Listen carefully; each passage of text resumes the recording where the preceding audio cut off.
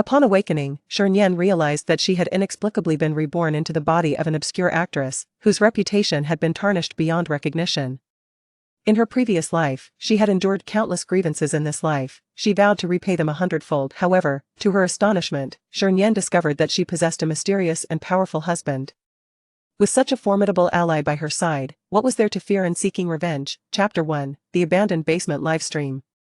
On this night, within the dimly lit and sinister confines of an abandoned basement, the piercing screams of a woman shattered the stillness of the air. Time seemed to stretch indefinitely, and as the cries gradually diminished, the sound of high heels echoed, growing closer until it came to a halt. A woman stood before Shi Nian, who was cruelly suspended against the wall, her body a grotesque canvas marred by the lashes of a whip. With a radiant smile illuminating her face, the woman regarded Shi Nian, whose disheveled hair hung limply, resembling a shattered doll. It was as if she were admiring a flawless piece of art, a masterpiece crafted by her own hands. Shi Nian, lift your head, everyone is watching you, she commanded, her sharply manicured nails digging into Shi Nian's chin, forcing her gaze upward. Despite her body being frail and weakened, Shi Nian resolutely kept her head bowed, refusing to allow her visage to grace the camera's lens. This forsaken basement was inundated with cameras, all set to document her agony and humiliation in meticulous detail. Witnessing Shi Nian's defiance, Su Yue's smile began to fade, replaced by a sudden, fierce slap that struck Shi Nian's face. Do you think that by not looking up, no one will recognize you? Even from behind, the fervent fans can identify the illustrious Shi Nian, Su Yue remarked, caressing her numbed palm while casting a scornful and derisive glance at her. Shi Nian's face swiftly swelled, her ears ringing slightly. She clenched her jaw and glared at the woman before her with a palpable hatred. Su Yue, tell me, why have you done this? I have always considered you a dear friend. Dear friend? Su Yue gripped her chin tightly, as if she had heard the most amusing jest. You are merely our family's adopted daughter. How could an adopted daughter ever qualify as my dear friend, Su Yue? You truly overestimate your worth, Shi Nian.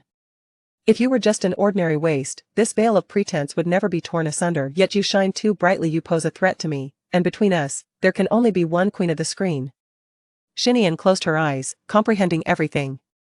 She clenched her fists tightly, allowing her nails to pierce her palms, drawing blood. How utterly ridiculous it was that the friendship she cherished above all else crumbled so easily before the title of a film queen. Are you not afraid of Brother Yu's wrath? Can you withstand his fury? She uttered hoarsely, enunciating each word with difficulty. Mu Yuza, the man she adored, to whom she devoted everything to ensure his success. Ha ha ha, Shi Nian, are you truly that foolish? Do you think Yuza is unaware of all this? Su Yue mocked, laced with scorn. In an instant, Shi Nian felt as if she had been struck a heavy blow. No, you lie. You must be lying. She shouted with the remnants of her strength.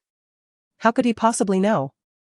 If he knew, how could he not come to her rescue? Shi Nian, you are undeniably intelligent, yet your emotional intelligence is utterly lacking.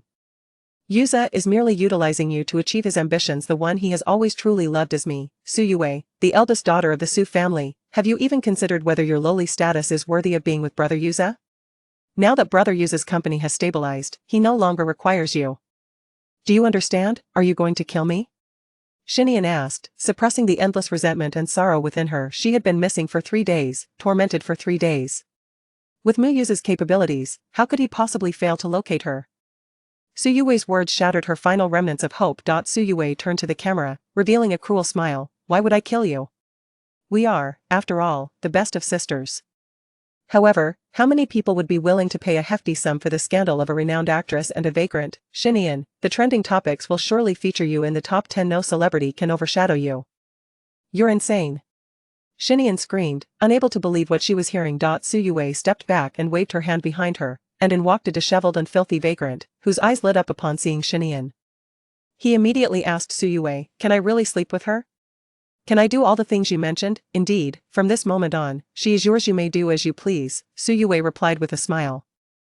As soon as the words left her lips, the vagrant could no longer contain himself and lunged towards Shi Nian, fervently kissing her face. A foul stench enveloped her, and Shi Nian felt her stomach churning as though she were on the verge of vomiting. She struggled desperately, but after enduring torment for so many days, her strength had waned.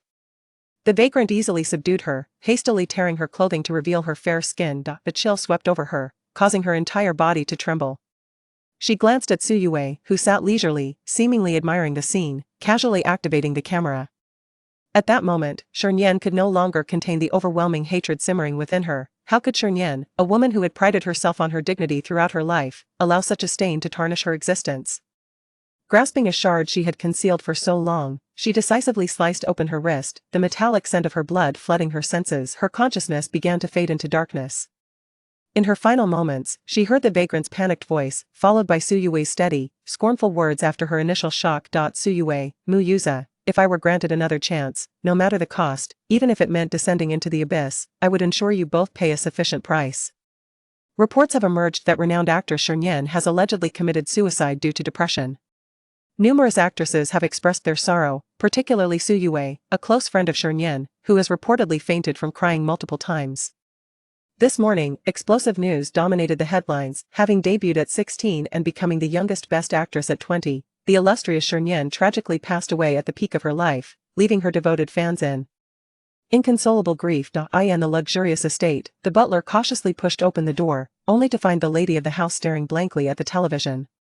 On the screen, Su Yue, identified as Shi Nian's friend, was being interviewed. Su Yue donned an exquisite white gown, her eyes reddened, embodying a picture of profound sorrow. Throughout the interview, she was unable to contain her tears on several occasions, moving even the reporters to exclaim, "The bond between Yue and the esteemed actress is truly touching." The butler noticed a faintly mocking smile at the corner of his mistress' lips. "Madam?" He ventured cautiously, his voice jolted Su Nian back to reality. With her gaze lowered, her thick black eyelashes concealed the astonishment and overwhelming regret lurking beneath. These individuals truly excel at feigning emotion, even in the wake of her demise. They continue to exploit the situation for publicity. Indeed, at this moment, Su Nian had undergone a transformation. She was now Shi Nian. After Shi Nian's tragic end, she awakened to find herself reincarnated as Su Nian, an obscure actress plagued by scandals within the entertainment industry. The plot of the novel had inexplicably manifested in her life, nearly leading her to believe she was ensnared in a dream. Then, her gaze fell upon the bandage adorning her wrist, prompting her to deduce that Su Nian had intended to take her own life, only for fate to bestow upon her this unexpected opportunity. Inhabiting Su Nian's body, having been granted a second chance at life, she vowed to exact retribution upon those who had wronged her. Naturally, she would not spare those who had inflicted such agony upon Su Nian as a form of reward. Raising her head once more, Su Nian offered the butler a playful smile, her features captivatingly pure and enchanting, yet he inexplicably felt a chill run down his spine. "Madam, the third master has returned. Please proceed downstairs." Chapter 2, The Enigmatic Husband. Third Master? Indeed, my lady. Although you are on the verge of divorce with the third master, he has treated you remarkably well. Have you not reconsidered? The butler's tone was imbued with sincerity. Just as Su Nian was about to inquire further, a wave of memory surged into her mind, overwhelming her with pain, prompting her to clutch her head tightly. It turned out that the original owner of this body was also a pitiable soul. Forced to marry in place of her sister, wedded to a man she did not love. However, this mysterious husband appeared to be a person of considerable stature. Over the years, despite her outrageous behavior, Su Nian had not faced any repercussions, largely due to his influence. "My lady, are you all right?" the butler asked, noticing her distress. Gradually lowering her hands, Su Nian lifted her enchanting gaze to meet the butler's, a smile gracing her crimson lips. "I'm fine. You may leave now." She had developed a modicum of curiosity towards her enigmatic husband, she would observe for the time being. The butler nodded quickly and, as he turned to leave, he couldn't help but shiver slightly, feeling a peculiar aura from the lady. Casting a final glance at the television, she saw Su Yue still feigning tears, playing the role of the victim. "Su Yue, just keep your act up a little longer. Soon, I shall bring forth genuine tears from you, which will be far more painful than your current charade." With that, she switched off the television and descended the staircase. As she reached the elegant spiral staircase, the opulent living room gradually unfolded before her. An exquisite Persian carpet adorned the floor, complemented by a luxurious European coffee table and a grand white sofa. Towering floor-to-ceiling windows, reaching 3 to 4 meters high, bathed the entire room in a warm orange glow, rendering the living space reminiscent of a palace. A man clad in a black uniform sat upon the sofa, sunlight gilding him with a halo of gold, delineating the exquisite contours of his profile, reminiscent of a prince from a fairy tale. Even Su Nian, who had encountered countless handsome figures in the entertainment industry, found herself momentarily entranced. The tailored suit accentuated his broad shoulders and narrow waist, while his face, seemingly sculpted by divine hands, bore no blemish. Yet It emanated an aura as chilling as a frost-laden forest, instilling a sense of trepidation. His commanding and frigid presence was overwhelming. When his gaze fell upon her, it was as if a deity surveyed the world. His voice, cold yet melodious, resounded with authority. "Come here." At that moment, Shi Nian regained her senses. Her eyes drifting as she swiftly retrieved information about him from the original owner's memories. Mu Hanyu. The affluent elite of Yun City, Mu Hanyu. Within a mere few years of arriving in Yun City, he had ascended to prominence as one of the most renowned tycoons in the business realm. Even the previous Shi Nian had been aware of his fame, however, Mu Hanyu had never revealed himself to the public. And rumors had circulated that he was grotesque and brutal, with some even claiming he was an old man. Yet, the reality starkly contradicted these whispers. Initially, Shi Nian had developed her career under the auspices of an entertainment company belonging to the Imperial Group, only to foolishly abandon her promising future to join his new company at the invitation of Mu Yuza, subsequently becoming a pawn in his machinations, oblivious to her plight. Nevertheless, with his presence, the original owner could traverse the city with impunity. Why then was there a tumultuous desire for divorce? Shi Nian endeavored to recover the original owner's memories concerning this matter, but was suddenly besieged by a wave of pain, as past recollections surged forth like a tide. Subsequently, she realized that the story had become increasingly intriguing. It turned out that the original owner harbored affections for someone, and that person was none other than Mu Yuza. In the early stages of his entrepreneurial journey, Mu Yuza was financially constrained and constantly sought monetary assistance from the original owner. Ensnared by a foolish infatuation, the original owner offered him whatever amount he desired, even succumbing to his temptation to vie for Mu Hanyu's inheritance, which led her to contemplate suicide. What a despicable man! Shi Nian blurted out in indignation. Suddenly, a chilling voice sliced through the air. "What did you say?" Realizing she had inadvertently voiced her thoughts, Shi Nian coughed lightly. "Nothing." As she spoke, she furtively glanced at Mu Hanyu, and considering his identity, a glimmer of brilliance flickered in her eyes. He regarded her with a condescending gaze, his lips parting slightly as he spoke in a tone both faint and frigid. "Sign here." "Sign what?" Before she could comprehend, the man extended his hand, his intimidating aura and icy demeanor causing Shi Nian to feel as though she might be struck.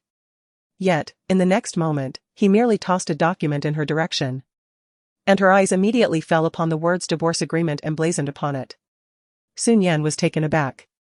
Mu Hanyu's dark, frosty gaze swept over her wrist, where several distinct scars marred her skin, and a flicker of derision danced in his eyes.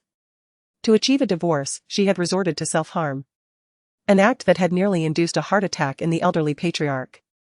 As for her, Mu Hanyu had lost all patience. "Do you wish to divorce me?"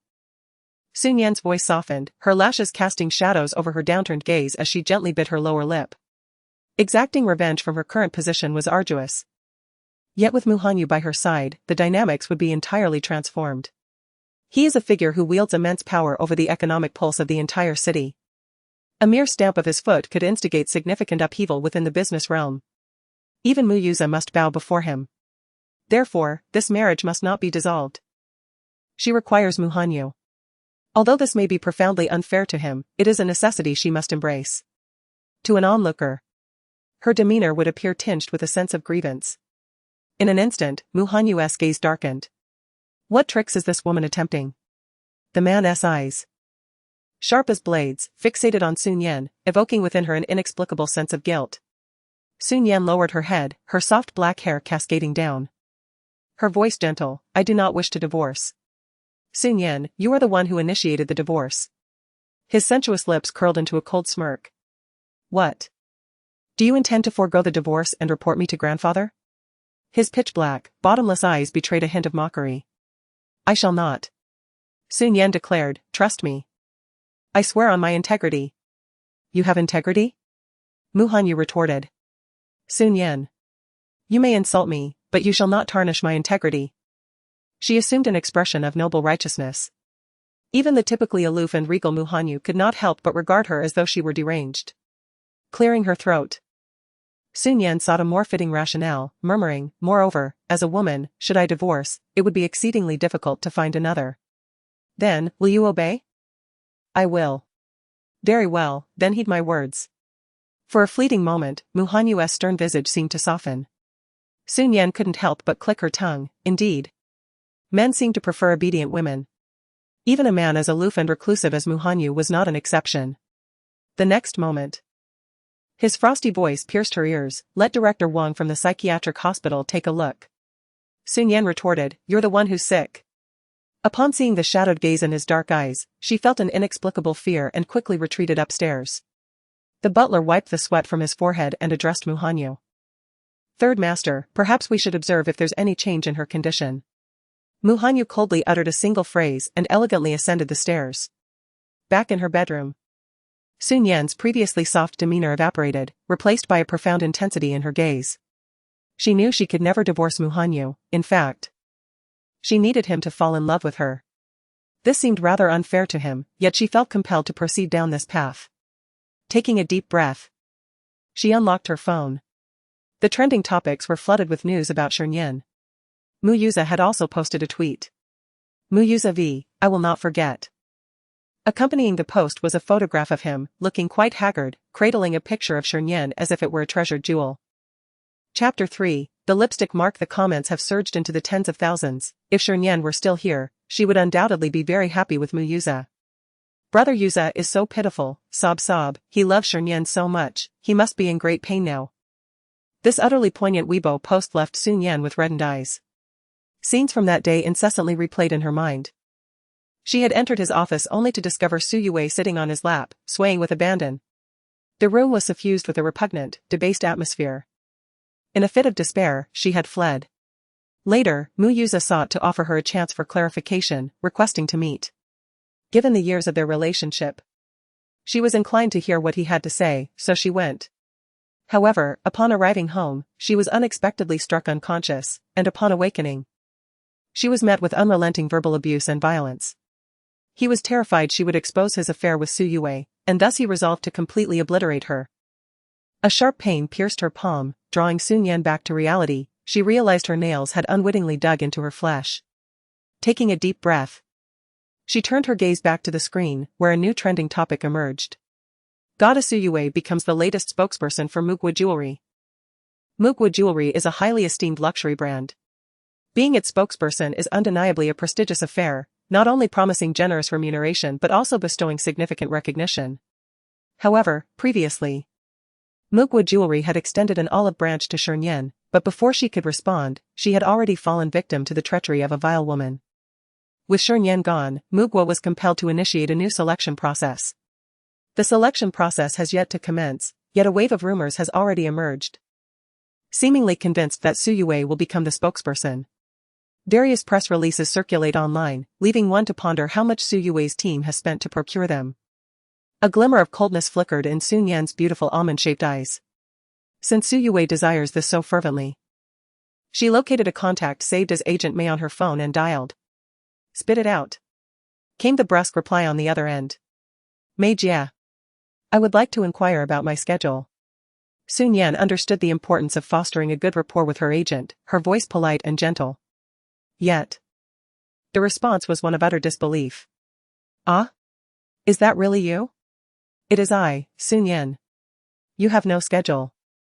Your itinerary consists of causing trouble daily and gathering all the haters from the entertainment circle." So, the original owner had fallen to such depths. However, perhaps this was for the best. "If I were to say that all of this is part of my plan, would you believe me?" Shi Nian's tone was languid. A busy signal echoed from the other end. She had the audacity to hang up on her. What a personality! She found it quite appealing.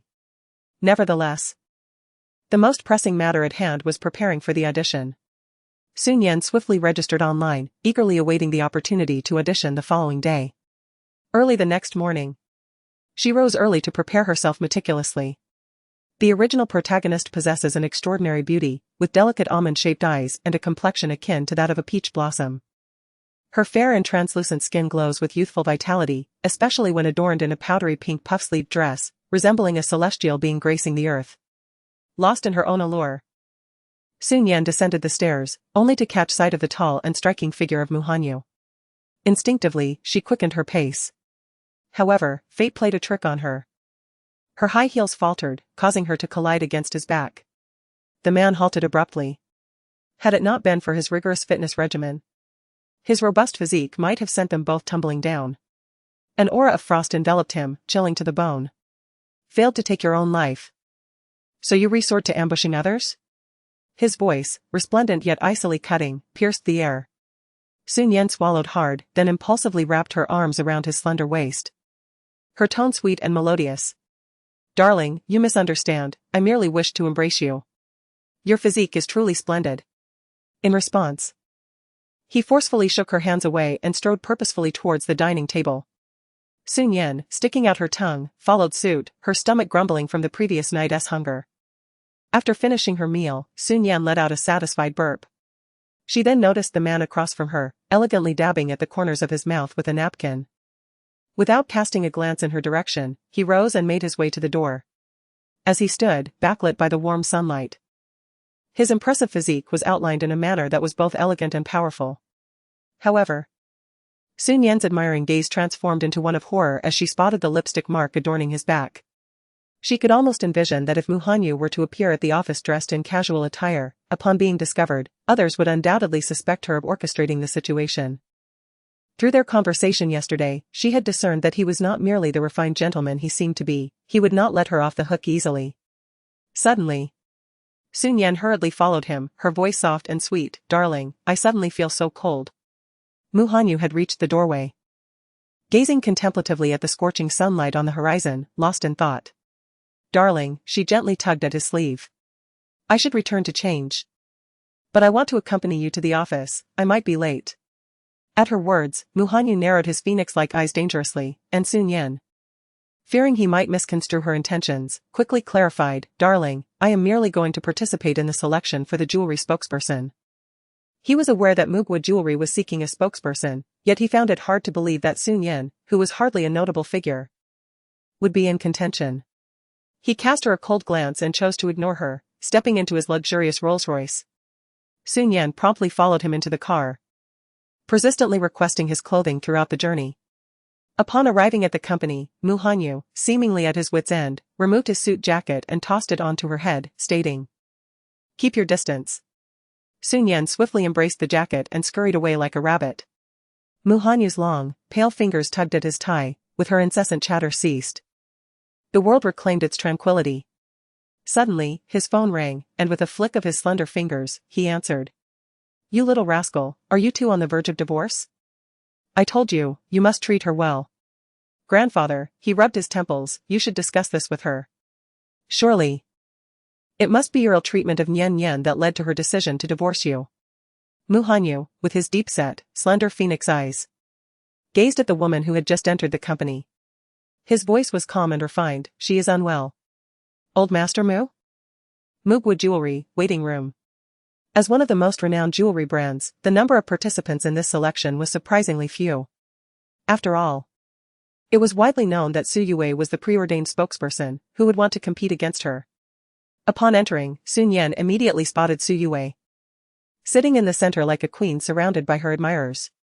Dressed in a pristine white gown, with exquisite makeup and a gentle smile gracing her lips, she exuded an air of elegance and warmth. Shi Nian's eyes welled with heat and reddened in an instant. She felt an overwhelming urge to tear her apart, to shred that hypocritical facade. Her nails dug into her palm, yet she forced herself to regain composure, placing her coat on the chair before sitting down to devise her performance for the audition. Killing her would be too lenient. Su Yue's greatest concern was this endorsement. Therefore, she would seize what mattered most to her. Bit by bit, she would take everything Su Yue cherished, making her experience the bitter taste of despair. Shi Nian? A sharp female voice suddenly pierced the air. Chapter for the first confrontation after rebirth. Shi Nian cast a sidelong glance at Wang Ruaji, the sycophant beside Su Yue. What do you want? She replied languidly. Wang Ruaji was momentarily taken aback, then retorted scornfully, So it truly is you, Shi Nian. How dare you show up here without even considering whether you deserve to be? With a smile, Shi Nian narrowed her captivating eyes and asked. Do you know what the greatest distinction between a person and a dog is? A person can restrain themselves, while a dog merely howls indiscriminately. Wang Ruaji was infuriated, astonished at Shi Nian's sharp tongue. Su Yue, who had been sitting gracefully, now slowly directed her gaze towards them, with an air of gentle divinity. Her meticulously crafted features concealed a hint of arrogance. In a soft voice, she advised, Nian Nian, one must be mindful of decorum in public spaces. It would not be favorable if someone were to capture this moment. Yue, you are truly too kind. However, let us keep our distance from such filth. It would be unfortunate to be bitten back, Wang Ruaji interjected promptly. We are all friends, Ruaji, let us not harbor too much malice towards her, Su Yue replied gently. Su Nian fixed her gaze intently on Su Yue, her mind filled with memories of the expression Su wore when she had forced others to violate her. With a delicate flick of her slender fingers to sweep aside a loose strand of hair, she smiled, Miss Su is truly a good person. The smile of a woman is undeniably enchanting, and Su Yue could not help but feel a twinge of jealousy. Although Su Nian fell short in various aspects compared to her, that face was undeniably bewitching, like that of a seductive fox. Nian Nian, you are quite admirable. Su Yue remarked gently, her tone laced with a barely perceptible disdain. However, Nian Nian, although your reputation is rather tarnished at present, I believe that with earnest effort, there will still be those who appreciate you. There is no need for you to come here and wallow in self-pity, wasting your time. Her ostensibly kind words concealed a mocking undertone, as if suggesting that a toad could aspire to court a swan. The spokesperson for Mugwa Jewelry. Was it even within her realm of aspiration? A flicker of genuine contempt flashed in Su Yue's eyes, had they not been in the waiting room at that moment. Nian Nian would not even warrant a conversation with her. Miss Su, do you think I am wasting my time here? Su Nian responded with an innocent expression. I am here for the spokesperson role, how could that be considered self-pity? Laughter erupted from the crowd, with Wang Ruazi immediately chiming in, Su Nian. If you are chosen as the spokesperson, I will livestream eating excrement. Su Nian narrowed her eyes, are you serious? Of course.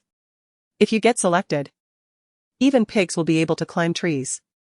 Wang Ruaji retorted without reservation. Su Yue seemed unable to suppress a smile, but quickly realized it was inappropriate. She hastily added. Everyone, let us not be harsh. Nian Nian at least has her own dreams, and that is worthy of respect. Dreams are meant to be dreamed, Sister Yue. Do you really believe that Mugwa Jewelry is blind enough to forsake you for her? If I were to post this online, I wonder how many netizens would find it utterly laughable. Upon hearing this, Su Yue hurriedly interjected, this isn't appropriate. Nian Nian's image is already quite poor. If this ends up online, she will undoubtedly become the subject of ridicule. Her words immediately triggered a realization in Wang Ruaji, who promptly took out her phone and posted on Weibo, Su Nian, it seems your sole utility lies in providing amusement during our leisure time. Su Nian, however, chose to disregard her, as she had already conceived a fresh approach for her audition. The audition for Mugwa Jewelry required a 3-minute performance of a story, naturally centered around the theme of jewelry. Typically, individuals like Su Yue would have scripts prepared by the company, which would not be of inferior quality. Yet, lacking a team, Su Nian had no choice but to prepare on her own. Su Yue was the first to enter the audition room, while the other actresses merely went through the motions, as it was widely known that Su Yue was the front-runner for the role. Eventually, it was Su Nian's turn. Upon entering the audition room, Su Nian was surprised to find Su Yue still present, seated beside the 3 interviewers, adopting an air as if she were one of them. Su Nian? The jewelry director, seated in the center, spoke up. Upon seeing Su Nian, a flicker of astonishment crossed his eyes, but it quickly morphed into a frown. How could a woman with such a tarnished reputation possibly become their spokesperson? The jewelry director's tone was frigid, you may leave. What? Why? Su Nian exclaimed, her beautiful eyes wide with innocence. Su Yue hesitated, saying, Nian Nian, I always thought you understood the situation. The image of Mugwa Jewelry is impeccable, and naturally, the chosen artists must possess a commendable reputation. A glimmer of disdain flickered in her eyes. How could one compete for the endorsement with such a notorious reputation? Not even permitted to audition. At this moment, in the presidential office of the Empire Group, the grand office, adorned with an elegantly curved luxury desk, featured 2 computers. A man of striking stature leaned against the back of his chair, his narrow, dark eyes fixed on the screen. Uncertain of how it happened, he found himself accessing the surveillance footage of the Mugwa Jewelry auditions. At that moment, after enduring the jests of others, Su Nian stood tall. Her words articulated with precision, I recall that Mugwa Jewelry once faced a wave of online disparagement, yet it proved its worth and cleared its name. Do you not see the resemblance to my situation? I, too, can redeem myself through my capabilities. Her assertive declarations left no room for criticism. Hearing her words, Mu Hanyu momentarily lost his focus, recalling the early days of his leadership when he faced skepticism from all sides. Yet, within 3 months, he silenced all dissenters. The interviewers found themselves at a loss for words. Su Yue narrowed her eyes, surprised by Sun Yan's eloquence. Very well, since you speak so confidently. I shall grant you an opportunity to showcase your strength, Su Yue said with a gentle smile. Establishing such a favorable image for herself. Soon it would be her turn to face embarrassment. Then I shall grant you 3 minutes, do begin, the jewelry director stated with a hint of impatience. Sun Yan offered a faint smile, executing a courteous bow before commencing her performance. Upon the conclusion of the 3 minutes, Mu Hanyu realized, to his astonishment, that he had been fixated on her for the entire duration. The interviewers present in the room took a while to regain their composure, their expressions towards Sun Yan undergoing a complete transformation. Did you devise this script yourself? Sun Yan nodded in affirmation. The jewelry director's expression became intricate, and Su Yue, having returned to her senses, instinctively tightened her fingers. How could it be possible that Sun Yan had crafted a script so captivating? Nian Nian, please tell me the truth. Who penned this script for you? Su Yue coaxed softly. It was no wonder Sun Yan exuded such confidence, she evidently held a trump card. If only she could reveal the identity of that person, Su Yue was determined to recruit them into her team. It's, Sun Yan elongated her tone, gazing into Su Yue's hopeful eyes before pointing to herself and declaring, it's me. The jewelry director furrowed her brow, Sun Yan, you are not deceiving us. Are you? Am I the sort of person who would believe such a claim? This is entirely my original work. The jewelry director exchanged glances with her colleagues, engaging in hushed deliberations. Moments later, the director gestured to her, very well, we will give it due consideration and notify you in due course. Thank you, Sun Yan replied, her lips curving into a smile as she turned to leave. Once she had departed, Su Yue promptly addressed the jewelry director, Director Chen, what shall we do now? Yue. Director Chen placed his hand over hers gently, assuring her, since I have declared that this time it belongs to you, it shall undoubtedly be yours. After saying this, he expressed a hint of regret. However, Sun Yan's script is truly remarkable.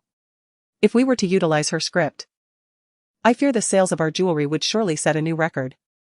Then let us proceed with her script, Yue responded. Chapter 5, I miss you. I deceived you. What if she finds out? It is inconceivable that Sun Yan could have crafted such an exquisite script on her own. Undoubtedly, someone has aided her. If that person were to come forward as a witness, we could devise a plan to bribe them, and ultimately, they could serve our interests. Would that not be far more advantageous? Director Chen immediately smiled, Yue, you truly are clever. This is indeed a splendid strategy that kills 2 birds with 1 stone. The 2 of them, with a few exchanged words, swiftly appropriated the accomplishments of others, reveling in their own cleverness. Unbeknownst to them, Sun Yan had just exited Mugwa Jewelry and made her way to the headquarters of Empire Group. However, she was halted by the receptionist downstairs. Who are you looking for? Mu Hanyu. Upon hearing this, the receptionist scrutinized Sun Yan carefully, harboring a hint of derision. Countless women flocked here daily, vainly aspiring to entice the president. These women, avoiding meaningful pursuits, indulged in fantasies of soaring to lofty heights. Concealed behind a mask, Sun Yan remained unrecognized, her delicate features captivating despite the disguise. Jealousy is a common trait among women. What does beauty amount to, if not a mere guise of seduction? Do you have an appointment? The receptionist inquired coldly. No, I do not. You wish to meet our president without an appointment? The woman's tone grew increasingly mocking. Sun Yan's gaze turned equally frosty. There is no need for such condescension. What? Are you embarrassed because your little scheme has been exposed? Let me tell you. While you possess some charm, the number of women who come here seeking our president is no less than 50, if not 100. I have encountered many such women like you. The receptionist held a disdainful view of such individuals, promptly delivering a reprimand. With that time, you would do better to focus on your studies. Our CEO has little patience for women who are merely endowed with beauty but lack intellect. As she spoke, the elevator door suddenly slid open, revealing a man clad in a tailored suit. He was the assistant to Mu Hanyu. The receptionist's eyes brightened. Though they could not attain the CEO's favor, this assistant was undeniably formidable and rather handsome. Her greeting took on a sweet softness. Assistant Chen. Madam? Qin Jing did not respond to her but instead gazed at Sun Yan with evident surprise. The term madam left the receptionist momentarily flabbergasted. Sun Yan merely acknowledged him with a nonchalant "Madam, what brings you here? Why are you not upstairs?" Sun Yan cast a sidelong glance at the now petrified receptionist. "Your receptionist claimed I was here to seduce your CEO and barred my entry." "And no, that's not true." The receptionist faltered. Disbelief etched on her face as she looked at Qin Jing. "Assistant Chen, I had no idea our CEO had a madam. Even if I am not. Such behavior is unbecoming towards guests," Sun Yan asserted in a firm tone. Qin Jing understood that the receptionist must have uttered something offensive to Sun Yan.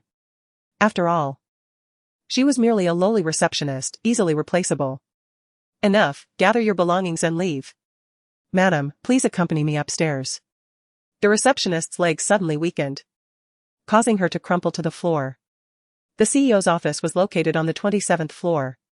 Sun Yan knocked on the door. "Come in." A melodious and refined voice resonated softly from within. "I have returned from the audition." The door swung open abruptly, and Mu Hanyu lifted his indifferent black eyes to see a girl rushing in, her exquisitely beautiful face radiating a brilliant smile that instantly warmed the previously frigid office.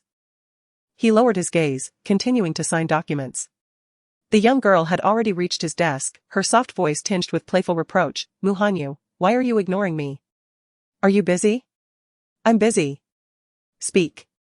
I miss you." Seeing that he remained unresponsive, Sun Yan, unfazed by any awkwardness, continued speaking. "I had a particularly successful audition today. They all thought I performed exceptionally well. This endorsement must be mine." Mu Hanyu regarded her excited countenance, recalling the dialogue that ensued after her departure. She was still so naive. "By the way, I'm really hungry. Your company has a cafeteria, right?" Sun Yan suddenly shifted the topic. "Yes." "Then let us go to the cafeteria together, I'll treat you," Sun Yan said bashfully. "Why don't you eat outside?" "I have no money," she declared with conviction. Mu Hanyu. So that was her true motive for coming here? He retracted the earlier thought about her naivety. He flicked a card onto the table with his slender fingers, stating, "I don't eat in the cafeteria, I don't have a meal card.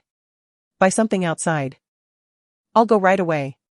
Before long, Sun Yan returned, carrying 2 large bags of takeout. He sat on the sofa, watching as she arranged the boxes, which contained an impressive spread of 5 dishes and 3 portions of rice. With a furrowed brow, Ying Ting spoke in a frosty tone, "1 portion is sufficient for me." "I am aware," Sun Yan replied, handing him a serving of rice while placing the other 2 in front of herself, promptly beginning her meal. "Can you finish all that?" "Rest assured, I am quite the voracious eater," Sun Yan declared, patting her chest. In her previous life, her attempts at dieting had led to numerous health issues. In this life, she was determined to nourish herself, particularly as her figure was too slender, her ribs prominent to the touch, a beauty that was less than appealing. Like a famished predator, she devoured her food with fervor. However, halfway through her meal, she noticed that Mu Hanyu had scarcely touched his chopsticks, predominantly consuming rice. And when confronted with the dishes, his sharp brows would subtly furrow. Although this was a barely perceptible gesture, Sun Yan noted it. Among the dishes, one ingredient was conspicuously present, cilantro. Having learned from Mu Yu's aversion to it, Sun Yan understood that for those who disliked it, its presence could be torturous. With a serious and focused demeanor, she meticulously removed each sprig of cilantro with her chopsticks. "There's no need for that," Mu Hanyu's voice was cold. "I should have inquired about your dietary restrictions, I apologize." "It's no trouble at all. It will be done shortly," Sun Yan replied. Her gaze fixed on the dishes as she deftly extracted every last piece of cilantro. At noon, the brilliant sunlight cascaded through the floor-to-ceiling windows, illuminating half of the girl's face to an almost translucent glow. Her almond-shaped eyes transformed into a captivating shade of amber as she meticulously extracted the cilantro for him. Mu Hanyu gazed at her, entranced for a full 10 seconds. This woman appeared to be different towards him. Finally, she smiled and declared, "You can eat now." Noticing the man's stillness, she cast a puzzled glance his way. It seemed Mu Hanyu wished to say something, yet ultimately remained silent. Are you trying to say something? Are you particularly moved? You think too much, he replied, his expression as impassive as ever. Su Nian huffed but paid it no mind, continuing her meal. After finishing, she patted her little belly and sprawled on the sofa, absent-mindedly stroking his card. The golden card was exquisite. Mu Hanyu's cold, intense black eyes flicked toward her. That card is for you. With an expression of reluctant sacrifice, Su Nian handed the card to him. Keep it. No need. I will soon become the spokesperson for Mugwa Jewelry and will have money to spend. I'll treat you to a meal then. Just as she finished speaking, her phone suddenly rang. She set the card down eagerly and dashed out to answer the call. When she returned, the once radiant sunshine seemed to have transformed her into a drenched cat, sitting on the sofa, aimlessly scrolling through her phone. Her long lashes hung low, her dark hair cascading down, as her fingers pressed forcefully against the screen. She had been eliminated. Chapter 6, You have your own backstage. Su Nian and Su Yue have become the talk of the town, with the news circulating widely online. Previously, Wang Ruaji had shared that Su Nian, in her arrogance, believed she could vie for the endorsement against Su Yue, turning her into a source of amusement for all. Is Su Nian out of her mind? The only way Mugwa Jewelry would choose her over Su Yue is if they were struck by a donkey. To be honest, I've always thought Su Nian's mind was somewhat unhinged. Competing for the endorsement with our Yue? Su Nian, this time next year will mark your downfall. Let us not be too harsh on Nian Nian, she is merely indulging in a fantasy. It's better to confront her directly. Sometimes I truly wish to see the structure of Su Nian's brain. Just look up the structure of a pig's brain instead. Perhaps influenced by the girl's chatter. Mu Hanyu's long fingers deftly navigated his phone. The internet was inundated with mockery directed at her. His deep, dark eyes were fixed upon her. While he had been oblivious to the earlier circumstances, he now clearly recognized her distress. The once vibrant girl now seemed shrouded in a gray veil of disappointment. And it was all too evident. For reasons unbeknownst to him, witnessing her silent demeanor stirred an unsettling feeling within him. Su Yue's fans were not as formidable as he had anticipated. He had encountered a more fervent admirer of a lesser-known actress previously. Suddenly, a voice from across the way chimed in, folding their phone with a huff. Mu Hanyu gazed at her, inquiring, "Are you not angry? What is there to be angry about? After all, Su Yue is a first-tier celebrity, while I am merely an 18-tier one. There is no basis for comparison." Su Nian chuckled at herself, suddenly reminiscing about the past. If she were still Shi Nian, would this endorsement have gone to Su Yue? Do you believe Su Yue is leveraging her status and connections? Su Nian nodded, acknowledging that such occurrences are all too common in the entertainment industry. The man, clad in a finely tailored deep blue suit that accentuated his robust physique, lounged elegantly against the chair, a natural air of nobility mingling with an aura of languor. His trousers sharp and impeccably straight. He parted his alluring lips, remarking, "You two possess connections." Upon hearing this, Su Nian immediately leaned closer, her eyes wide with anticipation. The Su family. Su Nian was taken aback, believing he might lend her assistance, but her hopes were evidently misplaced. The Su family, indeed, had not forgotten Su Nian after the marriage. They would periodically seek her out, for financial support. If Su Nian refused, she would be met with harsh rebukes. In stark contrast, her sister was nurtured like a prized possession, and this union was originally intended for her and Mu Hanyu. However, her sister was unwilling to marry a man she had never met, thus Su Nian became the scapegoat. Yet, at this moment, Su Nian found a strange comfort in her role as the scapegoat. If her sister were to discover how handsome Mu Hanyu was, would she harbor regrets? Mu Hanyu straightened his tall and imposing figure, gracefully seated himself behind the desk, his voice cool and detached. "Grandfather called, we are to return home for dinner tonight." Tonight? Su Nian was taken aback. Every nuance of her reaction was mirrored in Mu Hanyu's gaze, and upon witnessing her hesitation, his expression grew slightly colder. Indeed, she was still reluctant. "Very well," Su Nian suddenly declared, her tone tinged with nervousness. "Do we need to bring anything back?" "No need, we shall return punctually at 6. With that, Mu Hanyu dismissed her, immersing himself in his documents once more. Su Nian soon exited the office. Time slipped away in the blink of an eye. The clock was nearing 6 o'clock. Mu Hanyu lifted his gaze from his busy work to glance at his exquisite wristwatch. It was 6 o'clock. The spacious office remained chillingly empty. She had not arrived. His eyes darkened, mirroring the night outside, and a self-deprecating smile flickered at the corners of his lips. A man with a tarnished reputation dared to hope for her return? His ink-black gaze grew increasingly frigid as he rose, retrieving his car keys to head downstairs. Each week, he set aside a day to visit the old man, and even if Shi Nian chose not to accompany him, he would still go. The luxurious black Lamborghini glided out of the parking lot. The man's well-defined fingers gripped the steering wheel, the delicate watch glimmering in the twilight. Suddenly, a petite, striking figure emerged from the company entrance. Upon spotting the Lamborghini, she paused momentarily before hastily waving her hand. As the luxury vehicle came to a stop, the girl opened the door and swiftly climbed inside. "Why didn't you wait for me?" Shi Nian complained. "Where have you been?" "I bought a gift for Grandpa," she replied, shaking the bag she carried, filled with various supplements. Mu Hanyu gazed at the radiant smile on the girl's face, the evening glow casting a warm light upon her. Illuminating her features, her eyes sparkled like a galaxy of stars. He averted his gaze, his voice calm and detached. "There is already plenty at home. Why go through the trouble?" "What's that supposed to mean?" "This is my heartfelt intention." Shi Nian reached for her seatbelt, intending to fasten it, but was startled by the sudden presence of his fresh, woody scent. Instinctively, she turned her head, her cherry-red lips grazing his cheek. Her eyes widened in surprise. Mu Hanyu also sensed the shift, his gaze meeting her glistening almond-shaped eyes, and as he followed the line of her nose downward, he noticed her moist, cherry-hued lips, reminiscent of ripe cherries, tempting to be plucked. His phoenix eyes darkened as he leaned closer, his handsome features magnified in that moment, leaving Shi Nian's mind blank, captivated by his exquisite beauty. The warmth of his breath brushed against her ear. "Fool." His magnetic, melodious voice resonated like music from the heavens, enchanting enough to make one's ears tingle with delight. With a click, the seatbelt was fastened, and he withdrew his tall frame, expertly taking the wheel.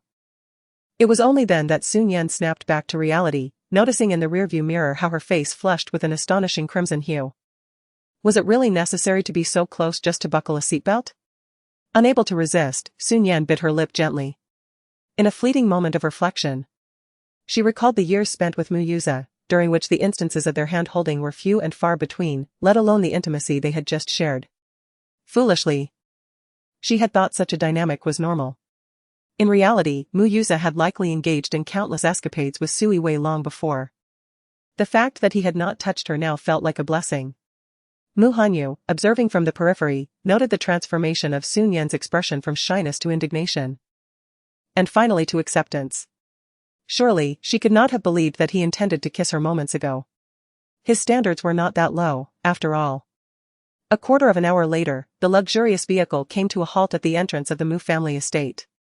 The stately mansion, designed in a vintage European castle style, stood majestically, surrounded by a garden filled with exotic flora. Upon entering, Shi Nian and Mu Hanyu found an elderly gentleman clad in traditional Tang attire, leisurely sipping tea on the sofa. Despite his silver hair and youthful visage, he was in his 60s or 70s, yet still remarkably vigorous. A sudden gust of wind swept through, and a dark shadow lunged forward.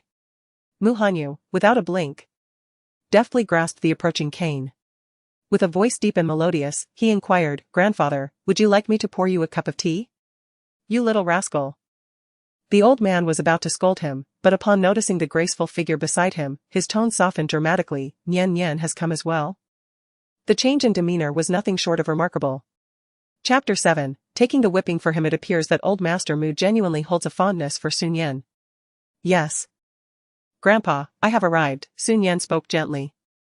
"Please, take a seat. Tell Grandpa, how does that rascal treat you?" Shi Nian obediently settled beside old Master Mu, and the two quickly engaged in casual conversation. Meanwhile, the neglected biological grandson sat elegantly across from them, his long legs crossed as he responded to emails on his phone.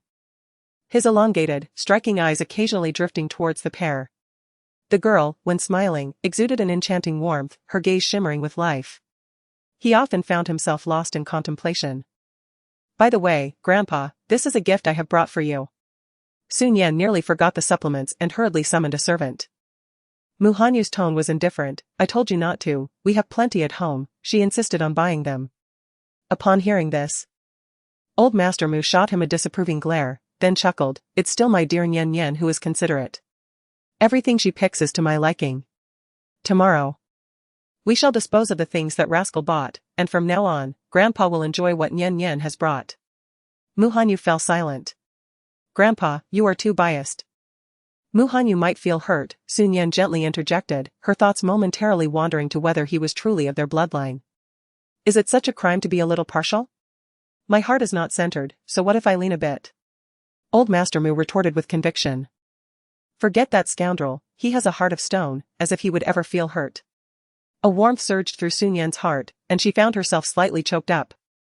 Responding with a smile. Is this the sensation of being cherished by someone? Indeed, it had been a long time since she had felt such warmth. After the meal, Mr.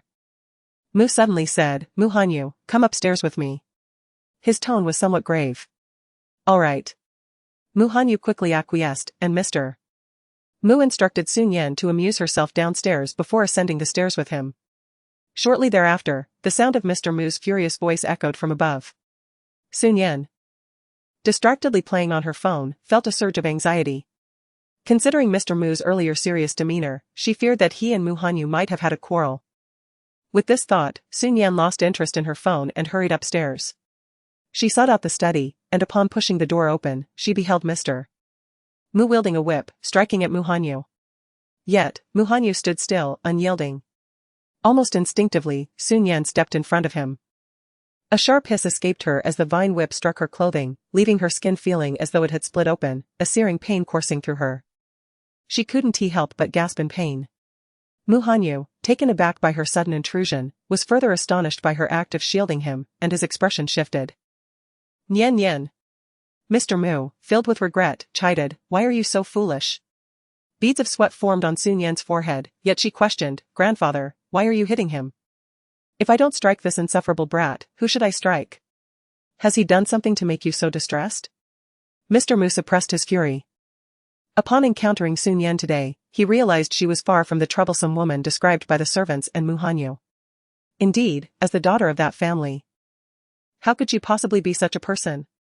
Consequently, Mr. Mu concluded that Mu Hanyu was dissatisfied with the engagement and was deliberately tormenting Shi Nian. Thus, fueled by anger, he resorted to the whip that had long lain unused. "No, he has treated me quite well. We had a misunderstanding previously, but that has now been resolved." Due to the pain, Shi Nian's complexion turned somewhat pale, yet her tone remained light and resolute. "Grandfather, if you strike him again, it would truly cause me distress." The old man, with a complex expression, waved his hand dismissively, discarding the whip, and reluctantly said, "Very well, I shall refrain from striking him. Let us have a doctor examine your wounds." "All right." After speaking, he shot a fierce glare at Mu Hanyu. "Why are you still standing there? Take her away." Mu Hanyu gazed at the girl, whose hair was dampened with sweat from the pain, and noticed the whip mark upon her waist. Observing that she seemed to struggle in her movements, suddenly, with a swift motion, he swept her up into his arms. In a whirl of motion, Shi Nian found herself nestled within Mu Hanyu's embrace, his ethereal and handsome visage mere inches away, his expression still impassive as he strode purposefully towards the exit. The pain was overwhelming, and thus, Shi Nian made no objections, resting her head gently against his shoulder. When the doctor arrived and examined her injury, the sight was alarming. Her waist was indeed lacerated, blood gushing forth, a rather gruesome sight. Mu Hanyu's dark eyes deepened with concern as he softly inquired, "Why did you do this? And why did you not evade?" The grandfather was in a fit of rage. Evading him would only exacerbate his anger.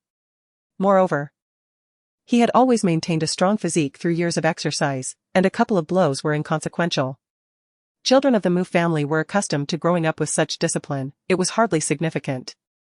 Yet a deep, conspicuous scar marred her delicate, fair waist at this moment. His tone grew noticeably graver. "Do not engage in such foolishness again." Shi Nian could not restrain a roll of her eyes. She had rescued him, yet he had uttered not a single word of gratitude. After tending to her wound, the hour had grown quite late, and the pair decided not to linger, bidding farewell to the old gentleman before returning home. "Nian Nian, should this scoundrel bully you, tell your grandfather, and I shall ensure he pays dearly." Old Master Mu did not forget to impart his warning before their departure. "It's all right, grandfather, he truly treats me well." So there's no need for concern. Please return home, Shi Nian waved as she stepped into the car. Upon arriving home, she wiped herself down and lay upon her bed. However, the injury on her waist troubled her, and throughout the night, Shi Nian found it difficult to sleep. Tossing and turning. Meanwhile, the study's light remained aglow until late into the night. Finally finishing his work for the company, Mu Hanyu rubbed his temples with his long, slender fingers. His tall, elegant frame reclined gracefully against the chair, exuding an air of distinguished refinement tinged with a hint of languid fatigue. After a brief moment of respite, he rose and exited the study. As he traversed the lengthy corridor, he abruptly halted before a door, his deep, obsidian eyes fixating upon it. After merely half a second, he averted his gaze, retrieved his phone from his pocket, and dialed a number, notify the head of jewelry at the Mugwa group. Having experienced a restless night, Shi Nian awoke that morning with 2 dark circles under her eyes. She pulled out a chair at the dining table and sat down, stifling a yawn. Appearing as if she had not yet fully awakened, Mu Hanyu gazed at the girl across from him, resembling a drowsy kitten rubbing its eyes, and spoke in a cool, magnetic tone. With this demeanor, do you still intend to be the spokesperson for Mugwa? Ah? But Mu Hanyu, maintaining an air of aloofness, chose not to respond further. Elegantly partaking in his meal, Shi Nian scratched her head, eating her breakfast while occasionally scrolling through her phone. As she flipped through Weibo, she discovered a remarkable shift in online activity. This morning, Mugwa Jewelry had tagged her and announced her as the new spokesperson for the upcoming quarter. The comments were filled with disbelief. Yet, despite the skepticism surrounding her, Shi Nian had indeed become the spokesperson. Her eyes widened in astonishment. Did you do this? She hurriedly inquired, turning to Mu Hanyu. Chapter 8, A good dog does not block the path you are overthinking, he remarked coldly. Shi Nian, however, was not swayed, her sweet voice radiating joy. Mu Hanyu, you are truly wonderful. Gazing at the girl's raised brows, which were adorned with laughter, Mu Hanyu's thin lips subtly curled into a faint smile. Shi Nian put away her phone and began to relish her meal. After finishing, she applied light makeup to conceal the dark circles beneath her eyes. Can you hurry up? Mu Hanyu awaited her downstairs, and after a half-hour of waiting, he finally caught sight of her descending, a hint of impatience evident in his demeanor. Women are indeed troublesome. I'm here. Shi Nian called out as she gracefully approached. She had changed into an apricot-colored dress, her delicate features enhanced by subtle makeup, exuding a pure yet exquisite charm.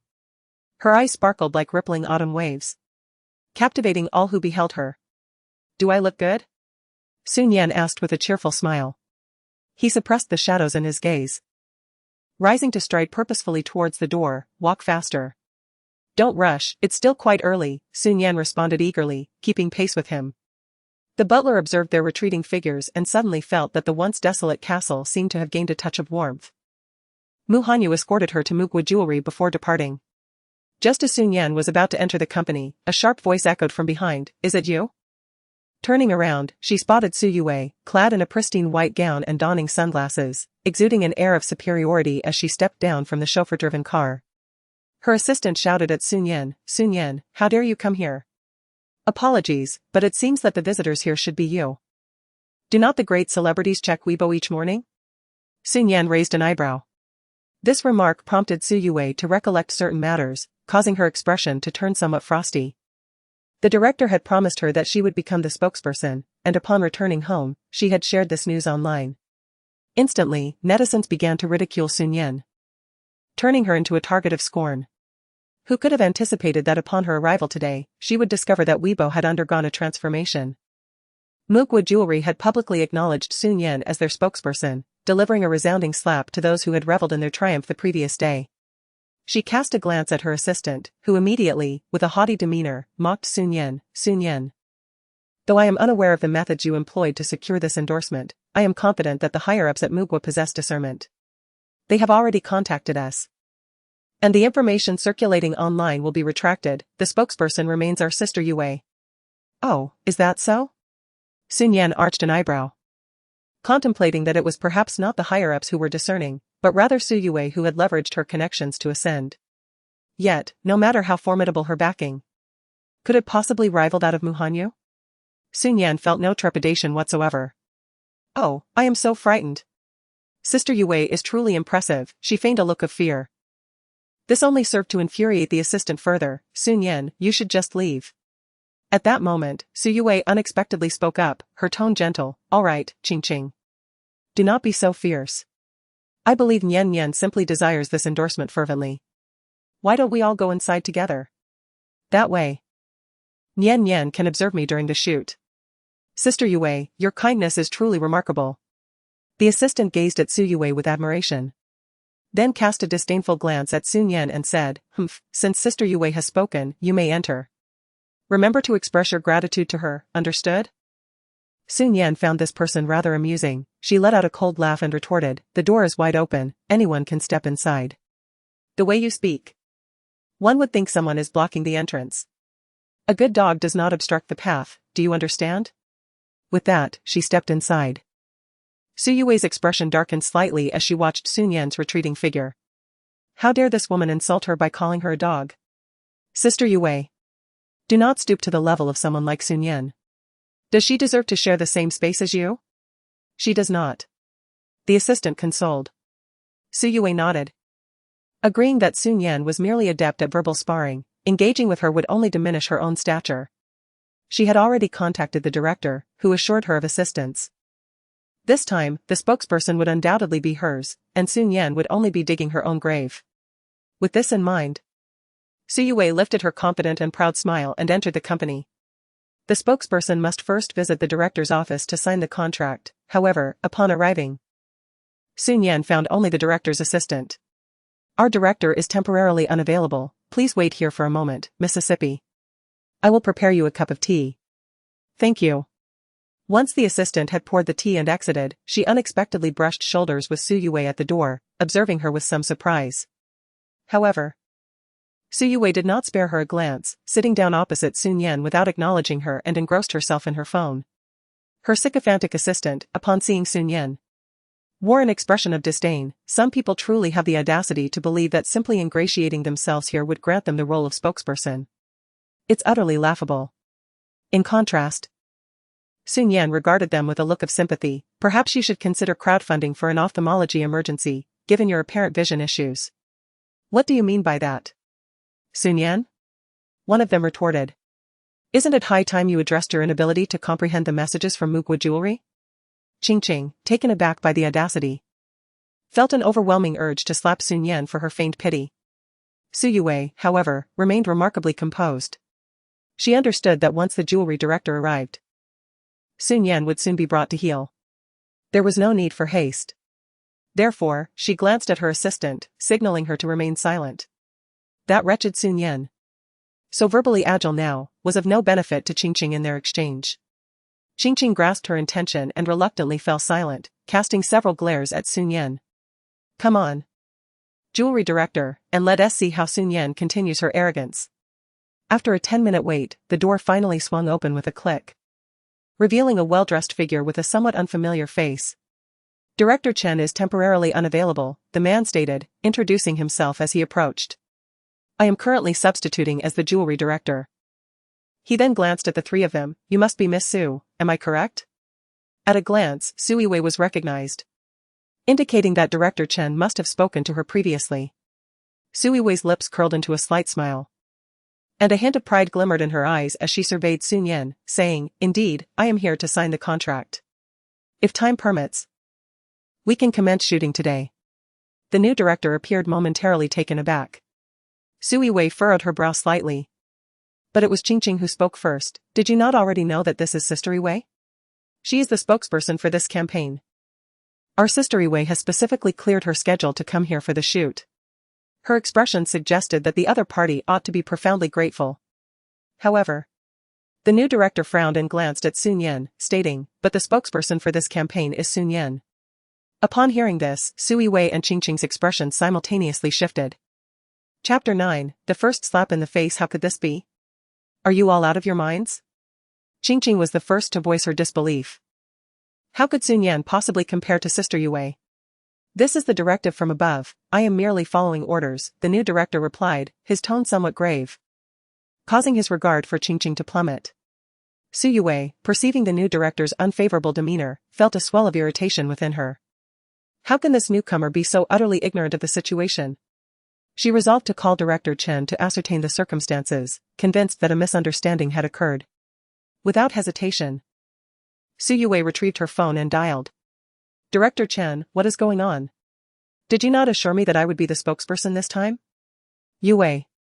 Director Chen has been dismissed, and now he is in quite a predicament, his spirits notably low. How would I know what is happening?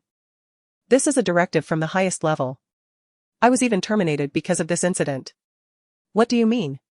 Su Yue's expression darkened. He was dismissed? Well, it seems the higher-ups reviewed the footage from the audition and claimed that Shi Nian performed exceptionally well, yet I chose you. The company believes I have failed in my duties and thus, I was let go. The more Director Chen spoke, the more he felt he had been unjustly implicated. If you had performed better that day, would I be in this position? He had the audacity to place blame on her. A tempest of anger surged within Su Yue. She could no longer deny the truth, the endorsement had indeed gone to Shi Nian. She, a top-tier star and goddess of the entertainment industry, had been outshined by an 18th-tier actress in securing the endorsement. She raised her gaze and caught sight of Shi Nian languidly reclining on the sofa, exuding an air of nonchalance. Yet, within the fleeting glance she cast, there seemed to linger a hint of pity. For the first time, Su Yue felt as though she had been struck, her countenance darkening, her nails nearly embedding themselves into her palm. At that moment, Shi Nian spoke. Adopting a demeanor of benevolence, it's all right, we are heading to the studio shortly. Since you are so eager to be a spokesperson, though I cannot fulfill your wish, I can offer you a glimpse of the shoot. This provoked Qingqing to erupt in anger. Shi Nian, you wretched girl, what are you pretending for? I am merely treating you as you have treated me, why are you so incensed? It's truly perplexing. Shi Nian blinked innocently. Upon hearing these words, Su Yue felt a pain in her chest, wishing she could carve a piece of flesh from Shi Nian. She sneered coldly, Nian must be cherishing this opportunity greatly. I shall not attend, for it would be unfortunate if your expectations were to go unfulfilled. However, her tone bore a subtle venom. Shi Nian shrugged and smiled. Feigning helplessness, no worries, I am quite accustomed to disappointment, it is merely unfortunate that, this time, I was not disappointed. This statement only served to deepen Su Yue's scowl. And as Qingqing prepared to hurl further insults, Su Yue interjected with a disdainful huff, Nian, do not think yourself extraordinary for securing this endorsement, remember. The higher one is lifted, the harder one falls. Surely, Miss Su, you must resonate with that sentiment. I am quite curious to know what it feels like, may I interview you about your current emotions? Shi Nian promptly inquired. Everyone believed that Su Yue would secure this endorsement. Yet now, she has been overlooked. The previous online praise now feels like mockery. Su Yue's face turned ashen, and Shi Nian, while you speak quite eloquently, there will inevitably come a day of regret for you. With a fierce declaration, she clacked away in her high heels. Upon returning to her car, she encountered a myriad of comments online. Mad bystander, am I seeing things? Did Guizhou Jewelry really choose Shi Nian? Just how well did Shi Nian perform to have Su Yue sidelined? Su Yue's #1 hater, Su Yue is laughable. The selection phase for Guizhou Jewelry was merely a preliminary. Su Yue's team even spent money to buy trending searches, making it seem as though she had already become the spokesperson. Go, Shi Nian, I support you. Vivi blossoms? Nonsense, our Vivi is inherently talented. Surely that vile woman Shi Nian has resorted to underhanded tactics. What is a happy planet? No. I know that Guizhou Jewelry chooses their spokesperson solely based on merit. I doubt Shi Nian has any connections to influence their decision. Handsome Appa, so. Does this mean Shi Nian truly performed exceptionally well? What about Su Yue's situation, excessive confidence? Ha ha ha, this is killing me. Viewing these comments, Su Yue was infuriated enough to want to smash her phone. Shi Nian. She whispered this name to herself, just wait, I will make you pay. In the director's office at this moment, Miss Su, here's the contract we prepared for you. Is your agent not present? The male director presented a contract. She has something to attend to today, so let me take a look first and I will pass it to her later. Shi Nian remarked that one of Meijia's artists had an urgent matter to attend to. She glanced at the contract. Guizhou Jewelry was a reputable company, and there should be no issues with the agreement. Miss Su, when will you be available for the shoot? The director inquired. Right now. She responded. Then I shall escort you to the studio. Mookwood Jewelry boasted its own dedicated photography studio. After the male director led Shi Nian there, he introduced her to everyone, saying, "Let me present our new spokesperson, Shi Nian." Only a few responded with lukewarm acknowledgements, seemingly engrossed in their tasks. He then advised Shi Nian, "Please change your outfit. And feel free to reach out to me if you need anything." Alright, Shi Nian nodded and entered the changing room. Inside, a stunning champagne-colored short dress awaited her. Unbeknownst to her, chaos had erupted outside. The staff expressed their disappointment, saying, "It really is Shi Nian, why? Wasn't it agreed that our goddess Su Yue would be the one?" Sighing, they continued, "There's no helping it, perhaps she has connections.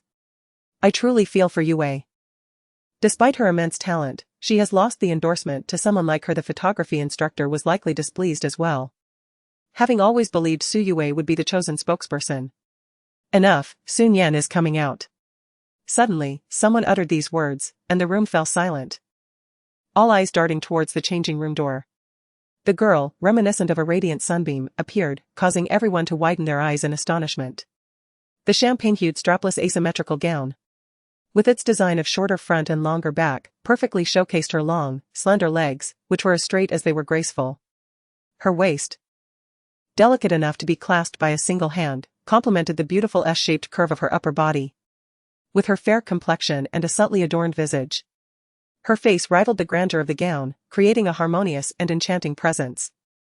Although it was widely acknowledged that Shi Nian was stunningly beautiful, few were aware that a simple enhancement could elevate her allure to such remarkable heights. For a fleeting moment, the photographer was taken aback by her beauty. But he quickly regained his composure.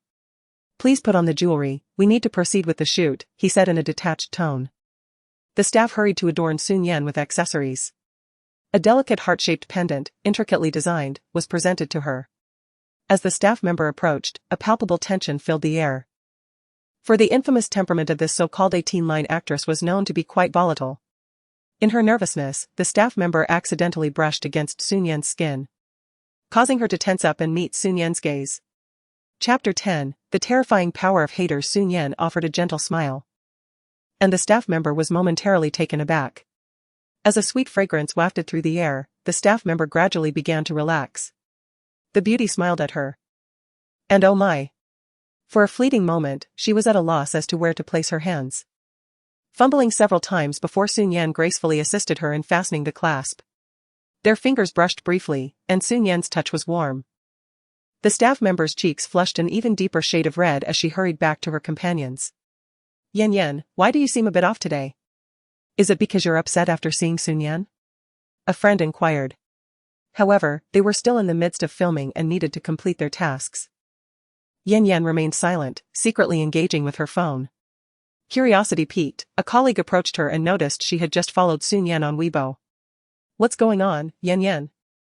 Planning to send Shi Nian a private message to berate her?" Just as the question was posed, they saw Yan post a Weibo update. A little bird that rises early tweeted, "Woo-woo, Goddess Nian is just too beautiful. I will support her for a lifetime. Goddess Nian, I love you." Her friends responded with bewilderment, "Oh, I see now, it's a case of killing with kindness." The current crop of haters is truly formidable. Although she was reluctant to admit it. The moment Shi Nian donned the necklace and stepped before the backdrop, it felt as if it had been custom-made for her. Every expression and gesture was perfectly poised. Even photographers, who had seen countless handsome men and beautiful women, found it impossible to identify a single flaw. As the darkness on her face gradually faded, she captured one perfect photograph after another. "Alright, the solo shots are complete. Let us take a break while I check in with the male celebrity to see when he will arrive," the photographer announced. Shi Nian responded, gracefully taking a seat on the sofa, her demeanor elegant and poised. Her professional acumen was extraordinary. After nearly an hour of continuous shooting, she felt no fatigue. After all, she had endured far more in her previous life. Glancing at the time, she realized it was almost mealtime. Shi Nian opened Muhanyu's WeChat, her slender fingers tapping lightly as she sent a message. At that moment, in the grandest conference room of the Empire Group, a man clad in an exquisite tailored suit stood at the forefront, connecting his laptop to the large screen behind him, elucidating the progress of a new proposal. The light from the screen illuminated him, accentuating his tall, athletic frame and the innate aura of a ruler. The entire conference room fell into a hushed silence, with only the deep, magnetic timbre of the man's voice resonating clearly and methodically. The senior executives occasionally jotted down notes, absorbing the information. As he spoke about the Gershblow Hotel, Mu Hanyu's WeChat notification suddenly chimed, and a message promptly appeared on the screen. The message was strikingly conspicuous. "Darling. What are you doing? Can I come find you? Looking forward to it." The atmosphere in the conference room became even quieter. Yet a fierce curiosity ignited in the eyes of the executives. Who is this woman? Has our president gotten married? When did this happen? The fact that Mu Hanyu was secretly married was known to only a few, primarily because Shi Nian preferred to keep it under wraps. Mu Han's slender, pale fingers swiped away the message, after which he calmly continued his explanation. The executives could only suppress their curiosity and listen on. In the next moment, another message popped up. "Honey, my waist still hurts." So pitiful.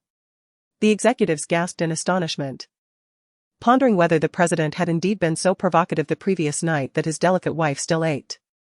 Their gazes towards Mu Han shifted dramatically, the image of the aloof, ascetic CEO was undeniably shattered, revealing the primal nature of men. Mu Han's eyes darkened slightly, failing to satisfy their burning curiosity, and his voice turned icy, regarding last month's incident at the Gesbulu Hotel. Before he could finish, a third message appeared. This time, it was a photograph. By instinct, Mu Han clicked it open. The image displayed a girl facing the screen, clad in a strapless gown, revealing an abundance of spring charm from this angle.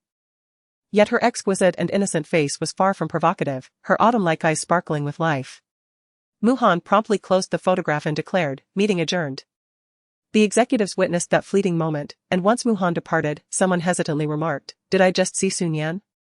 Another retorted, "What nonsense are you talking? Our president would never be interested in a fickle star like Shi Nian." Yet, the resemblance was striking. Impossible. If our president were with Shi Nian, I would wash my hair upside down. Meanwhile, Shi Nian, feeling rather bored, finally received a reply from Mu Han.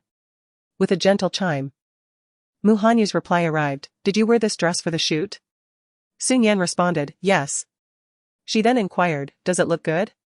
However, Mu Hanyu disregarded her question, asking instead, "Is your waist still hurting?" Shi Nian replied, with a pitiful tone, "Yes, it hurts quite a bit." It seemed that even through the screen, one could sense the girl's expression of grievance. Mu Hanyu's dark eyes, rich and deep, were about to utter a response when he received another message from her. "I think I should really indulge myself now. Woo-woo, I want to eat lamb kidneys for nourishment." Mu Hanyu was left speechless. So her sole intention in reaching out was merely to discuss food? He coldly retorted with 2 words, "Come over." A little over 10 minutes later, in the office of the CEO of the Empire Group, as Shi Nian entered, she was greeted by the enticing aroma of barbecued delicacies. Several plates adorned the coffee table, and her mouth watered as she rushed over. "Thank you, darling," she exclaimed, grabbing a skewer to eat. Mu Hanyu lounged languidly on the sofa, his long legs casually crossed, gazing with indifference at the girl before him, who was devouring barbecue with little regard for her image. Her actions starkly contrasting with the elegance of her exquisite gown. Although Shi Nian was thoroughly enjoying her meal, she could not help but feel the weight of Mu Hanyu's piercing gaze upon her. After a moment's hesitation, she offered him a sausage, tentatively asking, "Would you like some?" Mu Hanyu shot her a disdainful glance before rising to attend to his work at the desk. How could he possibly look down on her? Shi Nian pouted. Yet she understood that someone like Mu Hanyu might indeed hold a certain disdain for such junk food. After finishing her meal alone, Shi Nian leaned back in her chair, letting out a satisfied belch before exclaiming, "I really crave some milk tea." "Are you a celebrity?" Mu Hanyu cast her a sidelong glance.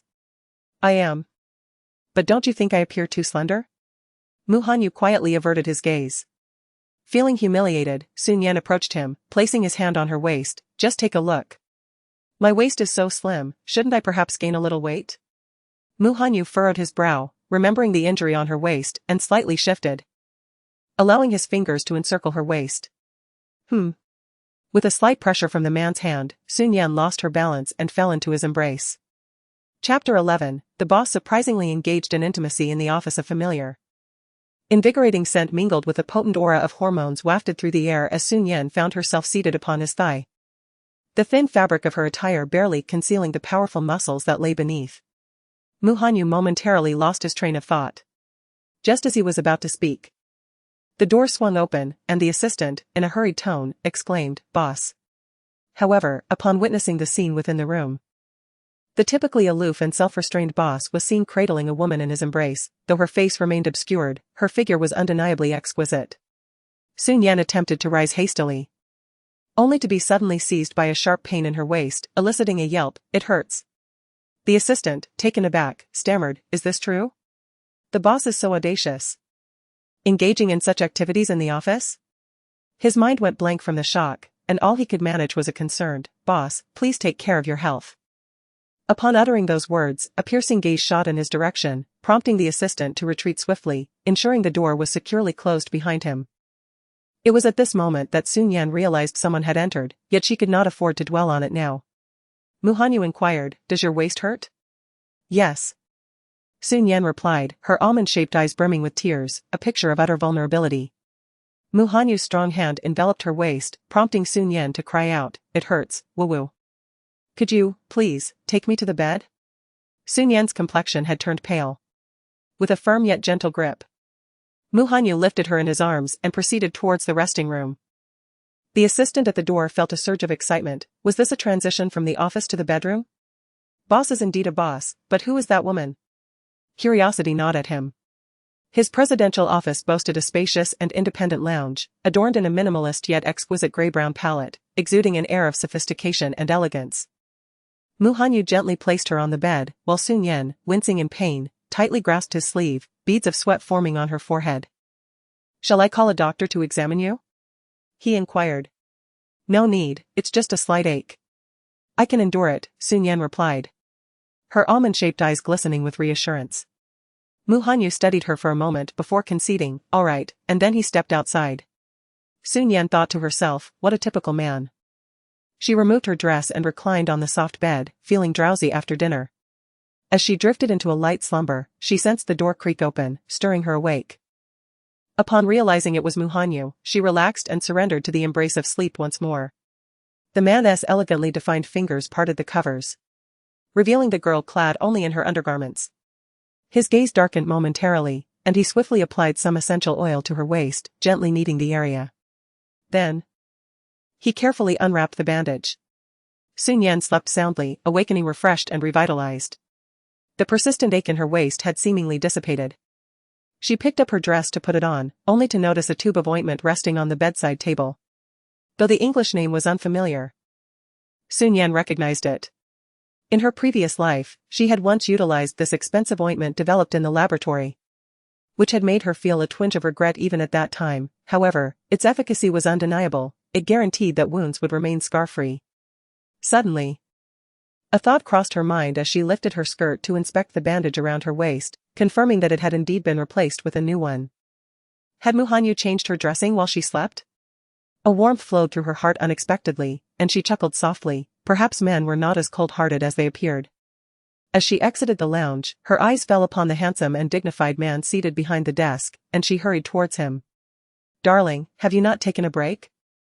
Mu Hanyu's chiseled features remained expressionless as he glanced at her, his voice frigid. "Do you wish for me to share your bed?" "Ah?" Su Nian suddenly realized that she had monopolized his bed, leaving him without a place to sleep. She hesitated before responding, "We are married. It is not unusual for us to sleep together, is it?" "You are overthinking it, Su Nian," he replied coldly. She had no affection for him, and it seemed he felt similarly. Their union was merely a result of their grandfather's arrangements. Su Nian blinked in surprise. Mu Hanyu continued with an icy tone. "Stating the facts, our relationship is solely for our individual purposes. As long as you behave, I will not mistreat you, but I cannot develop feelings for you." His emotionless declaration caused Su Nian's fingers to involuntarily curl, and she slowly lowered her head. Noticing the despondent expression on her face, Mu Hanyu's brows furrowed slightly. Yet there were certain truths he felt compelled to articulate. He remained oblivious to the reasons behind her transformation, nonetheless. This did not alter the fact that he harbored no affection for her. "All right, I understand. Allow me to brew you a cup of coffee." Shi Nian stated nonchalantly before turning to exit the office. A few moments later, she returned, carrying the coffee, placed it on his desk, cast a glance his way, and departed once more. Mu Hanyu, with his slender, pale fingers, lifted the cup to discover a heart-shaped latte art adorning the surface. His phoenix-like eyes narrowed slightly. Boredom enveloped him. After taking a sip, an unexpected flicker of surprise crossed the depths of his otherwise impassive black gaze. The flavor was rich and delightful, astonishingly superior to the brews crafted by his assistants who had undergone training in coffee making. In the photography studio, Shi Nian inquired of the photographer, "Has he not arrived yet?" "Indeed," the photographer replied, visibly irritated. "He promised to come this morning, yet here we are in the afternoon with no sign of him. Is he attempting to play the diva? We are, after all, Mugwa jewelry." Shi Nian also found the male celebrity's arrogance rather excessive. Was he truly so bold as to flaunt his status before Mugwa jewelry? Perhaps a minor circumstance had delayed his arrival? However, her doubts dissipated the moment she beheld a man entering like a delicate butterfly. "Hao Tian, you have finally arrived." Although the photographer was displeased, he could do little to reprimand him. Huang Haotian lazily responded, clad in a designer floral shirt and fitted trousers, his physique and appearance indeed remarkable. With such a visage, he once starred as the male lead in a campus drama, achieving instant fame, and has since been perceived as the gentle and handsome national heartthrob, garnering countless admirers. However, unbeknownst to the public, Huang Haotian's private demeanor was far from decorous, his methods were insidious. In her previous life, she had shared a film set with Huang Haotian, who persistently hinted at his intentions and even attempted to seduce her on numerous occasions. One time, while she was trying on clothes, Huang Haotian brazenly barged in. Shi Nian was utterly horrified and vehemently expelled him. Yet, Huang Haotian remained incorrigible. She frequently encountered his presence in the bathroom and at the hotel entrance, each encounter sending chills down her spine. Despite her threats, it seemed Huang Haotian remained unfazed. During that period, she suffered from sleepless nights and a deteriorating mental state. When she reported this to the company president, Mu Yuza, he shockingly replied. Chapter 12, Unbearable Past, Recompense in the Future. What does it matter? They were merely jesting with you, yet you took it to heart? Mu Yuza spoke with a hint of disdain from behind his desk. Then, with a tone of earnestness, he advised, instead of dwelling on such trivial matters, you would be better off attending to her properly. By the way, he is Su Yue's cousin. Instead of receiving comfort, she was met with reproach, causing her spirits to plummet even further. Had it been the present, she would have undoubtedly retaliated with a punch. The mere thought of Mu Yuza from her past life sent a chilling glimmer through Shi Nian's eyes. Since the opportunity had presented itself, how could she let it slip away? Please proceed to the makeup room, urged the photographer. Once you're done, we'll begin shooting. Let us aim to complete it today. Understood. Huang Haotian and Shi Nian entered the makeup room, where Huang Haotian had brought his own makeup artist. Shi Nian reclined in the chair, allowing the studio's makeup artist to work on her, her mind fixated on a singular thought. Huang Haotian had best refrain from causing any trouble. They needed to finish the task at hand. However, it was evident that such a wish was unlikely to be fulfilled. The light makeup was completed swiftly, and as Shi Nian rose to leave, Huang Haotian suddenly spoke up. I heard that this script was prepared by you, Shi Nian? Yes. Then why don't you enlighten me about it? Huang Haotian signaled to the two makeup artists, prompting the one he had brought along to exit with the other. In addressing the work-related issues, Shi Nian spoke with remarkable professionalism, recalling the plot with clarity. She articulated the emotions portrayed by the male lead, played by Huang Haotian, with great precision. As the narrative unfolded, the male protagonist embraced the female lead's waist, sealing their promise of eternal devotion. However, at that poignant moment, Huang Haotian unexpectedly approached her, his hand audaciously landing upon her chest. With a slight grin, he leered, "Is this how one embraces?" A wave of discomfort washed over Shi Nian as she swiftly swatted his hand away, retaliating with a resounding slap to his face. The abruptness of the turn of events left Huang Haotian momentarily stunned. He clutched his numb cheek, his dark eyes igniting with a fierce blaze of disbelief. You actually dared to strike me? How could she? He was Huang Haotian. What was Shi Nian, a mere nobody, to lay a hand on him? What of it? I'll tell you this, dealing with someone like you, I not only strike, but I also retaliate, Shi Nian replied with a light laugh. At her words, Huang Haoyan instinctively took a step back. Realizing the gravity of his actions, his handsome visage turned somber. Shi Nian, what pretense of innocence are you putting on? Do you think I am unaware of your true nature? The entertainment industry is rife with individuals like you, and you dare to play hard to get in my presence? He looked down upon her with utter disdain. Do you truly believe I wish to endorse this product with you?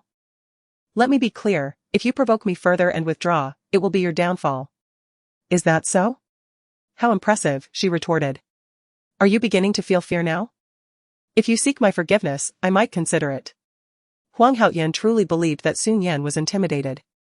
Indeed, how could she not be? She had exerted tremendous effort to secure this endorsement and would never relinquish it easily. A trace of disdain flickered in his eyes. How do you want me to plead with you? Shi Nian crossed her arms defiantly. With a cold smirk, Huang Haoyan tossed a room card deliberately onto her chest, leering. Meet me here at 7 in the evening. Shi Nian picked it up and saw that it was a hotel room key. She smiled. A seductive grin that was strikingly enchanting, captivating all, even momentarily entrancing Huang Haoyan. He soon scoffed and departed, neglecting to film anything and concocting an excuse to leave. Much to the chagrin of the photographer, who was left fuming while several crew members attempted to placate him. Teacher, please don't be upset, that was Huang Haoyan. Perhaps he truly had something to attend to.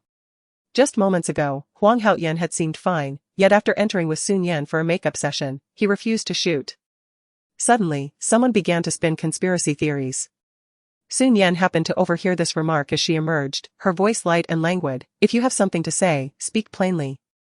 There's no need to beat around the bush. Shi Nian's public retort caught the speaker off guard, their expression turning awkward. Yet they pressed on, isn't that the truth? Shi Nian, it must be you who said something to provoke Brother Haoyan. I apologize. I lack your talent for subtle mockery. I still have much to learn from you in that regard, perhaps one day I might be able to irritate him as well. The photographer, already burdened with headaches, could not bear the commotion and spoke up. Enough, cease the noise.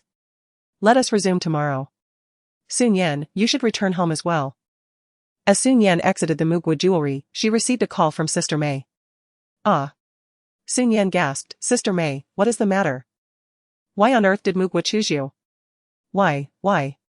Sister May pondered in bewilderment. I just signed the contract, yet I cannot fathom the reason. Perhaps it is due to my intelligence, kindness, charm, and innocence, she mused. The rumors that Mugwa only valued appearances turned out to be true, Sister May reflected. Shi Nian thought. Is that a compliment or an insult? Regardless, securing this endorsement is indeed commendable. Work diligently, perhaps one day. You may rise to the stature of a star like Shi Nian, Sister May remarked, a hint of nostalgia in her voice. Alas. It is such a pity about Shi Nian. Shi Nian fell silent, suddenly reminded of something. Since her rebirth, she had yet to return home to see what had become of it. She wondered how her home had changed. Shi Nian initially believed it would be a simple task. But upon standing at the doorstep, she realized it required immense courage. Her slender, fair hand trembled for a long while before she finally entered the 4-digit code. The door clicked open with a soft beep. As she pushed the door open and peered inside, she was greeted by the familiar decor. However, after just a few steps, she was startled by the sound of faint sobbing emanating from within. Was there someone else in her home at this hour? Shi Nian's gaze suddenly sharpened as she swiftly advanced, following the sound into the room and stepping into the bedroom. A small figure huddled on the floor, clutching something and weeping quietly. Her shoulders trembled incessantly, embodying a sorrowful stance, as she forced herself to stifle her cries, yet faint sobs escaped her lips. Shi Nian felt as though her heart had been seized tightly in that moment. She slowed her steps, approaching the desolate woman beside her. Lost in her grief, the woman remained oblivious to the presence of another until a hand rested gently on her shoulder. Startled, she lifted her swollen, tear-stained eyes, and through the haze of tears, she beheld the visage of a stranger. Who are you? How did you get in? She gasped, instinctively retreating while clutching the photograph tightly to her chest. Shi Nian let out a silent sigh. I am a friend of Shi Nian. Observing the woman's eyes, swollen from crying, Shi Nian felt a pang of sorrow. Realizing how revenge had clouded her judgment, almost causing her to forget the plight of her young assistant. This assistant had been by her side since she joined Yulu Entertainment. The only one over the years who selflessly defended her, even during the time when she was ridiculed across the internet, never once considering leaving her side. Instead, she had offered her entire savings in a bid to help. To this day, Shi Nian could not forget that moment. The young woman, with both hands clutching a bank card, had looked at her earnestly and said, "Nian Nian, this is my savings. I've always been frugal. I don't need so much money. Use this to buy an evening gown, you must not let them look down on you." Each recollection brought a wave of bittersweet emotion to Shi Nian's heart. However, after her rebirth, she nearly forgot that she was the assistant to Shi Nian. With Shi Nian now deceased, would those individuals from Yulu Entertainment let her off the hook? Absolutely not. Qin Guogua immediately vehemently refuted. Our Shi Nian had a rather poor reputation, how could she possibly have friends? Chapter 13, the one who once gave everything for her Shi Nian, how is it possible that you, a universally reviled celebrity, could be a friend of our pure and virtuous Nian Nian? This statement, though harsh, bore an undeniable truth that pierced deep. Could you not have articulated that from the outset? You see, it is precisely because I am universally scorned that I dare only to converse with Shi Nian online. If I were to appear by her side, the media would surely speculate endlessly, and I would never wish to burden her. Shi Nian spoke earnestly. Really? Qin Guogua furrowed her brow, a hint of skepticism in her demeanor. Of course, Shi Nian replied. Just as she was about to inquire about Qin Guogua's recent circumstances when her gaze fell upon the bruise adorning her neck. A shadow crossed her eyes. Before she could voice her concern, Qin Guogua's phone suddenly rang. She glanced at the screen, her expression shifting to one of alarm. Fang Jia. Where have you been? Are you unaware that Ru Wei has a shoot this afternoon? Your absence is tantamount to rebellion. But today is my day off. Qin Guogua's voice barely rose above a whisper. Assistants do not enjoy days off. It seems you have taken a page from that wretched woman's book. Let me be clear, your task is to remain by Ru Wei's side, 24 hours a day. Should anything happen to her, you shall be held accountable. The woman's voice dripped with fury. Qin Guogua trembled, too intimidated to retort. The call ended, and she cast one last glance at the photograph. Shi Nian seized the opportunity to glance at the individual above. It was a photograph of herself from her past life. Qin Guogua carefully tucked the picture away before rising to her feet. Having crouched for too long, her vision abruptly darkened, and she wobbled unsteadily. Shi Nian swiftly supported her, taking the chance to lift her shirt, revealing horrific wounds. They were fresh injuries, marked by the lash of a whip and the impressions of sharp objects. Upon witnessing this, Shi Nian's eyes instantly filled with a crimson hue. Qin Guogua quickly pulled her shirt down and urged, "You must leave now, I must go as well." Is this how Su Yue treats you when you follow her? Shi Nian inquired. You needn't concern yourself with this, Qin Guogua replied. Is Su Yue even human? Shi Nian exclaimed in fury, astonished that Su Yue could be so cruel. In a fit of anger, she snatched Qin Guogua's finger and forced her to unlock her phone with her fingerprint, swiftly locating Su Yue's number and dialing it. At that moment, Su Yue was lounging in the cruise lounge, applying a face mask. She was contemplating how Qin Guogua, that insufferable little wretch, had yet to arrive. Anticipating the repercussions awaiting her upon her arrival. Suddenly, Qin Guogua's call came through. Su Yue sneered, ready to unleash her wrath upon answering. Yet, before she could utter a word, an irate voice erupted from the other end. Su Yue, you lunatic. XXX. The torrent of insults left Su Yue momentarily stunned, her expression darkening. Is that you, Shi Nian? Indeed, it is your father, came the reply. Shi Nian, why do you have Qin Guogua's phone? It is of no concern to you regarding my matters. What I must convey is that you have been dismissed. Qin Guogua will no longer serve as your assistant. Su Yue scoffed, about to retort, when the call abruptly ended. She thought, what an insane dog. Infuriated by the unexpected reprimand, Su Yue pondered how Shi Nian could possibly be associated with Qin Guogua. Moreover, whether Qin Guogua remained her assistant was entirely her decision. What significance did an outsider like Shi Nian hold? With Shi Nian no longer present, she unleashed all her frustration upon Qin Guogua. Meanwhile, Qin Guogua stood in astonishment as Shi Nian adeptly berated Su Yue. Shi Nian thrust her phone into Qin Guogua's hand, instructing, from now on, do not answer Su Yue's calls. I currently have no assistant, you shall accompany me henceforth. But my contract with the company has yet to expire. Qin Guoguo lowered her head, aware that leaving would incur a penalty. Su Nian smirked coldly, rest assured, I have a plan for that. Observing Su Nian's unwavering confidence, Qin Guoguo hesitated momentarily but ceased her objections. Returning to Su Yue's side was akin to descending into hell. If Su Nian desired her, then. Very well. If I truly can follow you, I shall assist you earnestly, Qin Guoguo declared with utmost sincerity. Su Nian tousled her short hair gently, responding, indeed. Look at you. You've lost so much weight. Let me treat you to a meal. All right, Qin Guoguo replied sweetly. They departed from the house, and Su Nian led her to a nearby modest yet clean restaurant. After ordering a couple of dishes, they chatted and dined. In the midst of their meal, as Su Nian stood up, something inadvertently fell from her pocket. Nian Nian, what is this? Qin Guoguo inquired, picking it up with curiosity. Oh, it's nothing. Just the hotel room card. Is it yours? Su Nian smirked, I won't tell you for now, but stay tuned for the show. Qin Guoguo blinked, intrigued. After finishing their meal, Su Nian asked Qin Guoguo to return and rest, stating that she didn't need her company for the day. As twilight enveloped the city in a shroud of dimness, Su Nian arrived at the hotel, donning a hat and mask, keeping her head lowered to avoid recognition. She failed to notice a tall, striking figure striding out nearby, flanked by hotel executives. The manager exhibited clear deference towards the man, prompting speculation among onlookers regarding his identity. Many women were captivated by him, yearning to approach for his phone number, yet were deterred by his commanding presence and innate air of aloofness. While Su Nian remained oblivious to him, Mu Hanyu's gaze fixated on her.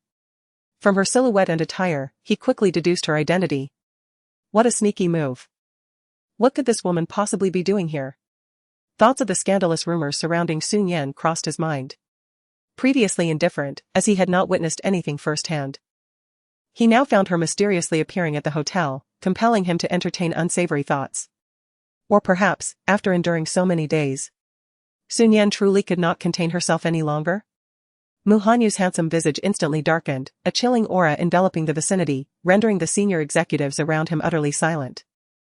What has happened to the boss? Just moments ago, everything seemed fine, yet now he appears to be quite enraged. Only Chen Jing, standing nearby, understood the gravity of the situation, beads of sweat dotting his forehead. He never anticipated such an uncanny coincidence. A mere inspection led to an encounter with the lady, and within the confines of a hotel no less.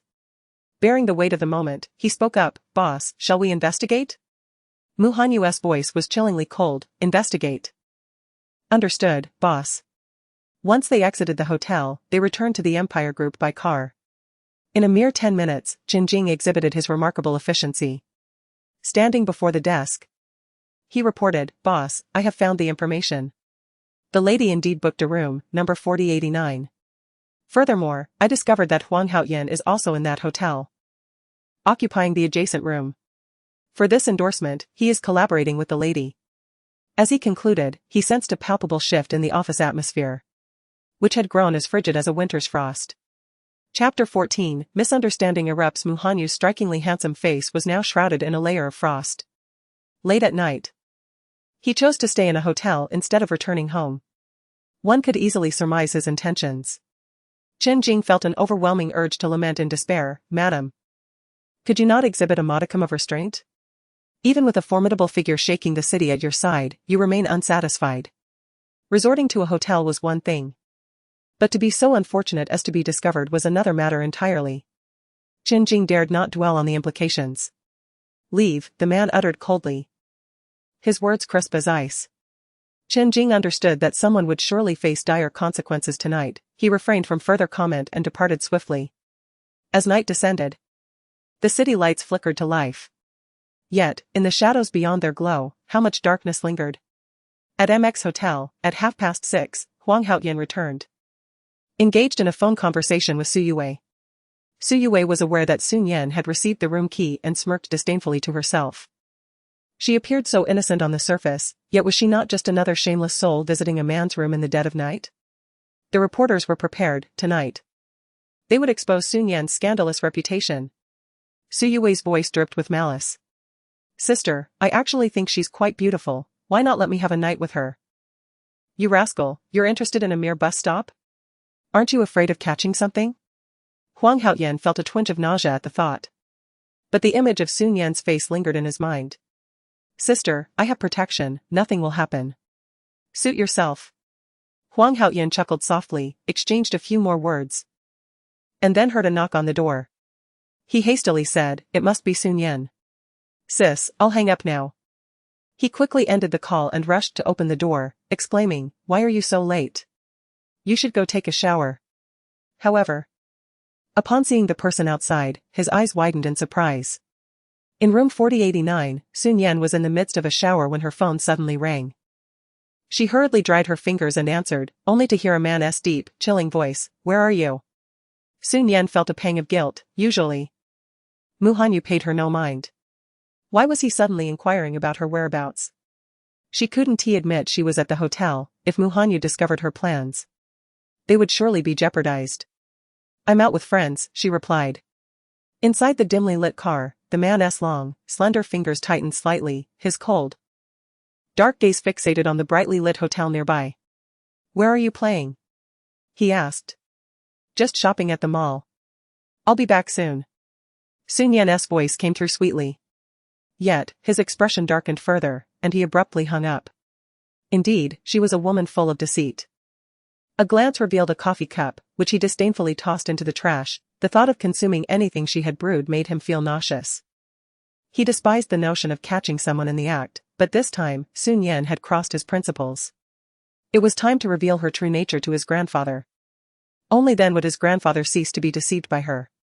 The man pushed open the car door. Shi Nian was in her room, engrossed in her phone. Her cherry lips involuntarily curling into a smile as she reveled in her own delight. Suddenly, the door was thrust open. Startled, Shi Nian wondered if this was truly a five-star hotel with such inadequate security. Looking up at the figure in the doorway, she instantly grasped the situation. A man clad in a meticulously tailored suit strode in, bringing with him a gust of cold wind. His chiseled features were strikingly austere. And he was flanked by bodyguards in dark attire, exuding an overpowering aura. Mu Hanyu, what are you doing here? Shi Nian rose to her feet, feeling a pang of guilt. Having just emerged from a shower, she wore a bathrobe that revealed her fair skin tinged with a hint of pink. Her elegant collarbone was pronounced, and her soft, long hair was still wrapped in a towel, droplets of water cascading down her cheek, exuding an innocent allure tinged with unawareness. Mu Hanyu's gaze darkened, imbued with an icy chill. Everyone, leave, he commanded coldly. The bodyguards promptly exited, and Mu Hanyu strode in with determined steps. Is this what you call spending time with friends? His towering height of nearly 6 feet had Shi Nian feeling dwarfed, his presence both commanding and domineering. His tone laced with a hint of mockery. Let me explain, Shi Nian hurriedly interjected. His hard gaze remained fixed on her. Swallowing hard, she managed to say, I came here for something, it's just. After several moments of hesitation, Shi Nian found herself at a loss for words. Mu Hanyu's dark, narrow eyes glimmered with a hint of coldness, an icy aura enveloping the atmosphere. Unable to explain? Shall I assist you? Shi Nian, momentarily bewildered, was abruptly seized by her wrist and dragged toward the door by Mu Hanyu. She stumbled slightly, nearly losing her balance. The man's strides were swift and determined, compelling Shi Nian to jog to keep pace, all the while clutching her bathrobe, fearful of its accidental disarray. Mu Hanyu, what are you doing? There are so many people around. Do you have no regard for my feelings? Her fingers, gripping the edge of the robe, turned pale. And her almond-shaped eyes glistened with unshed tears of grievance. Yet, Mu Hanyu paid her no heed, forcefully escorting her outside before producing a room card to unlock the door to the adjacent room. Shi Nian's heart sank with dread. Let go of me. Her struggles were dismissed by Mu Hanyu, who obstinately ushered her into Huang Haoyan's room. You came here to find him, did you not? His voice, low and icy, dripped with derision. He had long discerned that the woman's inherent waywardness was unchangeable. However, the next moment, they were met with the sultry sounds emanating from within. Mu Hanyu's brow furrowed as he entered the bedroom, where a scene unfolded that even he could not remain indifferent to. Several men were entwined upon the bed, and the unmistakable face of Huang Haoyan was among them, bearing an expression that was both pained and indulgent. Mu Hanyu found himself at a loss for how to react. Huang Haoyan's interest in men was rather shocking. It was excessively eye-watering. Quickly averting his gaze, he soon felt the delicate wrist in his grasp tremble. Lowering his eyes, he noticed the girl's long, lush eyelashes glistening with tears, her grip on the bathrobe tight, and the corners of her eyes tinged with a faint red, embodying profound distress. In an instant, Muhanyu felt a wave of warmth radiating from the wrist he held, akin to fire. As he loosened his grip, Shi Nian swiftly withdrew her hand and fled from the room. Naturally, Muhanyu had no desire to witness Huang Haoyan's reality show performance any longer. He strode out with purpose. Just then, the door to the adjacent room slammed shut with a resounding thud. Muhanyu's thoughts lingered on the girl's expression of hurt and sorrow. Could it be that he had truly misjudged her?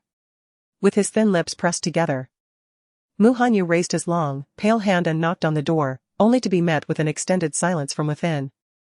Chapter 15, Huang Haoyan has gone mad. Is he angry? This was the first time Muhanyu encountered such a situation, and for a moment, he found himself at a loss for what to do. Suddenly, his phone rang.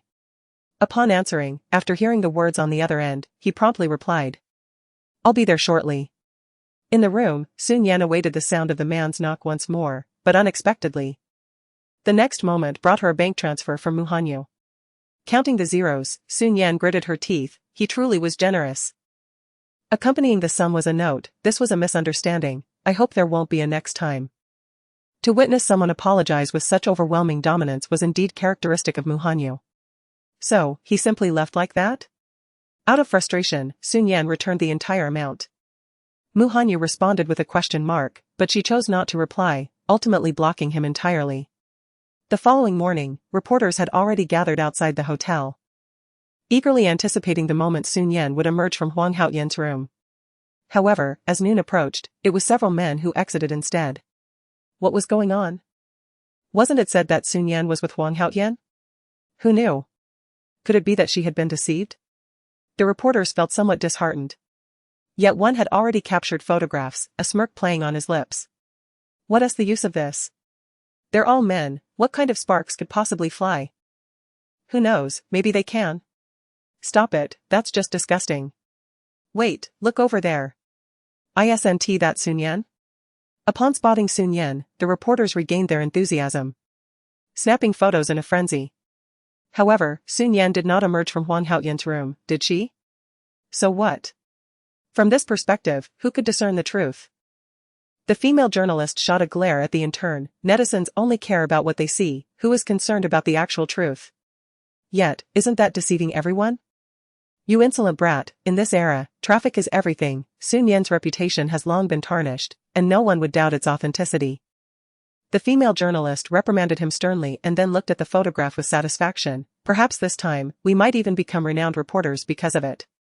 After being chastised, the intern dared not say anything further, but he turned to find that the reporter who had just photographed the man had vanished.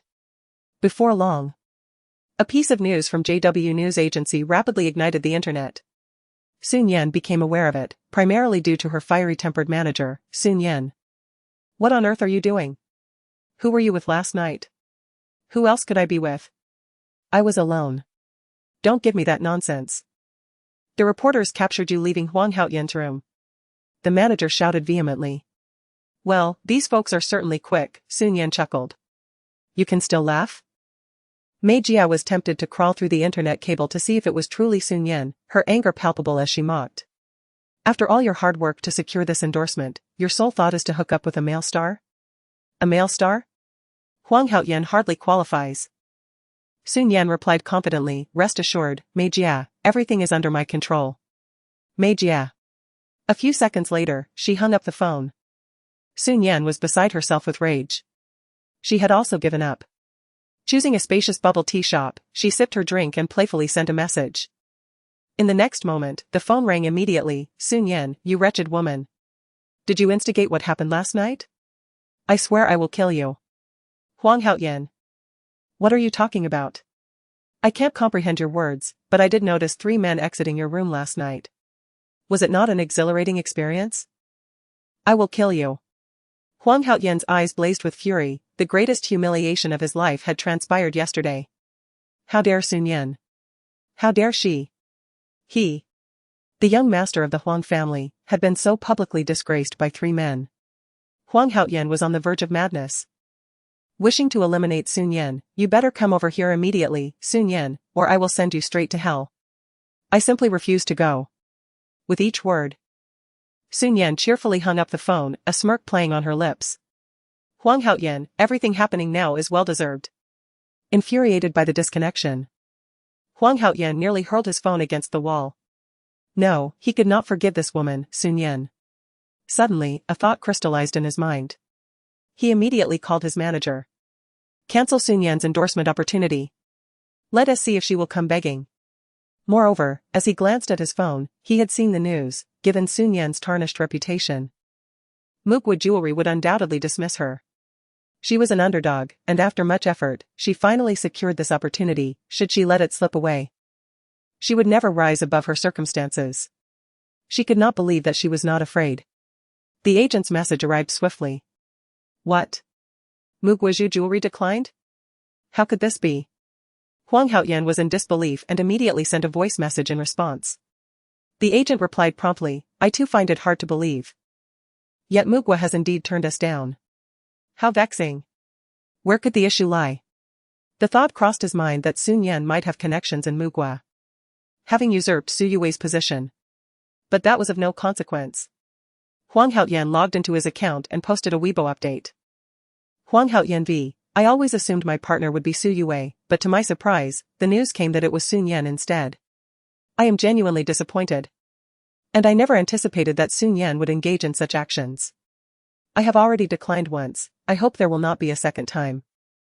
I am now cancelling my collaboration with Mugwa Jewelry, and I shall bear the penalty for breach of contract. This statement implied that since the spokesperson was Sun Yan, he would rather incur the penalty than partner with her. Moreover, it indirectly confirmed that Sun Yan had indeed come to his room, but he had turned her down. The trending comments surged. "I can't believe it, Sun Yan actually did something so shameless. Support for Brother Haoyan. I have no idea how that fool Sun Yan managed to obtain this endorsement, but it surely involved some questionable dealings. Brother Haoyan, do not associate with such a woman. Wuli Haoyan is splendid. I am grateful for Haoyan's public stance in support of our sister Yue. I believe that Mu country has indeed acted rather foolishly this time. With Sun Yan as their spokesperson, who would be inclined to purchase their jewelry? Certainly not I, although I cannot afford it anyway. Perhaps they assume that wealthy individuals do not frequent Weibo. I am profoundly disappointed in Mu country. Sun Yan is a malignancy within the entertainment industry. While our brother Haoyan embodies integrity, he must never associate with such a woman." Fans of Huang Haoyan and Su Yue have rallied against Mu country Jewelry's official Weibo account, demanding the replacement of Sun Yan as their ambassador. Under the weight of numerous protests, Mu country Jewelry ultimately issued a statement, "Since our paths diverge, let us part amicably this time, and may we have the opportunity to collaborate again in the future." Chapter 16, Ambiguous Misunderstandings. Fan? Huang Haoyan? Is this the response given? Has the collaboration with Huang Haoyan been cancelled? Although Huang Haoyan's intention was to design for Sun Yan, he never anticipated that Mugwa would actually terminate their partnership. The position of male spokesperson for Mugwa Jewelry was a hard-earned opportunity for him. At this moment, he felt a surge of frustration, nearly choking on his anger. Mugwa must be out of their mind. Sun Yan sat in a milk tea shop, sipping through a straw, and the most prevalent comments she encountered online were these. Netizens unanimously believed that Mugwa Jewelry had indeed lost their senses, daring to oppose so many for the sake of Sun Yan. In truth, Sun Yan was aware that Mugwa Jewelry was a subsidiary of Muhanyu. Possessing its own pride and dignity, how could they be treated as a soft target for threats? Huang Haoyan had miscalculated his move. After scrolling through the comments, her mood lifted significantly, and the concerns she had regarding Muhanyu from the previous day seemed to dissipate. Ever since the transfer of funds occurred yesterday, Muhanyu had not reached out to her again. Although that transfer was quite tempting, she would never allow Muhanyu to foster such a habit. Can money truly resolve all problems? Suddenly, Sun Yan conceived a brilliant idea. She snapped a photo of the milk tea shop and posted it on her social media, captioning it, "This morning, I can only afford milk tea, how pitiful." Before long, she received a flurry of likes and comments. Comments: "A cup of milk tea costs 20. A basket of dumplings 8, savor it, this is a display of wealth on social media. Envious of the tycoon, can the tycoon invite me for milk tea too?" I aspire to be a poor child. Chinguagua, sister, where are you? I'll treat you to breakfast. Old Master Mu? Is Mu Hanyu not feeding you? Sun Yan quickly replied to Old Master Mu, it's not that, I just want to drink something myself. Then she responded to Chinguagua, I'm on a diet this morning, skipping breakfast, he he he. Sun Yan was surprised that Old Master Mu also browsed social media. Would it be unfavorable if he misunderstood her? As she contemplated whether to clarify with him, her phone suddenly rang. It was a call from Mu Hanyu. Sun Yan pursed her lips, just as she was about to answer, the call abruptly ended. Sun Yan? Can't he wait a few seconds? That dog of a man. A message from Mu Hanyu appeared, I've sent someone to pick you up. Sun Yan, humph. Do you think I'll go just because you're sending someone? What do you take me for? At that moment, Sun Yan felt genuinely aggrieved. This man is excessively domineering. Mu Hanyu, image, he sent a photo filled with breakfast items, crystal dumplings, shrimp pan-fried buns, roasted pork chops. Sun Yan felt her mouth water. She wiped the corner of her mouth and replied, humph, I'm not impressed, I eat these every day. Sun Yan, can your person hurry up? In the large office, Mu Hanyu saw the girl's message. With his pale fingers, he lightly tapped a response. Sending back an MM. A barely discernible smirk graced his lips. This woman has truly become accustomed to her stubbornness.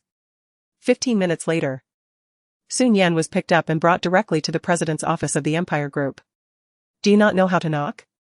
The man's cold, unfeeling voice resonated from behind the desk, sending a chill down one's spine. Sun Yan was startled, her lips pressed together as she softly replied. Why are you being so fierce? Upon hearing the familiar voice, Mu Hanyu lifted his dark gaze, only to find the girl huddled with a look of grievance. Her watery eyes laden with a hint of reproach, so reminiscent of her demeanor from the previous day. His anger dissipated, yet his handsome features remained stern. That was rather quick. Behind him, Jinjing wiped the sweat from his brow, explaining, Madam was dissatisfied with my driving speed and insisted on coming herself. Mu Hanyu merely replied, let us eat. He straightened his tall frame and settled onto the European-style sofa, where a rectangular coffee table was laden with silver dishes, all covered to prevent cooling. Sun Yan took a seat beside him and began unveiling the lids, releasing the enticing aromas of the culinary delights. She picked up a shrimp-filled pan-fried bun and as she bit into it, the juices burst forth, enveloping her palate with the unique fragrance of the shrimp, its tender, succulent meat utterly delectable. Sun Yan savored every bite, her expression one of pure delight. He too took up his chopsticks and sampled one, a dish he often found mundane. However, inexplicably, the sight of Sun Yan relishing her meal imbued it with newfound flavor. Jinjing stood nearby, observing Mu Hanyu dine with grace and poise. Didn't he the boss eat earlier this morning? Why is he starting again? He was aware that his boss typically possessed a modest appetite, merely eating to satisfy bodily needs. However, today he sensed that their superior was beginning to indulge in the exquisite delicacies before them. After a lavish spread, less than a quarter remained. Jinjing tidied up the remnants before stepping out, leaving only the two of them in the office. In a voice both elegant and detached, Mu Hanyu initiated a conversation regarding the events of the previous night. He had always been a man who faced his responsibilities. His tone steady and captivating, it was a misunderstanding. A misunderstanding? Sun Yan's soft voice seemed to lose some of its warmth. Mu Hanyu's profile was sharply defined as he paused before responding. A misunderstanding concerning my relationship with Huang Haotian? Suddenly, the woman's voice drew nearer. Her warm breath brushing against his ear, accompanied by her unique fragrance. She settled herself upon his lap, and in that moment, the clash of hardness and softness was strikingly palpable. Her fair and delicate visage was mere inches away, her dark, luminous eyes glistening with moisture. Long black lashes curling enticingly as they locked onto him. Mu Hanyu's gaze momentarily constricted before returning to its usual composure. Get down, he instructed softly. His voice deep and cold yet tinged with a hint of huskiness.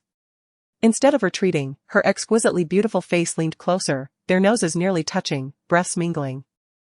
She observed an uncharacteristic flicker in the depths of Mu Hanyu's dark eyes, stirring a more profound desire within her. It was often said that Mu Hanyu, despite his elevated status, remained indifferent to the charms of women. At this moment, it seemed almost unreal, yet, just as she observed, the color deepened at the back of Mu Hanyu's ears. Sun Yan felt her penchant for mischief intensifying. The sight of Mu Hanyu only fueled her desire to tease him further. Her voice, as innocent as her gaze, inquired, "What's wrong? Aren't we here to resolve a misunderstanding?" His dark, profound eyes appeared even deeper, like a captivating abyss, drawing one into its unfathomable depths. Yet, an air of icy chill enveloped him, reminiscent of a forest shrouded in frost, evoking a sense of trepidation in those who dared to approach. Amidst these contrasting energies, Shi Nian fixed her gaze upon Mu Hanyu for a fleeting moment before suddenly reaching out. "However, such matters can only be shared with you. For we are indeed husband and wife, are we not?" she exclaimed, abruptly seizing his tie, drawing their bodies closer until their lips nearly met. In that pivotal moment, unexpectedly, a soft object intervened between their lips. Chapter 17, Are You Incompetent? Shi Nian gently pressed her thumb against his lips, their mouths never actually touching. Noticing the flicker of surprise in Mu Hanyu's eyes, Shi Nian withdrew her hand, raising her delicate brows and curling her red lips into a playful smile as she breathed softly, "What's wrong? Are you disappointed?" Realizing he had been tricked, a sharp glint flashed in the depths of the man's profound gaze. He suddenly rose and pushed Shi Nian away. Caught off guard, she fell backward. Yet her hand instinctively clutched his tie, causing Mu Hanyu to tumble down alongside her. In the fleeting moment their faces brushed together. Mu Hanyu quickly reached out to brace himself against the floor, his large hand cradling the back of Shi Nian's head to prevent her from hitting the ground. Shi Nian gazed at his exquisite, otherworldly features and, with a charming smile, teased, "Mr. Mu, are you embracing me?" Mu Hanyu's eyes narrowed slightly as he yanked his tie back and stood up, dismissing her with a curt, "Psychopath." To provoke Mu Hanyu to utter such harsh words, was that not a skill in itself? Was my assertion incorrect? Unfazed, Shi Nian followed Mu Hanyu to the opulent desk, observing how his demeanor shifted to an imposing presence upon taking his seat. The floor-to-ceiling windows behind him led in golden sunlight, casting a gilded halo around him, perfectly embodying the authority and charisma of a superior. "Shi Nian, do not cause trouble," Mu Hanyu glared at her in annoyance. "You don't want me to be with other men, nor do you desire to be with me. Am I to remain solitary in a marital home?" Shi Nian leaned against the edge of the table, slightly bending forward to gaze at him. Clad in a fitted dress, her slender waist, barely graspable, was exquisitely accentuated, and her curvaceous figure stirred a fervent pulse. After a moment, the sound of keystrokes filled the air. Shi Nian thought, this emotionless scoundrel. With a playful glint in her eye, she teased, "Could it be that you are incapable? I suppose I could understand that." In the next instant, the chilling aroma of cedar enveloped her as he abruptly rose. His toned arm rested upon the table beside her, his distinctly knuckled fingers deftly loosened his tie, revealing a captivating expanse of deep collarbone. The sudden display of such striking beauty made Shi Nian involuntarily swallow hard. His physique appeared undeniably impressive. "Let me show you just how capable I am." Mu Hanyu's coldly handsome visage drew closer, his sensuous lips curling into a somewhat frosty smile. Shi Nian realized he was not jesting. Instinctively, she recoiled, yet her waist had already met the table's edge. Lowering her head, she murmured, "My waist isn't quite healed yet, I might not be up for it these next couple of days." In an instant, she transformed from a feisty little hedgehog into a timid quail. Mu Hanyu was well accustomed to Shi Nian's rapid shifts in demeanor. Returning to his seat and immersing himself in work, observing Mu Hanyu engrossed in his tasks, completely disregarding her, she puffed out her cheeks in indignation, heartless. Mu Hanyu cast a cursory glance her way, then began to unbutton his shirt. Shi Nian promptly slipped toward the door, exclaiming, "Why are you unbuttoning your shirt? It's freezing outside, hurry and put your clothes back on, or you'll catch a chill." After speaking, she swiftly slipped out the door, her departure marked by remarkable speed. Mu Hanyu offered a derisive smile, acknowledging that the woman was merely adept at verbal bravado. With his long fingers, he fastened his buttons once more and resumed his work. The office, typically devoid of warmth, was now graced by scattered sunlight dancing across the desk, infusing the atmosphere with a touch of warmth. Upon exiting the Empire Group, Shi Nian's phone rang. "Shi Nian, do you have any recommended male models?" "Any male will suffice." It was the call from the photography instructor. With Huang Haotian's contract terminated, there was now an urgent need for a new male model. Given the resources of Mugwa Jewelry, securing a male model should not pose much of a challenge. Shi Nian raised her brow. "Indeed, but knowing you are a female spokesperson, many are reluctant to collaborate." Sun Yan replied, I suspect you are insinuating something about me. And I possess evidence. Yet, upon reflection, she realized the truth in that notion. Both Su Yue and Huang Haoyan had made their positions abundantly clear. Anyone daring to associate with Mugwa jewelry would essentially be opposing them. While the resources of Mugwa jewelry were indeed advantageous, offending these two influential figures in the entertainment industry would undoubtedly lead to severe repercussions. The stakes were glaringly apparent, only a fool would choose to stand against them. Thus, it was no wonder Mugwa was struggling to find someone willing to approach her. However, it seemed she had no suitable candidates in mind. Wait, no. She did have a prospect. Alright, the photographer sighed with relief, as long as they are a person, bring them over tomorrow to finish the remaining shots. We cannot afford any further delays. Understood. After concluding the call, Sun Yan returned to the Mu family estate. Old Master Mu was engaged in a game of chess with his companions, and the defeated ones were fuming with indignation.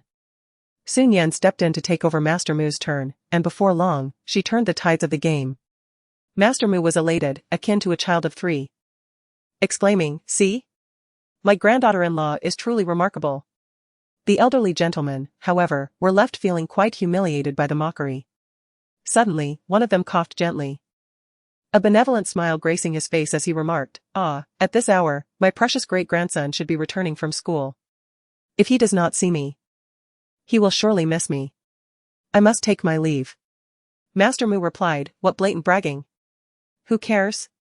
Another chimed in, my darling great-granddaughter is due for her milk now. So I too must return to soothe her. Master Mu responded with a furrowed brow, really?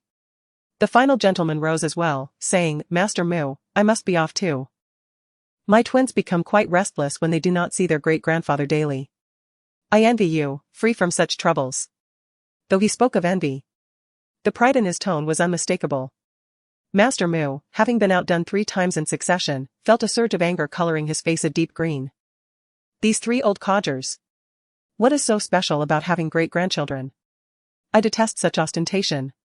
Sun Yan stammered, grandfather. Master Mu responded with a gentle smile. My dear Nian Nian, do not fret. Grandfather knows you are still young. He then took out his phone to call the old steward, instructing. Have the kitchen prepare an extra serving of beef tendon soup for tonight. Sun Yan pondered, beef tendon soup? Is it as I imagine? Why do I suddenly feel a chill down my spine? As dusk enveloped the surroundings, Sun Yan initially intended to take her leave. However, the elderly Mr. Mu was utterly captivated by her chess skills and insisted on her teaching him. Reluctantly, she acquiesced to his request. In truth, Sun Yan herself was unsure why she possessed such extraordinary prowess in chess from the very beginning, having seldom faced defeat. Perhaps it was simply a gift. The young instructor was earnest in her teaching, while the elder learner was equally diligent. Sunlight filtered through the leaves of the grand old tree, casting a warm glow upon the 2 figures, creating a scene of remarkable tenderness. Suddenly, a lavish, coal-black luxury car glided through the entrance, coming to a steady halt before the main residence. The butler promptly opened the car door. A figure of unparalleled nobility emerged, the setting sun casting an air of chill and detachment upon his shoulders. His strikingly handsome, chiseled features were increasingly deep and alluring, and his voice was tinged with indifference. Where is grandfather? He is engaged in a game of chess with the young lady, came the reply. Chess? His dark, enigmatic eyes shifted and fell upon the 2 figures beneath the ancient tree, deeply engrossed in their game. Mu Hanyu strode forward with long strides. Don't let grandfather win. Nian Nian, he might actually succeed, the elderly Mr. Mu grumbled, having discerned that Sun Yan was intentionally allowing him some advantage. Suddenly, a long, delicate finger shifted a piece on the chessboard, transforming the previously passive situation into one of active engagement. Chapter 18, the bet between Sun Yan and Mu Hanyu. Sun Yan's relaxed demeanor transformed into one of vigilance. Old Master Mu glanced up at Mu Hanyu, chiding. You mischievous boy, why meddle with others' moves? Mu Hanyu replied. Wasn't I assisting my grandfather? Suddenly struck by an idea, Old Master Mu suggested, by the way, Hanyu's chess skills are commendable, why don't we have a match? Mu Hanyu's dark, penetrating gaze shifted to Sun Yan, who had just acknowledged his skill. She nodded in agreement, for few could command her earnest attention like this. Thus, Old Master Mu and Mu Hanyu swapped seats. Mu Hanyu faced her directly, his finely tailored black attire rendering him an undeniable presence. As they meticulously arranged the chess pieces, Shi Nian was suddenly struck by a thought. Stealing a glance at Mu Hanyu, she spoke with earnestness, "Isn't it a tad monotonous to merely play chess? How about we introduce a wager?" "What kind of wager?" he inquired. "If I win, you must grant me one request." "And if I win?" "Then I shall prepare a meal for you." Mu Hanyu's sensuous lips curled into a slight, sardonic smile, pondering the fairness of these terms. Quite the equitable wager. "Very well, let it be so. Grandfather shall serve as the referee." Old Master Mu interjected, cutting off Mu Hanyu's response. Mu Hanyu conceded, "Fine, I do not foresee defeat." Throughout the game, Shi Nian's chess prowess indeed impressed Mu Hanyu, earning his newfound respect. However, Mu Hanyu is undoubtedly a formidable contender. Possessing a profound foresight and strategic acumen that surpasses Shi Nian. Aware that she has encountered a master, Shi Nian realizes that victory may elude her this time. Yet, she diligently analyzes the situation, beads of perspiration forming on her brow. In contrast, Mu Hanyu remains aloof, his dark, elongated brows betraying no change in expression. Old Master Mu cheers from the sidelines, urging, "Nian Nian, you can do it. Victory is yours." Shi Nian forces a wry smile, feeling the weight of her impending defeat. Miraculously, whether by a misstep on Mu Hanyu's part or sheer fortune, she seizes a fleeting opportunity and swiftly breaches his defenses. She has won. "I won." Shi Nian beams with joy, her excitement causing her cheeks to flush. "Nian Nian is the best." Old Master Mu praises sincerely. Mu Hanyu, maintaining his impassive demeanor, simply acknowledges. "Indeed, you have won." "Hooray!" Shi Nian exclaims, rising from her seat. "Shall we go out for dinner?" "Certainly," replies Old Master Mu as they make their way to the villa. Meanwhile, Mu Hanyu gazes down at his formerly polished designer shoes, now marred by a distinct circular imprint left by the old man's cane. The butler, unable to bear the sight, begins to question whether the third master is truly the old man's biological grandson. As Mu Hanyu enters the drawing room, he finds Shi Nian and Old Master Mu already seated at the dining table, both beckoning him. "Why are you so slow? Come and join us for dinner." The dining table was adorned with a sumptuous and nutritious dinner, featuring both soup and dishes, all steaming warmly. He took a seat beside Shi Nian, and the three began their meal. Upon its conclusion, the butler unexpectedly brought 2 bowls of soup, offering one to Shi Nian and the other to Mu Hanyu. "This is what I prepared for you both, drink it up, it's beneficial for your health," he remarked. Shi Nian glanced at her bowl, which contained nothing more than ordinary seaweed soup, and she felt a sense of relief. However, her peripheral vision caught a glimpse of Mu Hanyu's bowl, which floated with an oily substance, the contents obscured, yet Shi Nian had an inkling of what it was. She hurriedly finished her soup and dashed off to watch television. Mu Hanyu, oblivious to the contents of his bowl, eventually discovered the remnants at the bottom of Bull's penis. His handsome visage turned a shade of green, and he looked towards the elder Mu. "Grandfather." "What is it?" the elder inquired. "I am merely concerned for your health, do not think I am unaware. After all these years, you've remained solitary. Hanyu, a man's prowess in that aspect is crucial. If you are lacking, how could I allow Nian Nian to continue accompanying you?" The elder spoke earnestly. Mu Hanyu's expression darkened further. Why did everyone assume he was inadequate? "I am quite capable, grandfather, there's no need to bring me this again," he replied coldly before ascending the stairs. The elder huffed, he would not be convinced. Shi Nian watched television for a while but soon felt drowsy. She bid farewell to the elder and went upstairs. However, she did not forget the matter at hand. The study was aglow with light, and Shi Nian quietly opened the door, peeking her head inside. Upon returning home, Mu Hanyu immersed himself in work, a quintessential workaholic. Yet, he swiftly detected a sound and lifted his gaze, only to find a girl's petite head peeking in curiously. "If you have something to say, then speak plainly," he intoned with a low, indifferent voice. Shi Nian cleared her throat, stepped inside, and closed the door, approaching Mu Hanyu. Standing beside him, she hesitated, then said, "I have a request." "Go ahead." "Could you do me a favor?" Shi Nian inquired softly. Strangely, as she stood next to Mu Hanyu, a warmth surged within her, compelling her to inch closer to him. She shut her eyes momentarily, forcing herself to regain composure. Speak. At present, Moogwood Jewelry is in need of a spokesperson. Would you consider it? Do you think I have ample free time? Shi Nian's voice was sweet and melodic, but you just lost, didn't you? The girl's dulcet tones danced into his ears, akin to feathers teasing the heartstrings. Mu Hanyu tugged at his tie, feeling an inexplicable warmth. His voice taking on a huskier timbre. I will think about it.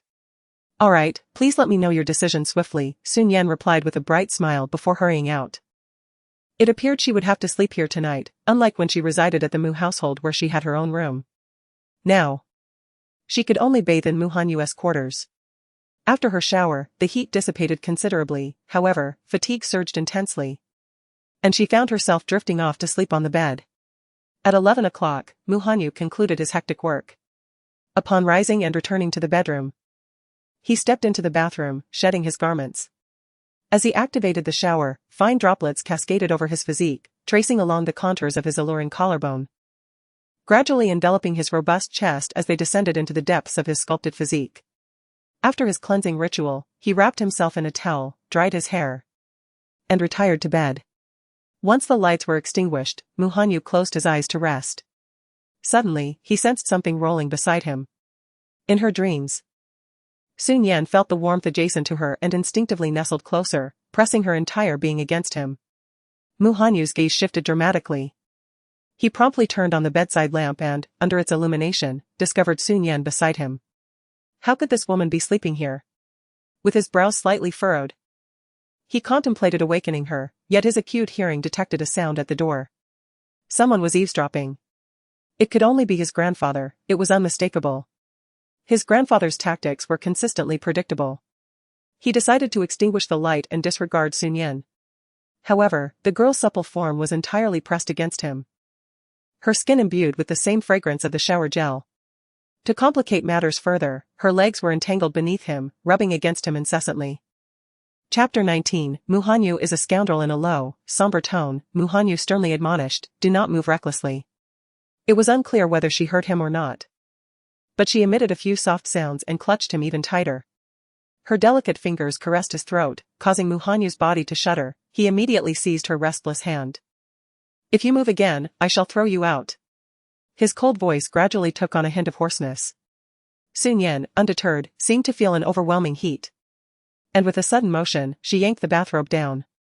Mu Hanyu's eyes narrowed sharply, and he swiftly enveloped her in the blanket. Shi Nian, are you out of your mind? Do you believe I want to toss you out at once? Had it not been for his grandfather's presence, he would have acted without hesitation.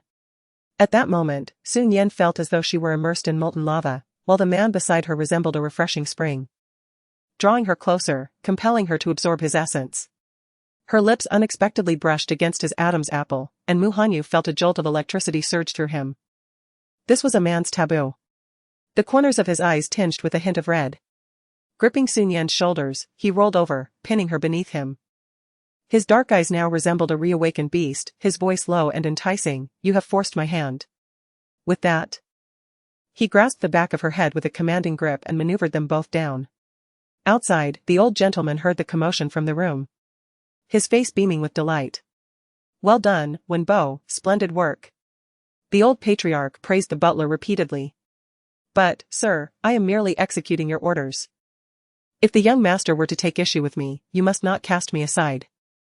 Wenbo hastily remarked that he still harbored a certain fear of the third master. Rest assured, am I truly that kind of person? Mr. Mu gently patted his shoulder, adding with a chuckle that soon he too would have a great grandson to hold. The following morning, as the first light of dawn crept in, Shi Nian awoke to find that the discomfort she had experienced the previous day had finally subsided. She tidied herself up and made her way downstairs, where only Mr. Mu awaited her. Nian, why are you up so early? Mr. Mu inquired with surprise. It's already 7 or 8 o'clock, it's hardly early, grandfather, she replied. Consider this place your home. You all stayed up quite late last night, it's only right that you sleep in a little longer. Did we really stay up that late? Shi Nian wondered, scratching her head, assuming Mr. Mu was merely concerned for her well-being. She glanced around but did not spot Mu Hanyu. Where is Mu Hanyu? At this hour, he surely must be awake by now. He went for a run, Mr. Mu chuckled jovially. Ah, speak of the devil, here he comes. Instinctively, Shi Nian turned her gaze towards the entrance, where she saw a man clad in white leisurewear entering. A white towel hung around his neck, and due to the exertion of his workout, his shirt clung closely to his body, subtly outlining his well-defined physique, exuding an overwhelming aura of vitality. However, the conspicuous red mark on his neck was particularly striking. As an adult, Shi Nian could hardly be oblivious to its significance. Momentarily frozen in place, Mr. Mu, on the other hand, seemed unfazed and urged Mu Hanyu to hurry off for a shower. Although Shi Nian felt a sense of gloom, she refrained from expressing her thoughts in front of the benevolent elder, suppressing her feelings until the meal concluded. They traveled to the company in a car, with the driver at the helm while Mu Hanyu sat gracefully in his seat, his slender, pale fingers deftly navigating his phone as he perused the news. After a refreshing shower, he donned a deep blue vintage handcrafted suit, exuding an air of enigmatic elegance, a rarefied aura inherent to a born nobleman. His white shirt was meticulously buttoned, projecting an aura of restrained aloofness that concealed the marks upon his shoulders. Yet, Shi Nian remembered, vividly. Especially now, witnessing his charmingly dignified demeanor, she couldn't help but recall the image of Mu Yuze, who, after his liaison with Sui Wei, could still engage her in conversation with such nonchalance. Are all men like this? The more Shi Nian pondered, the more incensed she became, her anger bubbling to the surface, so palpable that Mu Hanyu sensed it. He cast a cool glance her way and inquired, "What's the matter?" Some individuals, while appearing solemn, are far more depraved in private, Shi Nian scoffed inwardly. The resentment emanating from her was strikingly genuine. Mu Hanyu's tone remained consistently icy. If something is bothering you, just say it. Under normal circumstances, Shi Nian would have brushed it off, but at this moment, fueled by her anger, his tone, tinged with impatience, reminded her eerily of Mu Yuze from the past. She had believed Mu Hanyu to be a different man altogether. Perhaps she was overthinking it. What do you think? Did you not have an inkling of what you were doing this morning? For the first time, Shi Nian gazed at him without fear. Mu Hanyu's expression darkened slightly. Shi Nian, if you have something to say, just say it outright. Why speak in riddles? Speaking in riddles? For reasons unknown. A surge of grievance and resentment welled up within her. Shi Nian reached out and unfastened the buttons of his shirt. Mu Hanyu swiftly seized her wrist, his voice laced with tension. What are you doing? What? Are you unwilling to let others see after doing it? Shi Nian exclaimed. Her autumn-like eyes veiled with a thin mist, her fair eye sockets reddening, yet she stubbornly continued, Mu Hanyu, you are at least my husband in name. You may indulge in affairs outside, but at the very least, do not let me find out. With that, she commanded sharply, stop the car. The man's noble gaze faltered momentarily. The driver promptly brought the vehicle to a halt, and Shi Nian opened the car door and exited. The sound of the door slamming echoed ominously. She made her way directly to the studio, her chaotic thoughts gradually calming as she contemplated her current predicament. There was no point in her presence, given the circumstances. It was unlikely that Mu Hanyu would accompany her for the shoot. Shi Nian sank into the sofa, feeling a sense of helplessness for the first time since her rebirth.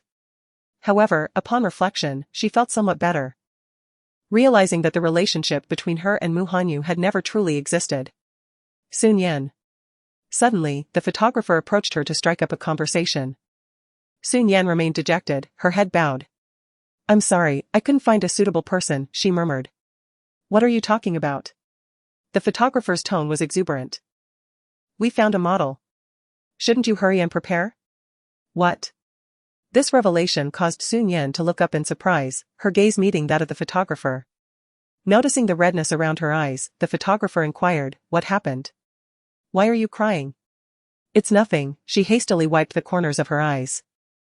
It was just the wind this morning, it was quite strong. But it doesn't seem windy today, the photographer observed. I'll go change, Shi Nian interjected, dismissing any further speculation as she headed to the dressing room. Given their current predicament, the challenge of finding an appropriate male spokesperson was evident. It was likely that he would be just another obscure third-rate actor. Nonetheless, she reassured herself that it was sufficient to have someone at all. Once she was ready and emerged from the dressing room, she found everyone still busy tidying up the props. Where's the male star? Shi Nian inquired. Over there. A staff member responded, pointing. As she looked in that direction, her eyes fell upon a distinguished gentleman lounging on the sofa, his long legs awkwardly positioned. The photographer sat beside him, a broad grin stretching across his face. Chapter 20. The mysterious male partner. A group of female staff members found themselves utterly captivated. They were oblivious to his identity, yet his handsomeness was leagues beyond that of Huang Haoyin.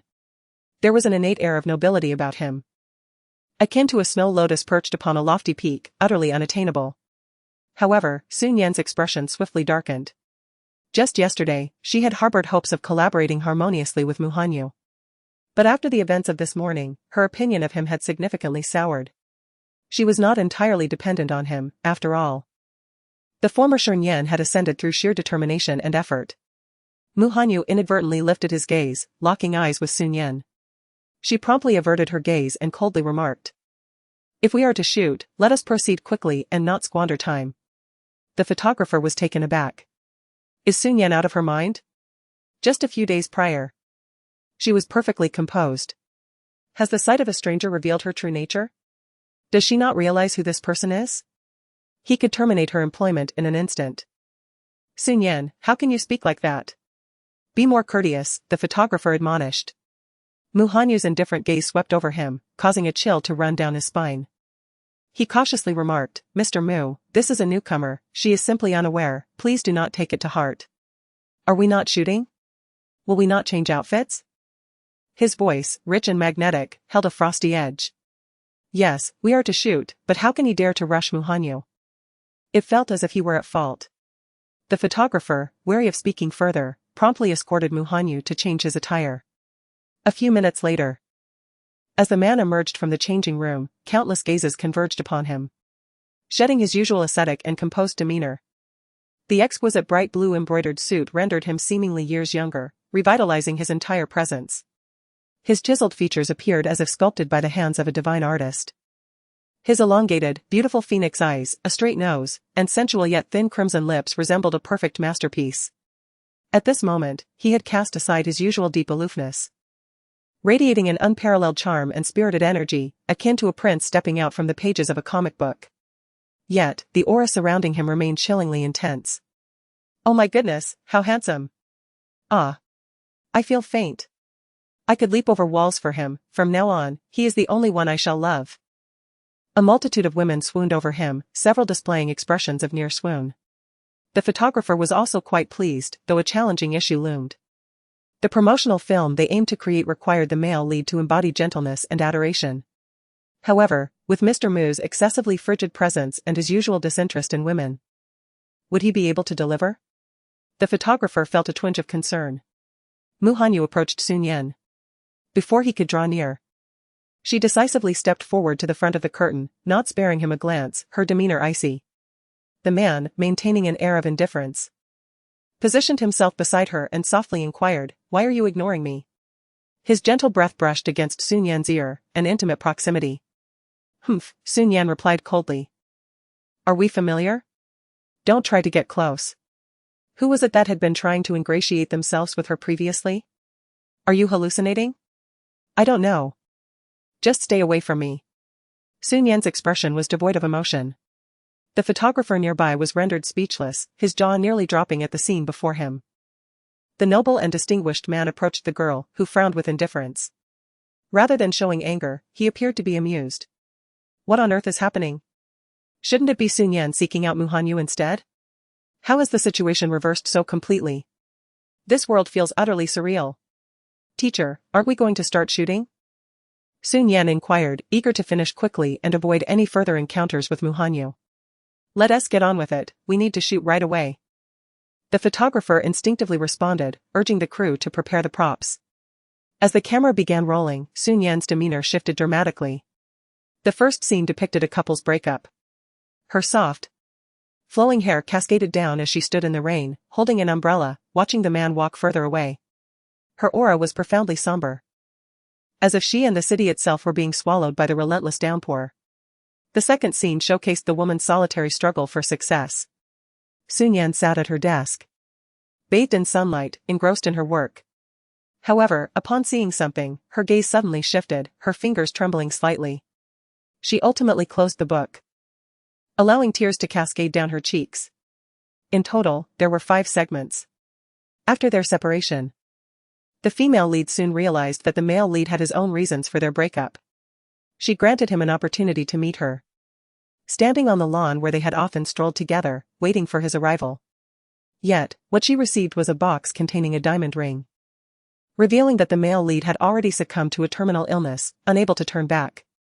Upon the revelation of the truth, the female protagonist wept bitterly, consumed by remorse for her past decisions.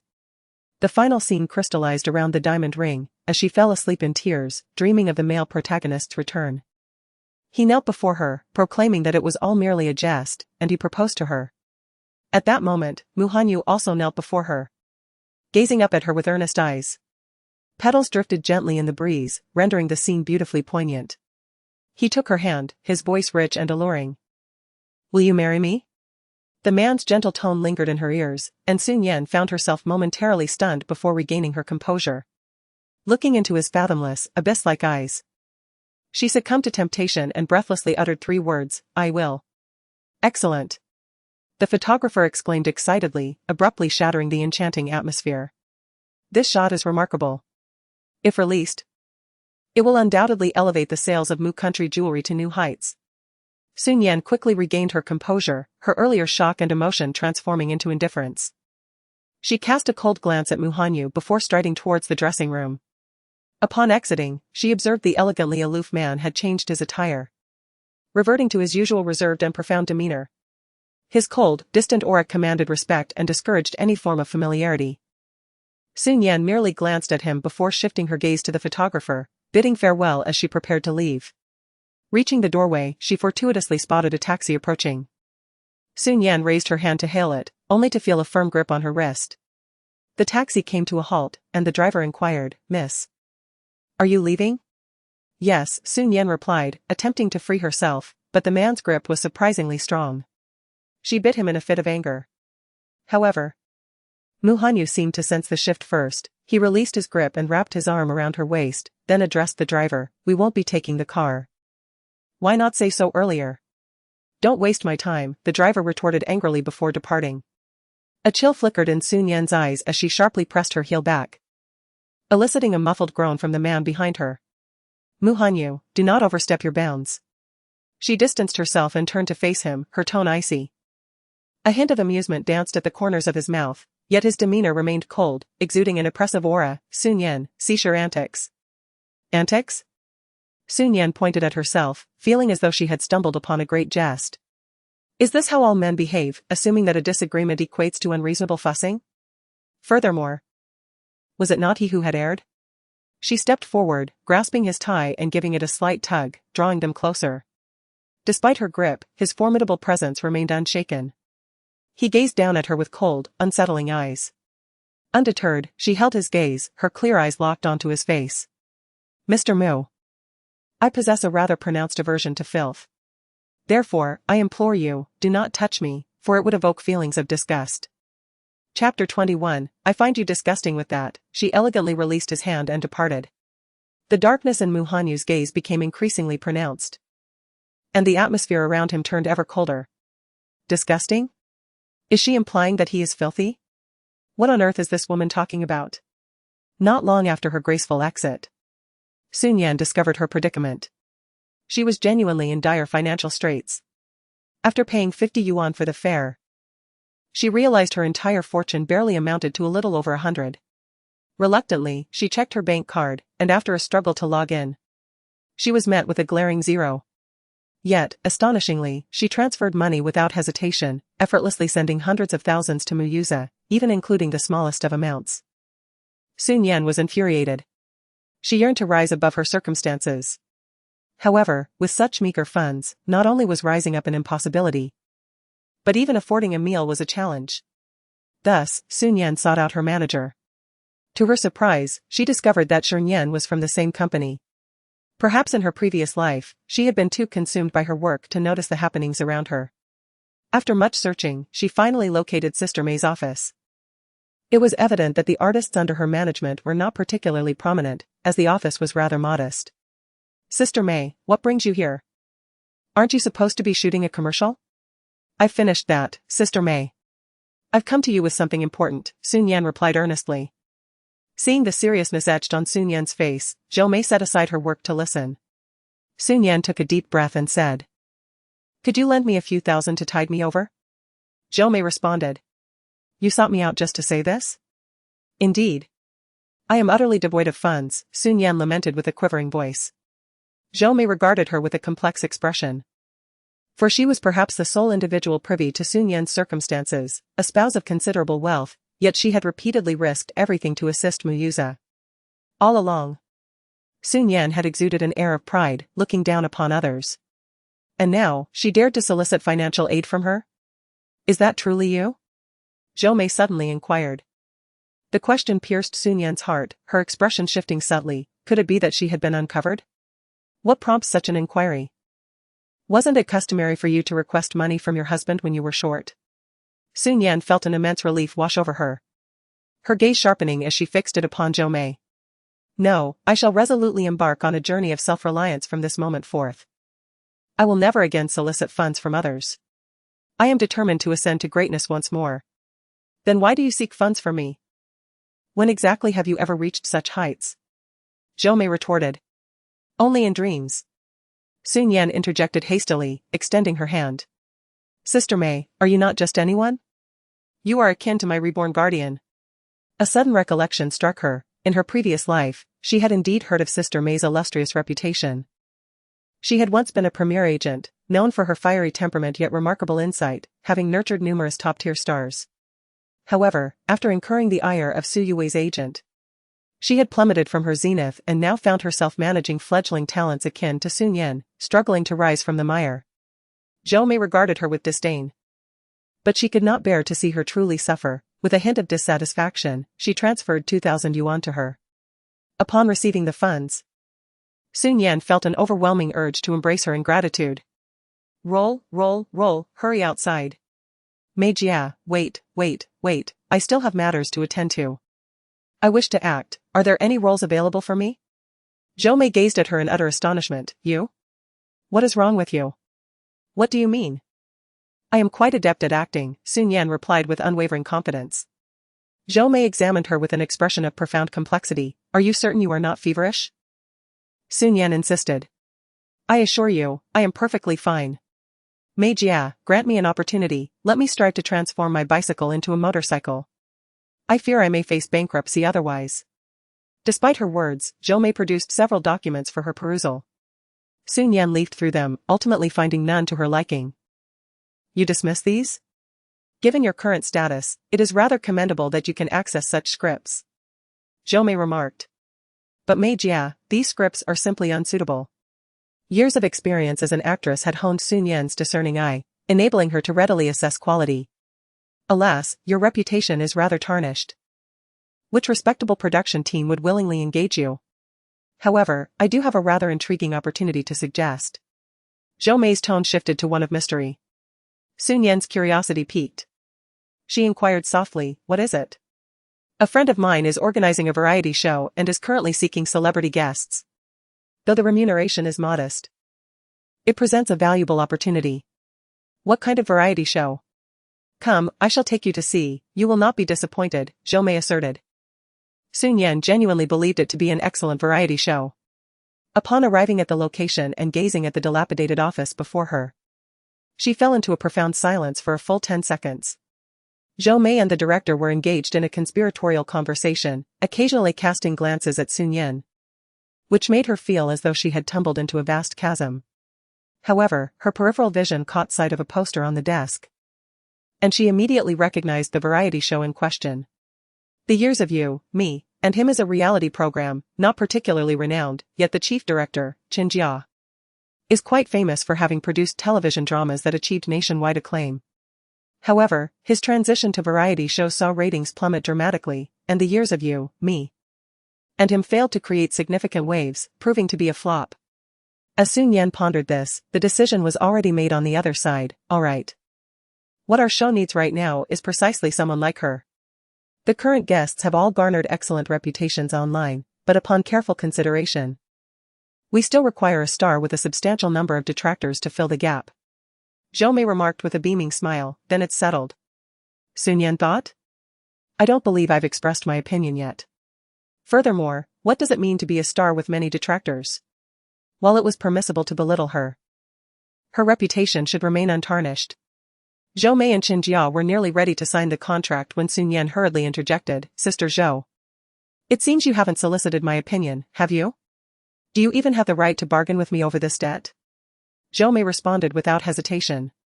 Sun Yan instinctively recoiled, yet Qin Jia spoke to her with a gentle demeanor, rest assured, Sun Yan, joining us will bring only benefits, not drawbacks.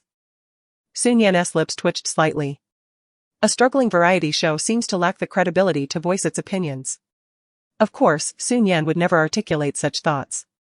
Qin Jia, perceptive of her sentiments, spoke with unwavering confidence, rest assured, we have significantly revised our regulations for this season. The years of you, me, and him is destined to become a sensation. What changes have been made? She inquired. The new regulation is that there are no regulations, he replied with a smile. In addition to our previous lineup of celebrity guests, we will introduce a new element, you. Your participation adds a layer of complexity, enhancing the drama of our challenges. Moreover, the remuneration is 50,000. All right, I agree, Sun Yan promptly replied. Qin Jia regarded her with surprise, her acceptance came rather swiftly. He was unaware of the predicament Sun Yan found herself in. Although the sum would dwindle to just over 10,000 after the division, having money was certainly preferable to having none. Furthermore, after hearing Qin Jia's words, Sun Yan found the challenge rather intriguing. With her keen insight, she believed that if executed properly, it would undoubtedly thrive. Chapter 22, The Power of Reputation. Since reputation is so advantageous, why not agree?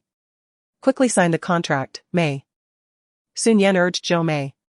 Zhou Mei was quite surprised, had she not just expressed her reluctance? Under Sun Yan's insistence, they swiftly completed the contract process. With a week remaining before filming commenced, Sun Yan had ample time to prepare. She recalled the diverse array of garments at home, realizing that the original owner had likely been led astray by Mu Yuza, resulting in a rather garish sense of style. What she currently wore were merely the few acceptable pieces left.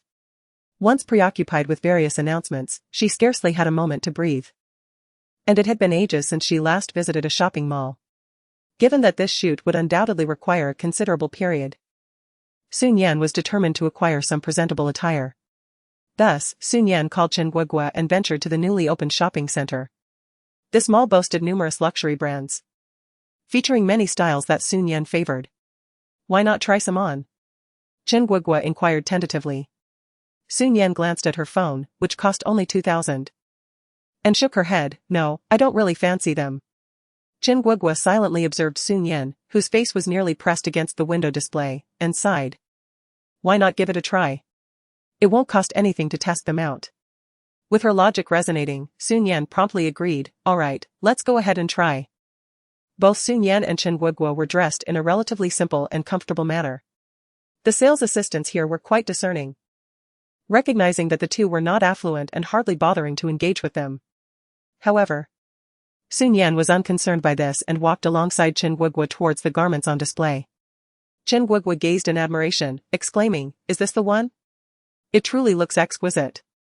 The water blue chiffon gown, with its off-the-shoulder design, was adorned with shimmering crystals that reflected a dazzling, opulent light.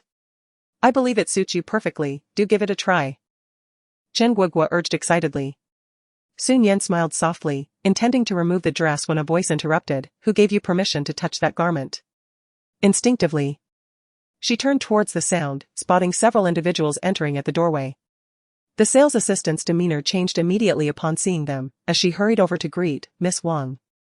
Miss Su, welcome. It was Wang Ruaji and Su Yue, accompanied by a few young celebrities. Wang Ruaji tilted her head, addressing the sales assistant with evident displeasure. What is the matter with your store? How can anyone just waltz in? Moreover, are you not aware that this dress is meant for Yue to try on today? If it gets dirty, can you afford to compensate us? The sales assistant turned pale at her words, hurriedly responding, it was our oversight. She then swiftly approached Sun Yan. Pushing her aside, you cannot afford this dress, do not touch it. Furthermore, the other garments are beyond your means as well. I suggest you both shop elsewhere. Chen Guogua felt a surge of anger but, upon seeing Su Yue approach, instinctively hid behind Sun Yan in fear. Su Yue, of course, noticed her. Why does the woman beside Chen Guoguo look so familiar? She pondered. Su Nian? She softly uttered. At this, the others beside Wang Ruoji were taken aback. Su Nian? Wang Ruoji stepped forward and directly removed Su Nian's mask, revealing a breathtaking visage. It was indeed Su Nian. She immediately burst into an unrestrained laugh, exclaiming. So it truly is you, Su Nian. You wouldn't be contemplating purchasing this garment, would you? Apologies, but this is Wink's latest collection, and we, Yue, are among the privileged few granted access to purchase it. I advise you to retract your hand, should you soil it. Even selling yourself would not suffice to cover the damages. Ah, so it is Wink's latest design. No wonder it seemed so familiar. During her time as Shi Nian, she was not actually among the first batch, as Wink would directly send her the new releases every time. Su Yue stood quietly beside them, a gentle smile gracing her lips as she remarked, Su Nian, if you truly desire it, I could relinquish it to you. The official price of this garment is 20 million. Her meticulously crafted makeup exuded an air of superiority. Fully aware that Su Nian could not possibly afford such an extravagant sum. Yue, your kindness is truly remarkable, but if Wink were to discover this, they would undoubtedly be furious. With Su Nian's notorious reputation, wearing Wink's clothing would be nothing short of sacrilege. Indeed, Sister Yue, you should quickly try it on for us. Several stars chimed in, their expressions filled with longing. The reason Su Yue had agreed to join the outing today was precisely to showcase Wink's new collection. Not only were Wink's garments exorbitantly priced, but they also required special purchasing privileges, thus possessing one was enough to garner admiration within the entertainment industry for quite some time. She hesitated for a moment before softly saying, well, all right. Suddenly, Su Nian inquired, where did you acquire the eligibility to purchase Wink? Su Yue, taken aback by the question, narrowed her eyes slightly. Wang Ruoji interjected, is it strange that our Yue, the reigning diva, possesses such qualifications? Individuals like you can only gaze in admiration. Is that so? However, to my knowledge, Wink's selection criteria are quite stringent. Not every top-tier celebrity is guaranteed selection. After all, Su Yue had previously lacked the qualifications, hadn't she? Su Nian regarded Su Yue with a seemingly amused expression. Su Yue's gaze faltered, betraying a hint of guilt, for her qualifications were not acquired through legitimate means. She had leveraged Shi Nian's reputation. She had not anticipated that Shi Nian's name would carry such weight, granting her purchasing eligibility merely due to the association. But who would ever know? With Shi Nian deceased, everything that belonged to her would now be Su Yue's. Do you think that if you deny it, it simply ceases to exist? Su Nian, are you affiliated with Wink? Su Yue maintained a gentle smile, though her eyes reflected growing impatience. Indeed, Su Nian. If Wink does not select Yue, do you truly believe they would choose someone as insignificant as you? Wang Ruoji crossed her arms, casting a disdainful glance at Su Nian. The other celebrities also expressed their irritation. Forget about Su Nian, Yue Jia, you should go try it out. She is merely envious of your qualifications. Su Yue smiled sweetly at the crowd, disregarding Su Nian entirely as she brushed past her, clutching her garments.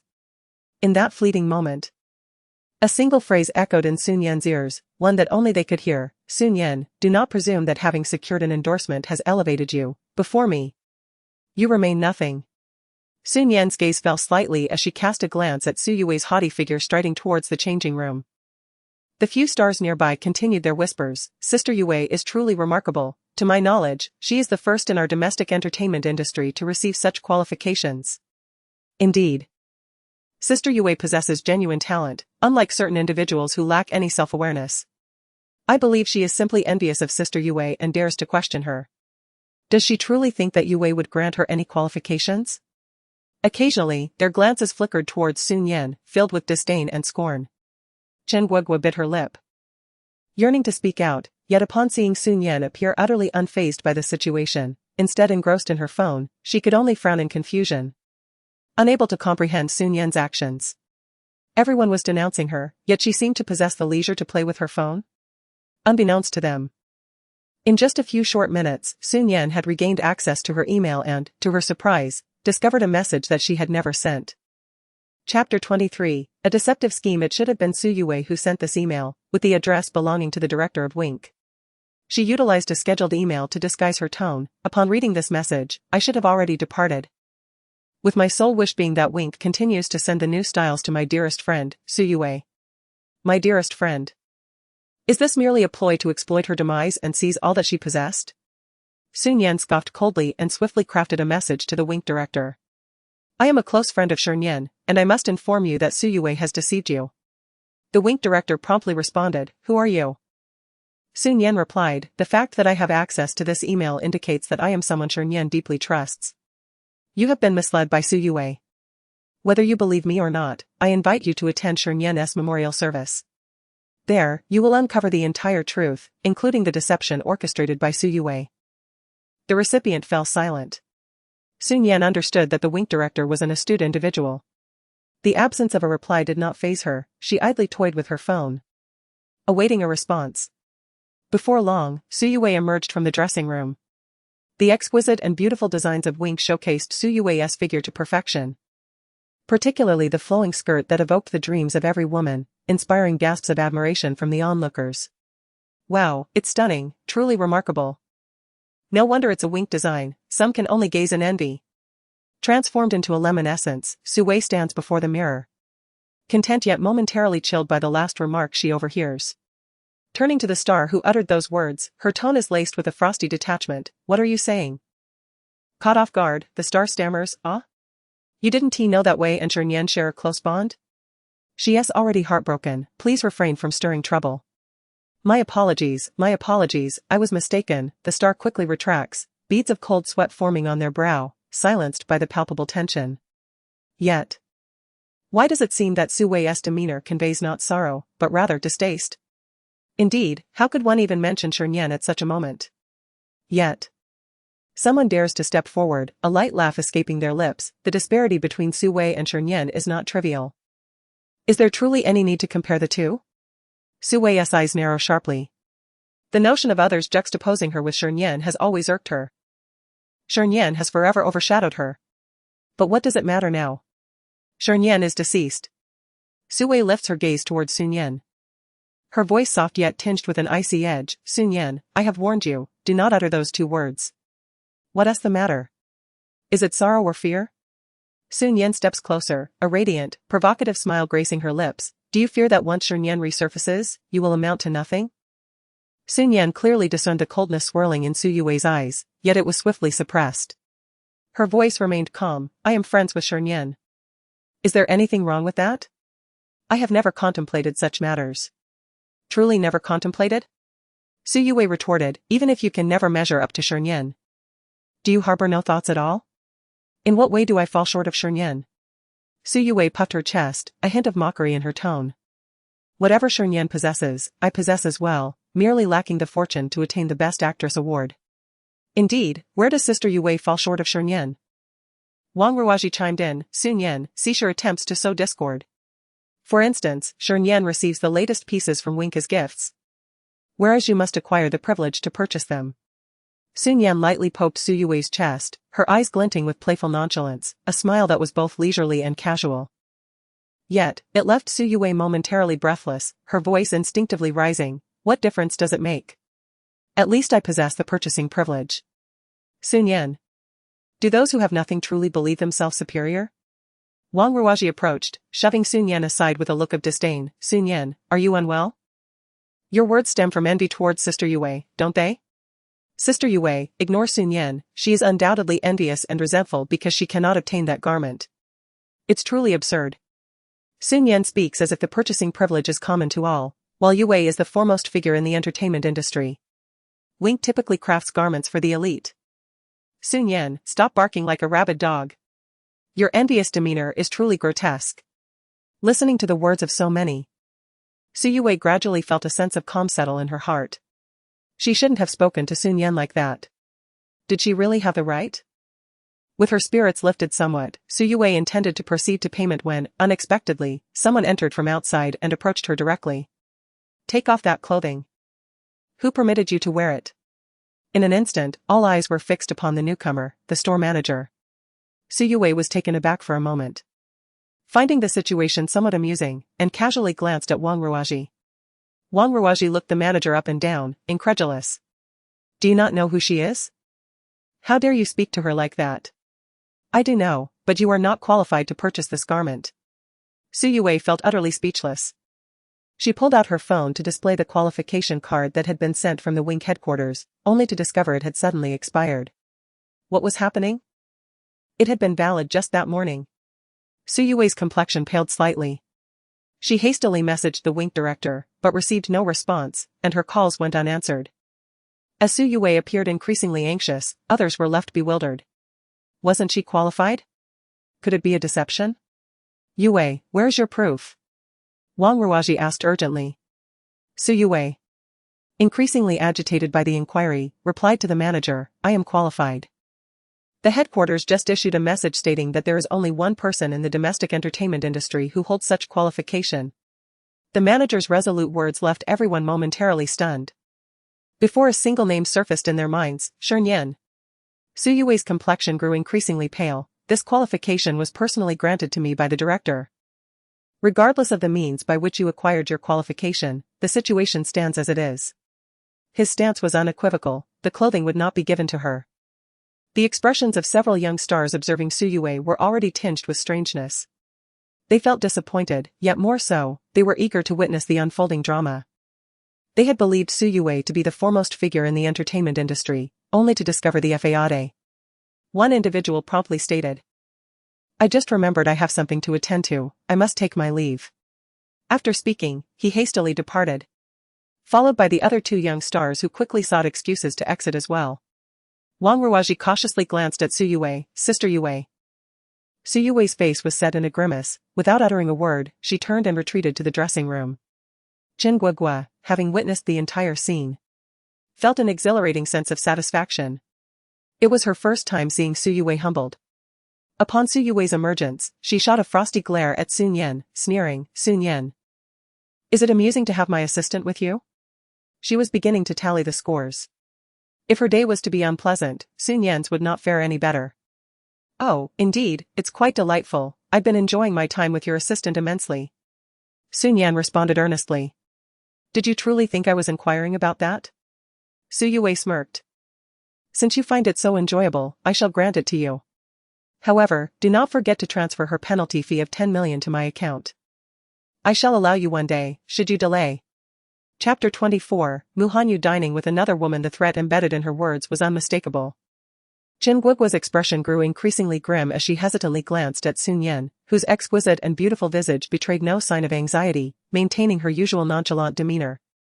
Very well. Miss Su, coincidentally, I have something for you as well. Do not forget to check it this evening. Such pretense. Su Yue shot a cold glare at Sun Yan before striding away, with Wang Ruaji hastily following suit. Nian Nian, perhaps it would be best to let this go.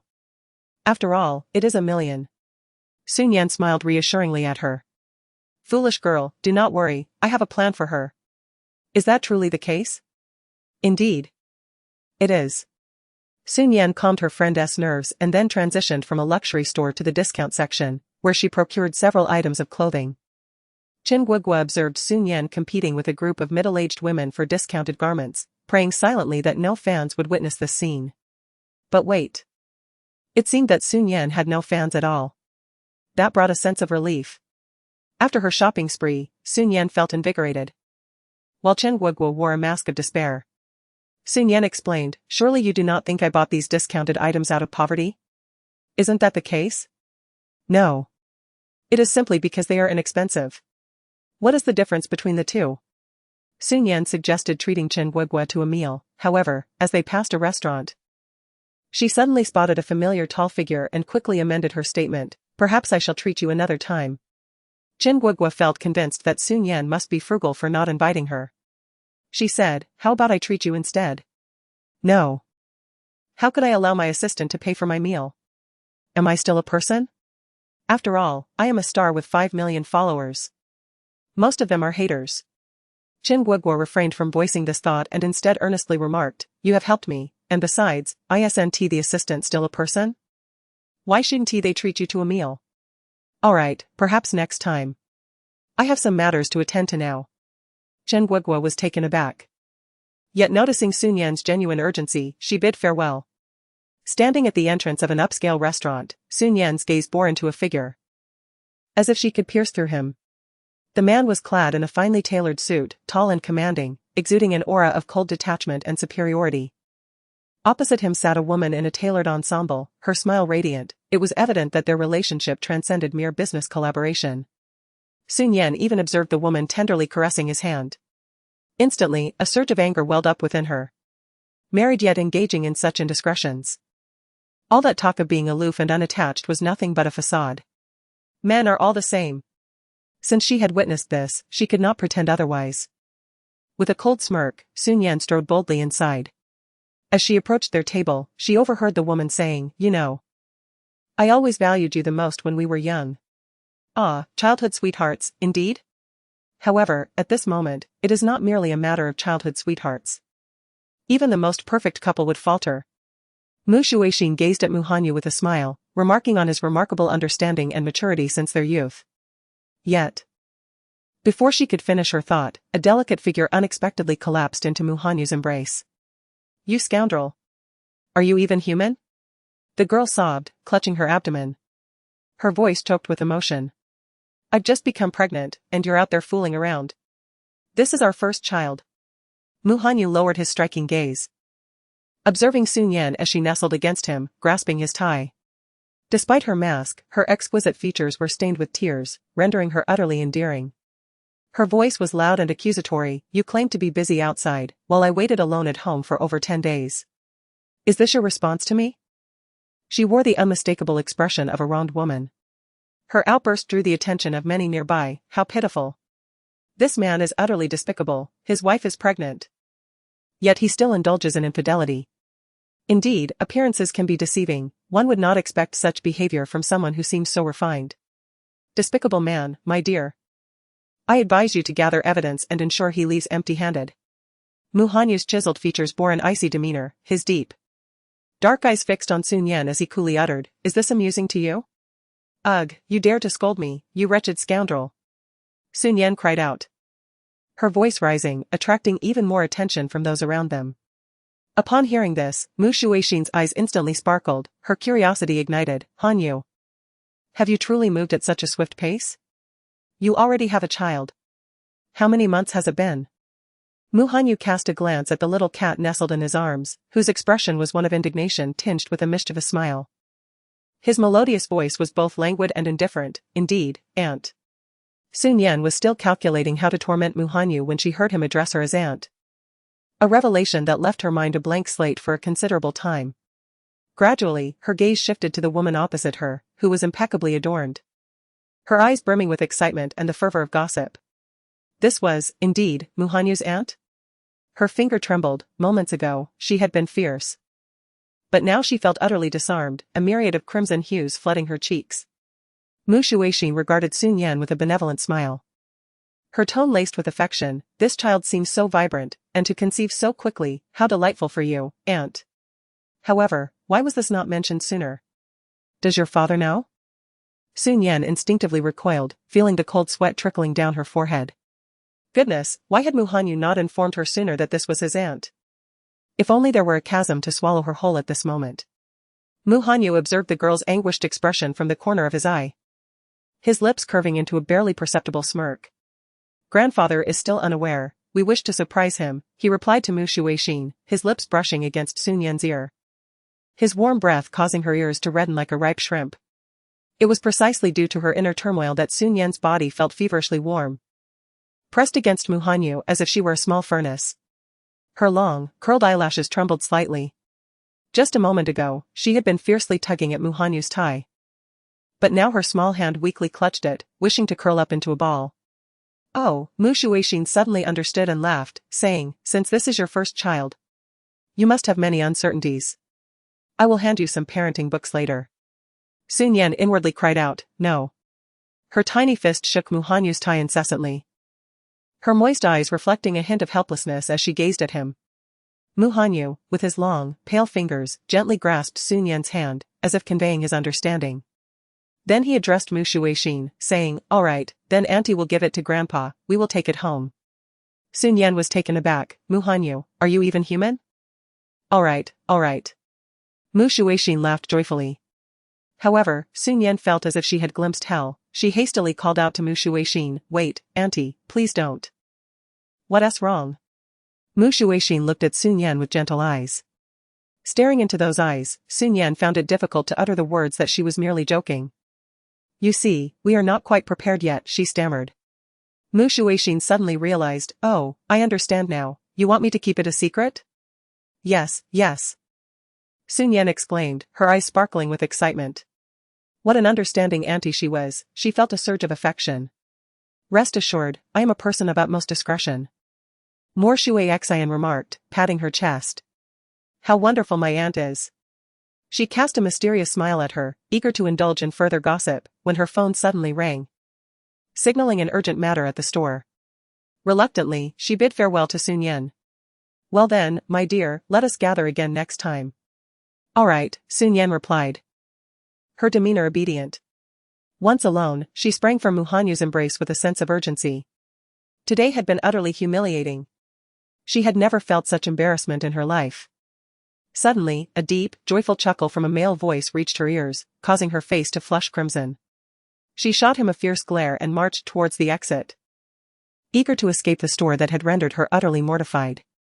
Outside, just as she prepared to cross the street, a strong hand encircled her waist, pulling her into a warm embrace.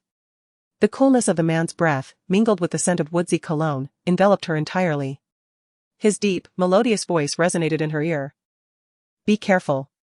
A luxury car sped past her, stirring her long hair. As she turned slightly, her gaze fell upon his striking yet icy visage, causing her heart to flutter unexpectedly.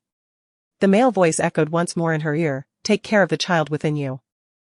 Chapter 25, Farewell to Muyuza. In an instant, the momentary emotion dissipated into nothingness.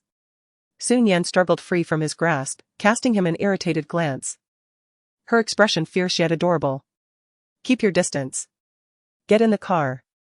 The driver, employed by Mu Hanyu, had already pulled the vehicle up before them. Reluctant to enter, Sun Yan particularly resented the day's debacle, all of which was instigated by Mu Hanyu. She fixed her gaze upon him and declared resolutely, "Even if it costs me my life, I refuse to step into your car." "I'll take you out for a meal," Mu Hanyu replied in his mellifluous voice, devoid of warmth. "Where to eat? Pfft, I won't go. I would rather starve than dine with you." "To the Sky Restaurant on the top floor of the Panchur International Hotel."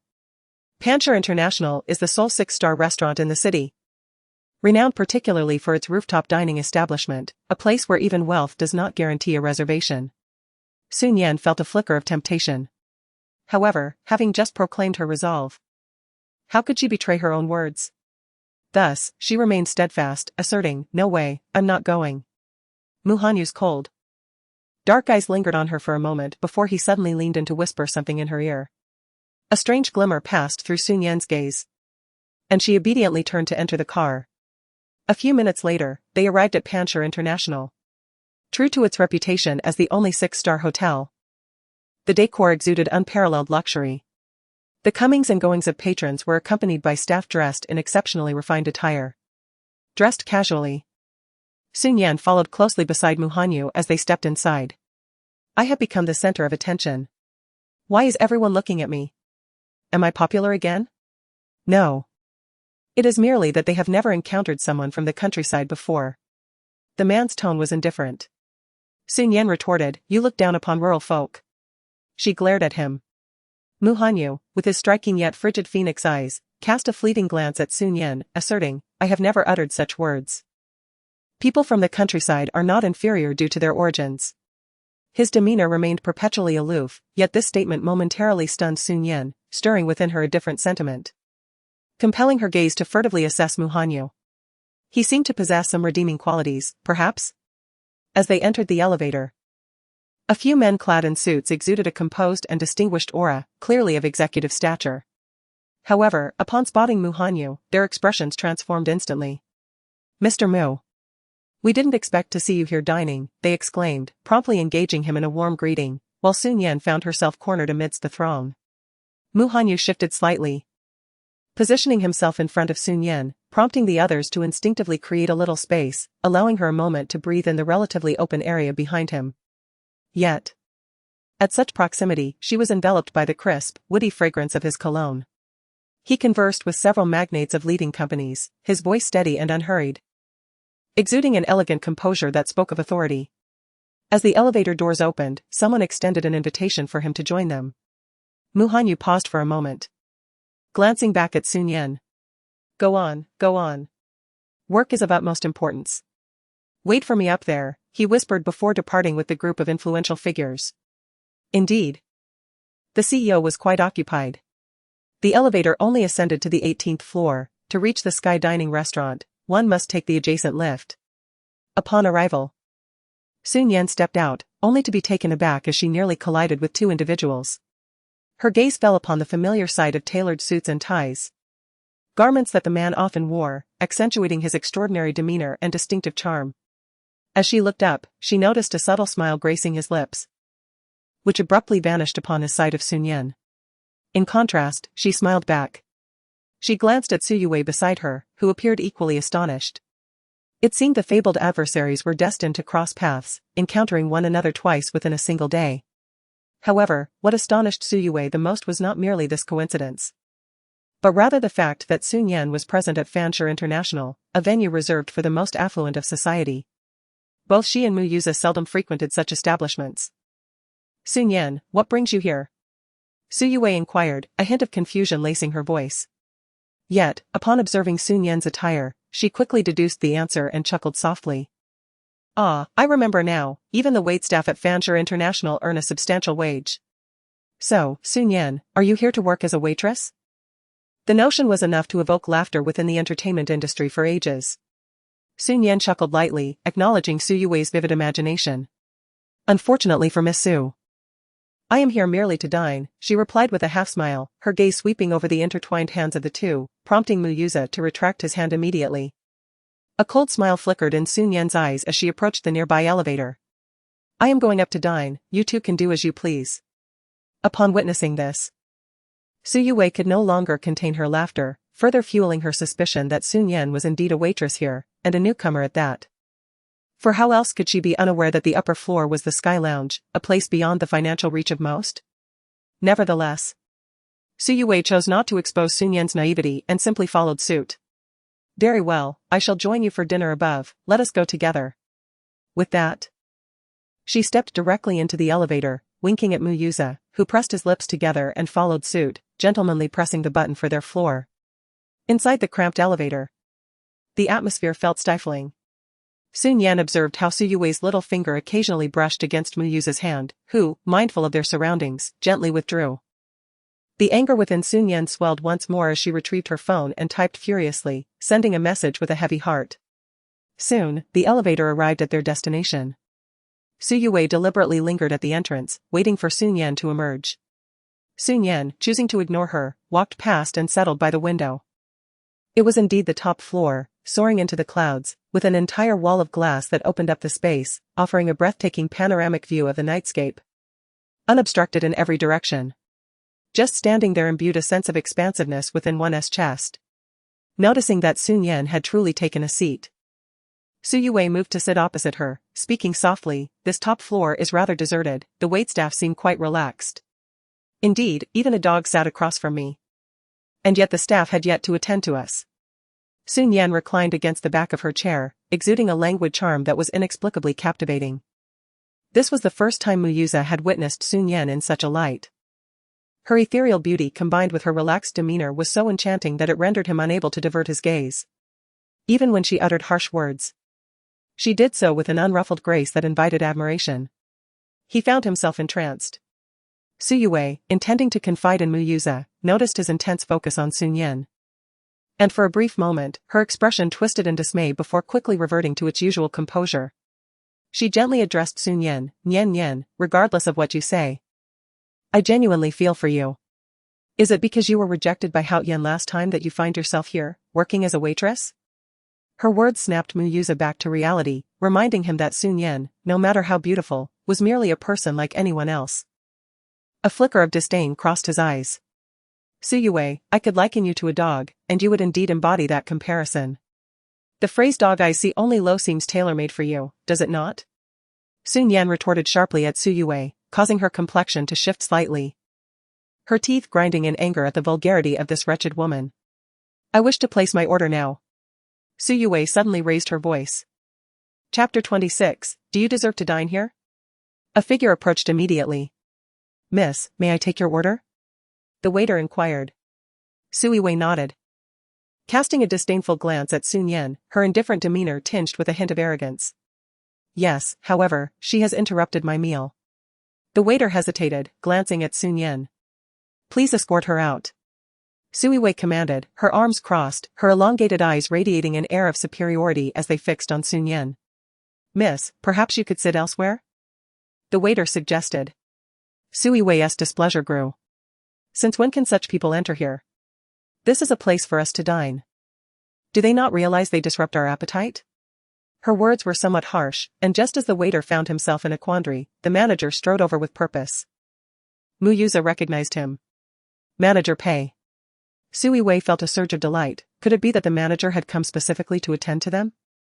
It was indeed a pleasant surprise, and her disdain for Shi Nian deepened. She looked forward to savoring the scene of Shi Nian being expelled. Contemplating whether to capture the moment for social media. The answer was undoubtedly affirmative. Mr. Mu, Miss Su, the manager promptly apologized upon reaching them. I sincerely apologize for the disturbance. With an air of haughtiness, Su Yue replied coolly, It's quite all right, but we would like to dine in peace now. Please ask them to leave, so as not to disrupt our esteemed dining experience. The manager continued, his tone laced with indifference. Su Yue and Mu Yuza were momentarily stunned. Their disbelief evident as they inquired, Are you asking us to leave? Indeed, came the response. The esteemed guest you refer to is this woman? Su Yue pointed at Shi Nian. Yes. How can this be possible? Su Yue felt her mind teetering on the brink of explosion. Surely, these people had been deceived. After all, she was Shi Nian, merely a third-rate actress. How could she afford to dine in such a place? Su Yue proclaimed loudly. Intent on exposing Shi Nian's true identity. Miss Su, I implore you not to speak ill of our esteemed guest. You are required to vacate the premises immediately, otherwise. We will be compelled to escort you out. The manager's tone had turned markedly grave.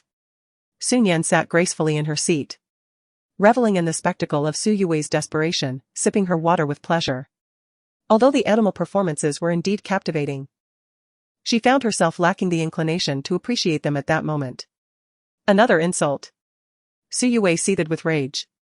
However, given the manager's unequivocal directive, remaining would likely lead to expulsion and even greater humiliation.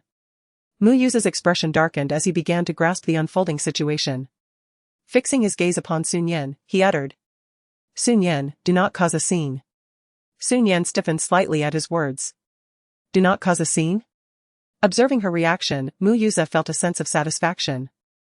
He surmised that Shi Nian's audacity stemmed from her connection to his older brother, Mu Hanyu. Yet, did she not harbor affection for him?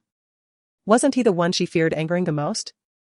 His fingers unconsciously brushed against the cufflinks as he spoke in a tone that was both indifferent and commanding. Today, we shall dine here. Shi Nian, you may step outside first. The tone was authoritative, imbued with an air of superiority. As if his mere words compelled Shi Nian to comply without question. Hurry, hurry, Shi Nian interjected suddenly, get them out of here, I fear I may contract rabies. For this gentleman has already begun to utter nonsensical drivel. Mu Yuza remained silent, his expression inscrutable. The two waiters began to take action. Su Yue and Mu Yuza were compelled to rise, exiting the elevator in a state of disbelief, exchanging incredulous glances regarding Shi Nian's apparent madness. Had Shi Nian truly lost her senses? This was their collective thought. When the elevator halted on the 18th floor, the two stepped out, and Mu Yuza's gaze abruptly narrowed. His voice transforming into one of utmost respect, elder brother.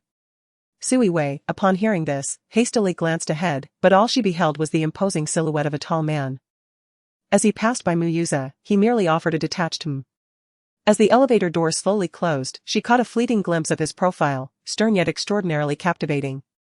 At the moment his elongated, exquisite phoenix eyes met hers, Su Yue felt her heart race uncontrollably. Having spent years with Mu Yuza, she was well aware of his remarkably formidable cousin.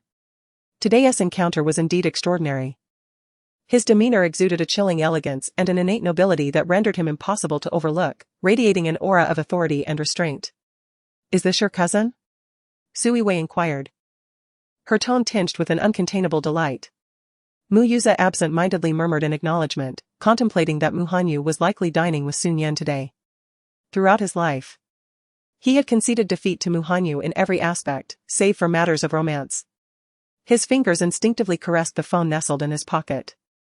On the top floor, Shi Nian was perusing the menu when a striking figure clad in black caught her eye.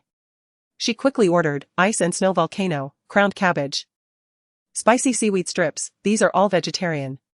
Mu Hanyu's profound phoenix-like eyes scanned her briefly. Only vegetarian? Aside from these, let everything else be served. As Shi Nian handed the menu to the waiter, the latter appeared momentarily startled, glancing at Mu Hanyu in instinctive trepidation. Mu Hanyu's lips were pressed into a thin line as he spoke in a calm tone, follow her lead. He then added, take off your mask. The people here won't speak indiscreetly. Shi Nian hastily removed her mask, feeling stifled. Can I speak now? She inquired, fixing her gaze upon him. Mu Hanyu replied that they would discuss the identity of the person over dinner. A female rogue, he stated indifferently. Ah? Shi Nian furrowed her brow. Are you suggesting someone assaulted you while you were jogging? That's impossible, with your physique, how could that happen? Mu Hanyu, do you think I resemble a fool? Not at all, Mu Hanyu replied, you appear more like a rogue. Shi Nian was taken aback, but then a realization struck her. Are you implying that I did that? Her eyes widened in disbelief as she pointed at herself.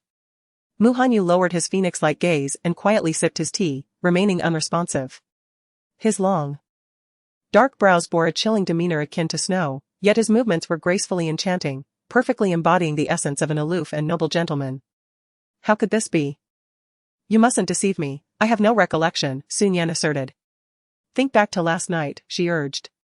However, Shi Nian struggled to recall anything. Though she did remember an inexplicable sense of restlessness and discomfort. She surmised that the elder must have added something to the soup he had given her. Yet, her memory of Mu Hanyu was utterly absent. Are you implying that you visited my room last night? Shi Nian inquired tentatively.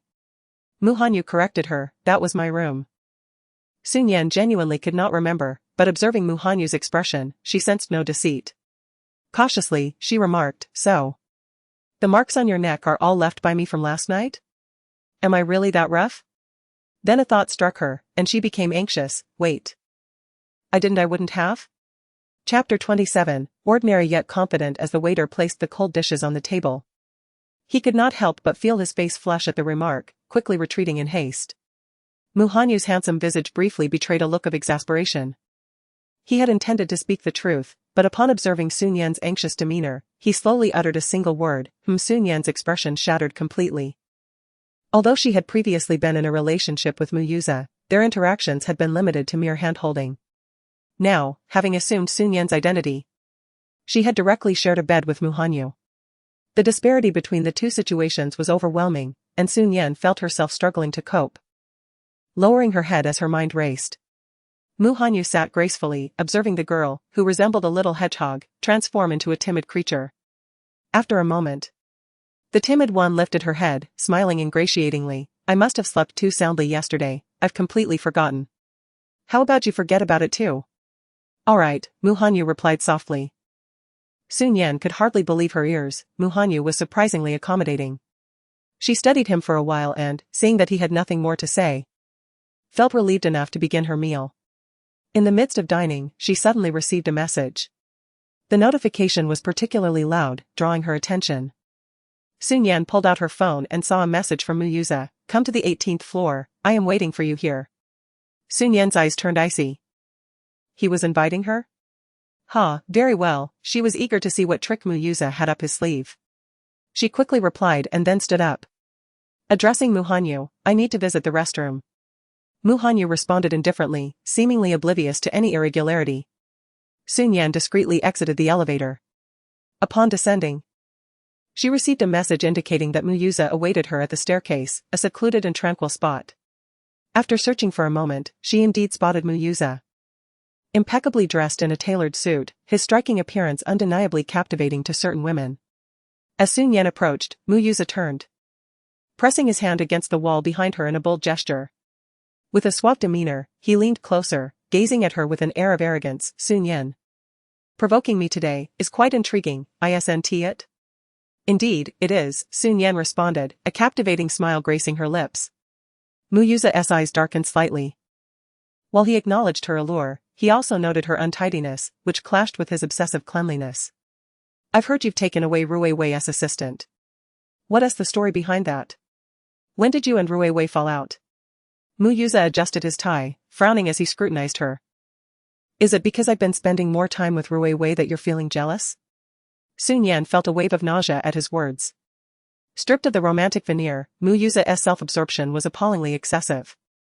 You're overthinking it, she retorted, deftly slipping out from his grasp. Sun Yan, what's this? Are you suppressing your affection for me? Mu Yuza raised an eyebrow, his smile morphing into a rather wicked grin. As if convinced that her actions only confirmed his suspicions of her jealousy. You're mistaken. Love you? Love your poverty, love your fickleness. Love that you rely on women for everything? Sun Yan exclaimed. Mu Yuza abruptly interrupted her, his expression somewhat ferocious. Sun Yan realized that his last remark had struck a nerve. Just as she was about to speak again, Mu Yuza seized her wrist, pinning her against the wall. Gazing down at her with an intensity that made his intentions clear, the more you say these things, the more I am convinced of your love for me. There is no escape for you. Suddenly, Sun Yan pushed him away, exclaiming, where's the trash can? I feel nauseous. Mu Yuza's expression darkened. Sun Yan, stop pretending. I know I am exceptional, and it is only natural for you to have feelings for me. Sun Yan fell into contemplation. Was this what being ordinary yet confident looked like? Mu Yuza studied her. How could this woman dare to be lost in thought before him? His gaze turned icy. Did she truly sense something? Perhaps he ought to give her a taste of reality. With that thought, Mu Yuza grasped her chin and leaned in to kiss her. Sun Yan, lost in thought, snapped back to reality with remarkable speed, turning her face away. Nevertheless, his kiss landed on her cheek, leaving a damp, sticky sensation that only made her feel a wave of nausea. How can you? I can't hold it back any longer, Sun Yan murmured. Mu Yuza misinterpreted her words as an admission of her uncontrollable feelings for him, a wicked smile creeping onto his face. Just as he opened his mouth to speak, he was suddenly struck in the stomach by a punch, causing him to double over with a surge of bile. In the next moment, Sun Yan delivered a swift kick that sent Mu Yuza sprawling to the ground, tears nearly springing to his eyes from the pain. Sun Yan, you madwoman! How dare you hit me? Sun Yan approached Mu Yuza step by step, flexing her hand joints, her lips praising the choice of location. This place you selected is truly wonderful. What do you intend to do? For reasons unknown, Mu Yuza found Sun Yan's demeanor somewhat terrifying at that moment, instinctively retreating. Suddenly, Sun Yan leaped into the air and landed directly on Mu Yuza, raining down fists upon his face. Madwoman! Mu Yuza shouted through gritted teeth, struggling to push her away. Only to realize her strength was overwhelming. Soon, he was reduced to a battered state, his mouth bleeding, every movement sending sharp pain coursing through him. She's absolutely lost her mind. He thought desperately, vowing to teach that wretched Sun Yan a lesson when he had the chance. In a swift motion, she transformed her hand into a blade, striking at the back of Mu Yuza's neck, causing him to lose consciousness.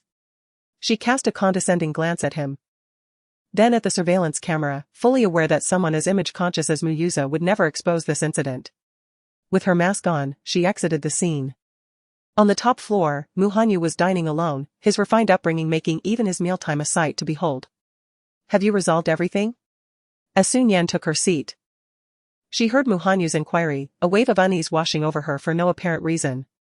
Quickly, she forced a smile and replied, yes, everything is settled. Yet, with everything resolved, her hunger intensified. Sun Yan, now revitalized, entered a fervent eating mode. Unbeknownst to her, Mu Hanyu's cold and detached gaze swept over her, ultimately resting upon the faintly bruised knuckles of Sun Yan.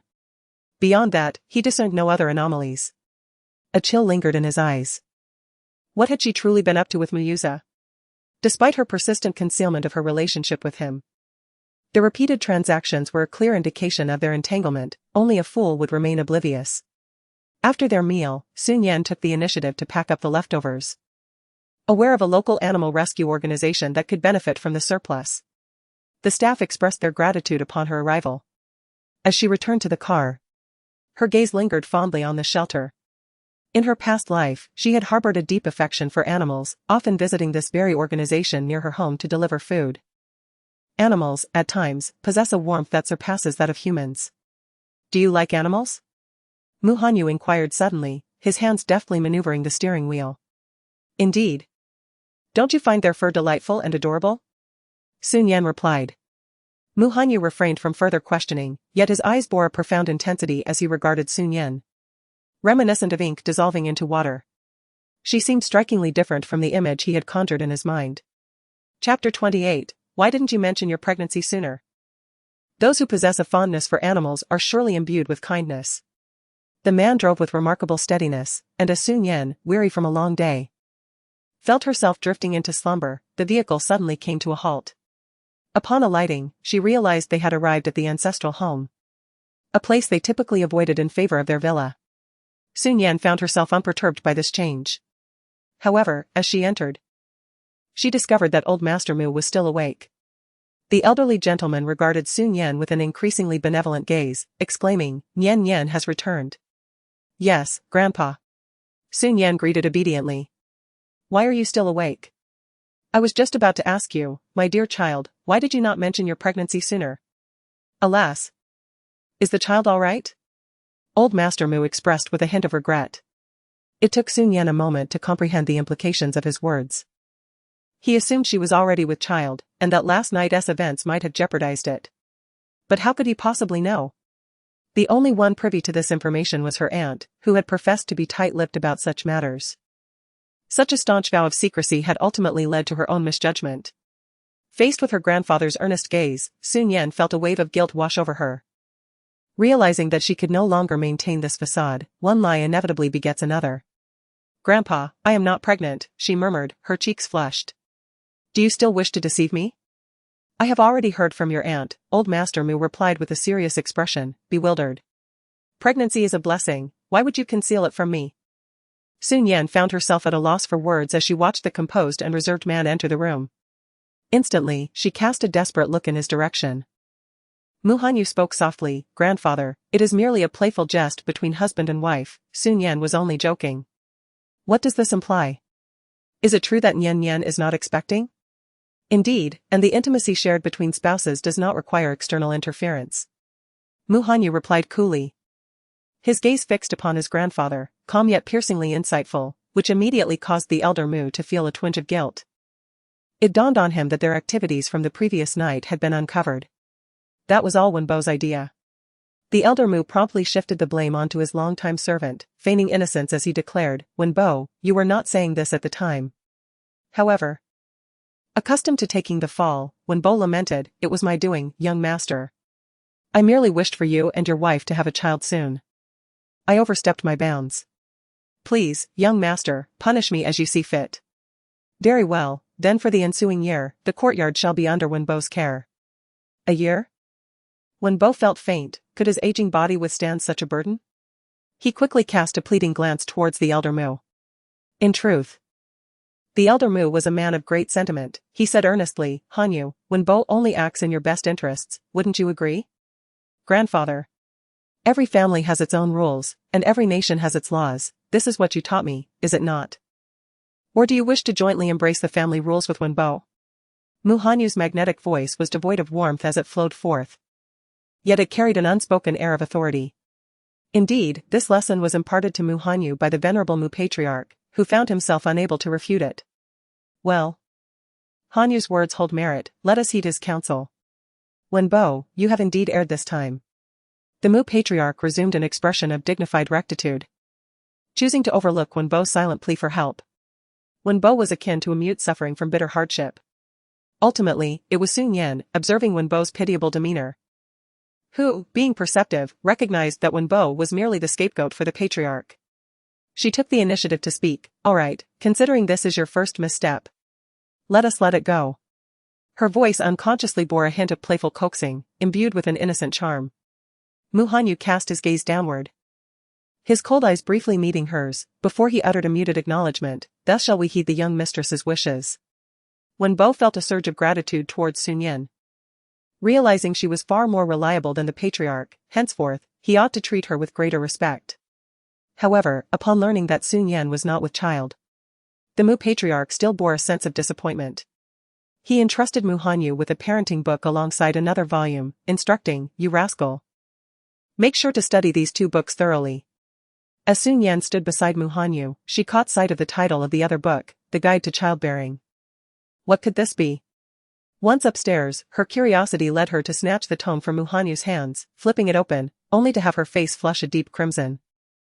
Oh my goodness! How could grandfather produce such content? Is it intriguing?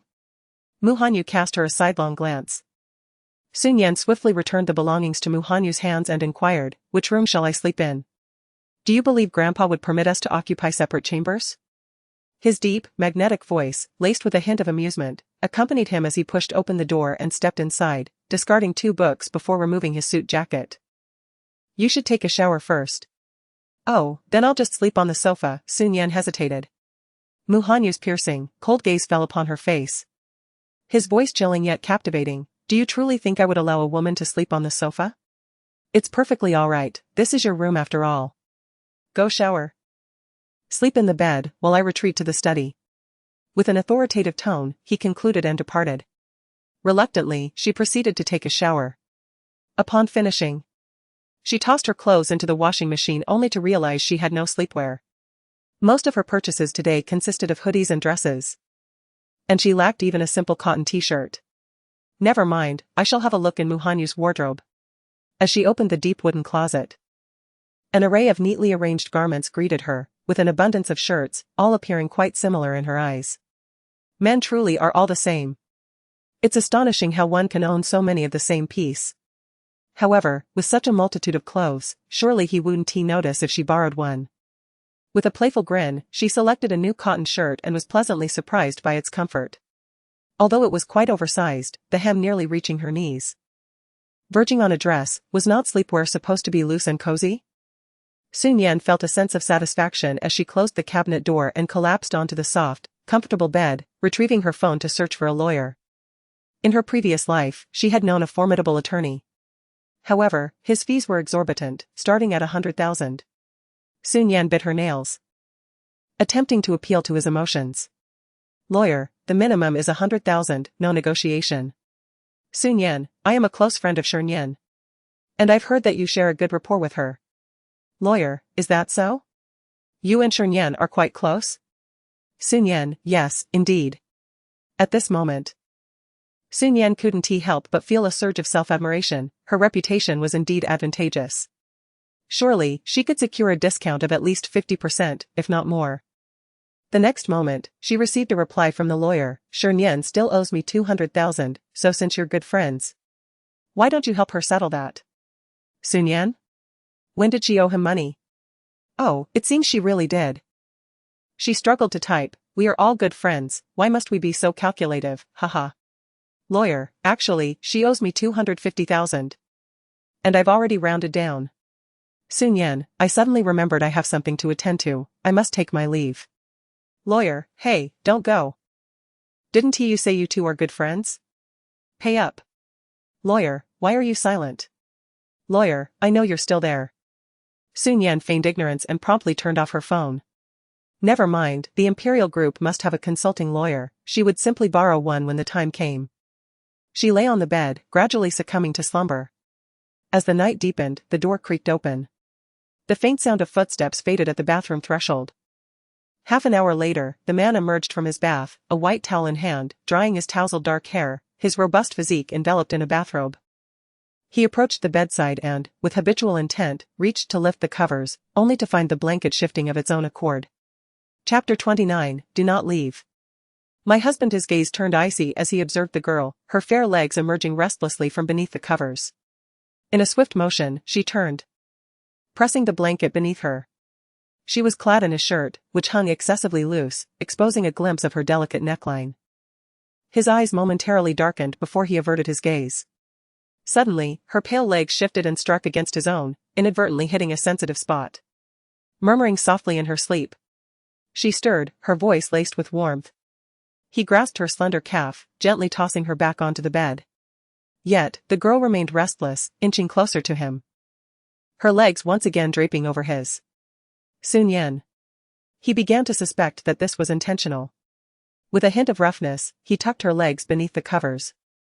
Then enveloped her entirely within the blanket, cocooning her like a fluffy caterpillar. He retreated to the sofa. Yet the image of her clad in his attire lingered in his mind, igniting a warmth within him.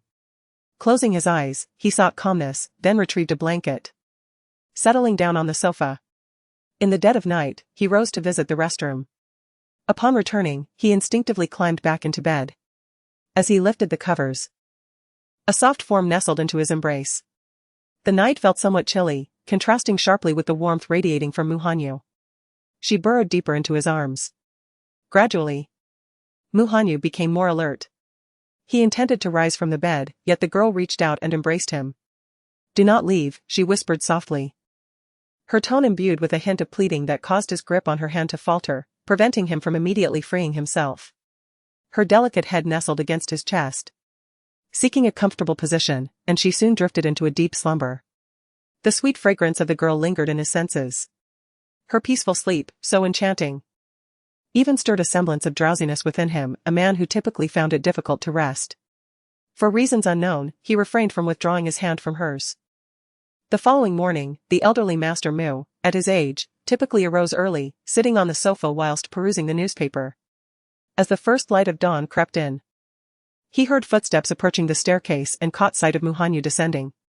The man, dressed in casual attire, appeared far from his usual spirited self. Instead, fatigue shadowed his striking features. Master Mu narrowed his eyes, instinctively sensing that something was amiss.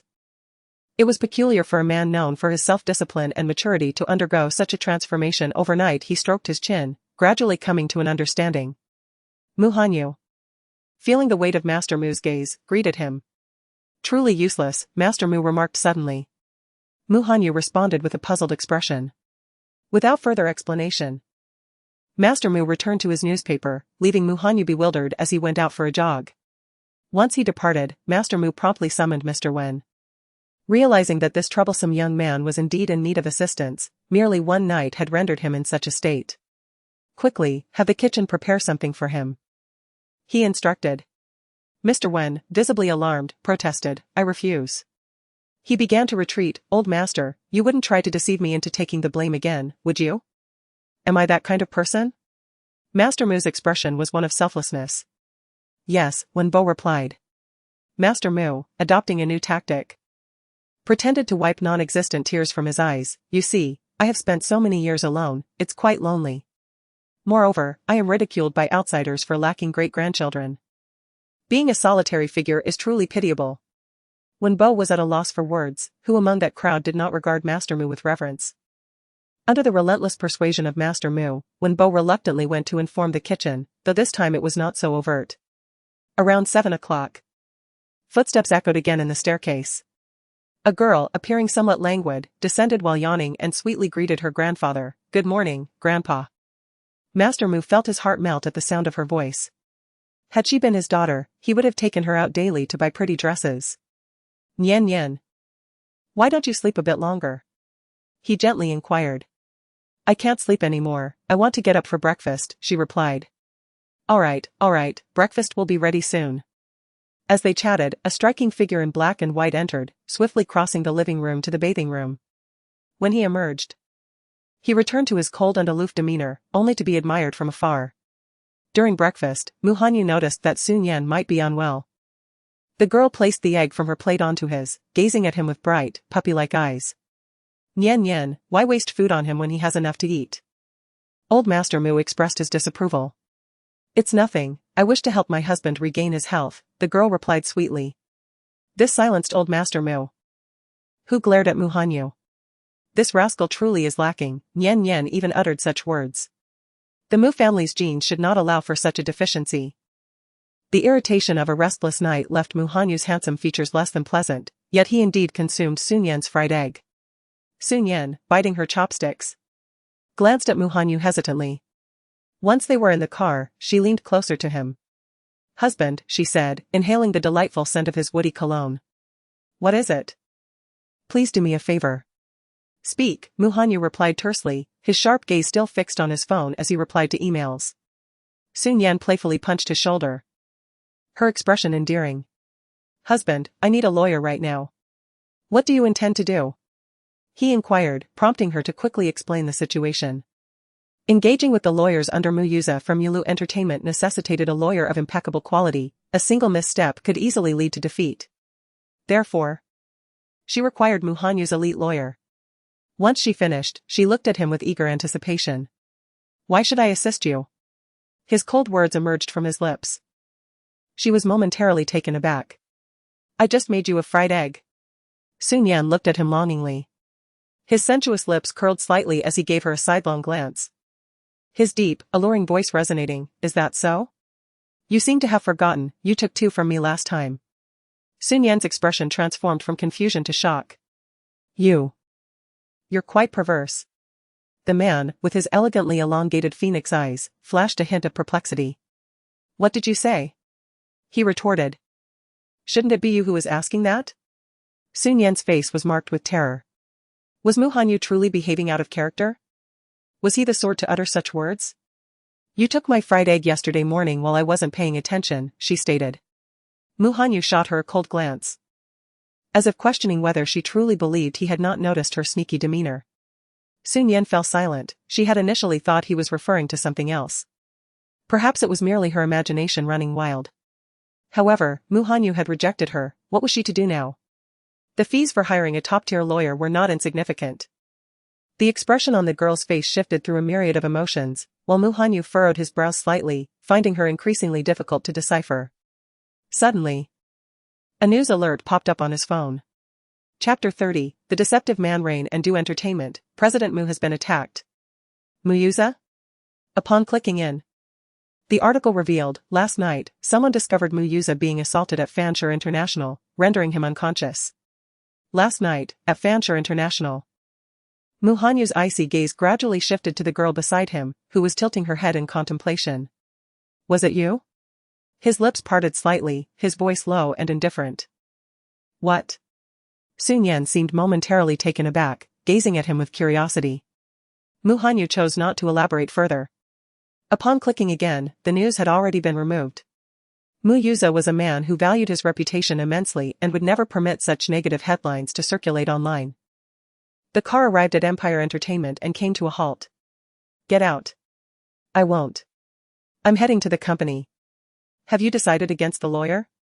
The voice, as cold as snow, fell upon Sun Yan, who was languishing in the leather seat. She immediately sprang up, clutching Mu Hanyu's arm. Let us go. His frigid gaze settled on her hand as Sun Yan smiled radiantly. Your Group S lawyers must be quite formidable, right? Let us see who is available. His tone remained indifferent. All right. It doesn't really matter. Do those who seek free services even have the right to demand excellence? Regardless, Empire Group surely won't be lacking in quality. She followed him to the president's office and waited for a while. During this interval, she organized all the information meticulously. The details of Su Yue's mistreatment of Chen Guogua and the contractual loopholes were all arranged perfectly. Boss.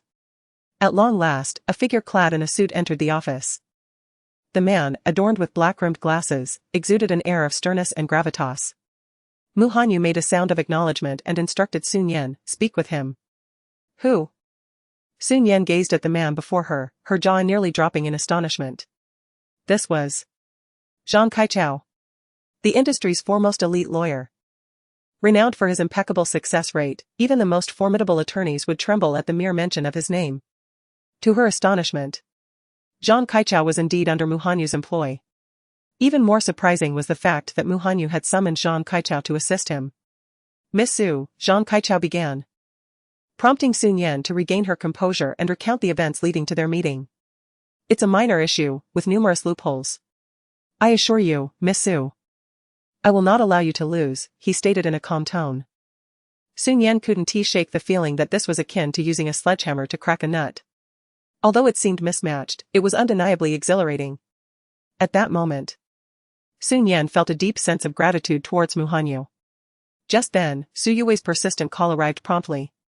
Shi Nian offered a perfunctory response before raising her gaze. Her bright eyes locking onto Zhang Kaichao as she smiled. Let us proceed and create some upheaval. Zhang Kaichao nodded in agreement. A mere 15 minutes later, at Yulu Entertainment. As Shi Nian strode through the lobby, she fortuitously encountered Su Yue and her assistant exiting. The two women stood face to face, with the gazes of countless onlookers directed their way. Shi Nian, have you prepared the funds? The assistant inquired, regarding her with an air of haughtiness reminiscent of her employer, laced with a mocking tone. Everything is in order, Shi Nian replied with a smile. All right, then transfer the money to me right now. Spending 10 million to hire an assistant is something only a fool would do. As the crowd around them grew, Su Yue softened her tone, laced with a hint of persuasion. I fail to understand why you insist on opposing me. Spending this 10 million for Chen Guoguo really isn't worth it. Her words immediately clarified the current situation. The onlookers directed their habitual disdain towards Shi Nian. What's going on? Isn't Chen Guoguo Su Yui's assistant? Is Shi Nian actually trying to steal her assistant? What could she possibly be thinking? Who knows, Shi Nian is just an obscure actress. Could she be attempting to generate hype? Truly foolish, such actions will only attract more hatred. Seemingly oblivious to the murmurs around her, Shi Nian casually smiled. Indeed. It is quite a loss, which is why I have come to ask you for that 10 million. Not only Su Yue, but the others were left in shock. Has Shi Nian lost her mind? Not only is she unwilling to return the money, but she is also audaciously asking Su Yue for it. The crowd was at a loss for words regarding Shi Nian's absurdity. At that moment, Wang Ruoji emerged from the elevator and happened to witness the scene. Previously, when she had sought to expose Shi Nian, she ended up being humiliated instead, which remained fresh in her memory. To her surprise, an opportunity presented itself right before her. Wang Ruoji eagerly opened her phone for a live broadcast, aiming it at Su Yue and Shi Nian. As a budding star herself, she knew that with the title, Shi Nian steals Su Yue's assistant and attempts to bite back, the views would surely soar. The striking headline quickly drew attention, and the viewership in the live broadcast surged to a remarkable 100,000, with numbers still climbing. Su Yue remained silent. But some viewers could not tolerate Shi Nian's behavior and spoke up. Shi Nian, have you lost your mind? You are stealing someone else's assistant and still expect Sister Yue to pay you. Do you live by the seaside? Shi Nian cast a glance at her, causing the critic to falter. Was she being berated for meddling? Su Yue sighed softly and said, Nian Nian, if it truly comes to that, we may have to meet in court. I would prefer to avoid such a scenario. Very well, I shall await that moment, Shi Nian scoffed. Her brazen demeanor infuriated those around her. Could she possibly be more shameless? The live chat erupted in chaos. Is Shi Nian out of her mind? Bullying my goddess sister? She's an 18-tier nobody, and now she's trying to ride over Yue. I'm already on my way to the company. Shi Nian, prepare for your doom. My heart aches for our Weiwei. Shi Nian has no shame and is desperate. I suggest going straight to court. Oh my goodness, Shi Nian is utterly disgusting. I can't fathom why Muguizhu Jewelry chose her. Shi Nian is forever marked. Observing the comments in the live chat, Wang Ruoji smirked slightly. This deranged Shi Nian had inadvertently boosted her own popularity. Lawyer Zhang, please share your insights. Stepping back, Shi Nian allowed Zhang Kaichao to advance. Adjusting his glasses, the ordinarily unremarkable man exuded an unexpectedly formidable presence at that moment. Greetings, Miss Su. I am the attorney representing Shi Nian, and I have several points to address regarding the compensation issue. Firstly, the contract in question constitutes an unconscionable agreement, as several clauses blatantly contravene labor laws, rendering it invalid. Secondly, following a medical examination, it has been established that Assistant Chen has sustained multiple injuries, all of which are recent and directly resultant from the events involving you. This serves as evidence. Thirdly, Assistant Chen's working hours have significantly exceeded the legally mandated limits. Zhang Kaichao articulated these points with remarkable clarity, leaving no room for Miss Su Yue to respond. The atmosphere fell into a brief silence, after which all attention turned towards Su Yue. Abuse? Chen Guoguo is indeed an assistant of Shi Nian. The notion that Su Yue could be accused of mistreating Chen Guoguo is quite alarming. Wang Ruoji sensed that the situation was spiraling out of control and considered terminating the live broadcast. However, she hesitated to relinquish the opportunity for free exposure, pondering whether the situation might still take an unexpected turn. Thus, she chose to continue. Zhang Kaichao proceeded to present the evidence. In the photographs, Chen Guoguo's wounds were numerous and gruesome, eliciting a gasp from a nearby woman who instinctively covered her mouth in shock. How tragic. Chapter 31, Su Yue's image suffers a fracture. A flicker of panic crossed Su Yue's eyes as she promptly declared, I am unaware of this matter. Should your esteemed company fail to provide the requisite compensation, we shall meet in court. Zhang Kaichao, with a stoic expression, responded. Su Yue's complexion turned pale, especially under the weight of the myriad peculiar gazes surrounding her, which pierced her like countless needles. I truly do not know anything about this. Suddenly, Su Nian stepped forward, positioning herself before Su Yue, lifting her chin with an air of icy elegance. Her exquisitely beautiful features radiated an extreme chill as she remarked, Su Yue, you profess that Shi Nian is your friend, yet you treat Chen Guoguo, as her assistant, in such a manner. Your friendship is truly noble. No. It is not like that. I genuinely do not know about these matters. One day's time, if the funds are not remitted, you know the consequences. Su Nian departed with Zhang Kaichao, their voices fading into the distance. Su Yue's expression darkened, a sudden realization struck her, and she swiftly turned to the crowd, commanding. This matter must not be spoken of. Her gaze abruptly fell upon Wang Ruaji, who was caught taking photos with her phone. Her expression shifted dramatically. Wang Ruaji quickly turned off the live stream, raising her hands in a gesture of defense. I did not capture anything, she stammered before hastily exiting the scene. At this critical juncture, Su Yue paid her no mind and hurried to discuss matters with Mu Yuze. Upon hearing her words, Mu Yuze's expression also changed, and he swiftly accessed the surveillance footage from the hall. After clearly identifying the individual's face, Mu Yuze's voice turned grave. Let us settle this. Why? We can assert that Chen Guoguo and Su Nian have conspired to frame me, with all the injuries inflicted by Su Nian. There are many other means. Su Yue, unwilling to concede defeat, certainly would not submit to Su Nian. Do you know who this person is? Mu Yuze pointed to the individual in the video. That is Zhang Kaichao. Although unfamiliar with the person, Su Yue had heard of this name, Zhang Kaichao, a prodigy in the legal realm, coveted by countless firms. To face him in court is to court disaster. It is indeed that terrifying. How could Su Nian? Su Yue's gaze grew somewhat distant. Mu Yuze began to suspect something. Was Mu Hanyu aiding Su Nian from behind the scenes? When did their relationship become so close? Although he harbored no fondness for Su Nian, was it not true that she held deep affections for him? Why would she resort to such tactics? Was it possible that he had been neglecting her recently, prompting her to seek his attention through these means? Subsequently, Su Yue experienced the tumultuous ebb and flow of online sentiment. Good news seldom travels far, while bad news spreads like wildfire.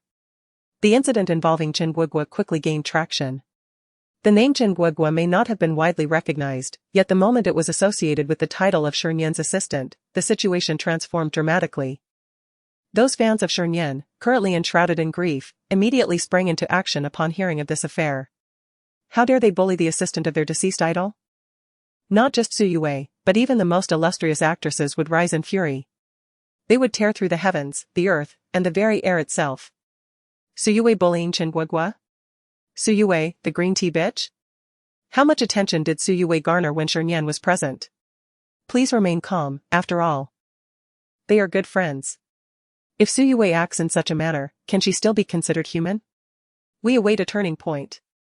Shi Nian and Chen Guoguo share a bond akin to family. To bully Chen Guoguo is to show disdain for us, the Shi fans, is it not? Su Yue, provide me with a reasonable explanation. Most of Shi Nian's fans are remarkably rational. They have not directly lashed out but are akin to lurking beasts, ready to pounce on Su Yue the moment substantial evidence emerges. Su Nian, on her journey home, continuously perused the messages from fans. They are astute, refraining from drawing negative attention to Shi Nian, yet unafraid of confrontation. Should Shi Nian depart, they will not permit anyone to mistreat her, regardless of who they may be. Observing these fervent and resolute messages, Su Nian's fair eyes began to glisten with tears. She took a deep breath. In her previous life, she devoted much of her time to cultivating an image, striving to be an exemplary star. However, now her priority is to become an exceptional actress, bringing warmth and joy to many. Upon returning to the Empire Group, she nestled into the sofa of her office, resembling an abandoned kitten. To expedite the resolution of this matter, Yulu Entertainment responded swiftly. Yulu Entertainment stated, regarding the situation with Chen Guogua. We have conducted a thorough investigation and found no connection to Su Yue. The actions were perpetrated by the assistant team leader under Su Yue's employ, who has since been dismissed. We shall hold her accountable and assure everyone that a satisfactory resolution will be provided. Meanwhile, Su Yue also posted on Weibo. Su Yue expressed her profound regret upon learning about the situation, admitting she never anticipated Guogua would endure such hardships. Nor did she expect the seemingly gentle team leader to possess such a character. She assured that she would compensate Guogua. In the public eye, Su Yue maintained a commendable image, garnering the trust of most netizens. Although fans were indignant, they recognized that this matter did not pertain directly to Su Yue, leaving them to utter only a few harsh remarks. Shi Nian had anticipated this outcome. Su Yue would undoubtedly seek to use others as scapegoats. While this incident did not bring about Su Yue's downfall, it at least inflicted some harm and resulted in the loss of a key ally. Soon, Chen Guogua excitedly called Su Nian to announce that the payment had been received. I will transfer it to you. No need. Su Nian, adopting a noble demeanor, replied. This money belongs to you. Am I the sort of person who lacks funds? How could I accept your assistant's money? Accepting it would mean you look down on me. Then, I shall treat you to a meal. Oh, how could that be? However, since you have extended such a sincere invitation, it would be too cruel to refuse. Very well, where shall we dine? You may choose freely. I'll leave it all to you. I'll treat you to something delicious. Elated at the prospect of a complimentary lunch, Su Nian descended from the sofa and, passing by Mu Hanyu's desk, inquired, Mu Hanyu, would you care to join us for a meal? No, thank you. His response was anticipated, and Su Nian hummed a tune as she departed. At the entrance, Chen Jing arrived with documents and noticed Su Nian rushing out of the office without even closing the door. He raised an eyebrow and wondered, is the president not in? As he stepped inside, a deep and cold voice resonated, who taught you the bad habit of not knocking? Chen Jing immediately trembled with fear. President, I was wrong. On the other side, in the office of Yulu Entertainment, Su Yue felt as though her spirit was about to vanish as 10 million was transferred. Although this sum was not particularly devastating for her, it signified her capitulation to Su Nian. She clenched her fists, determined to reclaim this amount with interest. And Su Nian. She was seething with the desire to skin that insignificant celebrity alive. Yu Zhe and Huang Haoyan had not visited Mugwa Jewelry in recent days. Did they not intend to bow down? Su Yue doubted they could find another spokesperson unless someone wished to oppose Yulu Entertainment. No. Mu Yuza felt a headache coming on as he rubbed his temples. Not only did they refuse to relent, but they also found a new male partner, the identity of whom remained unknown. It must be another insignificant actor, just like Su Nian. Su Yue scoffed, noting that the standards of Mugwa Jewelry were declining. With Su Nian's poor acting skills and an unknown male partner, the upcoming promotional video was bound to be utter trash. However, tomorrow marked the release date of the promotional video, and Mugwa Jewelry would not go back on their word. They would release it regardless of its quality. A sinister glint flashed in her eyes. In that case, let us present them with a grand gift. Chapter 32, Su Nian is a wretched person. The two devised a plan, and as Su Yue stepped outside, she encountered Wang Ruoji. A flicker of unease crossed Wang Ruoji's face, yet she managed to say, Yue, everything regarding the online situation has been settled. Su Yue was taken aback that the instigator had the audacity to stand before her. Had it not been for her live stream, how could she have been besieged and ridiculed by Shi Nian's fans? A cold glint flashed in her eyes as she struck Wang Ruoji, causing her face to twist from the force of the blow. Wang Ruoji's face instantly swelled and reddened, disbelief evident in her gaze as she stared at Su Yue. Mind your own business. If this happens again, it won't be so easy next time.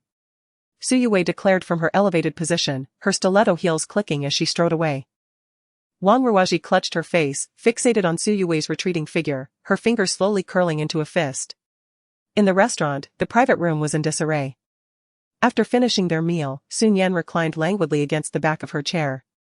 Chen Guogua regarded Su Nian with a complex expression when suddenly her phone vibrated. As an assistant to a celebrity, Jin Guogua was keenly interested in the happenings of the entertainment industry. Another scoop had emerged. With a hint of curiosity, she read aloud. An obscure 18-line actress has garnered public attention for her promotional video. Which 18-line actress?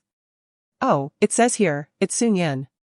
Realizing the implications of her words, Jin Guogua instinctively covered her mouth as she glanced at Shi Nian. Shi Nian replied. It's fine. Let me take a look. She retrieved her phone and swiftly found a post about herself. Let us delve into how Shi Nian ascended to prominence through her physical allure. Greetings, everyone. It is widely acknowledged that Shi Nian's acting skills are notoriously subpar, particularly evident in her previous television dramas, which have drawn scathing criticism for her stiff expressions and awkward dialogue. Moreover, she possesses neither significant clout nor a pleasant demeanor, embodying the epitome of a black-red celebrity. Yet, astonishingly, she has now ascended to become the spokesperson for Mugwa Jewelry, usurping the position from Su Yue. One can only speculate that Shi Nian's backing must be from the upper echelons of Mugwa Jewelry. The post details various scandals surrounding Shi Nian, accompanied by a plethora of conjectures. The subsequent comments are rife with vitriol, an underdog snagging a quasi-top endorsement? This is utterly laughable. Does Mugwa Jewelry lack discernment? I foresee the downfall of Mugwa Jewelry. Such trash is unworthy of my Yue's endorsement. Let my sister shine alone. Trash begets trash. I wish for Mugwa Jewelry's swift demise. After all, this is a subsidiary of the Empire Group. Do the executives not conduct due diligence? Shi Nian's presence is a blight upon my vision. I hereby declare that all my companies will terminate collaborations with the Mugwa Group.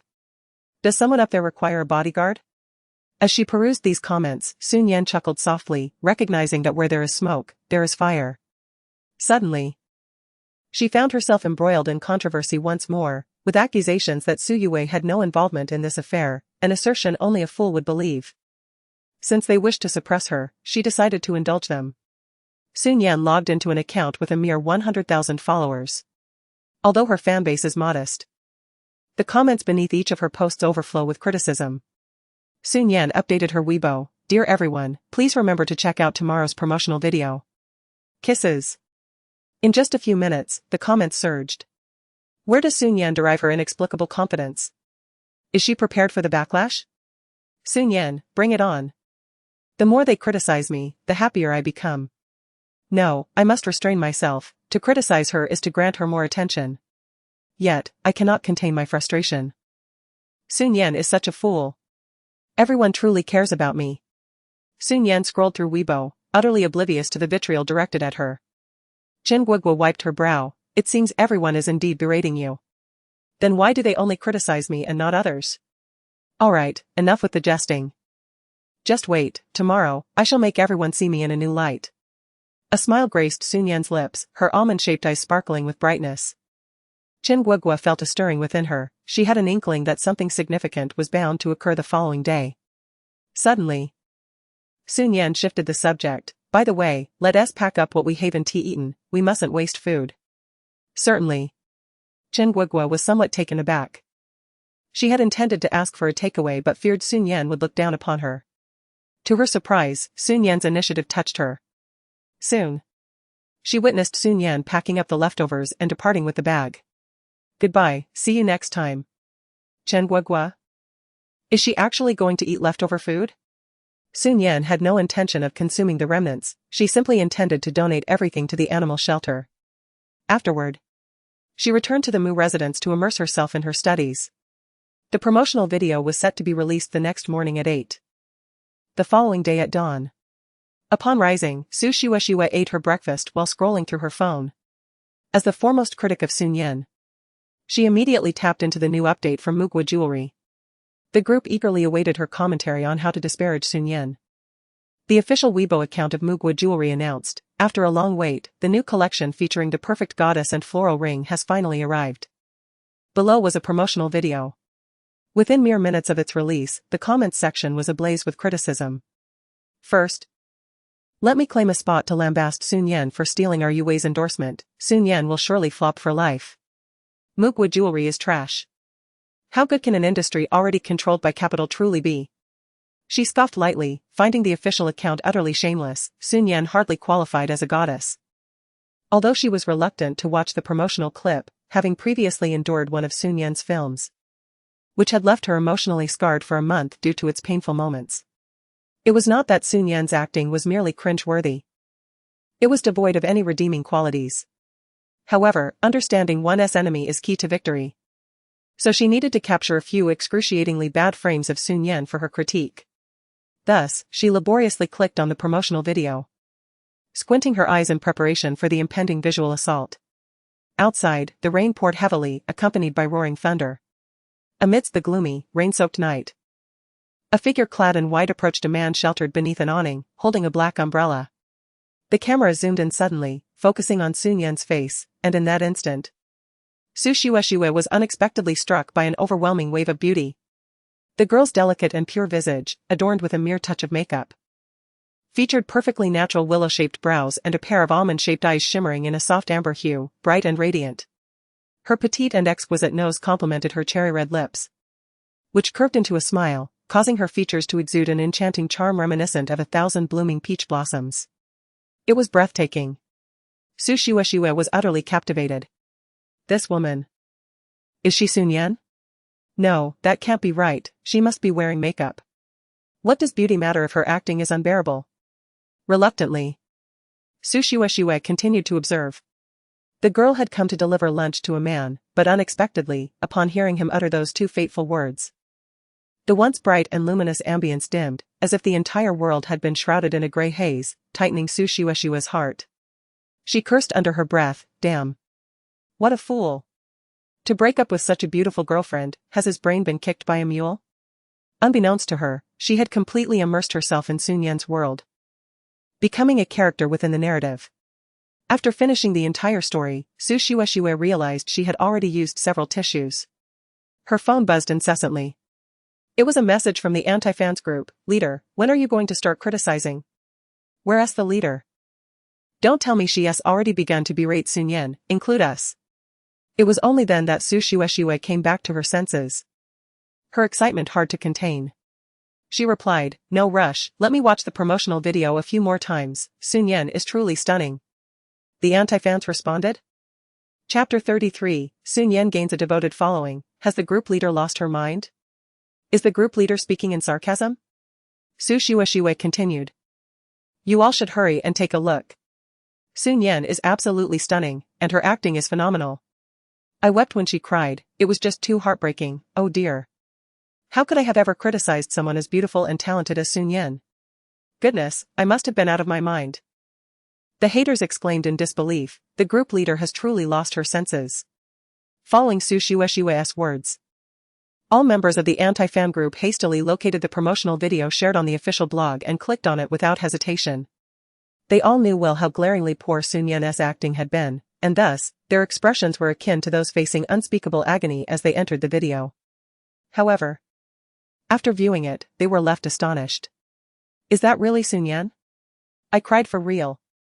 Oh, please, someone put me out of my misery. They are just too perfect together. How infuriating, is this a dream or reality? It must be real, undoubtedly. In the end, Shi Nian shone brightly. Oh my sweet daughter. Your mother adores you. A whirlwind of transformation swept through the anti-fan group, with many shifting from detractors to admirers. Shi Nian promptly shared the video with her classmates and friends. Upon receiving the share, a friend replied, sending me this so early in the morning? Are you curious about what I had for breakfast? I'll regurgitate it for you. Shi Nian retorted, enough of that. If you don't change your tune after watching, I'll call you daddy. The friend replied, fine, I'll watch. I just want to see how cringeworthy Shi Nian's acting is. Whether I call you daddy or not is beside the point. 5 minutes later, the friend messaged back, oh dear, I'm in tears. You scoundrel. Why do you treat me this way? The sentiment in the comments section of the official blog has gradually shifted. Those who have watched the promotional video are fervently recommending it to others. Stop the criticism, just go watch it. I beg of you. I've set this screenshot as my wallpaper. Shi Nian? Is Shi Nian this beautiful? Mother, I have fallen in love. I disdain the person above. Beauty worshippers are truly everywhere these days, polluting the comments section. I must declare, Shi Nian is my wife, and no one is allowed to contest that. I am speechless. Shi Nian only has that face to rely on, her acting is utterly cringe-worthy. Could you perhaps change your username from Shi Nian's new fan? It's quite awkward to behold. Before long, Shi Nian's name soared to the trending topics. Media personnel began a frenzy of promotion after viewing the video. Shi Nian promotional video touching Mugwa promotional video incredible Shi Nian shining moments. Meanwhile, Su Yue awoke naturally, finding it was already 10 o'clock. The first thing she did upon picking up her phone was to go online, and as expected, she saw Shi Nian trending. A slight smile graced her lips. Surely, Shi Nian must be receiving scathing criticism now. After all, her painfully poor acting skills were known to all. Viewers of the promotional video would undoubtedly consider Mugwa jewelry to be blind. Although she lost the endorsement for Mugwa jewelry, she was determined to ensure that neither the brand nor Shi Nian would have an easy time. She wanted them to understand that those who offend her will not meet a favorable fate. With a smile, Su Yue clicked in, eager to see how others were condemning Shi Nian. Upon entering, one is immediately greeted by a series of Weibo posts. Xiao Zhao, with enthusiasm, proclaims, I hereby declare that starting today, Shi Nian is my 109th wife. Shi Nian, responding with heartfelt emotion, exclaims, I have cried for so long, oh dear. My daughter is so ambitious. Mother agrees to this union. If the son-in-law does not come, I shall bring him here myself. The stars twinkle as another user comments, the promotional video is truly extraordinary, Shi Nian is breathtakingly beautiful. I found myself gazing at the final scene for an eternity. Su Yue, observing this with a perplexed expression, wonders if these netizens have lost their minds. Frowning, she clicks on the official blog to watch the promotional video, eager to see what Shi Nian has produced. The blatant purchasing of online support leaves her incredulous. Do they not fear the backlash? 3 minutes later, having watched the entire video, Su Yue feels a chill run through her body, her skin prickling with cold sweat. Setting aside the sudden brilliance of Shi Nian's performance, the ethereal visuals shared with a certain man are enough to stir one's heart. But who is this man? Su Yue immediately scrutinizes him. The man, adorned with a blue mask that conceals half his face, reveals captivating phoenix eyes and an exquisitely sculpted jawline, his physique offering a perfect proportion, standing alongside Shi Nian. They resemble celestial beings descending from the heavens. The script boasts exceptional quality, with a complete and engaging narrative structure, particularly the poignant final scene that moves many to tears. Countless comments in the section reveal viewers overwhelmed with emotion. Those who once criticized Shi Nian now find themselves thoroughly chastised. Even Su Yue's fans are rendered speechless. From beginning to end, there is not a single flaw to criticize. However, it has sparked a new conversation. Who is this man? Oh, what a handsome figure. Why doesn't he show his face? I suspect he is not a current celebrity, but his physique is truly remarkable. Can the official account provide a hint on Weibo? Shi Nian requests guidance. I shall become your devoted fan from now on. Holding her phone, Su Yue felt her fingertips grow cold. Suddenly, a call from Huang Haoyan interrupted. Sister, what is happening? Who is that man? He has completely stolen my thunder. They were all prepared to witness the ridicule of Mu Guizhu and Shi Nian. Yet, reality delivered a harsh slap to their faces, as the two of them became the subjects of mockery instead. Huang Haoyan felt an urgent anxiety. Su Yue's gaze turned icy. What are you afraid of? Don't forget, we still hold a trump card. Huh? As Huang Haoyan observed Su Yue's lips curl into a smile, he instantly understood her meaning. They exchanged knowing glances and shared a smile. Meanwhile, at home, Shi Nian received a call from her manager. Shi Nian, have you seen the news online? You've become a sensation. Zhou Mei's excited voice rang out.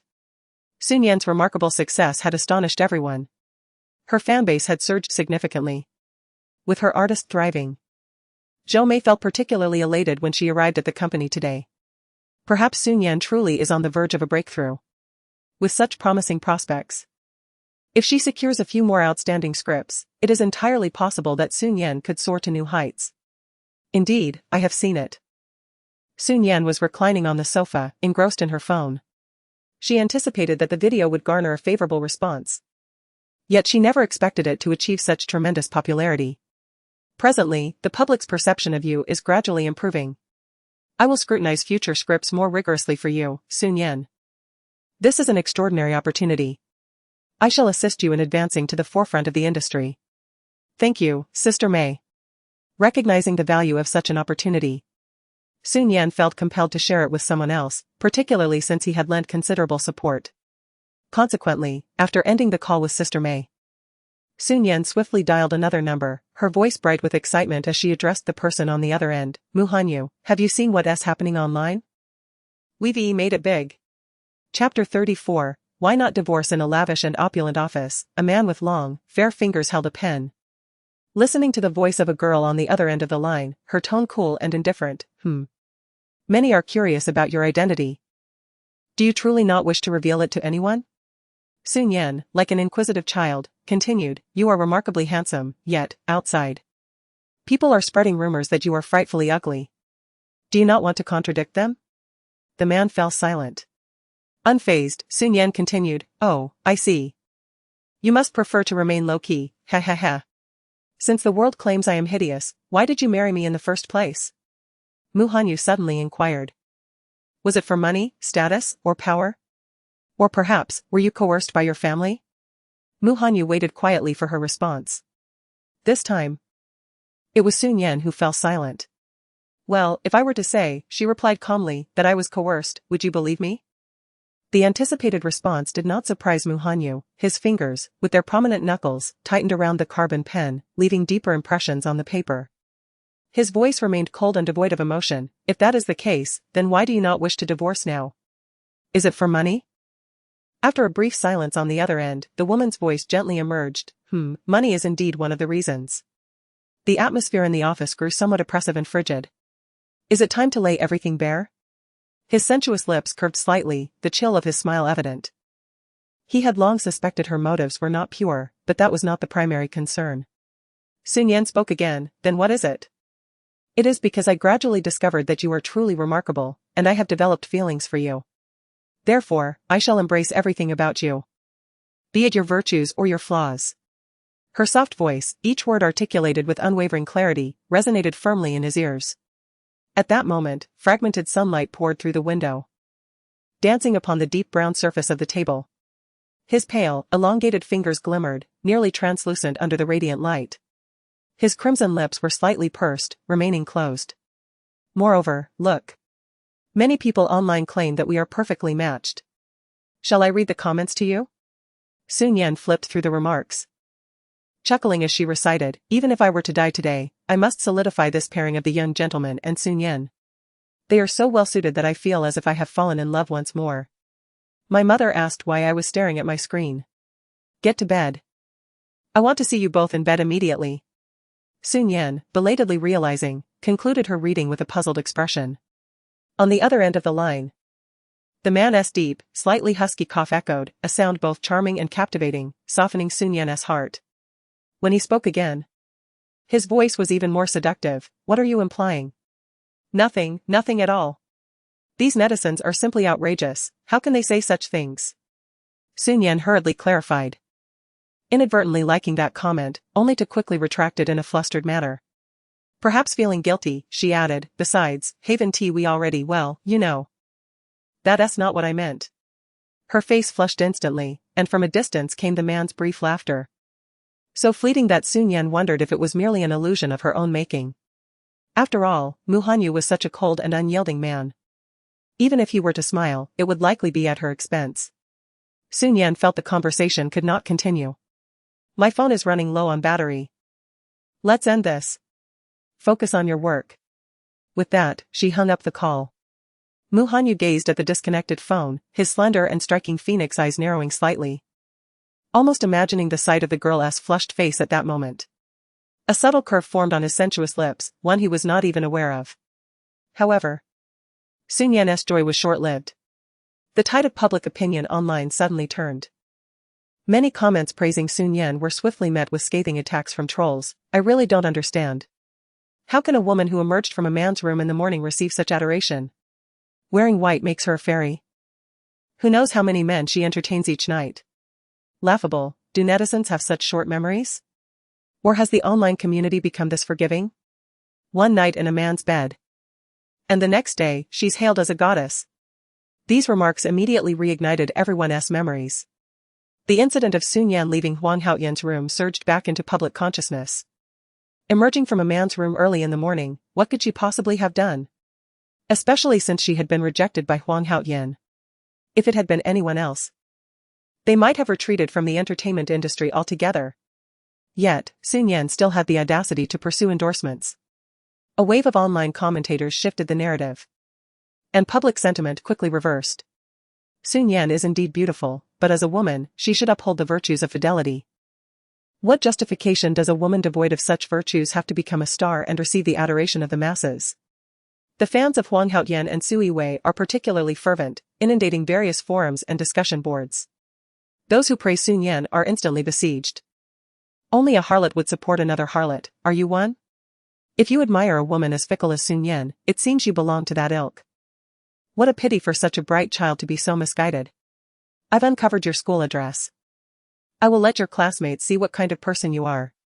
It must be said, the fervor of both factions is truly overwhelming, with some individuals even resorting to doxing those who commend Shi Nian. This madness has instilled fear in some of her supporters, silencing them, as no one wishes to sacrifice themselves for a celebrity. In an instant, the online atmosphere became toxic. The voices in support of Shi Nian gradually faded, leaving only the vitriol of hired commenters and the infighting between the fans. Within less than an hour, public opinion had completely reversed, such is the nature of the internet. At this moment, Shi Nian furrowed her brows at the onslaught of hired commentators when she unexpectedly received a phone call. Shi Nian, what exactly happened that day? The backlash online is overwhelming, the company's public relations cannot contain it. The anxious voice of her manager rang out. I have no connection with Huang Haoyan. I do not require public relations. What do you plan to do then? Your reputation is in tatters, our reality show will face breach of contract. Give me an hour. Shi Nian flipped off the sofa and, after ending the call, dialed another number. Her voice instantly transformed into a soft, delicate tone, darling. Upon hearing the girl's voice, Mu Hanyu slightly adjusted his almond-shaped eyes. It had only been an hour, and she already longed for him. This woman was rather clingy. What is it? He asked with an air of indifference. May I borrow your study for a moment, darling? Shi Nian inquired sweetly. It turned out she merely needed to borrow something. Mu Hanyu's tone seemed to darken slightly. Do as you please, but do not touch my belongings carelessly. Shi Nian obediently acknowledged his words and hung up. Then stealthily entered the study. After turning on the computer, she swiftly accessed the live streaming room. The first order of business was to connect with Huang Haoyan. The person at the height of their popularity had begun streaming, and viewers poured into the room, filling it with curses, insults, and mockery. Chapter 35, Huang Haoyan and the Three Men. Sunyang, you little vixen, do you truly think yourself worthy of enticing my brother Haoyan? Have you even glanced at your own reflection? Everyone, let us refrain from the vitriol. I believe Sunyang possesses certain merits, for instance, her remarkable audacity. Just the day before, she was knocking on a man's door, and now she continues her business as usual, truly the epitome of audacity in the entertainment industry. Seeing that Sunyang's meal today was again unearned, despite her youthful appearance, one cannot help but wonder how many men she has entangled with behind the scenes. Are those resources of hers perhaps acquired through more intimate means? The barrage of comments rapidly transformed the live stream into a cauldron of chaos. Yet, Sunyang appeared oblivious to the uproar. Noting that Huang Haoyan had not acquiesced, she casually remarked, Is Huang Haoyan afraid? She need not actively reach out to him. Her words would swiftly find their way to his ears. Such is the velocity of the entertainment circle. Before long, those eager for drama took the initiative to contact Huang Haoyan. Brother Huang, Sunyang has begun her live stream and is inviting you to join. What? That wench is seeking me? Indeed, she even implied that your reluctance is a sign of fear. At that moment, Huang Haoyan was at home, cradling a woman in his arms. Upon hearing this, a cold smirk formed on his lips. Is that her tactic? Does she think it would work on me? The woman in Huang Haoyan's embrace, noticing him entering the live stream, furrowed her brow. What does Sunyang wish to discuss with you? Is she still clinging to her ambitions? Perhaps so, my dear. Just refrain from making any noise. Huang Haoyan swiftly tidied himself up, fully aware of the significance of his image as an actor. Upon entering the livestream room, he appeared somewhat weary, his voice slightly hoarse. Shi Nian, what do you wish to accomplish? I was filming late into the night and received your call early this morning. Shi Nian reclined against the genuine leather chair of Muhan Yue's study. The deep brown decor exuding a solemn yet cool atmosphere, accompanied by a subtle scent of wood that fostered a sense of relaxation. His fragrance was undeniably to her liking.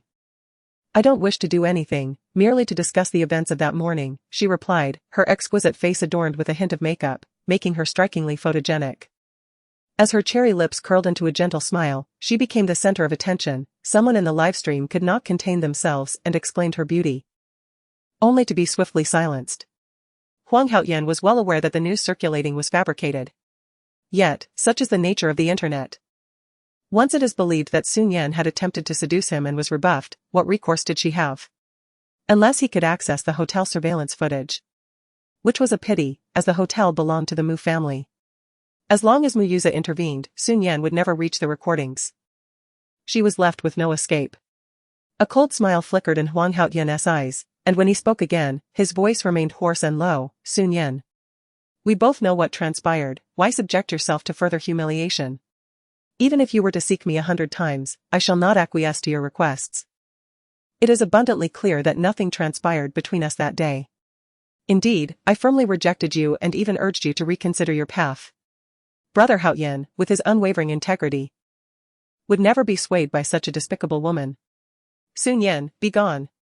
Brother Haoyan should not engage in conversation with such a creature. The mere sight of Shi Nian induces nausea. Truly, she is someone born of a mother yet raised without one. Witnessing the public's vitriol directed at Shi Nian, Huang Haoyan felt an overwhelming sense of delight and ease, although he maintained a facade of solemnity as he regarded her. Shi Nian, upon reading the comments, could not suppress her laughter. You all are hilarious. Do you genuinely believe that anyone who intends to seduce would choose the morning? She retorted directly to the netizens, who were instantly incensed. Then why did you seek Brother Haoyan early in the morning? A solitary man and woman in a confined space. Do you expect us to believe nothing occurred? Shi Nian appeared flustered. It seems she possesses quite the experience, having previously lured others under the cover of night. No doubt. A flicker of disdain crossed Huang Haoyan's eyes. Clearly, Shi Nian was attempting to cleanse her reputation. Unfortunately for her, she remained somewhat naïve. Huang Haoyan addressed the screen. Shi Nian, have you forgotten? You also came to find me at night, however. I deemed it inappropriate for a man and woman alone in the dark, hence I did not open the door for you. How shameless can Shi Nian be? Truly repugnant. Brother Haoyan, do take care of yourself out there, and do not allow yourself to be sullied by such a promiscuous individual. How much does Shi Nian charge for a night? I'll offer 2 coins. I'll offer 2.5. He had overestimated her. 2 yuan and 10 fen was the maximum he could concede. Observing the comments from netizens, Huang Haoyan felt a cold smile creep into his heart as he turned to Shi Nian, eager to see what she would say next. I had assumed Mr. Huang was preoccupied with a game of mahjong with 3 others last night, Shi Nian remarked with a radiant smile. Yet, Huang Haoyan felt a sudden pang of anxiety. A tightening sensation within. His tone faltered slightly as he responded, Shi Nian, what nonsense are you spouting? Isn't it true? Shall I help you jog your memory? Shi Nian retorted, retrieving her phone and opening a video. It was footage captured by a reporter, showcasing 3 men emerging from Huang Haoyan's room. His pupils constricted sharply.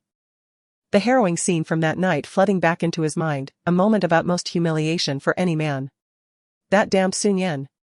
However, being an actor, Huang Haoyan possessed a modicum of composure. The tempest of emotions in his eyes quickly subsided. He stated, so what?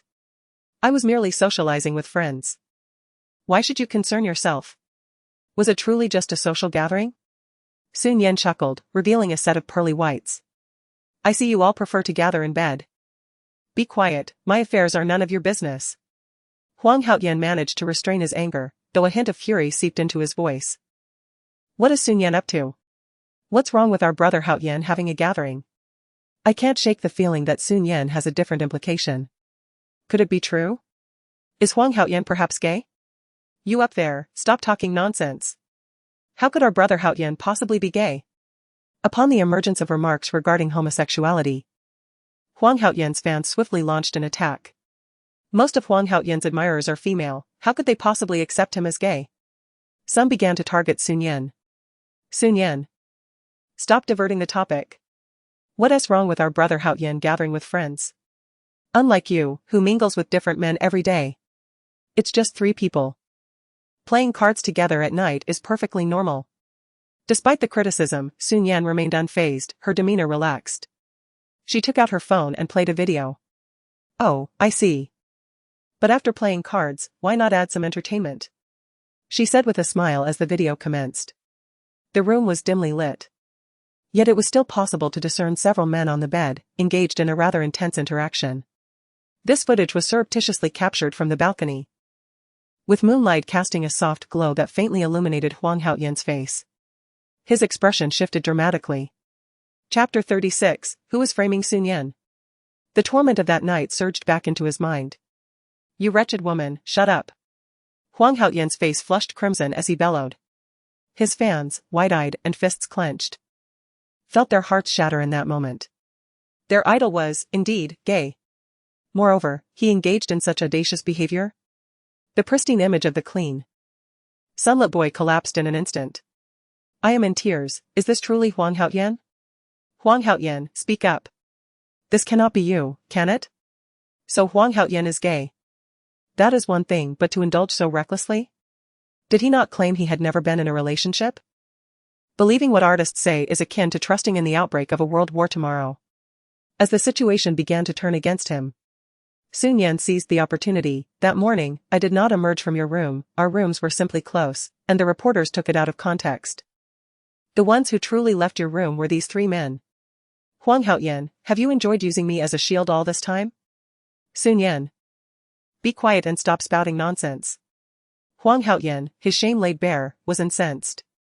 Shi Nian smirked, her peripheral vision catching a glimpse of the mark on his neck, leading her to make another provocative remark. You had quite the night, Huang Haoyan, did you enjoy yourself?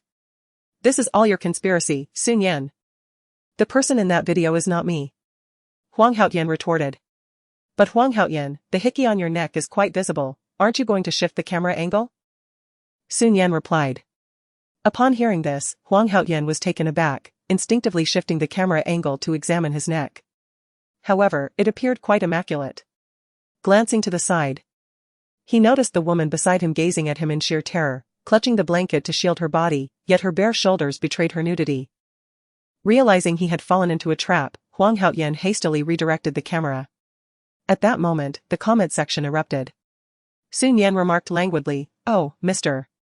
Huang claims to have been busy all night, was he engaged in some intimate theatrics with his companion? Huang Haoyan, infuriated, abruptly exited the livestream. Wasn't he supposed to be the epitome of a pure-hearted youth? Engaging with both men and women, Huang Haoyan seems even more despicable than Shi Nian. After enduring so long, I can only declare, Shi Nian is my wife. My poor wife, victimized by such treachery, Huang Haoyan is forever condemned. I have unfollowed. My affection has vanished.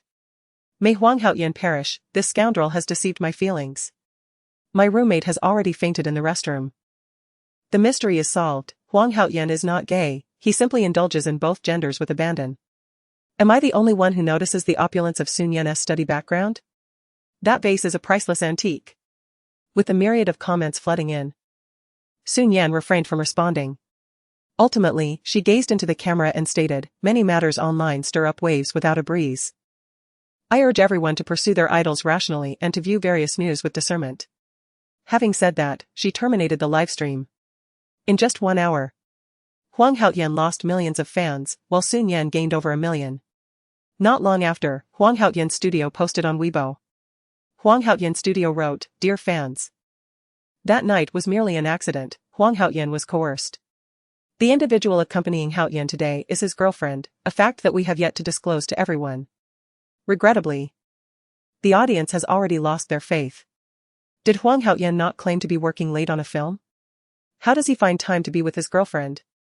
A master of time management? A grown man being coerced is laughable. Moreover, since Shi Nian did not seek him out, why does he not deny the allegations? Is he intentionally targeting Shi Nian? One might speculate that Huang Haoyan is deliberately involving Sun Yan for the sake of Su Yue. As he failed to deny the news after its release, Sun Yan is indeed pitiable, yet the young lady is remarkably composed when presenting evidence. Huang Haoyan's numerous falsehoods are irreparable, he cannot regain the trust of the public. The initial source of the news, JW News Agency, faced severe backlash and lost many followers. In contrast, Sun Yan experienced a surge in popularity following the resolution of the misunderstanding, with the promotional video for Mugwa jewelry garnering over 10 million views. Mugwa Jewelry even reached out to offer Sun Yan an increased salary. Elated, she indulged in 2 bowls of rice for lunch. As Mu Hanyu was occupied with a meeting and unable to return for a meal, she pondered whether she should express her gratitude to him. However, Mu Hanyu is not in want of money or other possessions. Perhaps she could personally prepare a meal for him? Sun Yan summoned the butler. Uncle Butler, do you know what Mu Hanyu enjoys eating? The young master seems to have a fondness for Buddha jumps over the wall. However, it is quite challenging to prepare. Madam, what do you intend to do? Oh. It's nothing much, I simply wish to surprise Mu Hanyu. In her previous life, Shi Nian often faced hunger and cold, so she spent much of her time cooking at home, honing her culinary skills quite well. Determined to create a delectable dish, Sun Yan drove back to the ancestral residence. Grandfather, I've come to visit, I shall cook for dinner tonight. Ah? Why? The old gentleman, fishing in the backyard, was taken aback by her sudden appearance. Sun Yan plopped down beside him, the soft, plush lawn beneath her felt delightful. With a smile, she explained, I feel that Mu Hanyu works too hard. I want to prepare something delicious to reward him. Hearing this, the old man was deeply touched. What a wonderful daughter-in-law. How could that rascal Mu Hanyu not cherish her? Resolute in his thoughts, he decided that if that scoundrel dared to stir up a divorce, he would break his legs. At that moment, Mu Hanyu, in a meeting room, suddenly sneezed. It seemed as if someone was cursing him from behind. Sun Yan and the old gentleman spent the afternoon fishing, listening to tales of his youth, which she found rather impressive. Their lively banter successfully scared away all the fish, and as twilight deepened, they concluded their efforts with nothing to show for it. Old Master Mu coughed awkwardly a couple of times, remarking, It seems I have exhausted the fish in the river.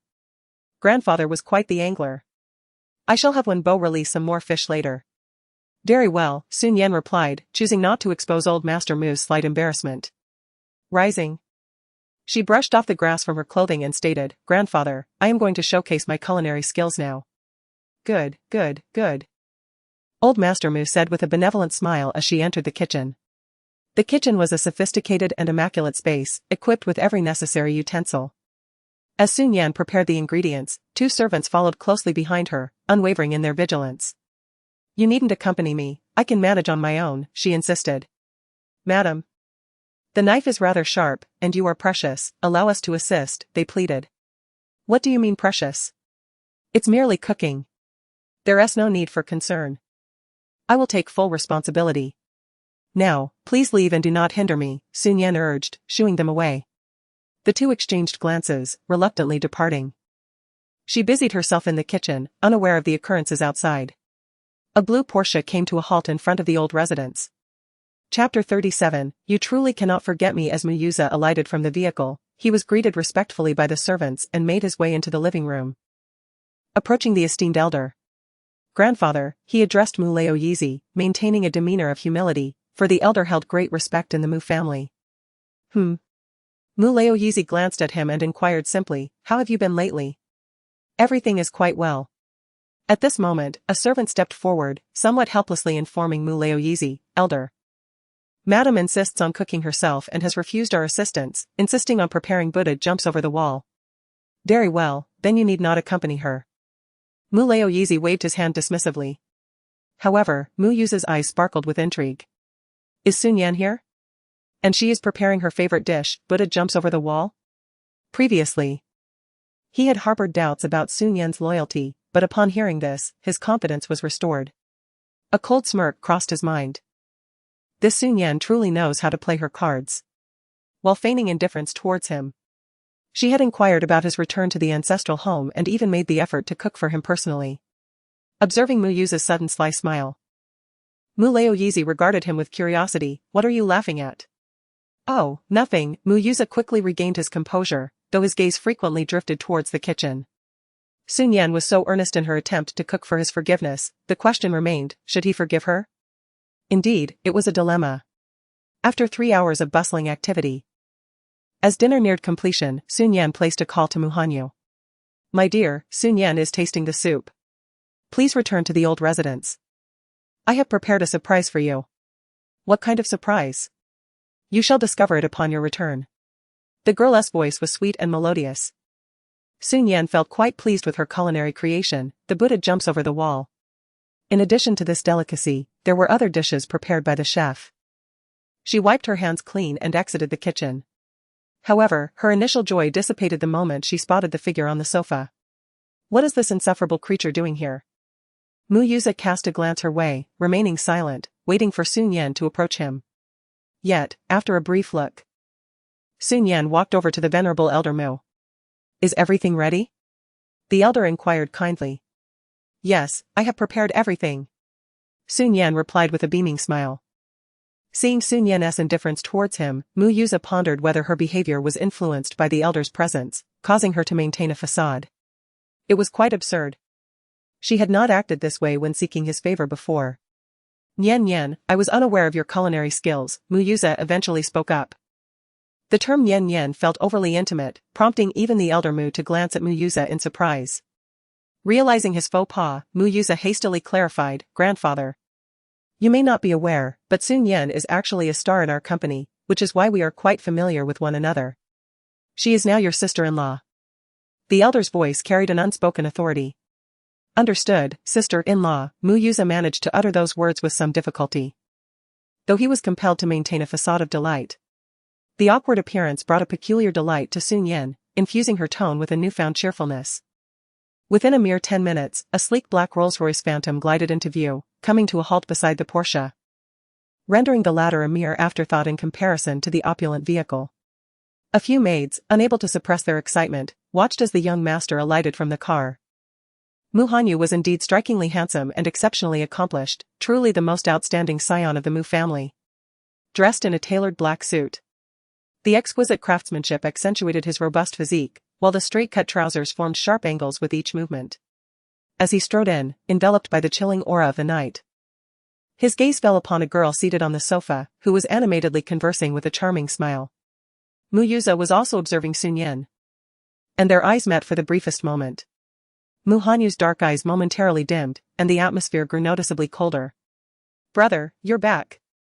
Mu Yuza exclaimed upon spotting him. Just as Shi Nian was about to express her surprise, Mu Yuza interjected, Sister-in-law personally cooked Buddha jumps over the wall today. Brother, you're in for a treat. Let us see how sister-in-law's cooking turns out. What a tactless mouth Mu Yuza had. Shi Nian silently scolded him. Yet her gaze lingered on Mu Hanyu with a hint of anticipation. However, Mu Hanyu merely responded with a nonchalant scarcely glancing in her direction as he removed his coat. Mr. Wen promptly instructed the chef to serve the dishes. Buddha jumps over the wall was placed at the center of the dining table, its enticing aroma wafting through the air, overshadowing the offerings of even 5-star chefs. As everyone gathered around the dining table, Shi Nian had just taken her seat when Mu Yuza settled beside her, while Mu Hanyu occupied the opposite side. Shi Nian felt a tinge of exasperation towards Mu Yuza, but she was too indifferent to dwell on it at the moment. After serving a bowl for the elderly Mu, she intended to prepare one for Mu Hanyu as well, only for Mu Yuza to snatch the bowl and serve his brother instead. Brother. I never expected that sister-in-law's Buddha jumps over the wall would look so delightful. You should indulge yourself, he remarked. Shi Nian could not help but grind her teeth in annoyance. Why was Mu Yuza so bothersome? Mu Hanyu, however, merely responded with a nonchalant his exquisite features exuding an air of cold indifference. Is it delicious? Shi Nian inquired eagerly as she observed him eating. Mu Hanyu cast a fleeting glance her way. His voice frosty, it's passable. Just passable? Shi Nian felt a pang of disappointment. Nian, don't mind this insufferable brat, what you made is truly delectable. The elderly Mu interjected, genuinely surprised by the delightful flavors, having not anticipated Shi Nian's culinary prowess. Grandfather, you flatter me. If you enjoy it, I shall prepare it for you more often, Shi Nian replied, her spirits lifted. Very well, but grandfather would not want you to tire yourself, he cautioned. Oh. It's hardly a burden, she reassured him. Meanwhile, Mu Yuza, savoring his meal, was equally astonished. His gaze on Sun Yan was laced with complexity. He knew her to be a headstrong young lady, and it was inconceivable that she could cook. Perhaps she had diligently practiced for her own sake. It seemed he needed to ease her mind. Thus, during the meal, he leaned closer to Sun Yan and whispered, "Meet me in the garden after dinner." In the garden? Sun Yan mused, bemused by Mu Yuza's apparent lack of learning. Sun Yan's heart was filled with a cold, mocking laughter. The meal she had painstakingly prepared received no praise from Mu Hanyu and was met with indifference, leaving her with a tinge of disappointment. At that moment, Mu Yuza approached her. After finishing dinner, Sun Yan leaped out of the window at the top of the corridor and made her way to the back garden. Entering through the front door would surely arouse suspicion. The girl's figure nimbly grasped the window frame and quietly slipped away. Unbeknownst to her, a shadow cloaked in black stood silently behind her. In the hall, Mu Yuza announced that he would return first, yet he too headed to the back garden, where he immediately spotted Sun Yan standing there. With her fingers tucked casually into her pockets, her nonchalant demeanor exuded a hint of lazy charm. "Why are you here?" "Nian Nian, I truly had no idea how much you have sacrificed for me," Mu Yuza remarked, his expression a complex mixture of emotions as he gazed at her. Chapter 38, My Husband's 7 Encounters in One Night. Sun Yan, why does this dog of a man insist on speaking in riddles that no one can comprehend? Can you please utter a few words that make sense? Sun Yan questioned. Enough with the charade. I am well aware that you have been studying the art of Buddha jumps over the wall for quite some time. Why have you not shared this with me? Sun Yan, I haven't told you because I haven't learned it at all. I already know how to make it, alright? Mu Yuza remained lost in his self-absorption. Is it because you have misunderstood my relationship with Su Yue? In truth, there is nothing between us. She is deeply infatuated with me, and my dining with her was merely to ensure her dedication to her work, thereby generating profit for the company. Ultimately, that money will belong to us, won't it? Sun Yan's fingers gently grazed her phone in her pocket. Mu Yuza was implying that he held no affection for Su Yue. Is that so? And what of Shi Nian? She inquired, her dark eyes fixed on Mu Yuza. Awaiting his response. My feelings for Shi Nian are quite similar. Do you truly believe I have any fondness for her? It is solely because the company requires her. Otherwise, I would have kicked her to the curb long ago. Such words were anticipated. Yet, hearing them spoken aloud still inflicted an undeniable pang of heartache. It was not due to lingering affection for him, but rather the sorrow of having invested her youth in this scoundrel, only to realize his true nature posthumously. Is that so? So it is, Sun Yan murmured softly. Indeed, my heart belongs solely to you. Nian Nian.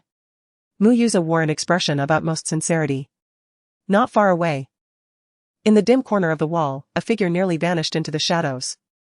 Those deep, dark eyes were imbued with an intensity that was almost overwhelming as he observed the scene before him, also overhearing the conversation between two individuals. Indeed, had Sun Yan never changed? All her actions were merely superficial. To profess her affection for him, how utterly absurd. Just as he turned to return, a voice filled with disdain pierced through the air behind him. Do not utter my name, it disgusts me. Then, in an instant, no one saw what transpired. Only the sound of a thud reverberated. When Mu Hanyu glanced over, he beheld Mu Yuza's form crashing into the thicket of flowers. The blossoms were exquisite. Yet each bore thorns. Mu Yuza felt as though his entire body was being pricked, blood seeping from his wounds. He screamed, attempting to extricate himself from the floral entanglement. But the flowers were so soft that the more he struggled, the deeper he sank, akin to a mire. As he flailed, a silhouette clad in white emerged in the moonlight, looming over him. At that moment, Mu Yuza found her presence somewhat terrifying. Sun Yan, what are you doing? He questioned. It seems the lesson I imparted last time was insufficient. Listen well, Mu Yuza, keep your distance, I am your sister-in-law. Should you dare utter anything inappropriate again, I shall strike you each time we meet. Sun Yan regarded him with the disdainful gaze of a queen surveying refuse, her lips curling into a mocking smirk. Sun Yan, are you toying with me? Do not feign innocence. Did you not prepare Buddha jumps over the wall for me today? Mu Yuza could scarcely believe it. It was for my husband, as when Bo mentioned that his favorite dish is Buddha jumps over the wall. I spent 3 hours preparing it. What about you? Do you even consider if you're worthy? Mu Yuza's expression grew increasingly grim. Mu Hanyu? I refused to believe it. Shi Nian clearly harbored a strong aversion to Mu Hanyu. Otherwise, how could she have been so easily ensnared at the mere flicker of his interest? Not believing? Shi Nian stroked her chin. Scrutinizing Mu Yuza from head to toe, Mu Yuza, I am genuinely curious about the source of your confidence. You are neither as handsome as my husband nor as wealthy. Your physique pales in comparison to his. Do you believe I am blind or mentally deranged enough to be attracted to someone like you? How dare you label him as trash? Mu Yuza was infuriated. Shi Nian had truly lost her mind. Shi Nian, do you expect me to believe your absurd claims? If Mu Hanyu were truly so exceptional, why would you still harbor feelings for me? Perhaps he is utterly inept in bed. Mu Yuza mocked. Shi Nian's gaze turned icy as she swiftly snapped off a nearby flower bouquet and struck him across the face with it. Cease your reckless conjectures about others. Let me assure you, my husband is quite capable, engaging in intimacy 7 times a night. The thorny rose petals instantly lacerated Mu Yuza's face, inflicting excruciating pain. You're just pretending. Mu Yuza shouted in rage. As he saw Shi Nian preparing to strike again, he summoned all his strength to escape the floral chaos. Intent on confronting her, when suddenly, a figure emerged from the shadows, an invisible aura enveloping the space. Brother? Mu Yuza's complexion turned ashen. How could Mu Hanyu be here? Had he heard everything that just transpired? Panic began to creep into his heart. The woman, once brazen and domineering, suddenly transformed in an instant. Burying her head in Mu Hanyu's embrace, sobbing, Darling, you arrived just in time. Mu Yuza is trying to bully me, woo-woo. I am so scared. If you had come even a moment later, I might have. Woo-woo. Mu Yuza exclaimed in confusion, is this the villain crying foul? Brother. Don't listen to her nonsense. Look, I am the one who is injured. He hurriedly interjected, pointing to the various wounds adorning his body, which appeared rather gruesome. Shi Nian nestled her small head deeper into his embrace, her expression a mix of fear and grievance. He wanted to bully me. I merely shoved him a little. He lost his balance and fell. It has nothing to do with me. Mu Yuza retorted, just a little shove? He was clearly sent flying by a punch. He protested loudly. Brother, it's not like that, she is the one who struck me. With a biting coldness, Mu Hanyu's voice dripped with scorn. Can't even handle a woman, Mu Yuza? Are you truly so useless? At a loss for a retort, Mu Yuza found himself momentarily speechless. Do not let me see you again. Get out. Mu Hanyu commanded coldly. Gritting his teeth, Mu Yuza shot an indignant glare at Shi Nian, who was feigning tears. Before turning and storming away. Once he left, Shi Nian did not release her hold on Mu Hanyu. Enough, stop pretending, the man's icy voice resonated from above. Shi Nian coughed softly, reluctantly loosening her grip on Mu Hanyu. She looked up at him, her tone sweet and soft. Mu Hanyu, your timing is impeccable. Is it not timely? If it were any later, she might have completely exhausted Mu Yuza. However, Mu Hanyu snorted coldly, turning back to his room. While Shi Nian followed closely behind him. Was the Buddha jumps over the wall I made today really unappetizing? When did I ever say it was unappetizing? You merely remarked it was mediocre, which implies it was indeed unappetizing, he retorted, casting her a sidelong glance as he entered the bedroom. Just as she was about to continue her chatter, her wrist was suddenly clasped by him. Mu Hanyu retrieved a medical kit from the cabinet and placed it on the table, then glanced at her delicate hand, which bore several scratches. They were inflicted by the thorns of the flowers she had just handled. At this moment, Shi Nian noticed the wounds and felt a twinge of pain. Her watery eyes gazing earnestly at Mu Hanyu. He took out a cotton swab to disinfect and tend to her injuries. The man, who seldom engaged in such acts for others, was somewhat heavy-handed. When he raised his gaze, he saw a mist of tears in her eyes. As if she were struggling to suppress something. He awkwardly inquired, does it hurt? Chapter 39, The Mysterious Investment. Shi Nian choked back her emotions. Why don't you speak of your pain? Yet, this was the first time he tended to her wounds. She pursed her delicate lips. Mu Hanyu, you are truly wonderful. You are the first person to treat me with such kindness. As she softly uttered these words, she took a step closer, resting her head gently on his shoulder. Nuzzling against him. This truth resonated with her, in her previous life, whether it was a grave injury or a minor scrape, she had always resolved her troubles alone. Though Mu Hanyu appeared cold on the surface, his thoughts were intricate. He gazed at the young girl's exquisite face, sensing a hint of melancholy.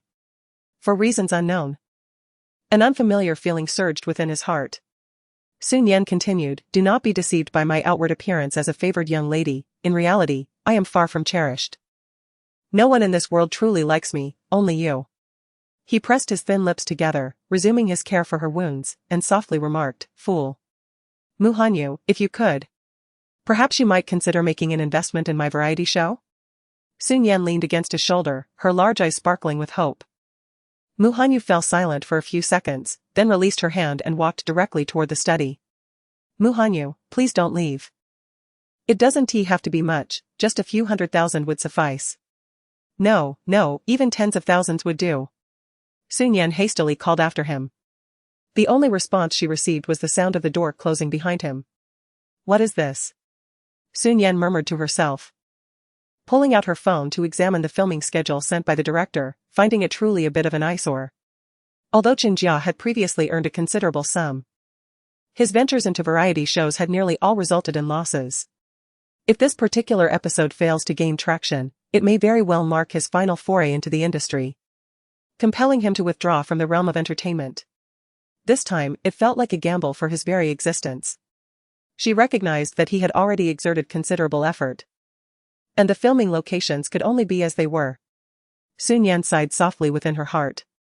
A few days later, within the confines of Sui Wei's film crew, she was in her private makeup room when her agent's call suddenly interrupted her. "Wei, I have signed you up for the years of you, me, and him." Upon hearing this, Sui Wei's brows furrowed tightly in confusion. "What? That floundering variety show? Why on earth would I participate?" The show's caliber was such that even a second-tier star would be considered a significant boost to its status. She was on the verge of becoming a first-tier celebrity. "Fool. Do you think I would let you suffer? I have insider information." "What information?" The agent's voice took on a mysterious tone. "I have heard that a secretive mogul has joined the years of you, me, and her, investing a staggering 8-digit sum. Their status has undoubtedly escalated significantly. If you can establish a rapport with this enigmatic investor through the program, your path ahead will be far smoother. Many stars are clamoring for this opportunity. I made sure to secure your spot ahead of them." "An 8-digit investment? Who is this mogul? To be so generous at a whim? Who could it possibly be? Are there any photos?" "None. The mogul remains too elusive. However, Wei, I have faith in you. You must capture the favor of this benefactor. The more enigmatic a person is, the more alluring they become." Su Wei found herself captivated as well. Although she stood on the precipice of becoming a leading actress, she always seemed to fall just short. Should someone lend her a hand, securing the title of Best Actress would no longer pose a challenge, and she would no longer be compared unfavorably to Shi Nian. "All right, I shall participate." Within a mere day, this news reverberated throughout the entertainment industry. Stars who previously dismissed the years of you, me, and her now scrambled to sign up, though regrettably, only a handful would be selected. At this point, Shi Nian remained unaware of these developments, however. She did know that the filming location had shifted from a desolate place to a newly developed resort. Chen Guogua had even called to ask if Shi Nian would accompany her. Yet, the program's filming requirements mandated self-sufficiency, forbidding anyone from bringing assistance. Consequently, upon hearing this, Chen Guogua, albeit somewhat disappointed, had no choice but to forego the idea. The day of the recording arrived swiftly, with Mu Hanyu escorting her to the entrance of the resort. "I must leave now. I will be staying here for the next few days." Shi Nian remained seated in the passenger seat, unwilling to exit the vehicle. The man replied coolly, his tone as indifferent as ever. How icy he was. Shi Nian stayed put, refusing to get out of the car. Only then did Mu Hanyu turn his phoenix-like gaze towards her. "Aren't you getting out? Will you miss me?" "Not at all," the man replied without hesitation. Shi Nian felt a pang of grievance as she reluctantly opened the car door and stepped out. Mu Hanyu followed suit, retrieving her luggage from the trunk. When their fingers brushed momentarily as he handed her the suitcase, she felt the warmth of her soft hand against his. "Go on," he urged. Mu Hanyu remarked, "Well, I shall take my leave." Shi Nian pushed her suitcase and brushed past him. As the distance between them gradually widened, suddenly, a strong hand grasped her arm. At that very moment, Shi Nian happened to glance back, taken aback by the unexpected tug from the man. Their lips brushed against each other for an instant. An air of ambiguity lingered between them. Shi Nian's fair complexion flushed a deep crimson. What are you doing? She stammered. Mu Hanyu, equally surprised by the turn of events, replied, nothing. She cast him a shy glance, unsure whether her embarrassment was due to the moment or something else, and quickened her pace into the resort. Inside the vacation villa, several guests had already arrived. Among them were 2 regular members of the program, both seasoned actors in the entertainment industry. One was the elegant and poised former powerhouse actress, Zhou Ruaji, who, now in her 30s, had largely stepped away from filming after marriage, exuding a neighborly sister vibe. The other was Zhang Leinan, also in her 30s. Known for her excellent interpersonal skills. Despite her reduced acting appearances, she maintained a commendable reputation in the industry. Zhang Ge, Zhou Jia, you have arrived quite early. Shi Nian greeted her seniors promptly. Zhou Ruaji smiled gently at Shi Nian, her eyes warm. She appeared to be quite different from the online descriptions. Dressed simply in a white casual shirt and blue shorts, a light pink belt accentuated her waist, presenting an image of refreshing elegance. Her long black hair cascaded down, looking exceptionally well-behaved. Zhang Leinan also regarded Shi Nian with a measure of approval. Especially in contrast to the flamboyant celebrities beside her, the moment they spotted Shi Nian, unease washed over them. One of them spoke up, your name is not on the production team's list, how did you end up here? This individual was none other than Wang Ruaji, who had come to the resort for filming, adorned in designer attire, resembling a flamboyant peacock. Surely you haven't snuck in. Have you? Wang Ruaji confronted her, exuding an air of superiority. What on earth are the security personnel doing? How can they allow such trash to enter? Are you implying that this place is a dump, only fit for someone as worthless as you? Shi Nian replied, her tone unfazed. Chapter 40, a variety show encounter with Su Yue. Wang Ruaji glared at Shi Nian in indignation, feeling that Shi Nian was truly speaking nonsense. Alright, Ruaji. Do not stoop to Shi Nian's level, a cute-faced female celebrity interjected, attempting to mediate the situation. Shi Nian recognized this doll-like actress, who was said to have a prominent background, and had navigated the entertainment industry with remarkable ease, likely the youngest member of their production team. Humph, Wang Ruaji retorted. Meng Meng is right, we will soon be living together, so we should get along well. A gentlemanly male star also chimed in, introducing himself as Gu Chen. A rising star known for his refined and handsome appearance, boasting an impressive fanbase. Alright, we won't argue anymore, Wang Ruaji conceded upon hearing Gu Chen's voice. Just then, a sleek black luxury car suddenly entered the resort, stopping directly beside the group, startling everyone. The resort prohibited vehicles from driving in. Thus even seasoned actors had to leave their cars outside and walk in. Who was this, daring enough to drive in? A sense of discontent brewed among the onlookers. The car door swung open, and a woman clad in an opulent deep purple gown emerged, removing her sunglasses. With a slight smile curving her lips, she surveyed the crowd and remarked, oh, everyone is here. Though her smile was warm, it carried an air of superiority that was hard to ignore. Sister Yue. You are here too? Wang Ruaji exclaimed in surprise. Yes, I've had a relatively free schedule lately, so I thought I would come by for a visit. Su Yue smiled gently, then noticed the 2 seasoned actors nearby and greeted them. Zhou Ruaji glanced at her. Her tone neither warm nor cold. Are you unaware that driving is prohibited in the resort? It can be quite disruptive. To Shi Nian's surprise, Zhou Ruaji articulated her thoughts directly, deepening Shi Nian's favorable impression of her. Su Yue's smile faltered slightly. She mused that although Zhou Ruaji was older, her current prominence paled in comparison to her own, and yet she spoke so bluntly. With a forced smile, she replied, I apologize. I had heard this place is newly developed, so I did not anticipate any residents. I will certainly be more mindful in the future. She then inquired, has the director's team arrived yet? They had only spotted the cameraman nearby, while the director's whereabouts remained unknown. Su Yue's gaze was somewhat fervent. Of course. She was not eagerly awaiting the director, but rather the enigmatic mogul. Was it not said that a mysterious benefactor would be present? She had meticulously prepared her appearance today. aiming to curry favor with this elusive figure. Wang Ruoji and Gu Mengmeng shared a similar mindset. Just then, their phones suddenly rang. They all answered simultaneously. On the first day of recording, you are to find ways to spend the day here. New tasks will be assigned tomorrow. The message concluded abruptly, leaving them hanging. Seriously? The production team is so inconsiderate. How are we supposed to get by without any provisions? Wang Ruoji grumbled, intending to call back for clarification. Only to discover there was no signal. Being on the mountain, the reception was notably poor. Shi Nian gazed at her phone and remarked.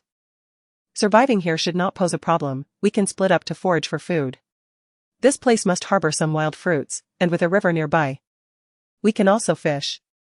Wang Ruoji immediately responded, very well, if that is the case, let us proceed separately, with each group only consuming what they gather. Misunderstanding Shi Nian's original intent, Wang Ruoji cast a haughty glance at her. Observing her demeanor, Shi Nian chose to disregard it, thinking to herself, fine, I have no objections. The others remained silent, and they began to form groups. Wang Ruoji teamed up with Su Yue, while Zhang Leinan, Zhou Ruoji, and Gu Qin formed another group. Ultimately, only Gu Mengmeng and Shi Nian were left as a pair. Gu Mengmeng appeared somewhat disdainful of Shi Nian, yet it seemed there were no alternatives at the moment. Once the groups were established, they set off on their respective quests, planning to reconvene in the evening. Little did they know. This was not a mere recording but a live broadcast. Each group was accompanied by 2 cameramen, capturing the entire experience in real time, a grand reality show streamed live. Sister Yue is so beautiful, I never expected to see her here. How exhilarating. Meng Meng is adorable as well. But it seems both she and Shi Nian are rather inexperienced, can they truly survive? Hunger is something one can endure. Manual laughter, look. Yue and Shi Nian have crossed paths, what do they intend to do? Before us lies a lengthy iron suspension bridge, suspended over an unfathomable chasm. Serving as an attraction at the resort. The moment one steps onto its surface, it begins to sway incessantly, instilling a sense of trepidation. Yet on the other side, there exists an orchard, alongside various leisure spots. The act of foraging for wild fruits is undoubtedly the most delightful and leisurely pursuit. This was the objective of Wang Ruoji and her companions. To their surprise, Shi Nian and Gu Mengmeng had also arrived. After contemplating briefly, Wang Ruoji whispered something to Su Yue and hastily made her way across the bridge. The iron bridge began to sway violently. Let us cross as well. Shi Nian suggested to Gu Mengmeng. Tentatively, Gu Mengmeng extended her foot. As soon as it touched the bridge, it shook even more violently. Ah! She shrieked, retracting her foot. Only to witness Wang Ruoji deliberately shaking the bridge from the other side. Shi Nian furrowed her brow. Unbeknownst to Wang Ruoji, she was live-streaming. Observing the picturesque environment, she was convinced there were abundant treasures to be claimed. She intended to monopolize them, refusing to share with Shi Nian. Isn't Wang Ruoji being a bit excessive? Why frighten others? Wasn't she known in the entertainment industry as a benevolent angel? Perhaps it is merely a jest, let us not overreact, Su Yue observed from a distance. Watching as Wang Ruoji intentionally swayed the iron bridge, her thoughts mirroring those of Wang Ruoji. Please stop shaking it. Gu Mengmeng exclaimed loudly, her complexion paling. As she felt genuinely startled. First come, first served, this place is ours now, you may seek other areas. Wang Ruoji spoke with an air of triumph. This place occupies half of the resort's area, and they brazenly claim it as their own? A glimmer of cold light flickered in Shi Nian's eyes. Moreover, she recalled the director's words, here, there are no rules. Suddenly, Shi Nian seized the hand rope of the suspension bridge and forcefully shook it to the left, nearly toppling the entire structure. Wang Ruoji collided directly with the rope railing, her fear prompting her to grip it tightly. Due to inertia, the bridge then swayed violently to the right, causing Wang Ruoji to wobble precariously, on the verge of losing her composure. Shi Nian. Su Yue interjected, her voice firm. Don't go too far, stop it. I'm sorry, but I can hardly hear what you're saying. Shi Nian replied, a playful smile gracing her lips, revealing a row of pearly whites. The wind is too strong, there's nothing I can do. However, I must say, the game Miss Wang was playing earlier was rather entertaining. No wonder she enjoyed it so much. Su Yue was well aware that Shi Nian was being deliberately mischievous. The real question was how this wretched woman possessed such strength. She had initially anticipated watching Wang Ruoji drive them away, yet unexpectedly found herself subjected to Su Nian's torment. Realizing there was no advantage in remaining, Su Yue quickly urged Wang Ruoji, "You should come over here." The bridge swayed violently. And Wang Ruoji felt that if she let go of the rope, she would plummet immediately. Tension gripped her entire being, rendering her immobile. "I can't. You need to stop the bridge first." Su Yue had no choice but to grasp the iron chain. However, the oscillating chain caused her hand to sway uncontrollably, leaving her bewildered by Su Nian's extraordinary strength. "I was wrong," Wang Ruoji exclaimed, overwhelmed by the relentless shaking that made her feel as if she were on the verge of falling. "Su Nian, please stop shaking. I admit my mistake." "Admit your mistake?" Su Nian replied.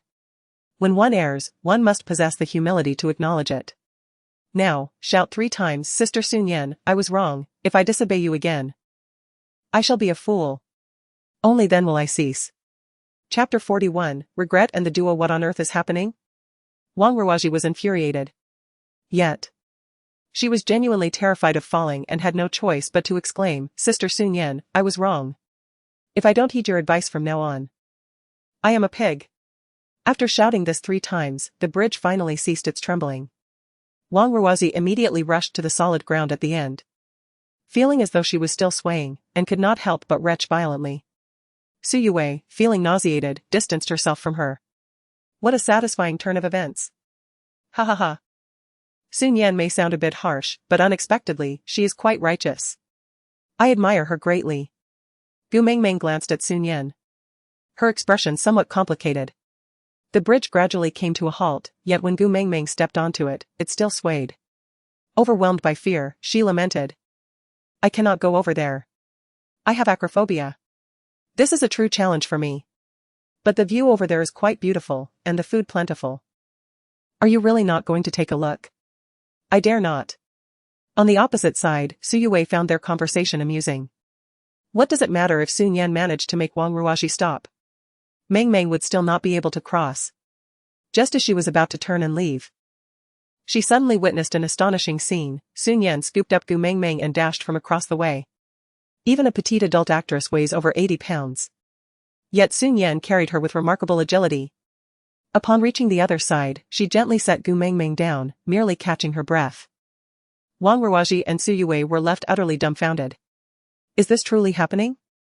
Gu Mengmeng gazed dazedly at Su Nian, then glanced back at the iron chain bridge.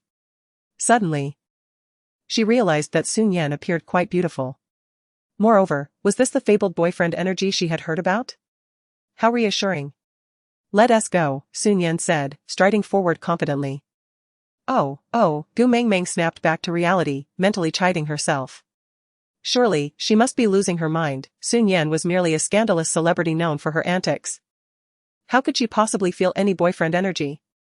She continued to hypnotize herself with these thoughts. After a while, Wang Ruoji felt much better and joined Su Yue as they walked over.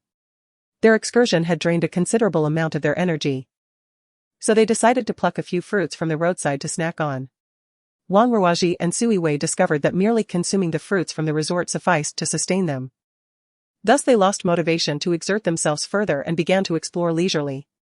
The scenery here was indeed splendid. They soon stumbled upon a hot spring, but the path was blocked. It seemed they would have to wait until tomorrow to enjoy it. They frolicked amidst the sea of flowers for quite some time, with Su Yue striking numerous poses for the camera. Wow, Sister Yue is stunning. Screenshot saved. Let me show you my little heart. Do such fairies truly exist? Why do I feel like I can't compare to Su Nian? I seem to favor Su Nian's looks more. To the person above. Perhaps check your eyesight. If that fails, consult your mind. Agreed with the above comment. The barrage of comments scrolled rapidly. As dusk enveloped the landscape and the sky darkened, everyone gradually reconvened at the starting point of the resort. Gu Chen's group had caught quite a few fish and was currently grilling them. Su Yue and Wang Ruoji spent the afternoon together, returning with an assortment of fruits. Meanwhile, Su Nian and Gu Mengmeng brought back a small basket filled with vegetables and mushrooms. While meandering at the back, they discovered that vegetables were being cultivated there, and they unreservedly took a few. The mushrooms were foraged from the roadside, and Shi Nian had confirmed their edibility. They were indeed non-toxic. Nian Nian, Zhou Ruoji said. Clearly taking a liking to Shi Nian, do you only eat vegetables? We have fish, would you care to join us? Gu Mengmeng gazed longingly at their grilled fish. Having felt hunger all day, and she couldn't help but look at Shi Nian with a hint of desire. However, if she were to speak up, it might imply an uncomfortable suggestion of mooching, considering they only had vegetables to offer.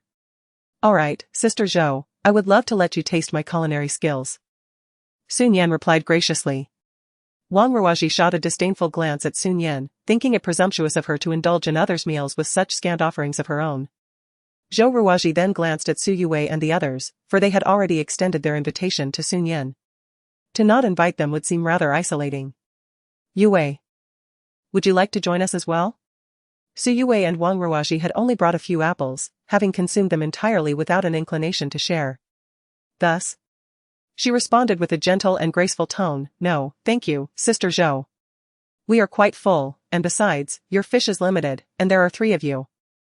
She subtly directed her gaze towards Shi Nian, suggesting that they themselves were hardly sufficient and implying that Shi Nian's request for food was a bit presumptuous. As if she were hoping for more disdainful remarks directed at her. Shi Nian, however, was too indifferent to pay her any mind. She had somehow procured a small pot and fashioned a rudimentary fire pit, placing the pot atop it filled with water to boil. She turned to Zhou Ruoji and inquired. Sister Zhou, could you spare me a fish? Zhou Ruoji had only 4 fish at her disposal, yet she generously offered one to Shi Nian. After cleaning the fish, Shi Nian placed it into the water to begin simmering a fish soup. Once this task was completed, she meticulously arranged the vegetables on bamboo skewers, instructing Gu Mengmeng to prepare them for grilling. As the fish soup neared completion after a brief interval, Shi Nian added the remaining vegetables and mushrooms, followed by a pinch of seasoning. In the background, the director's team observed. Qin Jia couldn't help but express his confusion. Isn't the kitchen supposed to be off limits? Where did Shi Nian acquire those seasonings? An assistant wiped the sweat from his brow. Director, Shi Nian kicked the kitchen door open. What? Isn't that a breach of the rules? Shi Nian retorted, but you stated that this time, the rule is that there are no rules. Qin Jia's eyes sparkled with intrigue. Sensing that Shi Nian would deliver an extraordinary surprise, such audacity. Meanwhile, Wang Ruoji and Su Yue sat nearby, observing her antics with amusement. What could possibly be delectable about grilling those vegetables? Shi Nian hardly appeared to possess culinary skills, why was she even pretending? However, gradually, the enticing aroma of the fish soup began to waft through the air, compelling them to swallow in anticipation. The barbecue was nearing completion, and Shi Nian had added the seasoning. After a brief period of grilling, the enticing aroma began to waft through the air. Gu Mengmeng, standing nearby, was nearly drooling. Spoon in hand, eager to savor the fish soup, but Shi Nian lightly tapped her hand, reminding her that it was not yet ready. Gu Mengmeng pouted. Yet she dared not disobey. Haha, it's just like the dynamic between my mother and me. Mengmeng, be good. By the way, can Shi Nian truly cook? From the screen, it looks utterly delicious. Zhou Ruoji was also adept in the kitchen. Yet she was taken aback by how Shi Nian could transform such simple ingredients into a dish that was aromatic and inviting. Although Wang Ruoji and Su Yue typically indulged in fruits, the delightful scent of the cooked dishes and fish soup rekindled their appetites. All done, Shi Nian finally announced. Retrieving a pair of chopsticks she had stealthily borrowed from the kitchen to distribute among them. There were a total of 10 skewers for the barbecue, with each person receiving 2. Guchen took a bite and was instantly astonished. The freshness of the ingredients rendered the dish exquisite, with the seasoning subtly enhancing rather than overpowering the natural flavors. He quickly finished his portion. Delicious! Zhang Lainan exclaimed, equally taken aback by the delightful taste. Nian Nian. Are you truly this skilled in the kitchen? As long as everyone enjoys it, Shi Nian replied with a smile, accepting the grilled fish that Zhou Ruoji offered her. The fish had a slight char, imparting a unique flavor that was surprisingly delightful. Gu Mengmeng was so engrossed in her meal that she could hardly utter a word. In the end, they shared the fish soup, relishing the moment together. Zhang Lainan took a sip and couldn't help but gulp it down entirely. He set the bowl aside, wiped the corners of his mouth, and felt satisfied, declaring that today had been the finest meal he had ever experienced. Chapter 42, Su Yue is in disarray. Oh heavens. Su Nian, how is it possible for you to create such a delectable soup with such simple ingredients? Zhou Ruoji gazed at Su Nian in astonishment. Fresh ingredients and perfect timing are all it takes, Su Nian replied nonchalantly, embodying the essence of as long as one possesses hands, one can achieve. You are simply remarkable. After this meal, the three of them regarded Su Nian with newfound admiration. Meanwhile, those watching from behind the screen were left salivating. This damn woman Su Nian has made me hungry again after I just finished eating. I must go indulge in some grilled vegetables. Oh no. I need to lose weight, perhaps I shall feast on some children's portions. It's evident how delicious Su Nian's cooking is, her expressions seem genuine and not feigned. Ah, I must have it at any cost. Haha, I suddenly feel sorry for Su Yue and Wang Ruoji. Su Nian, how selfish of you. Why must you isolate my dear sister Yue? It's truly baffling. Do you not understand the importance of respecting your elders? Isn't at their own fault? They chose not to eat, how can one blame Su Nian? Su Yue's fans are utterly speechless. Wang Ruoji and Su Yue, witnessing the others enjoying their meal, could hardly contain their regret, wishing they had brought back more fruit. As they finished their meal, Su Yue immediately stood up from the lawn and inquired. Where shall we sleep tonight? Did you not see? Su Nian looked at her with a peculiar gaze, half smiling. The rooms over here have been prepared for us. Upon hearing the words, the crowd turned to the side and indeed spotted several classical-style houses. They initially assumed these structures were ticket offices, but to their surprise, they were intended for them. Counting carefully, they found a total of 7 rooms, corresponding perfectly to the 7 guests present. It seemed quite evident that these accommodations were designated for them. Shall we take a look? One suggested, and the others nodded in agreement. A few of them rose to explore, discovering that each room possessed a distinct style and varied in size. After a moment of contemplation, Zhou Ruoji spoke up. How about we let Sushi believe that Su Nian had contributed significantly to their delightful meal that evening, without her efforts. Their dining experience would not have been so exquisite. It seemed only fitting that Su Nian should have the first choice. I prefer a quiet environment for sleeping. May I take this room? Zhou Ruoji began, but before she could finish, Su Yue interrupted her. Pointing to the largest room nearby and inquiring in a tone that suggested negotiation, what does your preference for tranquility have to do with this splendid room?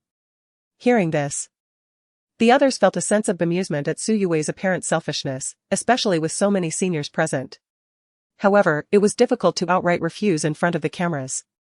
Very well, Zhou Ruoji replied nonchalantly, the rest of you may choose. I am adaptable to any room.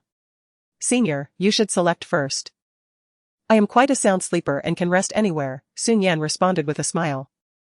Zhou Ruoji detected the subtle jab aimed at Su Yue and could not help but stifle a laugh as she nodded and chose room 2. At last, Su Nian and Gu Mengmeng chose rooms 3 and 4. As the guests prepared for slumber, the photographers departed. Exhausted from a long day, Su Nian finished her bath, lay down on her bed, and picked up her phone, which had a feeble signal. She soon set it aside and succumbed to sleep. For there was a grand spectacle awaiting her at dawn. She was well aware of the unscrupulous tactics employed by the production team. In the spacious bedroom, Su Yue, having taken her bath, reclined on the plush bed, grumbling, this dreadful variety show is exhausting. She turned over, appreciating the comfort of the bed, which rivaled that of a 5-star hotel. Her conviction grew stronger that her choice had been wise. This bed was indeed worthy of her stature. With a smile, she fiddled with her phone, but fatigue soon enveloped her, lulling her into slumber. Unbeknownst to her, a red light flickered in a corner of the room, capturing every moment. The viewers online caught wind of Su Yue's remarks. Is Su Yue really like this behind the scenes? It feels like she's crumbling. What's happening? My goddess is so endearing in private. The fans of Su Yue are utterly insane. Senior Zhou Ruoji is still here. And Su Yue dares to claim she is the biggest star? How shameless. Agreed. Naturally, Su Yue was oblivious to these comments, as she drifted into a blissful sleep. Within the director's team, Qin Jia observed the screen and spoke into the intercom. It's about time, let us begin, but be mindful of the artist's privacy. An employee gazed intently at the mirrored reflection of Su Yue's room, a broad smile spreading across his face, before swiftly pressing the button on the remote control in his hand. Suddenly, the bed collapsed violently, splitting in two. She tumbled to the floor with a jolt, awakening abruptly, her body aching from the fall. What on earth was happening? Su Yue stood in shock, the drowsiness instantly dispelled as she stared at the wreckage of the bed. Utterly dumbfounded. The bed broke? Didn't the production team bother to check beforehand? She had been asleep when the bed gave way. What kind of situation was this? Infuriated, she was just about to storm out in search of the director's team when, unexpectedly, a commotion erupted from the ceiling, followed by a loud crash as a bucket of water splashed down upon her, transforming Su Yue into a drenched mess. The icy water sent a shiver through her, and she couldn't help but sneeze. Ah! Su Yue screamed, first the bed collapsed, and now a bucket of water poured down on her. What kind of nonsense was this? She absolutely had to confront the director's team to clarify the situation. This was outrageous. Suddenly, a white paper note fluttered down, which Su Yue instinctively caught, revealing a few words inscribed upon it, a gift from the big room. Upon reading it, she immediately understood. This was a deliberate arrangement by the production team, and she just happened to be the unfortunate one who was assigned to the big bedroom. Now, even seeking out the director's team was futile. She felt a wave of frustration wash over her. What kind of absurdity was this? Ha ha ha. I was planning to sleep late at night, but I didn't expect to witness such a hilarious scene. As a mere bystander, I am certainly not a detractor of Su Yue. I merely wish to inquire if there are any other pranks in store. I cannot sleep. Ha ha ha. You made me laugh out loud late at night. My ladylike image, oh dear. I did not mean to laugh out loud, I truly feel for Sister Yue. Su Yue could only take a shower, and upon emerging, she was met with the sight of her bed, now a soggy mess, leaving her utterly speechless. Fortunately, there was a sofa available, where she could curl up and rest. The once cozy bed now replaced by a mere sofa brought tears to her eyes, and her resentment towards the production team deepened. Yet, bound by her contract, she could not withdraw midway. Moreover, the prominent figure had yet to make an appearance. She must endure a little longer to finally meet this esteemed individual, ensuring that her efforts were not in vain. Chapter 43, An unexpected encounter. Several individuals beheld her bare face, prompting Gu Mengmeng to hesitantly suggest, Su Yue, perhaps you should consider applying some makeup first? It was only then that Su Yue realized her lack of cosmetics, and a wave of embarrassment washed over her as she hurriedly retreated. However, the astonishment wrought by her natural appearance lingered among them. It seems that Yue often burns the midnight oil, Zhou Ruoji remarked softly. Indeed, it appears so, Wang Ruoji concurred, secretly reveling in her friend's momentary discomfort. An hour later, having finally completed her makeup, Su Yue emerged once more, restored to her usual refined and elegant demeanor. Yet, standing beside the more subtly adorned Shi Nian, she inexplicably appeared overly made up, as if overshadowed by the latter's understated beauty. Suddenly, I find Shi Nian truly lovely, one mused. Hee, my daughter is undeniably beautiful. Glancing at the clock, Shi Nian noted, due to your delay, it is now 10 o'clock. If we do not set off soon, we shall not accomplish today's task. And what is today's task? Su Yue inquired. You will find out once we reach the hot spring village. The hot spring village? Isn't that the place we passed yesterday? Since they had all traversed this path, they navigated it with ease. Along the way, Su Yue turned to Wang Ruoji and asked, what transpired in your room yesterday? Nothing much, I slept quite comfortably, she replied. Su Yue inquired once more, Meng, how did you sleep last night? Ah, it was delightful. The bed provided by the production team is even more comfortable than those found in some 5-star hotels, Gu Mengmeng replied softly. Upon hearing this, Su Yue concluded that the issue indeed lay only with the luxury suite. The production team was rather cunning. She was the only one who had fallen victim to this predicament. Observing Su Yue as she looked around, Shi Nian couldn't help but smile faintly. The roads that had been blocked yesterday were now open. The exterior resembled an ordinary village, somewhat backward, with many single-story houses. At this hour, some were still feeding chickens, the clucking echoing in the air, while straw lay scattered on the ground, and the atmosphere was refreshingly crisp. As this group of individuals appeared in the village, their attire starkly contrasted with that of the local residents, drawing the attention of many as they walked along the path. What is the purpose of our presence here? Wang Ruoji questioned, puzzled. I'm not sure, but we should receive a task reminder soon, Su Yue replied cautiously. She had been keenly observing her surroundings. Since it was said that the mysterious guest would appear second, they must be in this very location. She straightened her posture, determined that the enigmatic figure must recognize her first. Suddenly, Su Yue sensed an aura of danger. Instinctively, she turned her gaze toward the source of this unsettling feeling and spotted a water buffalo lying on the ground, staring directly at her. A buffalo. She glanced down at her attire, which was a vivid shade of red. Is it not said that bulls become agitated upon seeing red garments, charging at those nearby? As she witnessed the bull rising, a wave of panic surged within her, prompting her to hasten her steps forward. The moment she bolted, the bull dashed after her. A gust of wind swept past a few onlookers, who could only watch in bewilderment as the bull pursued Su Yue. Su Yue, what are you doing? Stop. Shi Nian shouted urgently. If I stop, I'll be done for. Su Yue retorted, noticing the relentless chase of the bull, hastily shedding her high heels to flee. In her mind, she cursed, what sort of production team is this? What a dreadful show. What on earth should I do now? Zhang Leinan anxiously inquired, hurry. We need to get the production crew out here, this is far too dangerous. If Su Yue gets hit, it would be catastrophic. Wouldn't she then spend the rest of her life bedridden? Many villagers had gathered, drawn by the commotion. Oh my, this is terrifying.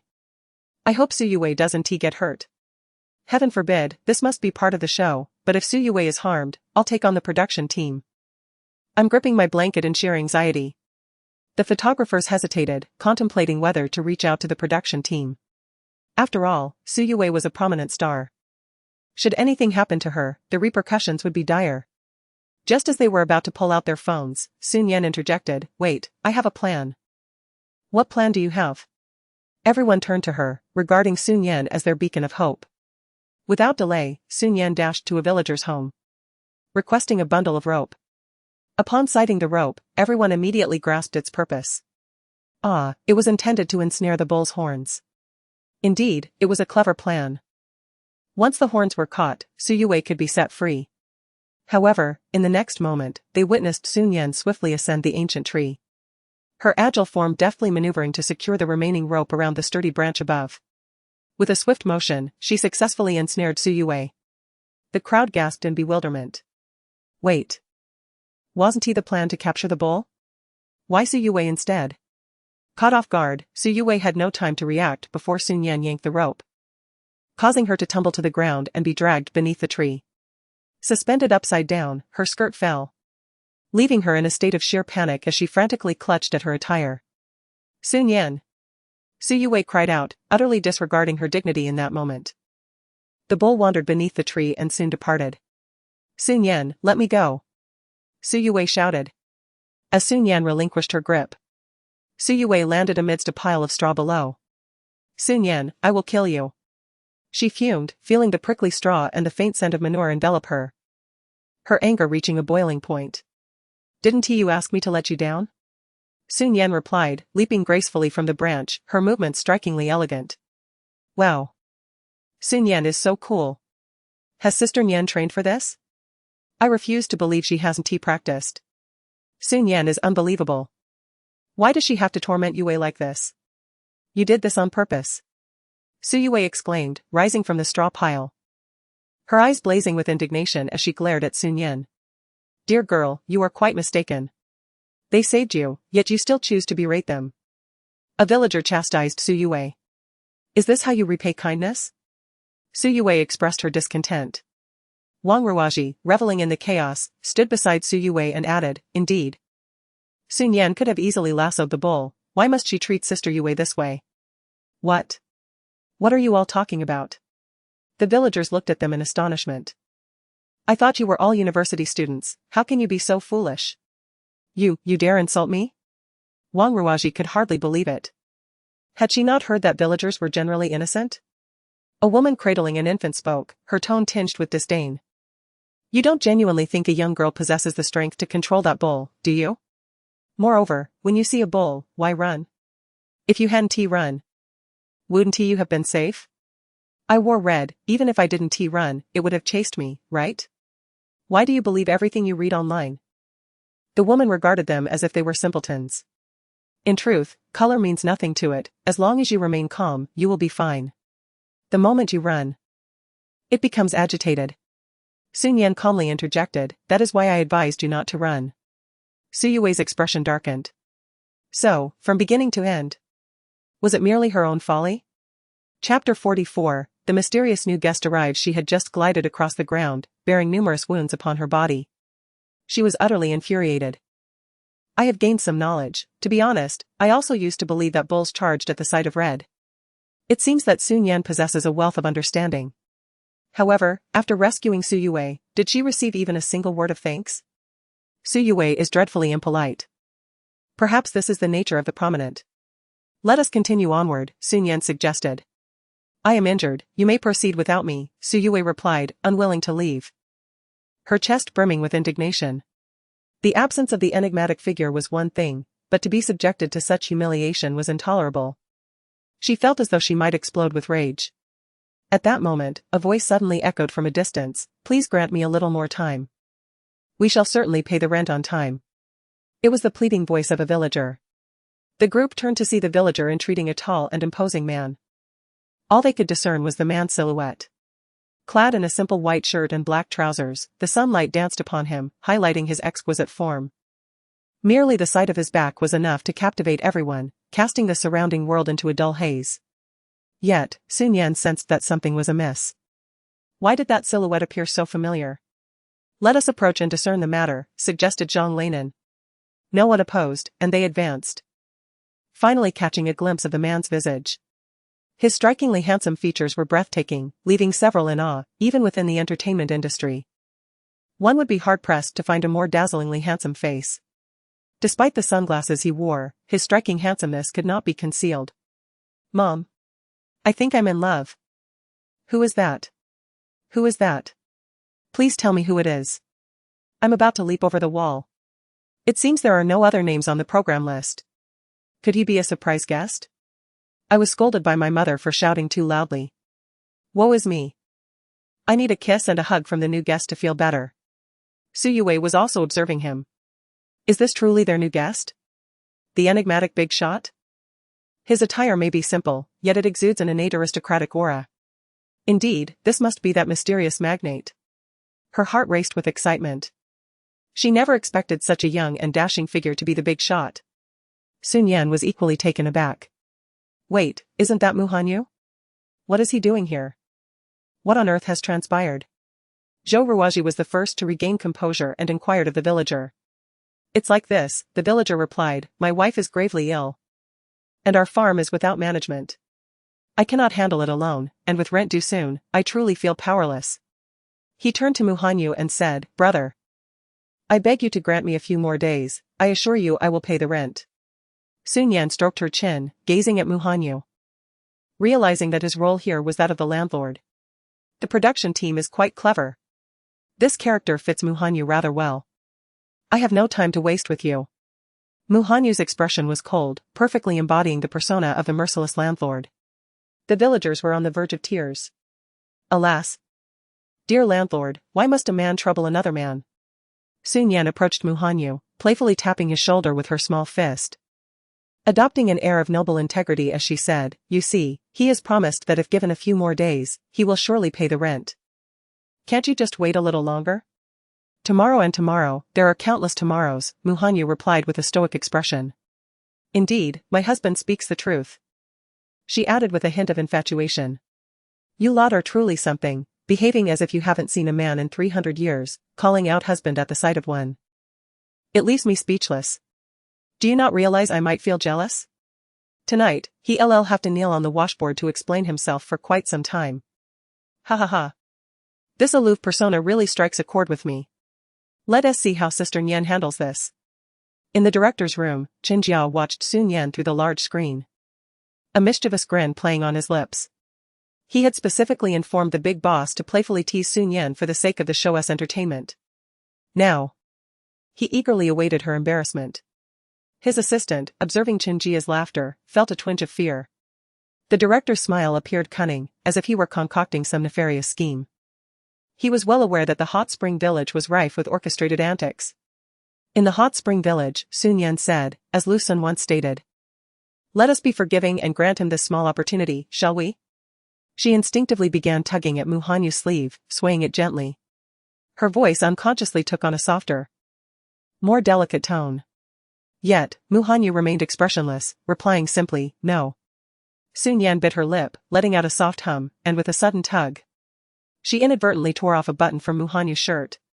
Stunned, she immediately released her grip. Before her stood the man, his shirt collar pulled down to his shoulder, revealing a tantalizing glimpse of his sculpted chest and deep collarbone. Su Nian's eyes widened, and in a moment of bewilderment, she covered her mouth. Oh my goodness! Su Nian, keep going, don't stop. Are you unable to continue? I just want to see if he has an 8-pack, don't halt now. That was not my intention, Su Nian stammered, noticing the tension in the man's jaw and the thin line of his lips. Her heart raced as she hurried to adjust his shirt, yet with the button gone, his chest remained enticingly exposed. Su Yue, standing nearby, couldn't he help but smirk. What a blunder Su Nian had made by being so reckless. Su Nian, how could you so carelessly pull at another's clothing? Su Yue interjected, stepping forward to gently push Su Nian aside. She looked up at the man's striking features, captivated by the faint woody scent he exuded. With a delicate touch, she pretended to fasten his shirt while her fingers subtly grazed his chest muscles. Her voice dripped with allure as she addressed Mu Hanyu out of the camera's view, Sir, please do not be upset. She endeavored to present the most graceful smile, aiming to leave a lasting impression on Mu Hanyu. However, his expression instantly turned cold as frost. Unceremoniously swatting her hand away, Su Yue nearly stumbled backward, only to be caught by Gu Chen.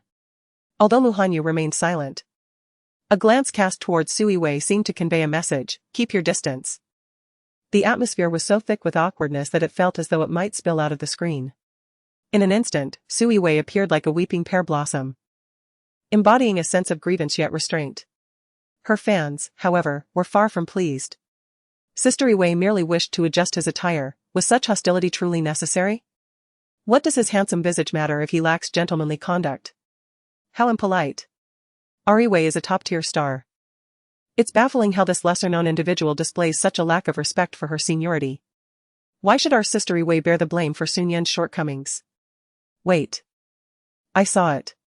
Su Yue just slipped her finger into his clothing. Yue wasn't intentional, his attire was simply askew. The comments section erupted once more into a fierce battle of words, igniting a surge of excitement. The more ferocious the online critiques, the more exhilarated Chen Jia became. He had known that involving Su Nian was a prudent choice. However, he was now even more eager to see how Su Nian would navigate this predicament. With Mu Hanyu's domineering and ruthless temperament, it was certain he would not relent easily. We are all family here, let me assist you in mending your garments, shall I?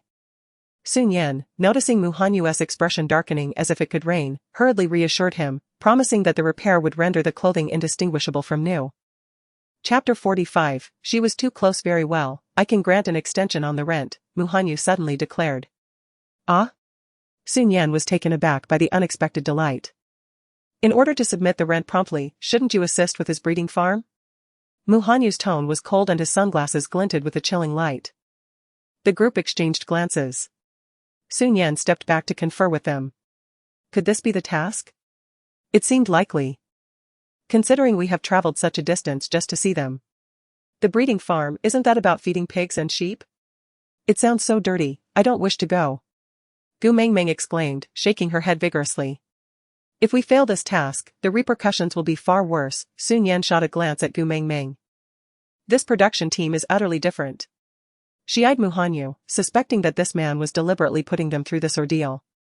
It is very likely a directive from the production team. Gu Mengmeng lowered her head in dismay. Come on, is it not merely feeding chickens and sheep?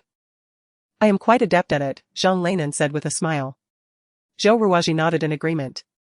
Su Yue remained silent, though she did not wish to go. She felt compelled to join as everyone else had consented.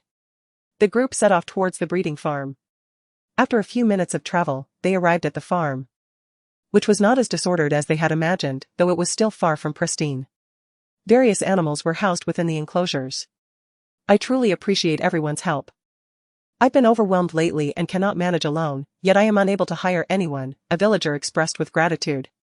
Upon encountering the chickens and ducks, Su Yue could not help but retreat, feeling a strong aversion to their dirtiness. She had no desire to touch them and simply wished to flee. Let's commence our tasks.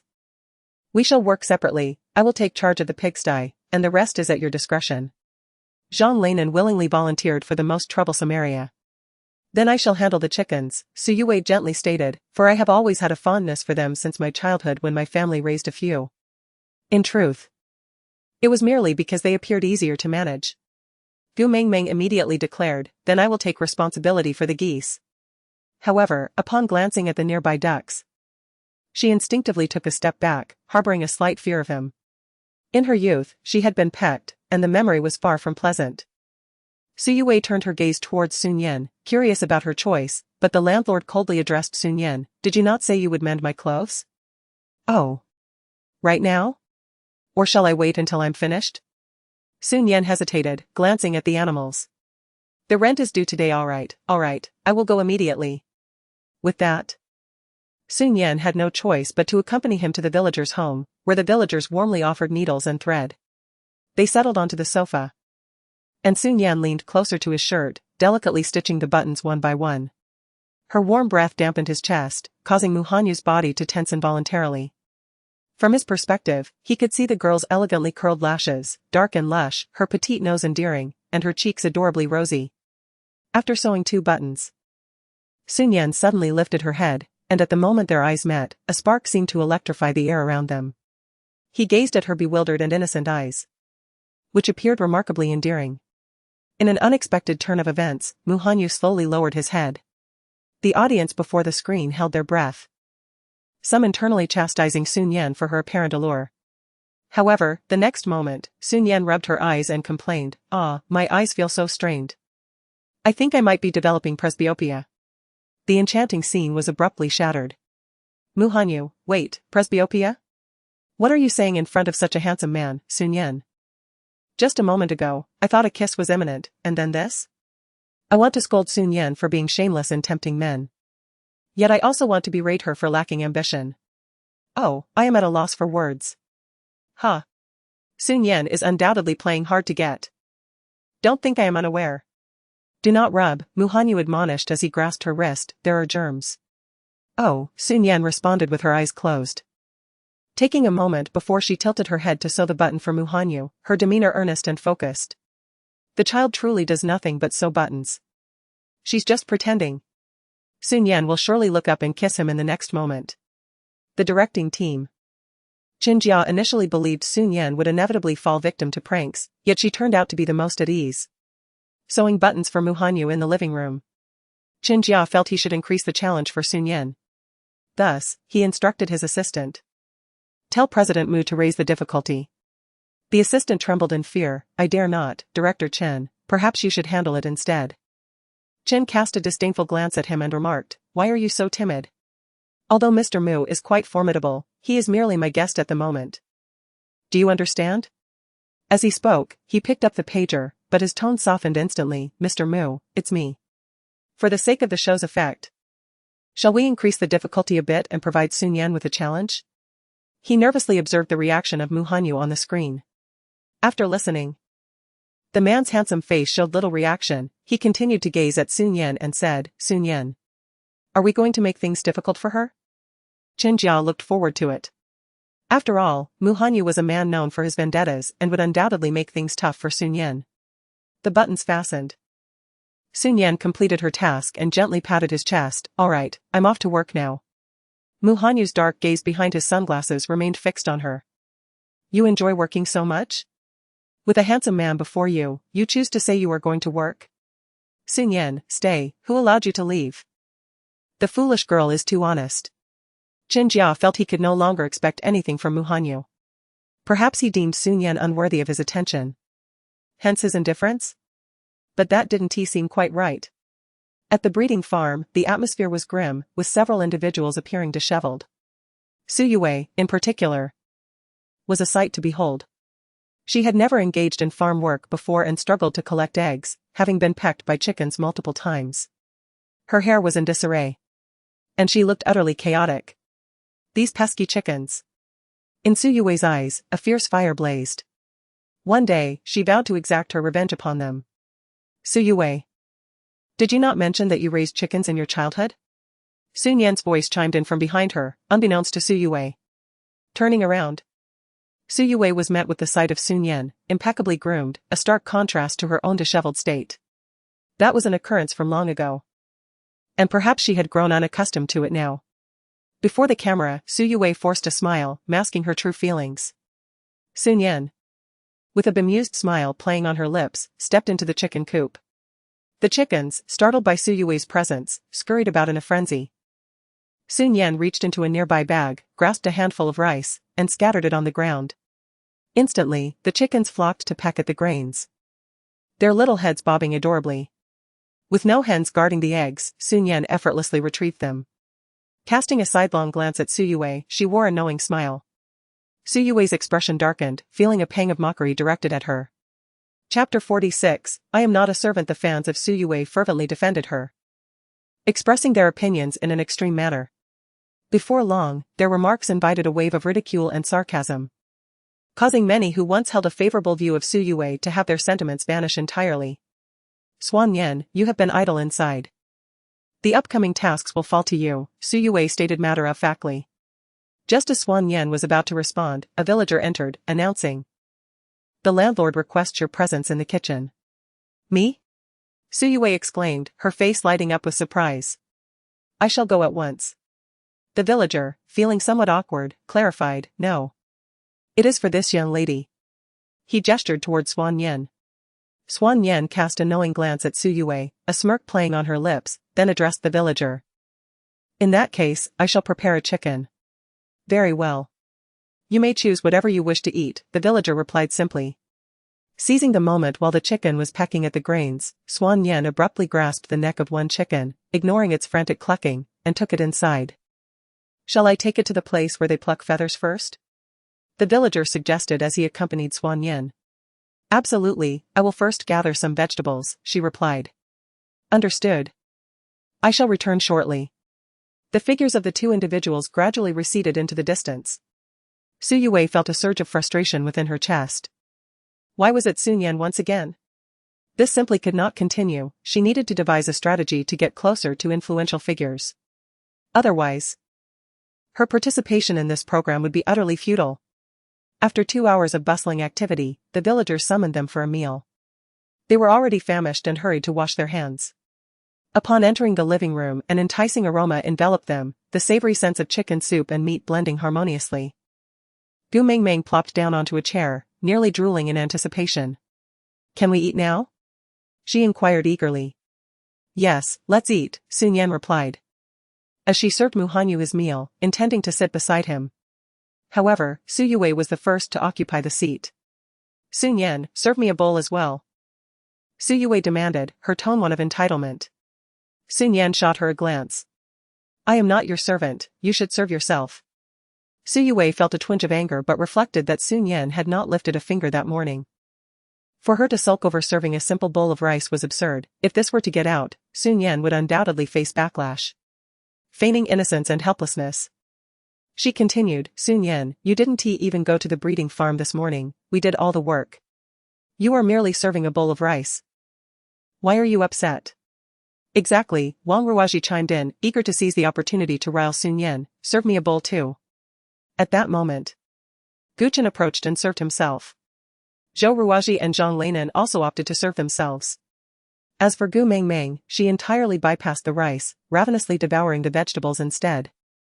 Her face a picture of satisfaction. Only Su Yue and Wang Ruaji remained in a stalemate. They refrained from eating, enduring their hunger. Suddenly, Mu Hanyu spoke in a deep voice, his frigid tone sweeping over them, exuding an imposing aura. Su Yue and Wang Ruaji immediately fell silent, their frustration simmering within them, yet unwilling to serve themselves. Zhou Ruaji, as a senior, had noticed Su Yue and Wang Ruaji's persistent idleness at the breeding farm. Although Su Nian had not participated in the labor, did preparing meals not require effort? She felt no inclination to remind them, merely observing their standoff. Her fondness for them extinguished. Su Nian must be quite exhausted, I have seen her tirelessly engaged in work. Is it not a bit unreasonable for Su Yue and Wang Ruaji to impose upon her? My daughter works diligently to prepare these meals. If they do not wish to eat, they may as well leave. I feel for my daughter, she is not a servant, so why should she cater to them? Zhou Ruoji and Zhang Lainan served themselves, what sort of childish temper are they displaying? Seeing Su Nian eat heartily, Su Yue grew increasingly irritable, entirely disregarding her. She deliberately refrained from eating, adopting a pose of feigned innocence and victimhood, anticipating the backlash from fans once the show aired. As for enduring a bit of hunger, so be it. After they finished their meal, some washed the dishes while others tidied the table. Gu Mengmeng, having satisfied her appetite, recalled her own tasks. She discreetly glanced at Mu Hanyu. Before she could utter a word, he seemed to look her way, the man behind the sunglasses emanating an especially chilling demeanor. Gu Mengmeng, instantly silenced, had no desire to embarrass herself like Su Yue.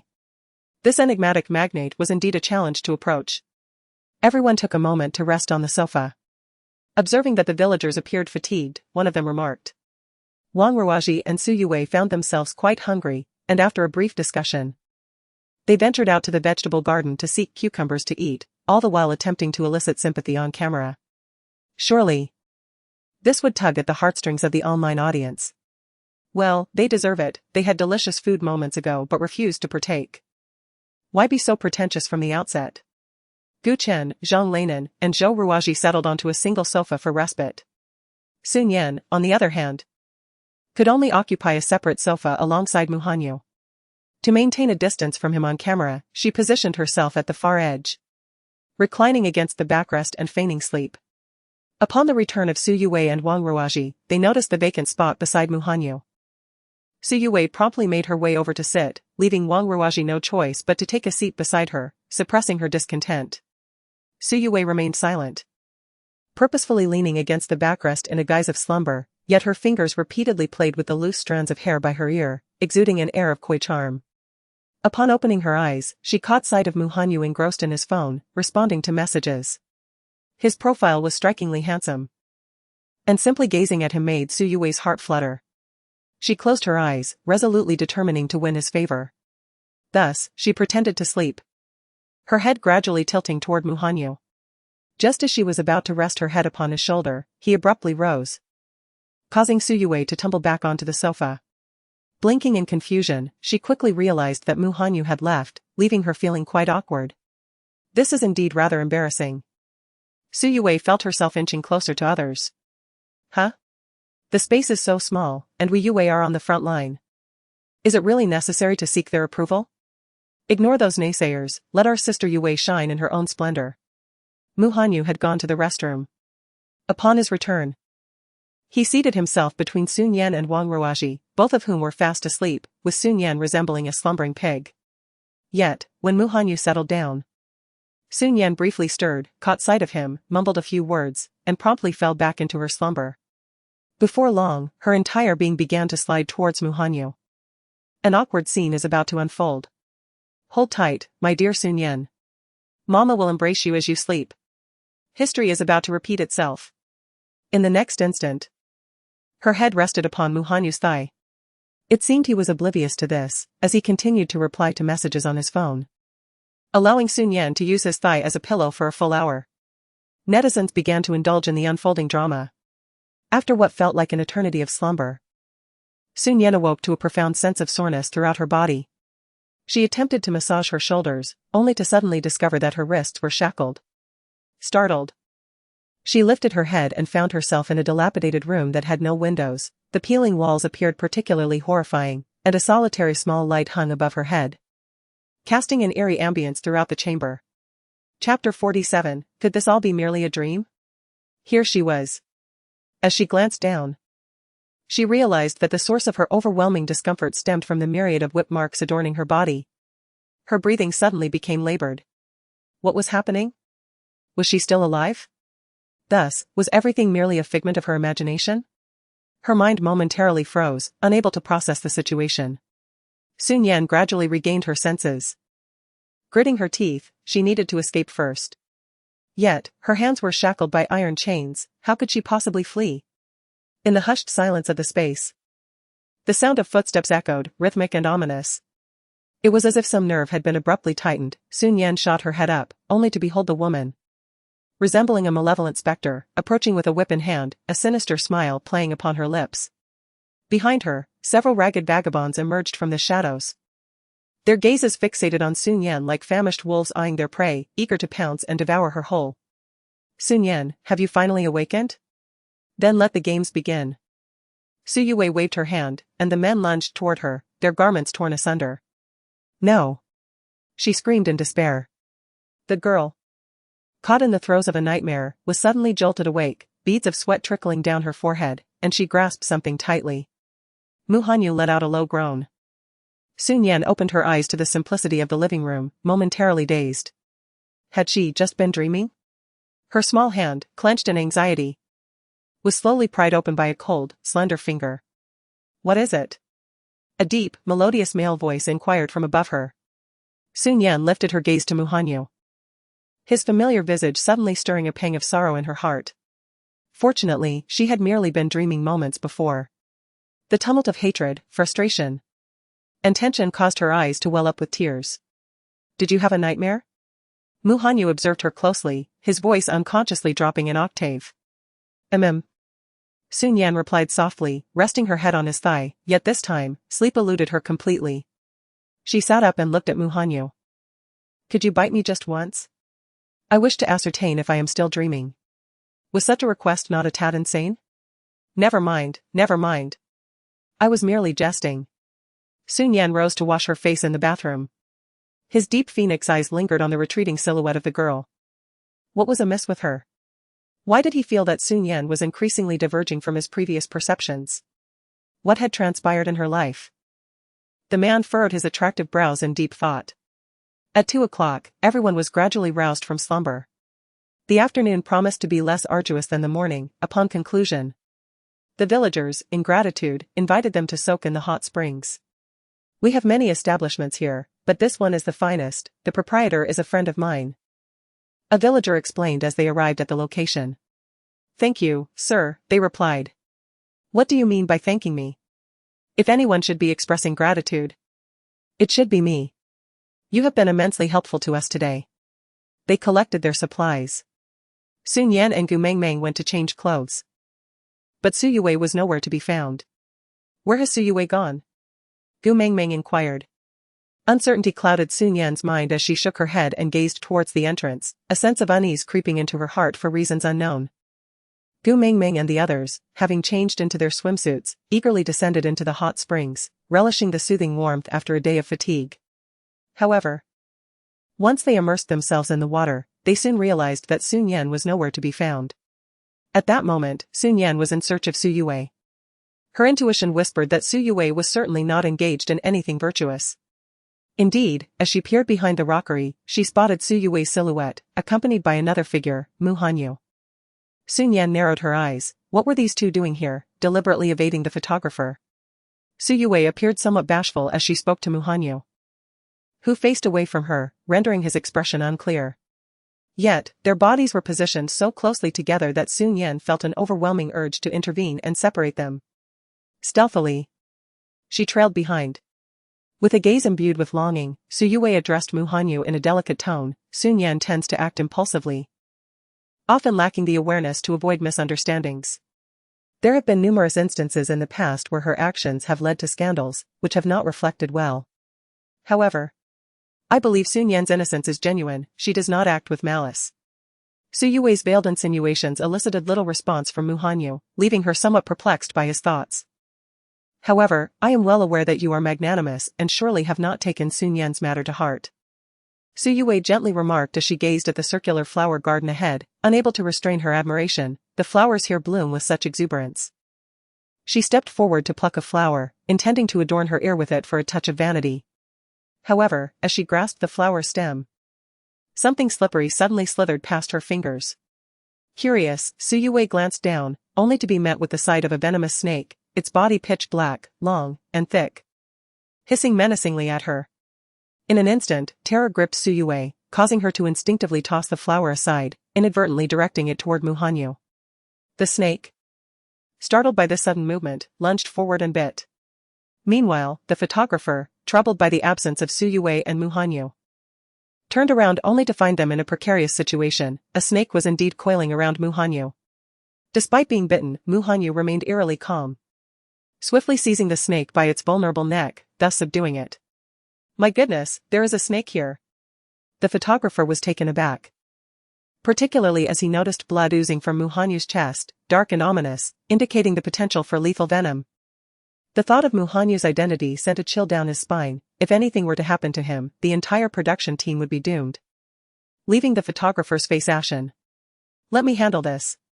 A resolute and melodious female voice resonated through the air as Shi Nian wrested the snake from Mu Hanyu's grasp, swiftly rendering it unconscious. She called out to the nearby staff, urging them to promptly remove the serpent. Hurry, hurry. The staff members hurriedly sought assistance. Brother, are you all right? Su Yui's gaze fell upon the 2 puncture marks left by the cobra on Mu Hanyu's chest, her heart racing with anxiety. I didn't mean to, she added, her voice tinged with concern. We should call a doctor now. The photographer immediately chimed in, reaching for his phone. No, it's too late. We're in a remote area.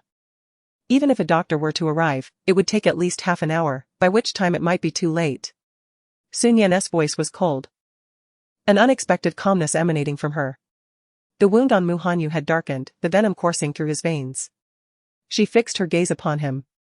Come with me. Grasping Mu Hanyu's hand, she led him toward the visitor's rest area. The photographer trailed anxiously behind. Are you really not going to call a doctor? He questioned. Of course we must. Su Yue insisted. This is a venomous snake. Shi Nian, what do you intend to do if you don't call for help? Can you bear the consequences if something happens to him? Shi Nian gently positioned Mu Hanyu on the sofa, instructing him, don't move, I will draw out the venom. Chapter 48, is this position unfavorable? Before Mu Hanyu could intervene, Shi Nian had already lowered her head to administer the drug to him. The placement was rather awkward. Precisely at Mu Hanyu's chest. To provide him with the drug meant she had to focus on his chest. Yet, the atmosphere was exceedingly solemn. And no one dared to dwell on the implications. Only Su Yue, witnessing Shi Nian's actions, felt a twinge of jealousy and admonished her, Shi Nian, do not overexert yourself. Are you capable of detoxifying? It would be prudent to call a doctor. Shi Nian ignored her. Consequently, Su Yue made the call herself. As Shi Nian ingested the drug and subsequently expelled it, the blood she coughed up was a dark crimson hue.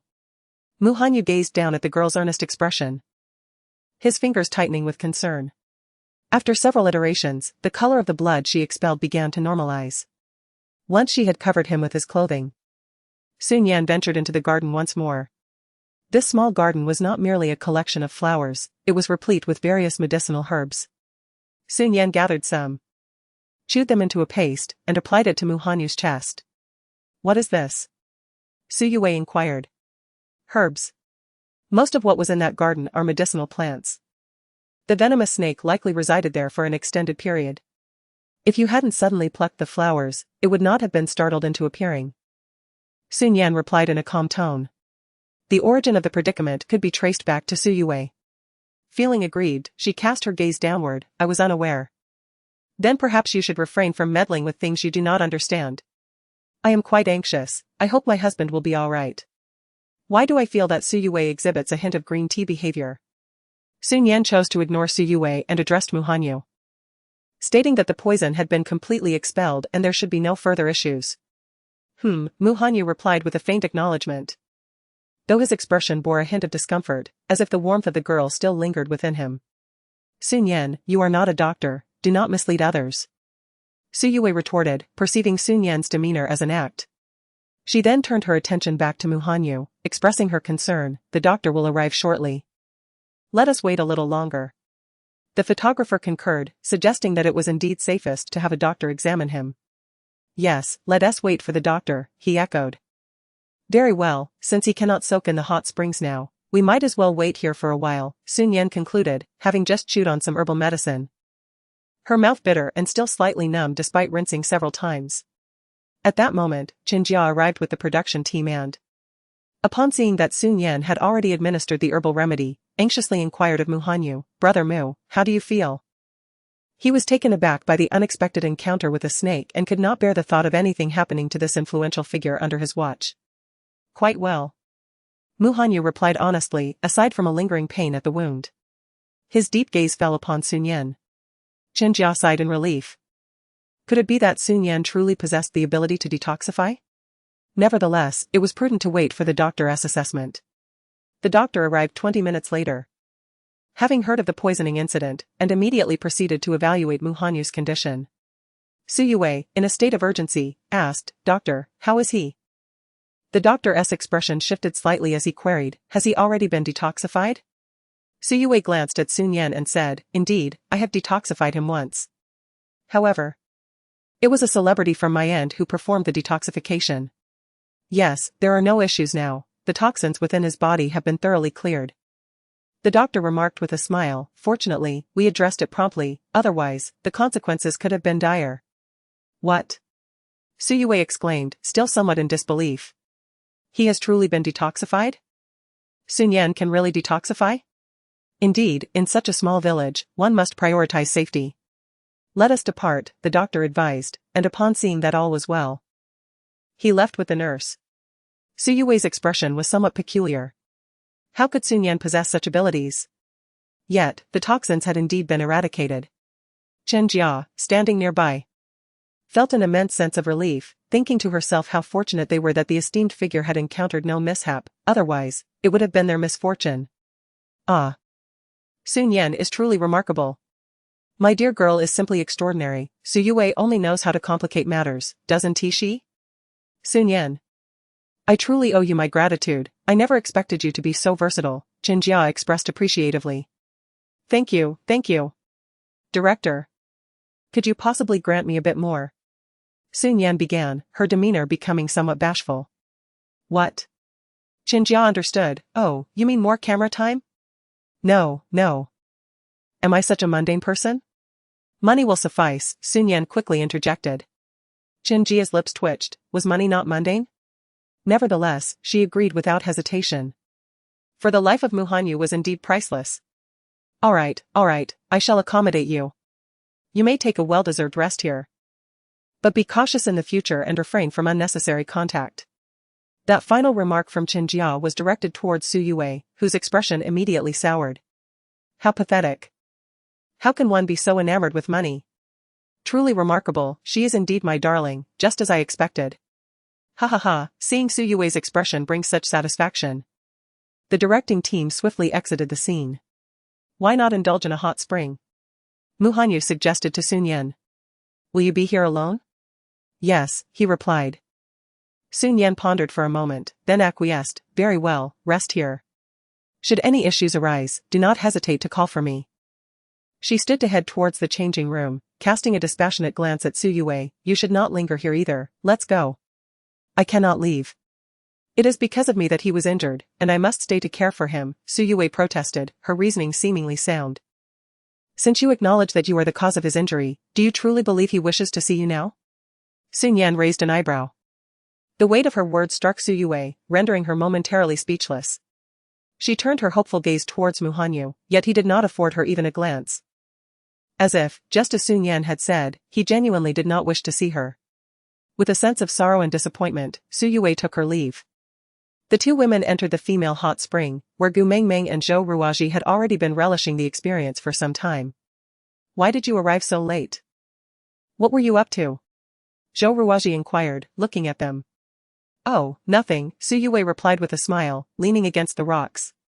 Wang Ruoji leaned towards Su Yue. Sensing that the timing of Su Yue's arrival with Shi Nian suggested that something significant had transpired between them. Sister Yue, has something happened? Wang Ruoji inquired softly. She narrowed her eyes, observing Shi Nian engaging animatedly with them from a distance, her tone darkening slightly. Indeed, some individuals never learn, even until their last breath. Wang Ruoji began to grasp the situation. Has Shi Nian angered you again? Yes, came the reply. This woman is truly audacious. Has she forgotten her position as a mere minor celebrity? Wang Ruoji's eyes glinted with mischief. But fret not, Sister Yue, just wait. I have a plan to deal with her. Meanwhile, Shi Nian was engrossed in conversation with Zhou Ruoji, reminiscing about her past. You know, when I was quite popular, it was easy for paparazzi to catch me off guard. Once, I was photographed on a date, and it was rather bothersome. A friend advised me to wear the same outfit for every date, and I thought it made sense. After trying it, can you guess what the media said? What did they say? Gu Mengmeng asked curiously. Zhou Ruoji replied with exasperation, they claimed I never changed my clothes for dates. Ha ha ha, that's unexpected. Sun Yan couldn't help but laugh. Dressed in a delicate thermal shirt suited for hot springs, her collarbone subtly visible, her long hair cascading into the water. Her exquisite features flushed with a gentle hue, and when she smiled, revealing her small canine teeth, she appeared exceptionally endearing. Ah, my darling is so sweet and adorable. Did you see that? Nian Nian blushed, how adorable. What are you discussing? Wang Ruoji suddenly interjected into their conversation. Oh, it's nothing, just reminiscing about the past. Zhou Ruoji replied nonchalantly. I feel that simply soaking in the hot springs is becoming a tad dull, how about we indulge in some games? Wang Ruoji suggested with a hint of mischief. Sounds great. What shall we play? Gu Mengmeng inquired, her interest piqued. Since we are in the hot springs, let us compete in a breath-holding contest to see who excels the most. The loser must concede to one condition set by the winner, Wang Ruoji proposed. Gu Mengmeng found the idea agreeable. Zhou Ruoji, however, opted out, stating, I am too old for such games, you youngsters carry on. What about Sun Yan? Wang Ruoji turned to Sun Yan. Sun Yan merely responded with a faint acknowledgement, sensing that Wang Ruoji's intentions were not as straightforward as they appeared. Wang Ruoji smiled and glanced at Su Yue, who approached and softly declared, I wish to join the game as well. Upon seeing Su Yue, Gu Mengmeng felt a twinge of anxiety, as she recalled reports highlighting Su Yue's excellent swimming skills and impressive breath-holding capabilities. It seemed inevitable that she would be at a disadvantage, didn't it? Chapter 49, Su Yue's embarrassment at the scene. Nevertheless, it was merely a game. All right. I will count to 3, and then we shall begin, Wang Ruoji announced. 1, 2, 3. Upon the third count, everyone plunged into the water simultaneously. The hot spring beneath was not particularly clear. Once the 3 descended, only occasional bubbles surfaced, and faint silhouettes could be discerned. Wang Ruoji stealthily moved towards Sun Yan, suddenly pressing down on her neck, while Su Yue joined in, both exerting force to prevent Sun Yan from raising her head. Gu Mengmeng was still struggling to hold her breath, oblivious to the unfolding scene. Wang Ruoji and Su Yue, accustomed to the seaside, were adept at holding their breath. Their intent was to torment Sun Yan, making her experience a torment akin to that of living hell. However, as 1 or 2 minutes elapsed, Sun Yan remained eerily still, while Wang Ruoji and Su Yue began to feel the strain. Damn it, what is happening? Why is Sun Yan not reacting? Just as Su Yue and Wang Ruoji pondered this, a hand suddenly seized their necks, forcefully pushing them down. Their eyes widened in shock, and they began to struggle. To their astonishment, the hand held an immense strength, rendering them unable to escape. They swallowed several mouthfuls of hot spring water. And Su Yue was nearly driven to the brink of fury. Just when they felt they could no longer endure, Sun Yan finally released them. Su Yue and Wang Ruoji emerged from the hot spring, horrified at the realization that they had ingested the hot spring water, prompting a wave of nausea to wash over them. The individuals immersed in the hot springs nearby observed Su Yue and Wang Ruo's actions with a sense of disgust. Zhou Ruoji was also beginning to reach her limit. Sun Yan, being the last to emerge, glanced at the two and remarked, if you cannot endure, why not step out? There is no need to put yourselves through this. Your actions are dampening our enjoyment of the hot springs. Consequently, someone indeed rose and exited the pool. Gu Mengmeng, her eyes twitching, exchanged looks with Zhou Ruoji before standing up as well. Sun Yan followed suit, suggesting, let us try another hot spring. All right. The reviled Su Yue and Wang Ruo were nearing their boiling point. After all, she was on the verge of becoming a first-tier celebrity. What right did they have to disdain her? Su Yue was infuriated, realizing she had been outmaneuvered by Sun Yan. They transitioned to a new hot spring. Yet it lacked the charm of the previous one, leading the group to harbor deeper reservations about Su Yue and Wang Ruo. Zhou Ruoji broke the silence. Was it not said that the victor can request the vanquished to perform a task? Sun Yan, what do you propose? Sun Yan turned her gaze toward Su Yue. Then I request Miss Su to perform a pass for us. The pass is a recently released dance that has garnered immense popularity. When executed well, it captivates the audience, however. A poor performance could be quite the eyesore. Sun Yan was aware that while Su Yue's limbs lacked coordination, she was known outside as a goddess of dance. How did this reputation come to be?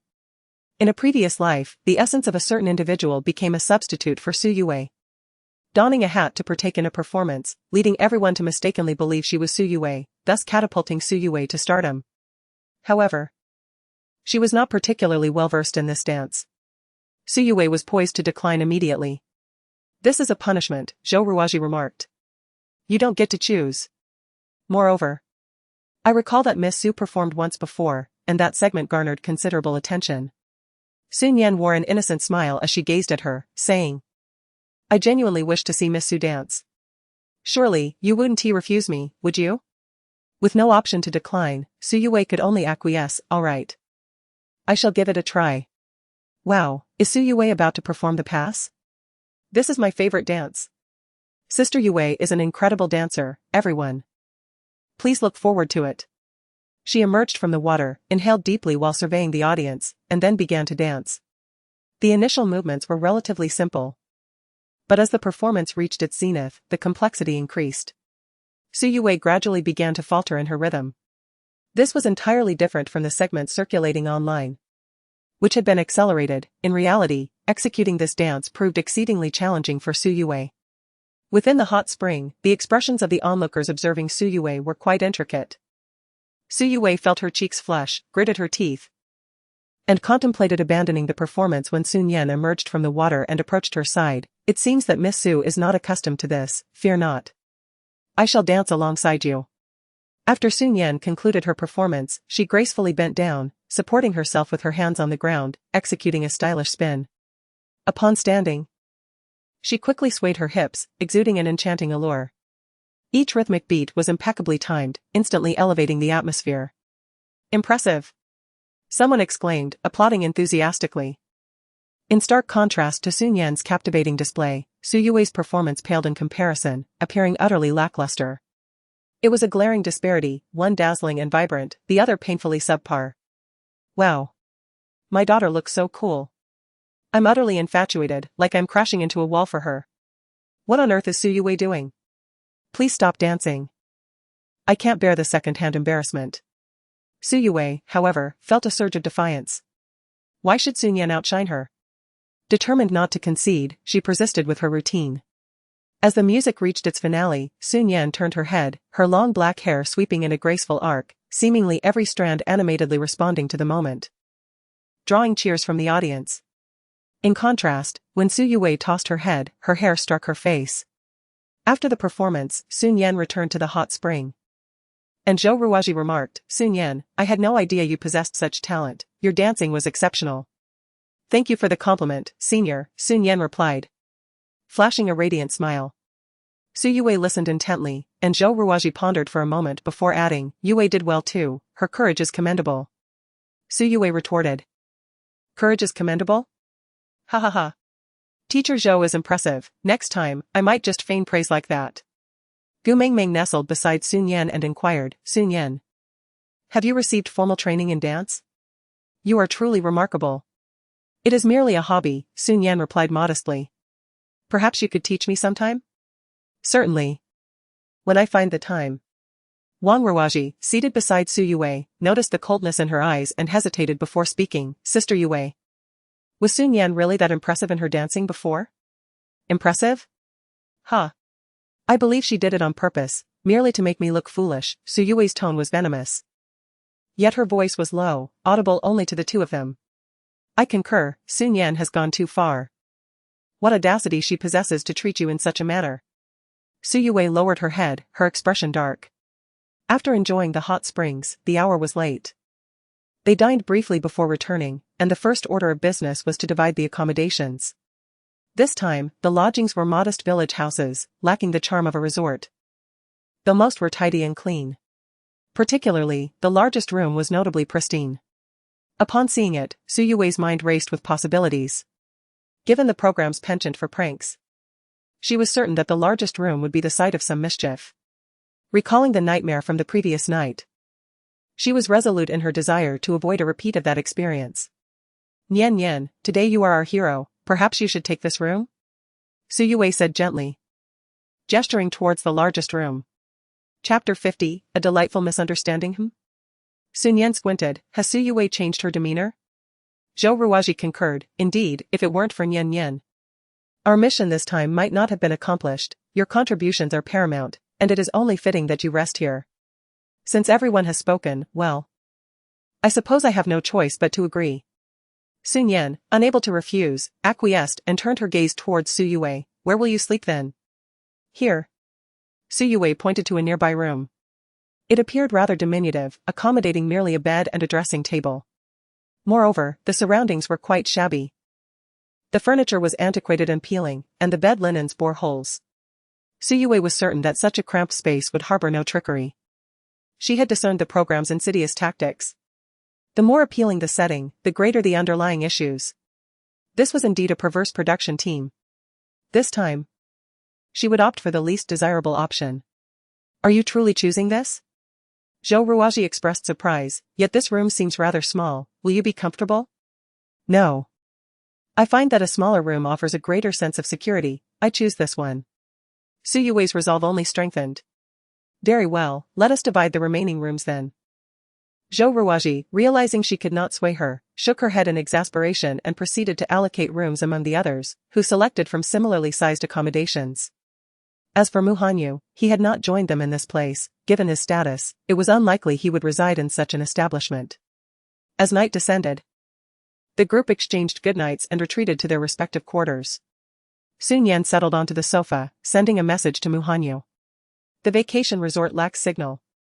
Yet the village unexpectedly offers a faint connection.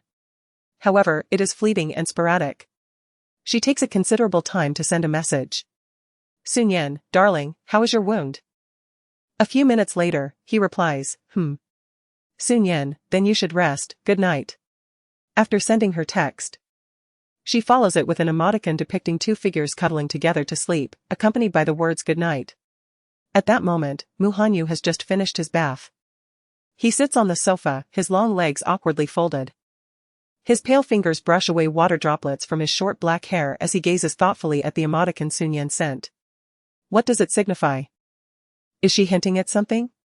Perhaps it's her trepidation from staying in the countryside for the first time? He recalls that earlier in the day, after she had fallen asleep, she seemed to have a nightmare, looking quite frightened. Mu Hanyu's fingers tightened slightly, grasping the towel. He understands now. Meanwhile, Sun Yan puts her phone away, lying down in bed and turning off the light. Moonlight cascades through the window, enveloping the room in a soft, hazy glow, with fireflies flickering in the distance. Sun Yan gazes at the scene, her heart stirred. She reminisces about the time before she was adopted by the Su family when she lived in an orphanage, where fireflies would flit about at night, and the young her would watch them for a long time. Suddenly, with a whoosh, the window is flung open, and Sun Yan's eyes widen in alarm. Could it be that the production team is up to some mischief? Or is Su Yue seeking revenge under the cover of night? In Sun Yan's mind, various speculations flashed through her thoughts when a lithe figure clad in black leapt gracefully through the window, his form elegantly outlined. Who is it? Sun Yan immediately became vigilant. In the backlight, his face remained obscured, yet he approached the bedside. Just as Sun Yan was about to turn on the light, her wrist was seized. The man's voice, deep and melodious, resonated. It's me. It was Mu Hanyu. What brings you here?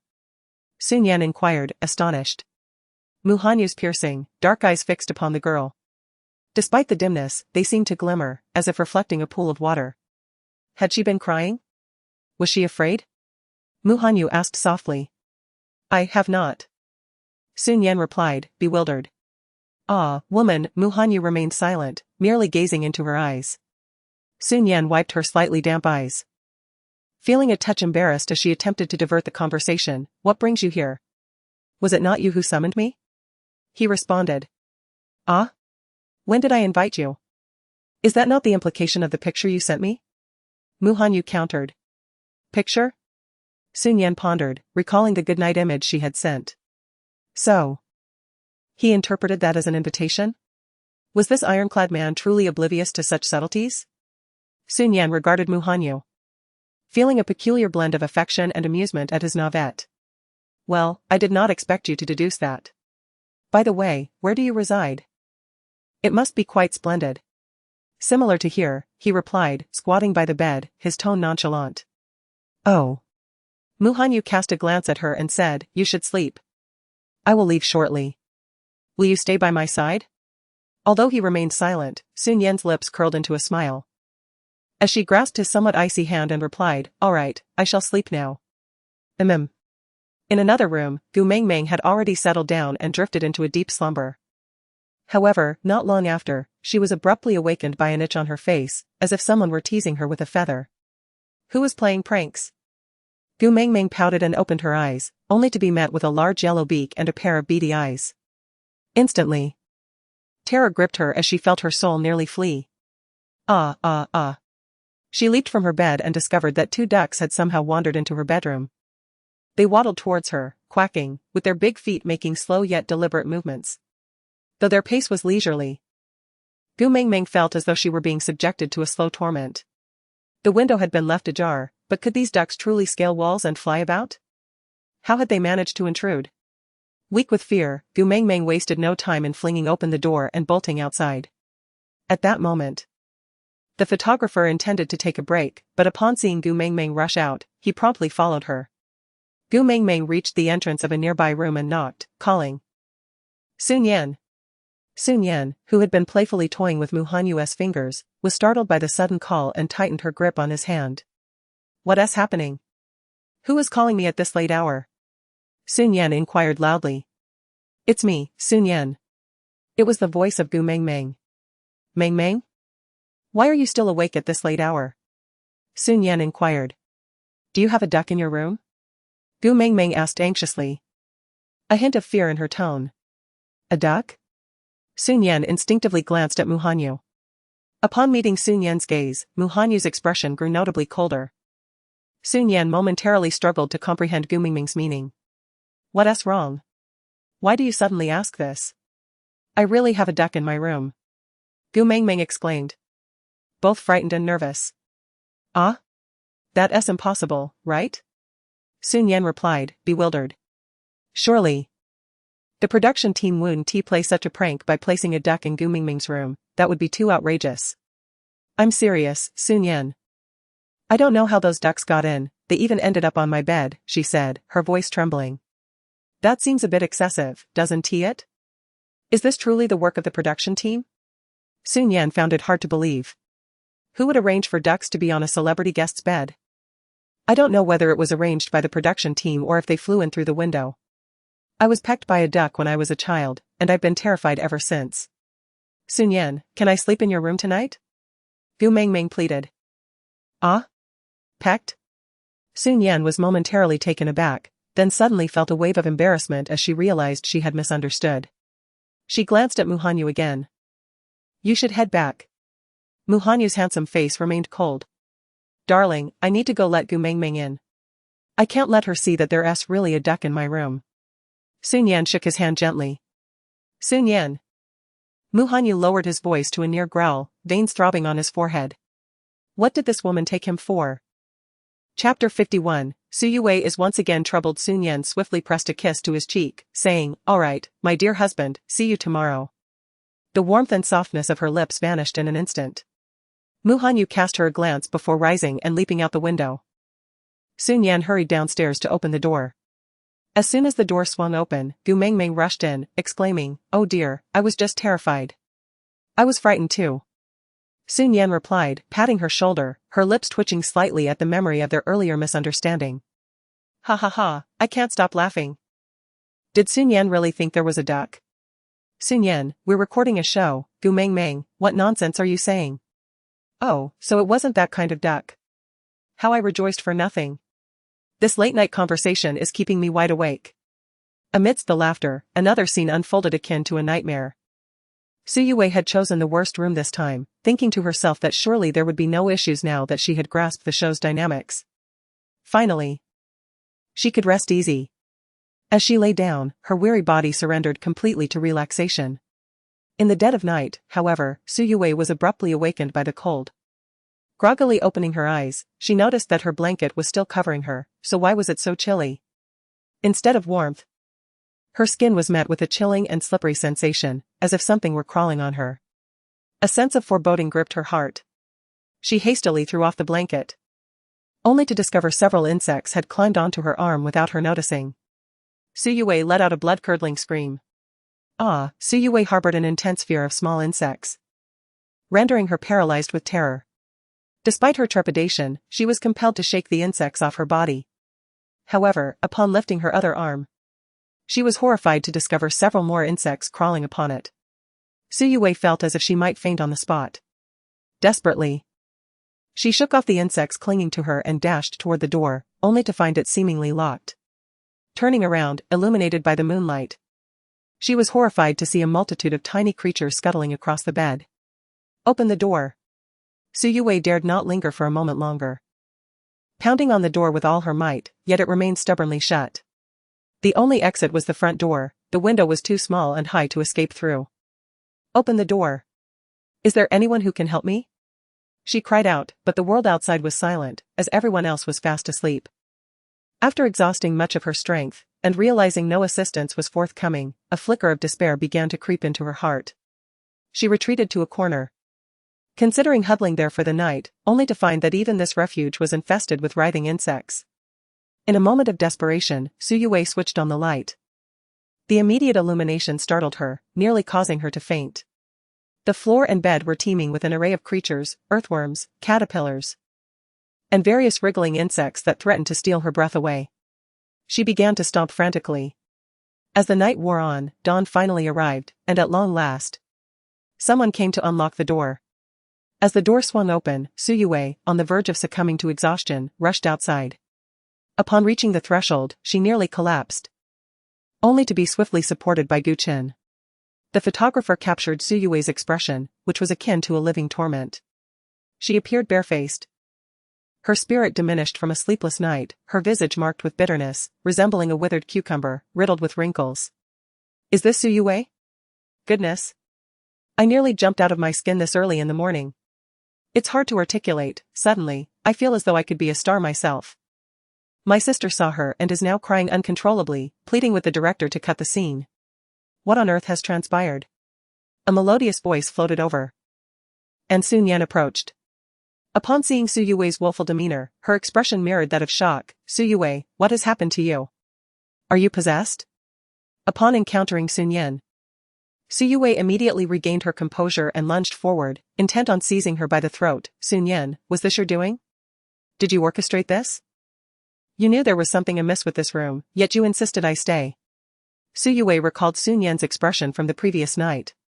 She was undoubtedly aware of the situation but chose not to inform her. Su Yue, how can you say such a thing? You were the one who insisted on this choice. I distinctly asked if you preferred the better option, Shi Nian replied, feigning innocence. Observing the anguish and fury etched on Su Yue's face, a smirk played at the corners of her lips.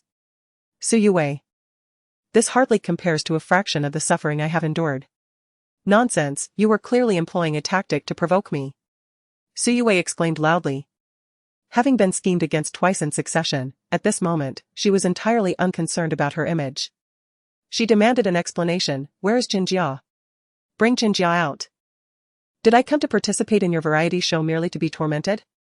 Regardless, I shall have an answer today, or I will not let this go. The photographer sensed that the situation was spiraling out of control and could only call Qinjia. The call connected. Su Yue shouted into her phone, Qinjia. Are you all deliberately trying to set me up? Yue, what are you saying? How could that possibly be? Qinjia responded earnestly. We have no intention of purposely designing anything against anyone. Then why is it always me? Was this your choice? Our arrangement was simply that the first room would be the largest, and the second the smallest. I mentioned before the recording that there would be some minor thrills involved. Su Yue gritted her teeth. You have gone too far. I barely slept last night. I am on the verge of madness, do you understand? Why is that? There were so many bugs in the room, and the door was locked. You have gone too far. Su Yue, what are you talking about? Zhou Ruoji interjected, frowning. When I opened the door just now, it opened quite easily. It was not locked. Impossible. It must have been unlocked by the staff in the morning. Su Yue insisted. No, our staff did not come, the photographer interjected, and indeed, the door was not locked. Zhou Ruoji suddenly had a thought and walked over to turn the doorknob. Sui Wei, could it be that you were turning in the wrong direction all along, which is why it never opened? Sui Wei furrowed her brow, contemplating the possibility. In her nervous state yesterday, she had consistently turned the doorknob in one direction without considering an alternative. Thus, she could have exited long ago. But her anxiety had kept her trapped inside. Sui Wei's complexion immediately darkened. Yue, our production team never intended to scheme against you. It is your sensitivity that has led to this. We're almost done filming, so let us not dwell on it, shall we? What could Sui Wei do?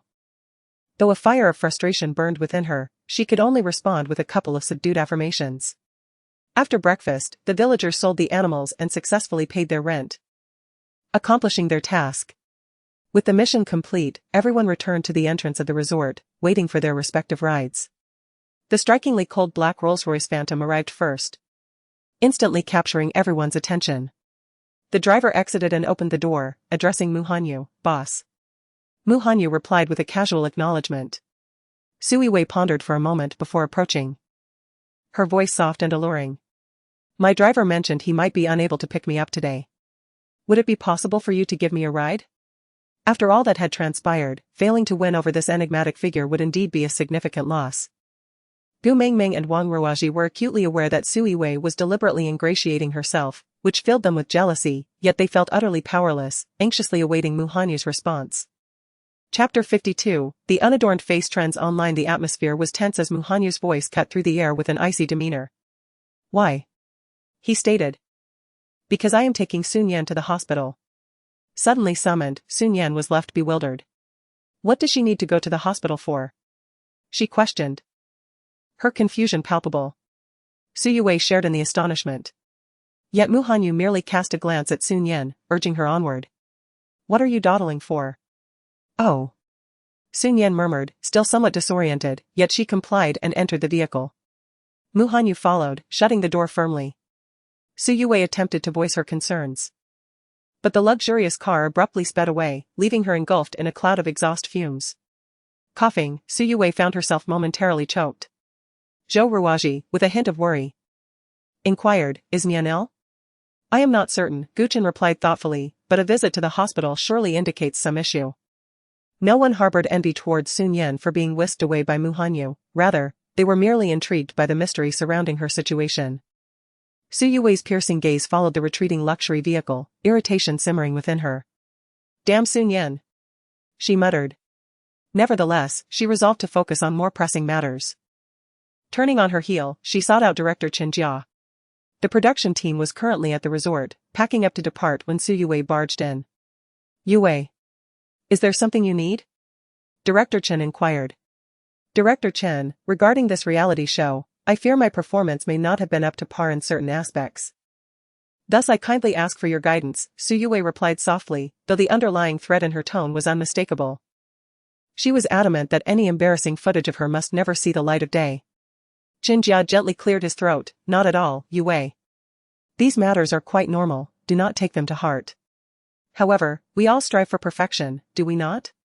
I believe the director should understand this. Sui Wei smiled, yet the warmth did not reach her eyes. She remained unconvinced that Chen Jia would disregard her words. Yue, this is of little importance. Nevertheless, this program is indeed generating considerable excitement.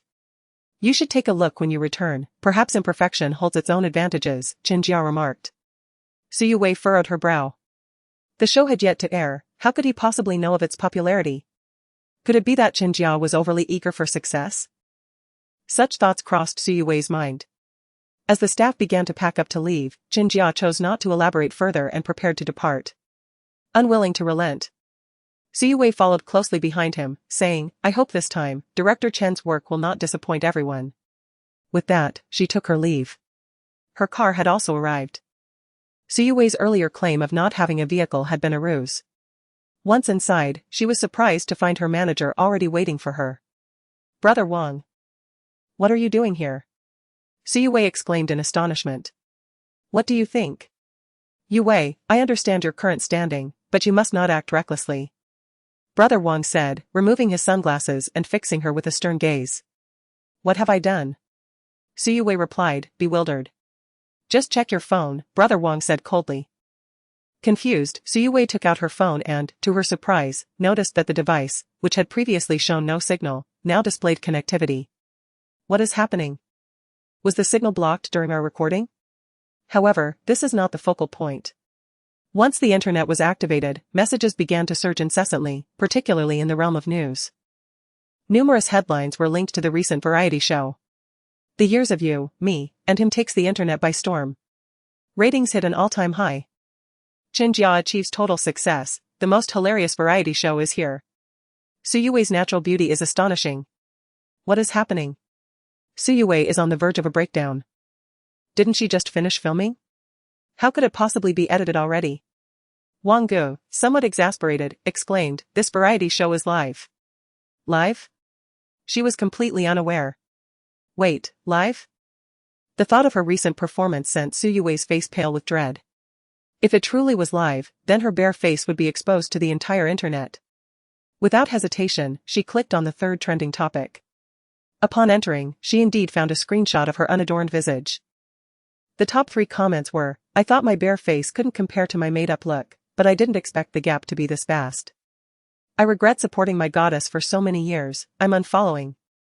To be honest, my child cried upon seeing the photo, especially during Suyue's second barefaced appearance. Please. Don't go out without makeup in the future. In comparison, Shi Nian truly is beautiful, I'm a fan. All 3 comments garnered a significant number of likes. Upon checking her own Weibo, she discovered a staggering drop of over 1 million followers. These were all genuine fans. Suyue had enjoyed a smooth career since her debut. When had she ever faced such a monumental incident? Anger surged within her, causing her chest to ache. "I must confront Chen Jia." Suyue exclaimed in frustration, "Enough. Seeking out Chen Jia is utterly futile now, the program has already aired. Even if Chen Jia were to apologize, can your image truly be salvaged?" Brother Wang reprimanded her. "Moreover, you have signed a contract, it is of no use."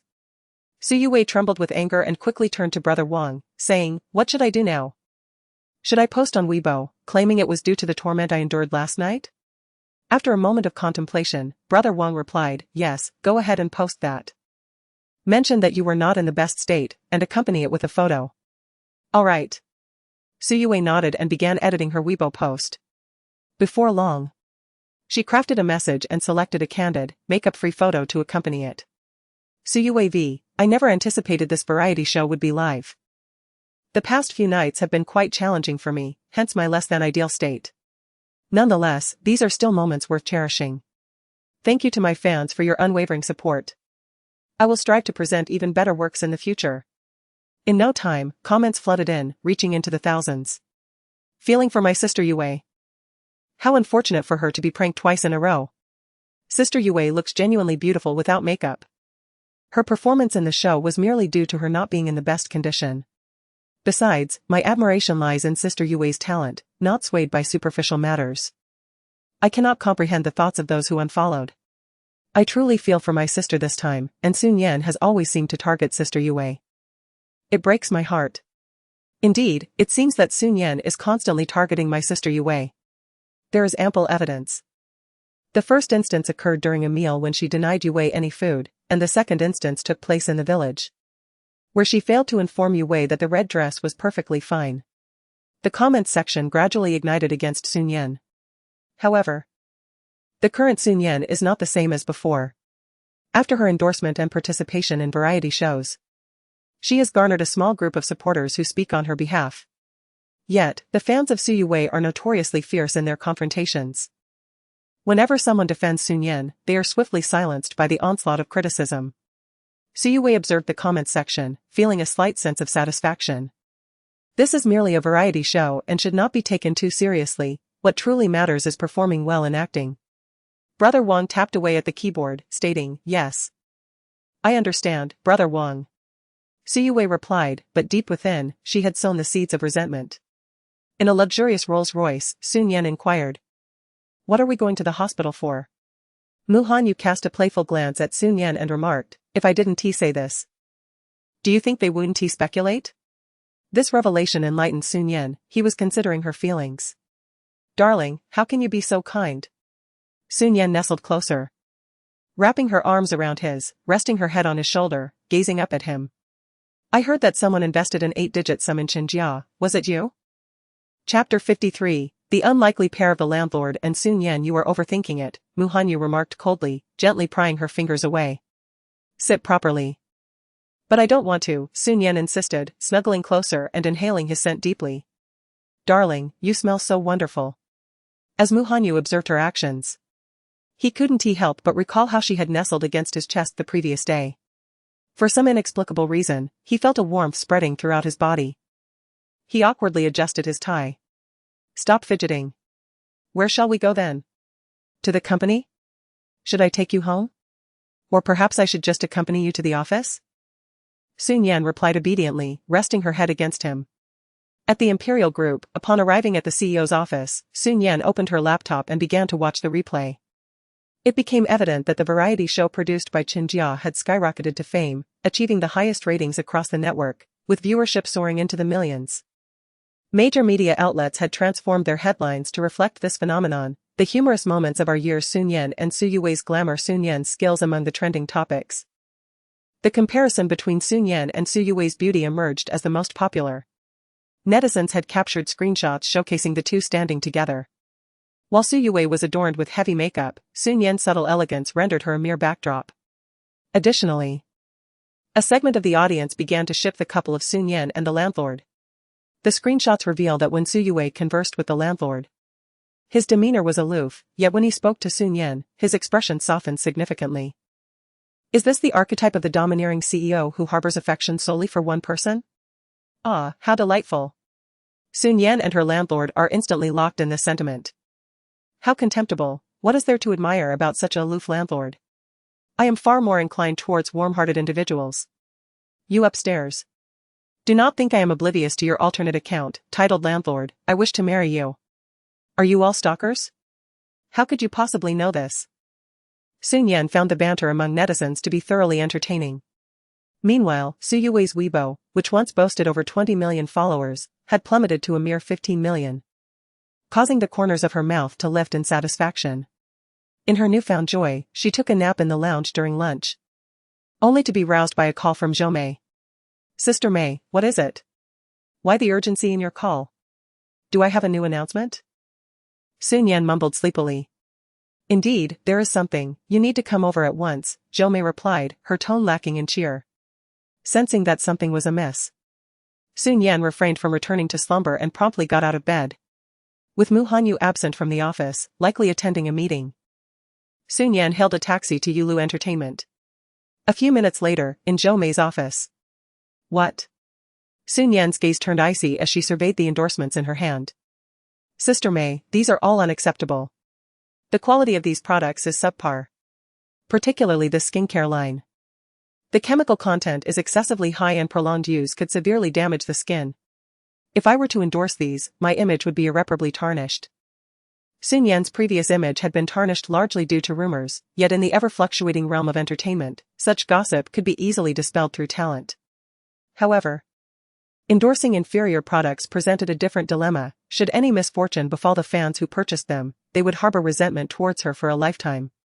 Furthermore, with the orchestrated machinations of online trolls, it could become exceedingly difficult for her to rehabilitate her reputation. She could not simply disregard the safety of her supporters by endorsing such dubious merchandise.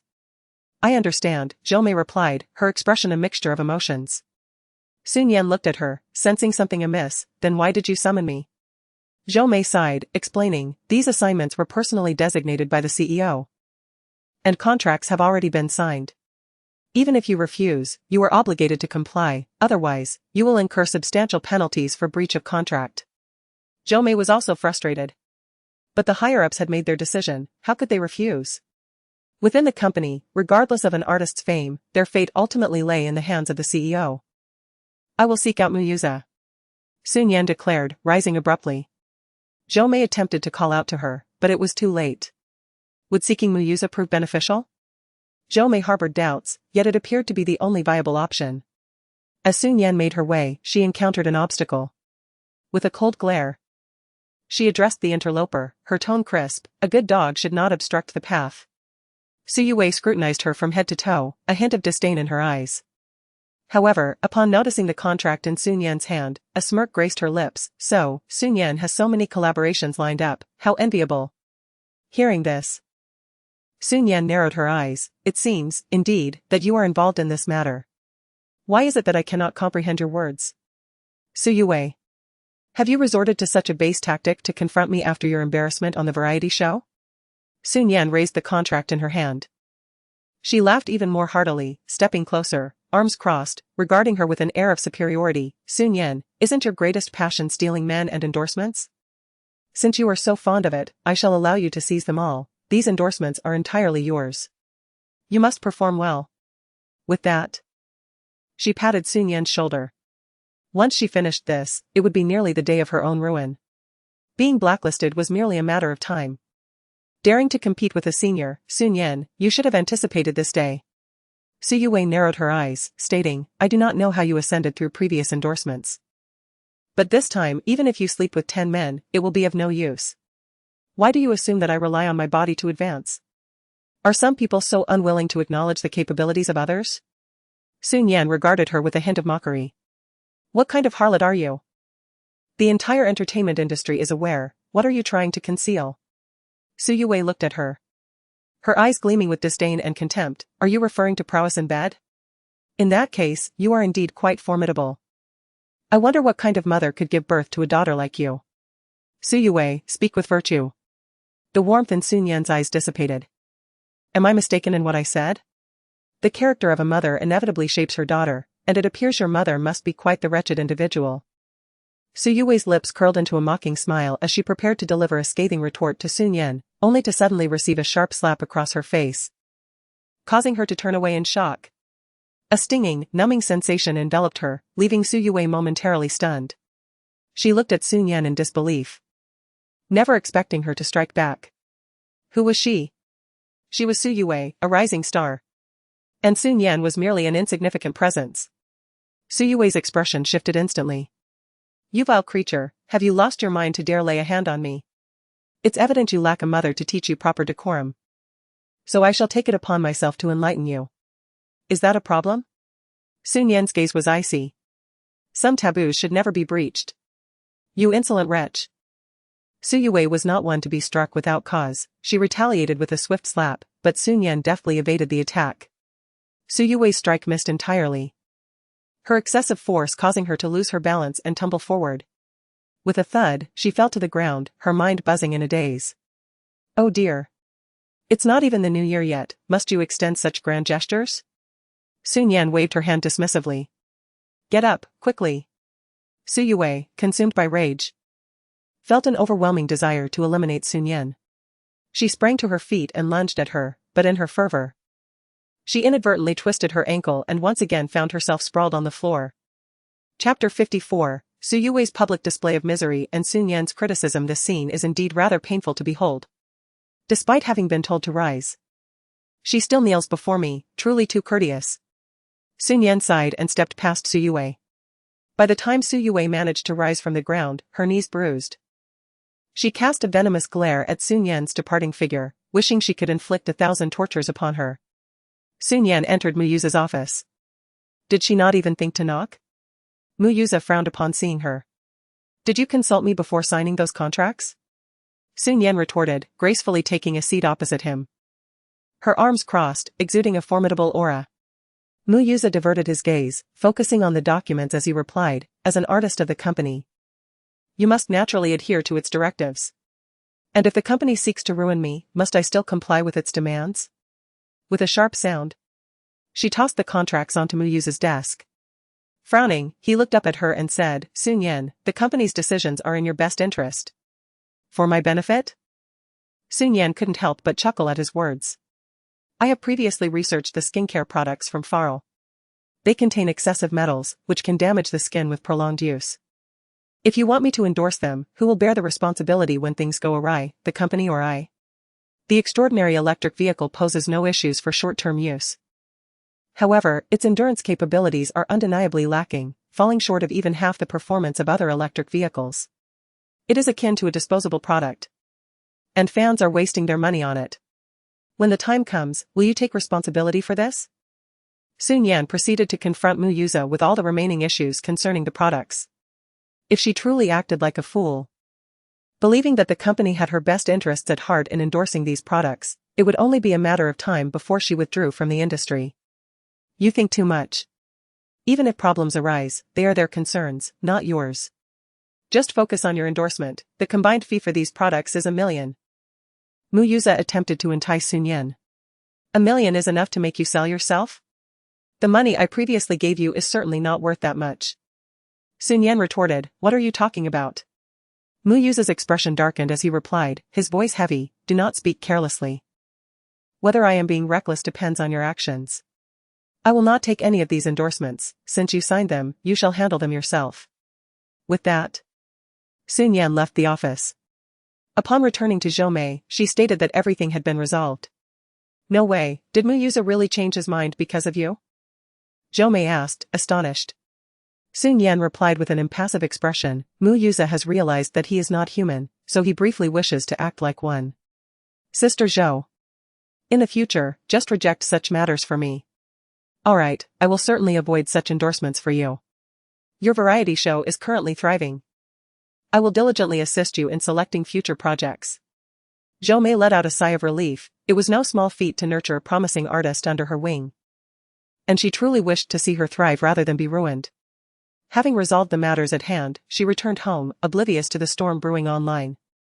A sensational piece of news emerged, overshadowing the previous headlines dominated by the years of you, me, and him, causing a complete overhaul in trending topics.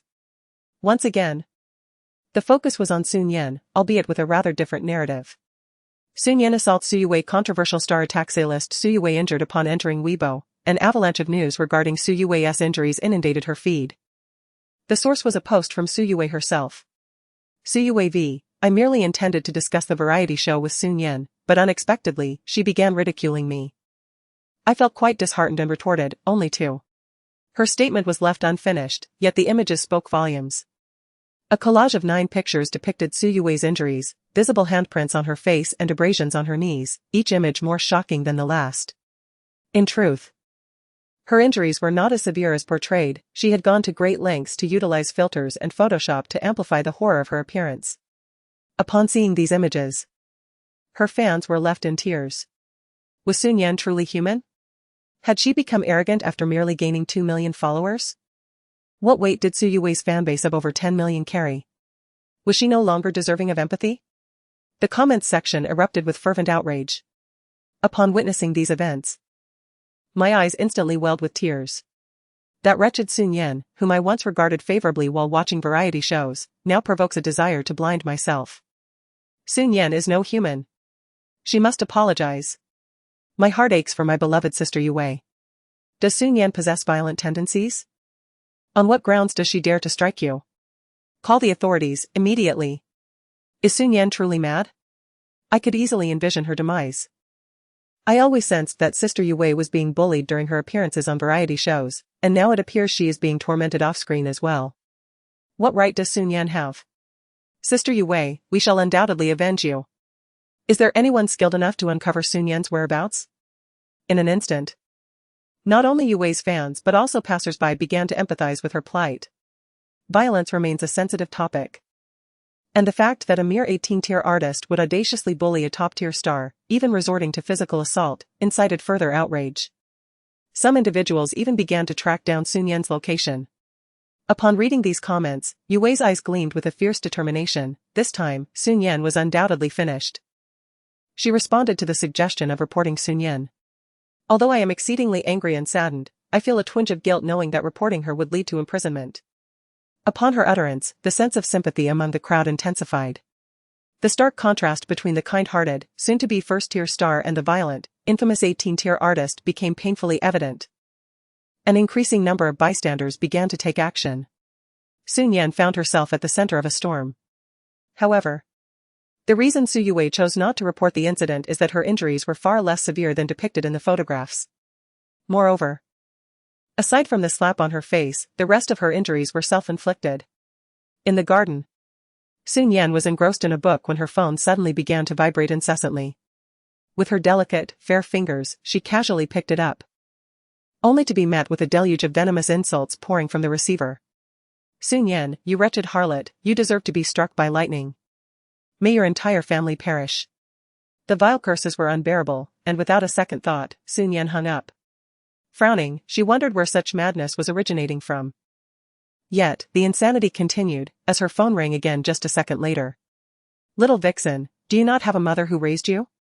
Just take a look at yourself. We will repay you 100-fold for what you have done. Shi Nian's expression darkened. This was truly absurd. She hung up once more, but her phone rang again. And instinctively she reached to disconnect the call, only to notice it was a call from Sister May. Sister May, what's the matter? Shi Nian answered. Shi Nian. Do you even realize the trouble you've caused? Did you truly hit Suyue? Huh? Shi Nian smirked slightly. Has Suyue reported me? If only it were merely a complaint, she took to Weibo directly. Now the entire internet is aware of your actions, and her fans are furious. You must explain what happened. Zhou Mei's tone was filled with urgency. Chapter 55, Outrage across the internet. Shi Nian exhaled softly and recounted the events to Zhou Mei. It turned out that Suyue had inflicted the injury upon herself. This woman's cunning was truly profound, in a time when society was particularly sensitive to violence. Shi Nian resolved to review the surveillance footage. Alright, Mei Jia, I appreciate your assistance. You are my artist. However, I must caution you to exercise caution when going out during this period. Those fans are exceedingly fervent, and I fear for your safety. Shi Nian had anticipated this and responded with an affirmative, I will be careful. After ending the call, she contemplated the necessity of restricting her outings for the time being. Nonetheless, no matter how diligently they searched, they should not be able to trace her whereabouts to the Yuan. The phone rang again, likely another mocking call. Shi Nian sent a message to Zhou Mei before shutting her phone off. She spent the remaining time engrossed in her reading. As the night deepened, the gates of Yuan swung open, revealing a man who stepped into the chilling embrace of the night. He removed his suit jacket in the foyer, his phoenix-like eyes narrowing as they landed upon the girl sprawled on the sofa. With a book cradled in her arms, she appeared to be sound asleep. The man's gaze darkened subtly as he approached her, pausing at her side. Shi Nian, he whispered her name, but she remained motionless, lost in slumber. Gently. He brushed his hand against her cheek, leaning in closer. Shi Nian? The girl remained unresponsive, her cherry-red lips slightly parted, glistening as if freshly plucked from the tree, tantalizingly inviting one to savor their flavor. Shi Nian. He called her name, his voice gradually becoming husky. At last, the girl slowly opened her eyes. Her almond-shaped orbs clouded with a dreamy haze as she gazed at Mu Hanyu. After a moment of contemplation, recognition dawned upon her, and she softly uttered, husband. His Adam's apple bobbed before he managed to respond with a languid Why are you sleeping here? Shi Nian rubbed her eyes. Her voice still laced with the remnants of slumber, soft and languorous. You came back so late, I wanted to wait for you. Next time, you needn't wait for me. Just sleep. But I'm scared. Her delicate, pale hand clutched his sleeve, her eyes shimmering with innocence and a hint of distress. Unbeknownst to him, Mu Hanyu's voice softened slightly. What are you afraid of? There are many people online criticizing her.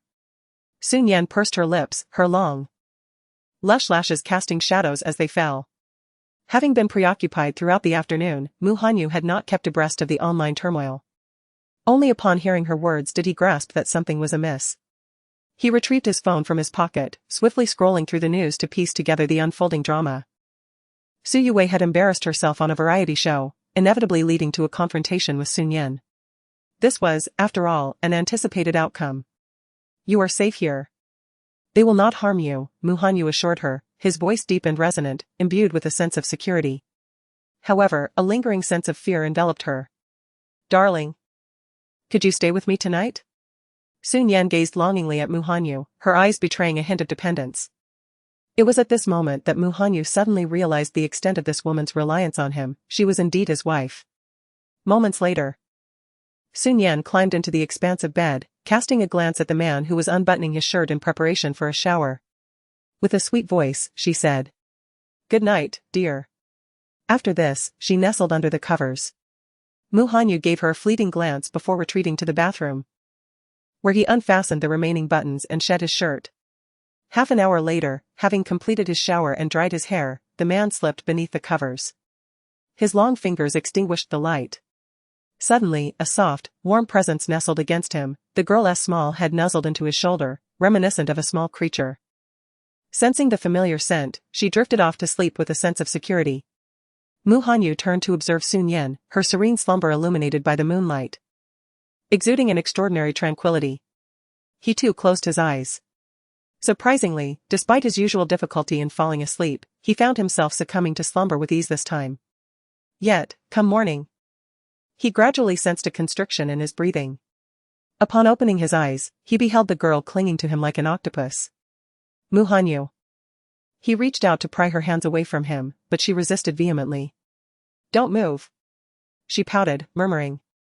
Let go, Mu Hanyu commanded in a low voice. Shi Nian remained silent, yet she clung tightly to him. Mu Hanyu promptly retracted his earlier impression of her tranquility from the previous night. With considerable effort, he managed to pull her hands away, allowing himself to get out of bed to change his clothes. Turning around, he saw the girl curled up, looking somewhat aggrieved. A fleeting expression of helplessness crossed his dark, elongated brows as he gently tucked her in before heading to the bathroom. When he emerged, he found that the girl had awakened.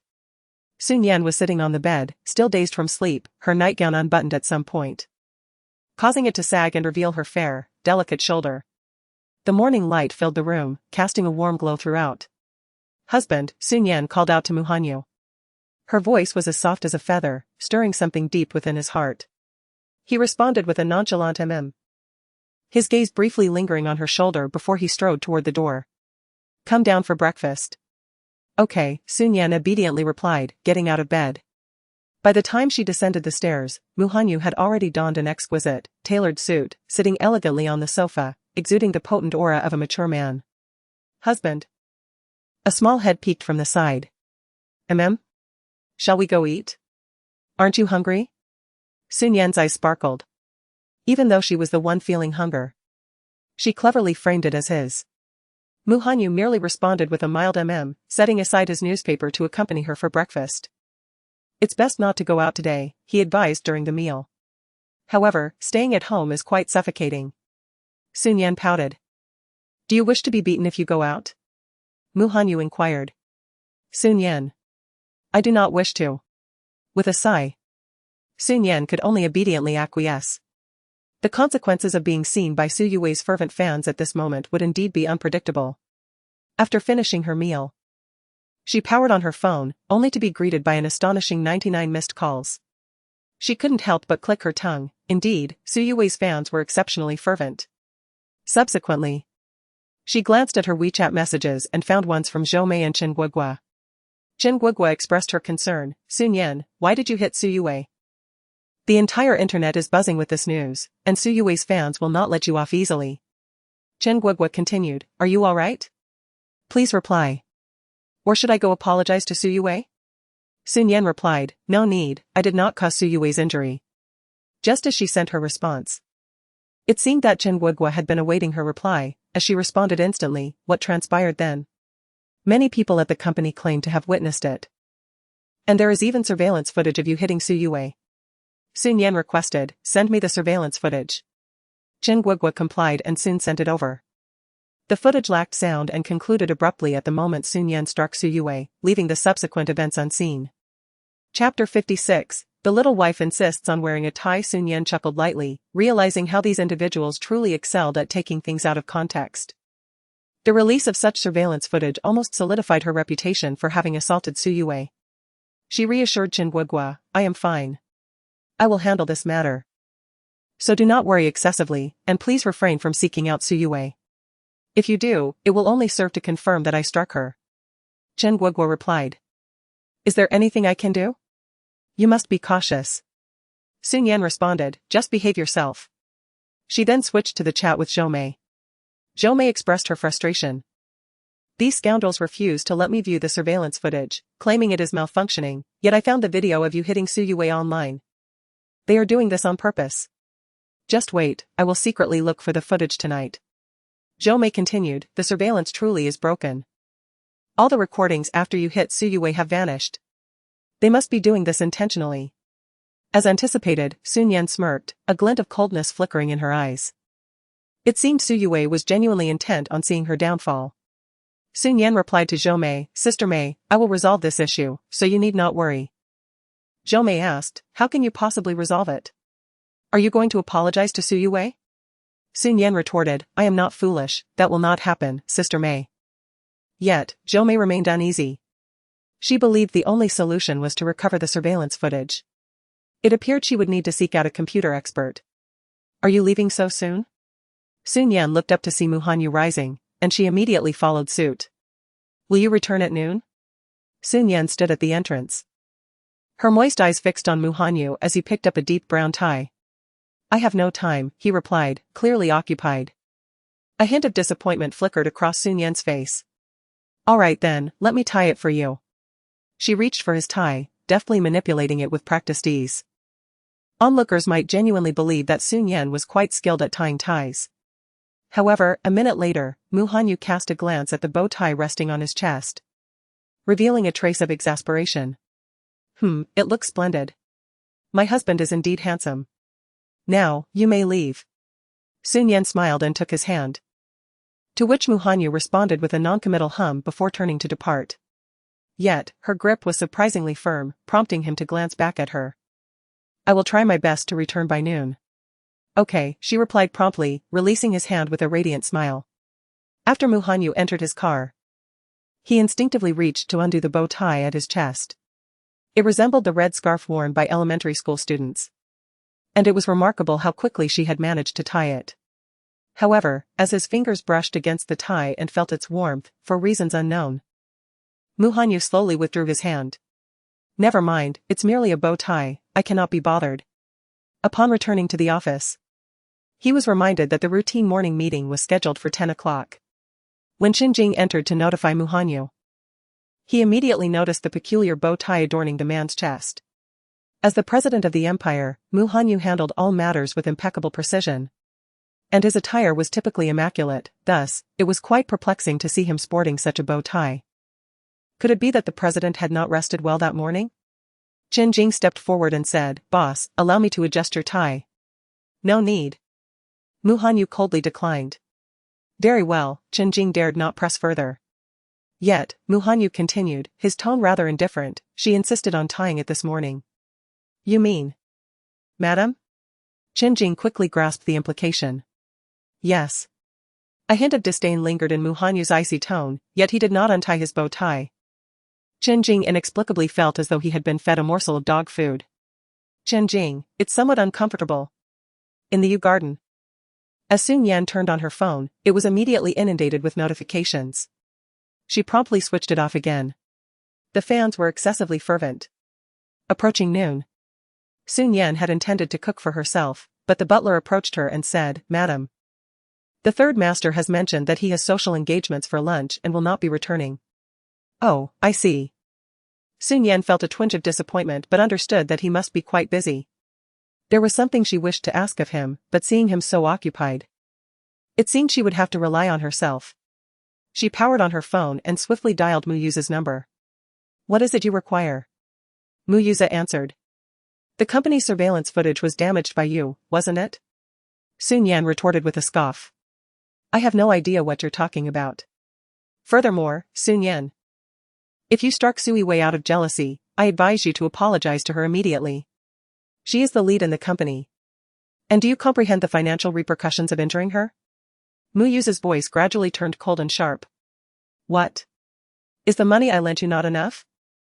Shi Nian languidly leaned against the sofa's back, uttering, Mu Yuza, restore the surveillance footage, or else what? Or else you shall repay the money. Shi Nian enunciated each word distinctly. Repay? Mu Yuza's expression darkened. Shi Nian had lent him over 50 million in total. Although the company was profitable now, its liquidity was constrained, and he could not repay such a substantial sum. Most importantly, when he borrowed the money initially, he never intended to return it. Shi Nian, what do you mean by this? You voluntarily offered me this money, how can you go back on your word? Mu Yuza resolved to be stubborn. Go back on my word?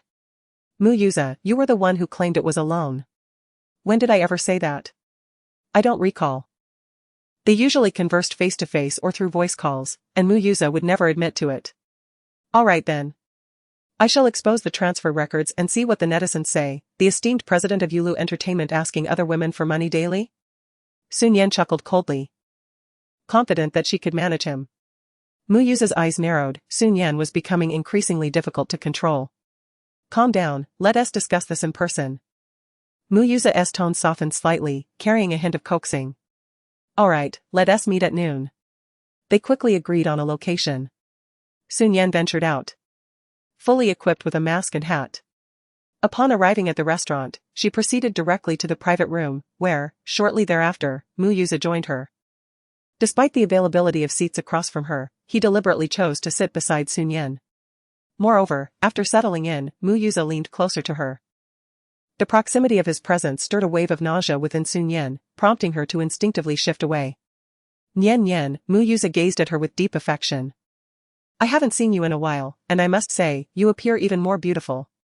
With a shiver of discomfort, Shi Nian felt a surge of goosebumps and urged him to get straight to the point. Nian Nian, don't you think this is a splendid opportunity? A splendid opportunity? She echoed. Indeed. You've never truly enjoyed being a celebrity, why not seize this chance to step away? In the future, I can take you on excursions whenever I have the time. Surely that would be more enjoyable than pursuing a career you dislike, Mu Yuza coaxed. This sentiment resonated with Shi Nian, as she recalled a similar conversation from her past. At that time, the company had funneled all resources to Su Yue, leaving Shi Nian feeling unjustly treated. She had confided in Mu Yuza, who had similarly expressed, "And Nian, you've been so busy, with hardly a moment to rest. Now that you finally have some time, why not take a break? We can travel together when I'm free, alright?"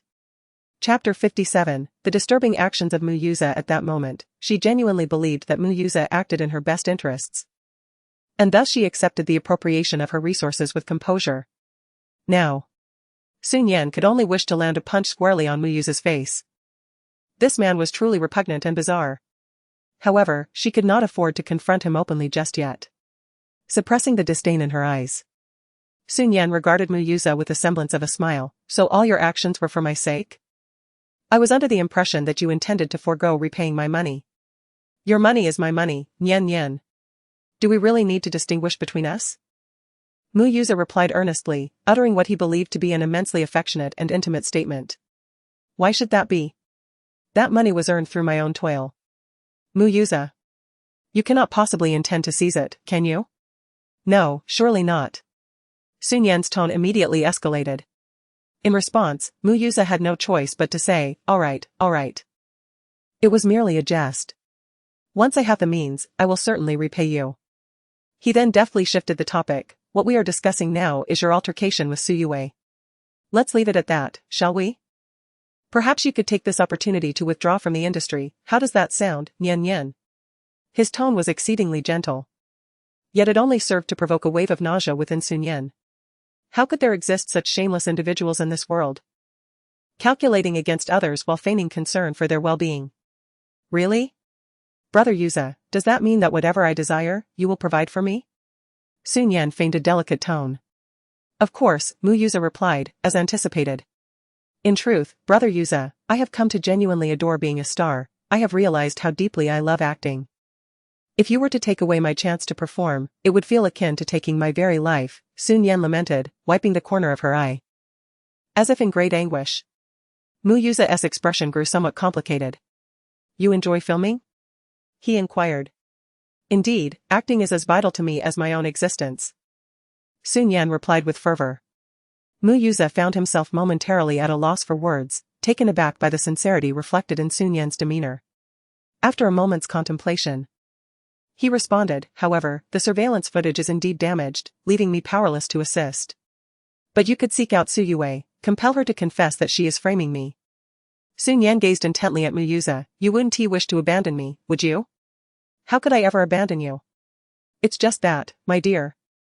You must understand, Su Yue currently holds significant power within the company, and should she encounter trouble, we would incur substantial financial losses. Mu Yuza spoke gently, I believe you. Too, would not want to witness the company falter. Are you implying that you are willing to turn a blind eye to my predicament? Shi Nian retorted. For now. Refrain from making any noise, the internet is ever-changing. Once the storm passes, I shall arrange suitable resources for you. Mu Yuza seemed to regard her as a naive child. A glimmer of coldness flickered in Sun Yan's eyes, though her face displayed a facade of grievance. So, in your eyes, I am worth less than nothing. Very well. Mu Yuza, I now present you with a singular choice, either provide me with the surveillance footage or repay me. With that, she resolved to cease further dialogue and stood up, striding towards the exit. Sun Yan. Mu Yuza did not anticipate that this woman would prove so difficult to communicate with. He grasped Sun Yan's wrist, pleading, can you not comprehend my predicament? Do you not love me? Please, do not be so selfish. How could Mu Yuza still resolutely believe in his love for her? He truly pushed the boundaries of ordinary confidence to its zenith. Yes, I understand you. Right now. I simply wish to be alone for a moment. I will step into the restroom, Sun Yan replied, withdrawing her hand and exiting the private room. Mu Yuza, convinced by her words, sighed in relief and smiled with satisfaction. He knew that Sun Yan could never resist his charm. A mere coaxing from him would have her obediently following his lead like a fool. Then, Mu Yuza's gaze flickered. 10 minutes passed in the blink of an eye. And he began to grow impatient, glancing at his phone. Why hadn't Sun Yan returned yet? He muttered irritably. Suddenly, the door swung open, and a few alluring women, clad in provocative attire, entered. Mu Yuza could not help but swallow hard but maintained his faade of a courteous gentleman. Excuse me, ladies. Have you perhaps mistaken this place? One particularly striking woman boldly settled onto Mu Yuza's lap, caressing his cheek with an enchanting voice. Oh. I came specifically to seek you out. Who are you? With a beauty so close, Mu Yuza found himself unable to push her away, his gaze roving over her form. After all, it is notoriously difficult for a man to reject a beautiful woman, especially one with such an exquisite figure. I have long admired you, Mr. Mu. The woman, with a seductive smile, leaned in passionately to kiss him. Initially, Mu Yuza resisted, but being embraced by the beauty, he soon succumbed and took the initiative. Just as the two were lost in each other's embrace, an abrupt intrusion shattered the moment. Freeze, police. Several uniformed officers stormed in, swiftly encircling them. One officer inquired of Mu Yuza, what is her name? Caught off guard, Mu Yuza was at a loss. The officer immediately declared, we have received reports of solicitation here. Take him away. What solicitation? Do you know who I am? A thought struck Mu Yuza, and he shouted, they are all my admirers, here to see me. He then turned to the women, isn't that right? And no, that's not true. President Mu called us here, offering each of us 100,000, the two women stammered. Trembling in fear, a stark contrast to their earlier fervor. The police promptly handcuffed him, insisting, President Mu, you must come with us. No, this isn't how it is. Realizing he had been framed, Mu Yuza felt an overwhelming rage. They set me up, this has nothing to do with me. You cannot take me. Do you know who I am? He shouted defiantly, struggling against the officers, but he was no match for them and was swiftly led away. As he exited, the flash of cameras erupted, revealing a throng of reporters capturing the scene, their questions crashing upon him like a tidal wave. President Mu. Do you often engage in such activities? What nonsense. I have not. Mu Yuza's temples throbbed as he protested vehemently, I do not know them. They are the ones who seduced me. Yet, who would believe him? The reporters persisted with their incessant inquiries, buzzing around him like a swarm of flies. In a fit of rage, Mu Yuza exclaimed, whoever dares to leak this matter, prepare for ruin. Shortly thereafter, he was forcibly ushered into the police car. On the second floor, Sun Yan stood by the window, observing the scene below with an inexplicable delight. It would not be long before this incident made headlines. Mu Yuza. Do you not enjoy charming the ladies? Then enjoy to your heart's content. She turned to descend the stairs, humming a cheerful tune. Only to be startled by the sudden appearance of a familiar figure at the entrance. Sun Yan gasped and instinctively concealed herself behind a pillar. There stood a tall and striking silhouette, remarkably distinguished amidst the crowd. He engaged in brief conversation with what appeared to be a corporate executive before parting ways.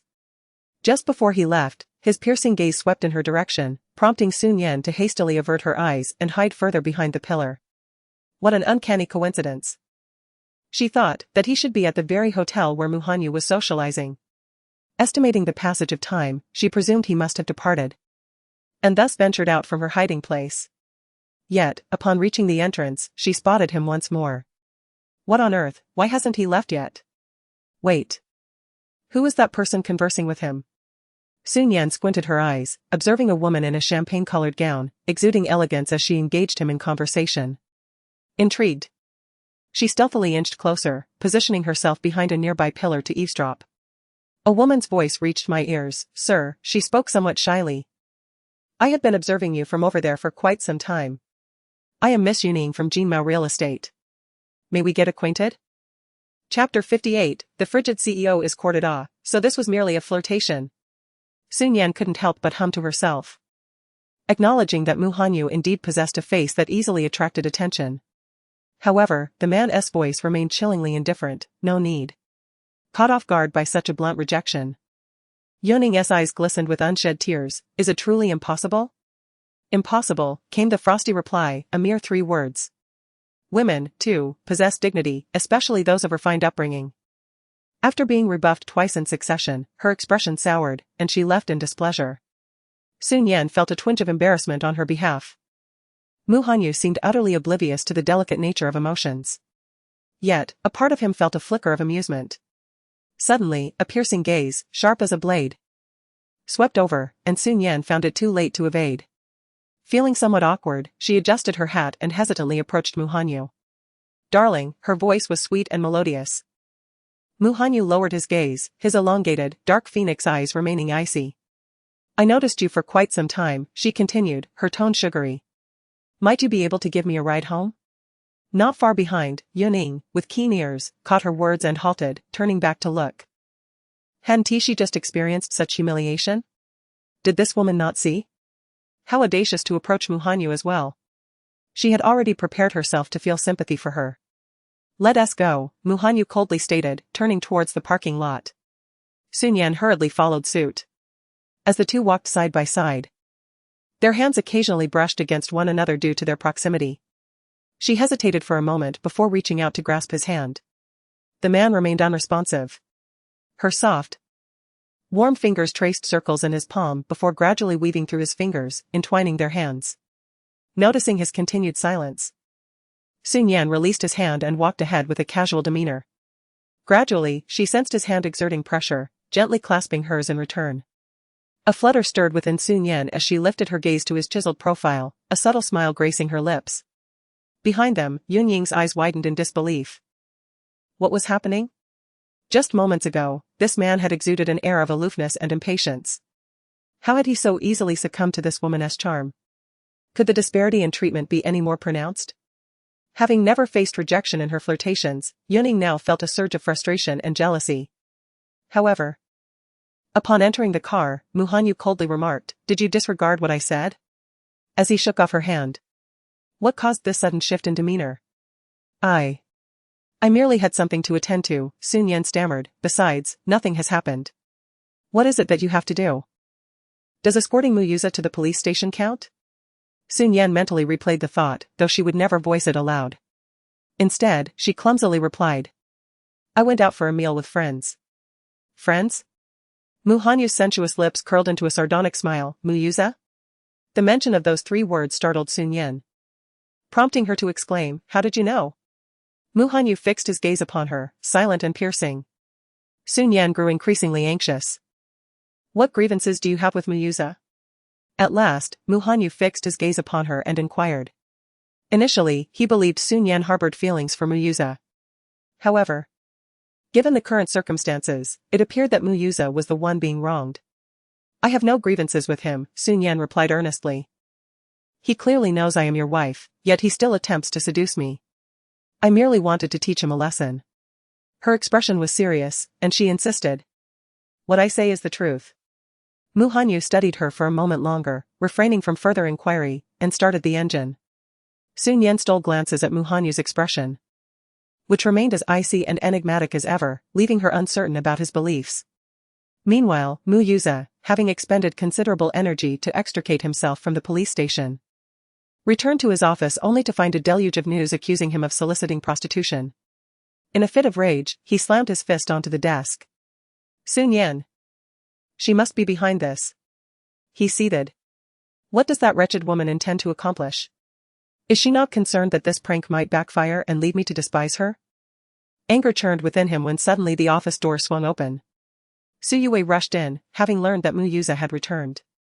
With reddened eyes, she gazed at him and asked, Yuza, is it true what the reports say about you soliciting prostitution? You fool, he replied, feeling exasperated. If others don't believe me, that's one thing, but do you not know me at all? Su Yue produced a photograph, stating, but there are pictures. The photograph depicts Mu Yuza sharing an intimate kiss with another woman, the identity of whom remains a mystery, as does the timing of the shot. This is a fabrication, Mu Yuza declared vehemently. That woman rushed in to kiss me, and just as I attempted to push her away, the police arrived. Someone is conspiring against me. Upon hearing this, Su Yue felt a slight alleviation of her distress, yet confusion lingered. Who could possibly have such a motive against you? Desiring to keep Su Yue oblivious to his connection with Shi Nian, Mu Yuza replied, I do not know, but I shall uncover the truth in due time. You need not concern yourself with it. Very well, Su Yue acquiesced. Observing her, Mu Yuza noted that the imprint of a slap had faded from her face within a day, and her injuries were no longer visible. Be cautious when you go out. Do not let the fans discover that your injuries are not as severe as they seem. Of course, Su Yue responded, for she was eager to depart for her shooting. On the van, while the makeup artist attended to her, Su Yue scrolled through her phone, reading messages from fans disparaging Shi Nian. Even now, Shi Nian had not offered any response, a situation she could scarcely rectify. However, Su Yue's mind began to whirl with thoughts, convinced that this was insufficiently ruthless. If she wished to ensure Shi Nian's complete departure from the entertainment industry, she would need to be far more relentless. She opened a chat window with a certain individual on WeChat. Yu Yuan. After Mu Hanyu had escorted Shi Nian home, he departed swiftly. Shi Nian spent the afternoon engrossed in her studies, her phone powered off. Upon turning it on, she was immediately inundated with a flurry of messages. Most of the information pertains to Qin Guogua and Zhou Mei, and their messages convey a similar sentiment. Zhou Mei exclaimed, It's over. You must check Zhang Qingji's Weibo immediately, he has specifically criticized you. Shi Nian narrowed her eyes, a chill running through her. Zhang Qingji is currently a leading figure in the directing realm, wielding significant influence. Has he truly criticized her? With unfamiliar calls incessantly pouring in, Shi Nian decided to remove her SIM card and connect to the internet via her home Wi-Fi. Indeed, Zhang Qingji had posted on Weibo.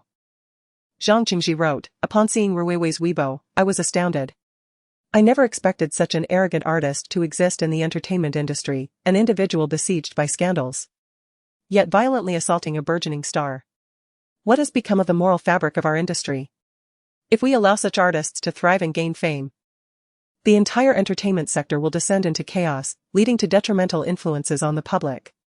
I hereby declare that my team and I will no longer collaborate with Shi Nian. His message was clear, he intended to blacklist Shi Nian. With the top director voicing his stance, others soon followed suit. Several renowned directors echoed his sentiments. Director Qian Qian of Youth Cinema remarked, Zhang is absolutely correct. Therefore, I shall also state that I will not engage in further collaboration with Shi Nian. Director Bai Yan of science fiction films added, such an artist should have been blacklisted long ago.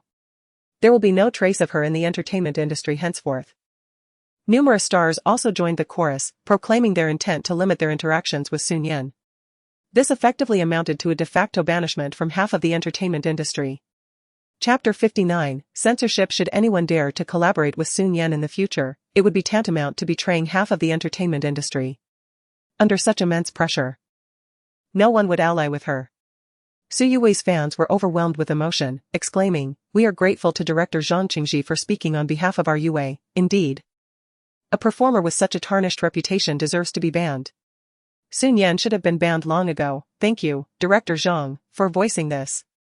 Your new work is splendid. We have awaited this day. May Shi Nian's presence in the entertainment realm be eradicated henceforth.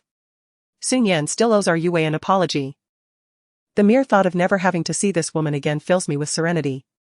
As Shi Nian faced her ban, half of the entertainment world rejoiced and celebrated. After absorbing the overwhelming reactions, Shi Nian's gaze turned somber. Messages from Zhou Mei continued to pour in. Zhou Mei wrote, The company has also released a statement.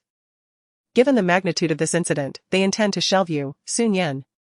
Perhaps you should consider apologizing to Su Yue? Apologize to her? That would be an impossibility in this lifetime. Without hesitation, Shi Nian responded, I shall not apologize for something I did not do. Zhou Mei replied, but you were finally gaining some momentum, and now this. Are you truly willing to be sidelined? Zhou Mei herself was in a dismal state. Witnessing her first artist's ascent thwarted. Shi Nian reassured her, Sister Mei, do not fret, I will find a solution. Zhou Mei sighed, at this juncture, what solutions remain? Even if Su Yue is willing to forgive you, others may not extend the same courtesy. This matter has been meticulously orchestrated. Shi Nian declared. What I seek is never forgiveness. Her fingers lightly tapped as she swiftly entered a sequence of characters into a website, a mysterious realm accessible only through a password. In her previous life, she had stumbled upon this enigmatic place by chance. Here, with sufficient funds, one could accomplish any endeavor. She sought out a renowned hacker, known as Kind, and promptly dispatched her request. Now, it remained to be seen whether he would accept the task. In the office of the Imperial Group. After concluding a day's worth of duties, Mu Hanyu delicately clicked his mouse, accessing a particular page. He occasionally visited to ascertain any developments. At that moment, he unexpectedly encountered a task proposal with a bounty of 50,000. 50,000? Typically, Kind's assignments never fell below 5 million. How ludicrous. A cold smirk flickered in his phoenix-like eyes as he contemplated the figure, only to suddenly notice the task specifics, repair the surveillance footage of Yulu Entertainment. Who would wish to mend the surveillance recordings of Yulu Entertainment at this juncture? It was highly likely to be his troublesome wife. Mu Hanyu chuckled darkly, this woman, surprisingly aware of such a place, piqued his interest. With a click of the mouse, he accepted the task. Before long, the news of Kind taking on the assignment reverberated throughout every corner of the hacker empire. Everyone believed that the order King would undertake must surely be worth millions. However, to their astonishment, it was merely a 50,000 order. Wasn't it stated that he wouldn't accept anything below 5 million? Could it be that King has recently taken up charitable endeavors? That seems even less plausible. Consequently, the entire circle began to scrutinize King's motivations. And countless individuals turned their attention to Shi Nian to discern her true identity. Meanwhile, Shi Nian received a reply regarding her task, nearly screaming in delight. With a mindset of merely trying her luck, she never anticipated achieving success. Whenever King intervenes, no task remains unaccomplished. However, she felt a pang of regret. 50,000 is indeed a substantial sum. She would have to negotiate with King about possibly arranging installments or perhaps even securing a discount. At that moment, Shi Nian lay on the bed, rolling about in joy. Mu Hanyu's bed was unexpectedly comfortable, particularly with the lingering scent of light woodsy perfume that she adored, effortlessly lulling her into relaxation and slumber. As she drifted in and out of consciousness, footsteps echoed, and the door swung open, revealing a man who carried the chill of the outside world, heading straight to the bathroom for a shower. When he finally settled into bed, he sensed a warm presence beside him. The girl seemed to have waited for quite a while. As soon as he switched off the light, she instinctively embraced his arm. Darling, you're finally back. I've missed you so much, she murmured softly, her tone imbued with a languid warmth that seemed to caress the heart. From now on, sleep on your own. No. She resisted with a soft protest, resting her small head upon his shoulder, saying, I cannot sleep without you. Mu Hanyu gently traced her lips with his fingers, his tone relatively tender. You must have drooled while sleeping just now. Shi Nian. He was mocking her. I did not. Shi Nian, feeling shy and embarrassed, burrowed deeper into his embrace, insisting, I wasn't asleep. He responded with a light hum, laced with a hint of sarcasm. This man. Shi Nian puffed up her cheeks. Mu Hanyu fell silent, the fragrant scent of the girl lingering at his nose. Her fingers warm against him. Although he usually struggled to find slumber, he now felt a wave of drowsiness wash over him as his fingers caressed her silky hair. And soon, he drifted off to sleep. The next day, when Shi Nian awoke, she discovered the space beside her had grown cold. It seemed Mu Hanyu had already departed. Instantly, she reached for her phone, where 2 notifications flashed across the screen. Upon reading the messages, her eyes narrowed slightly. At that moment, Qin Jia spoke up. His words became the target of widespread criticism.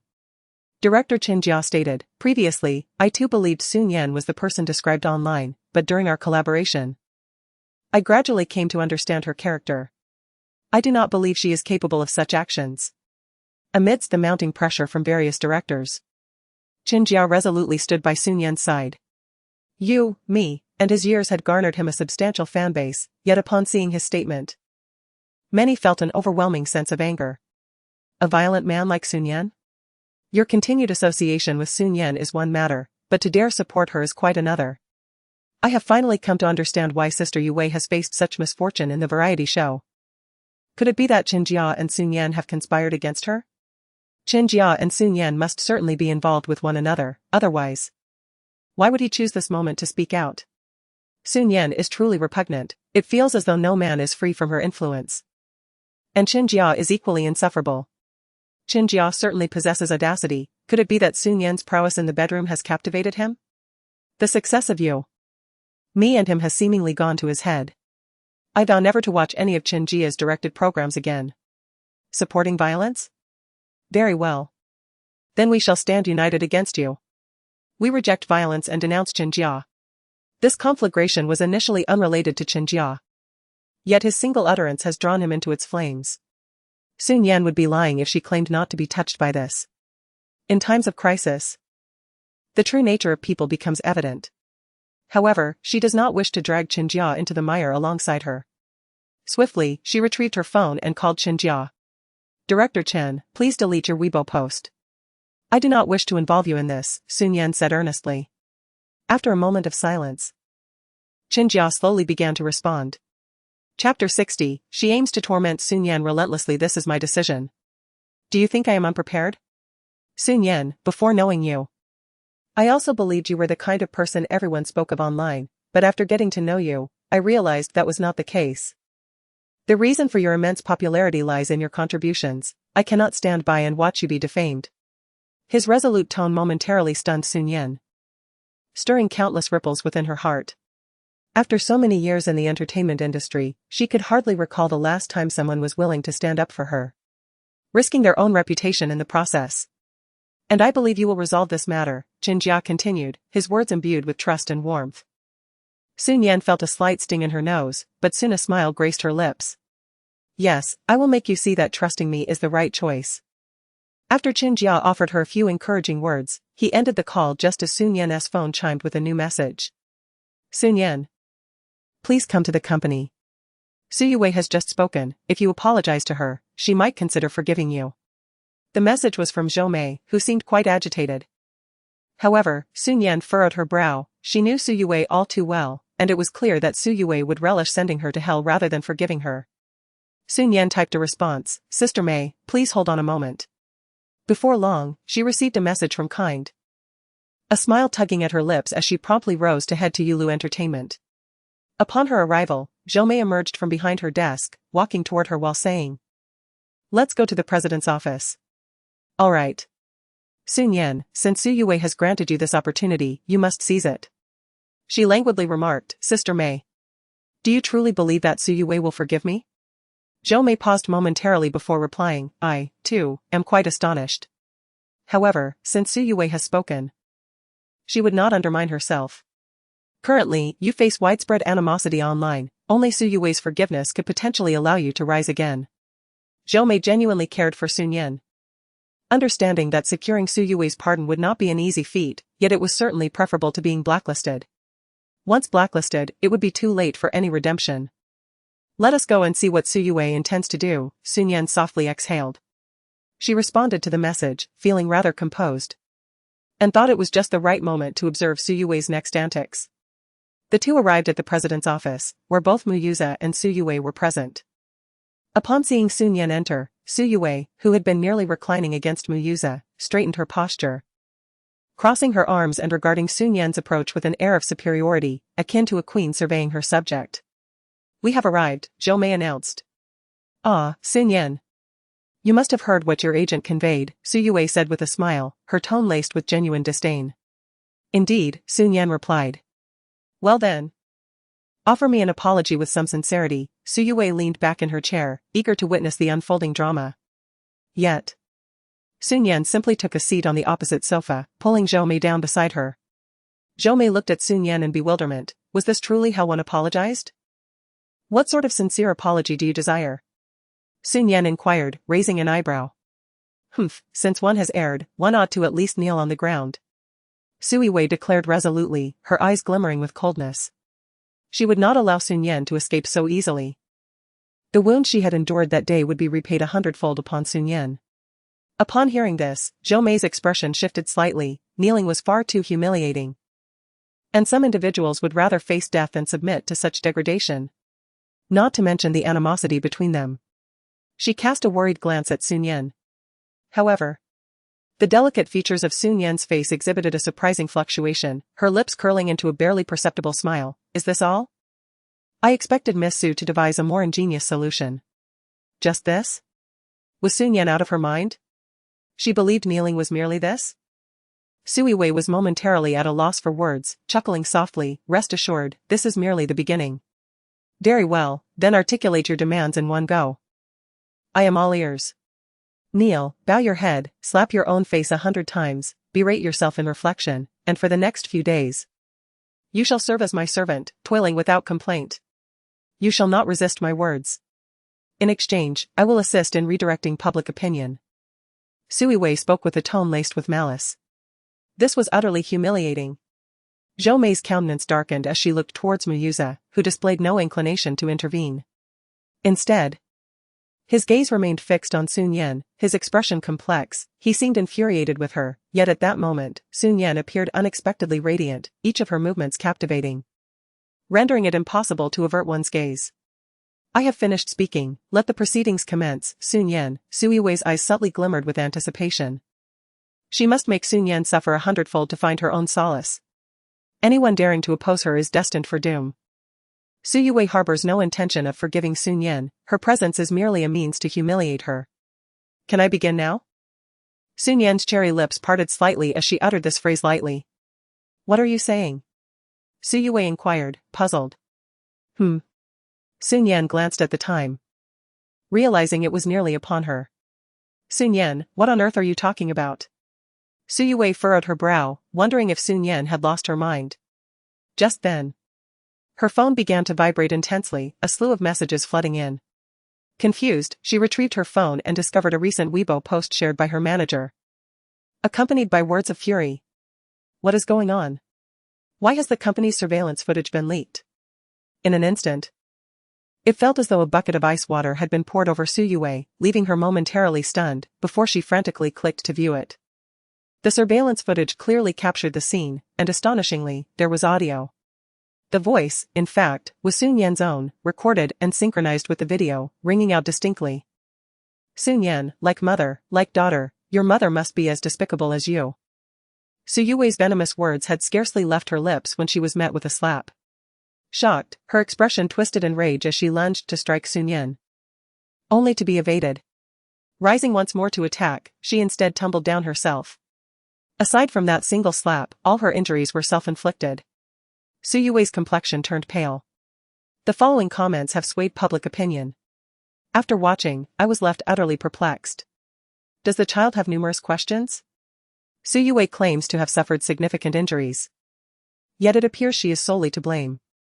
Can this truly be attributed to Shi Nian? Sui Wei's expression is terrifying. Is this her true self?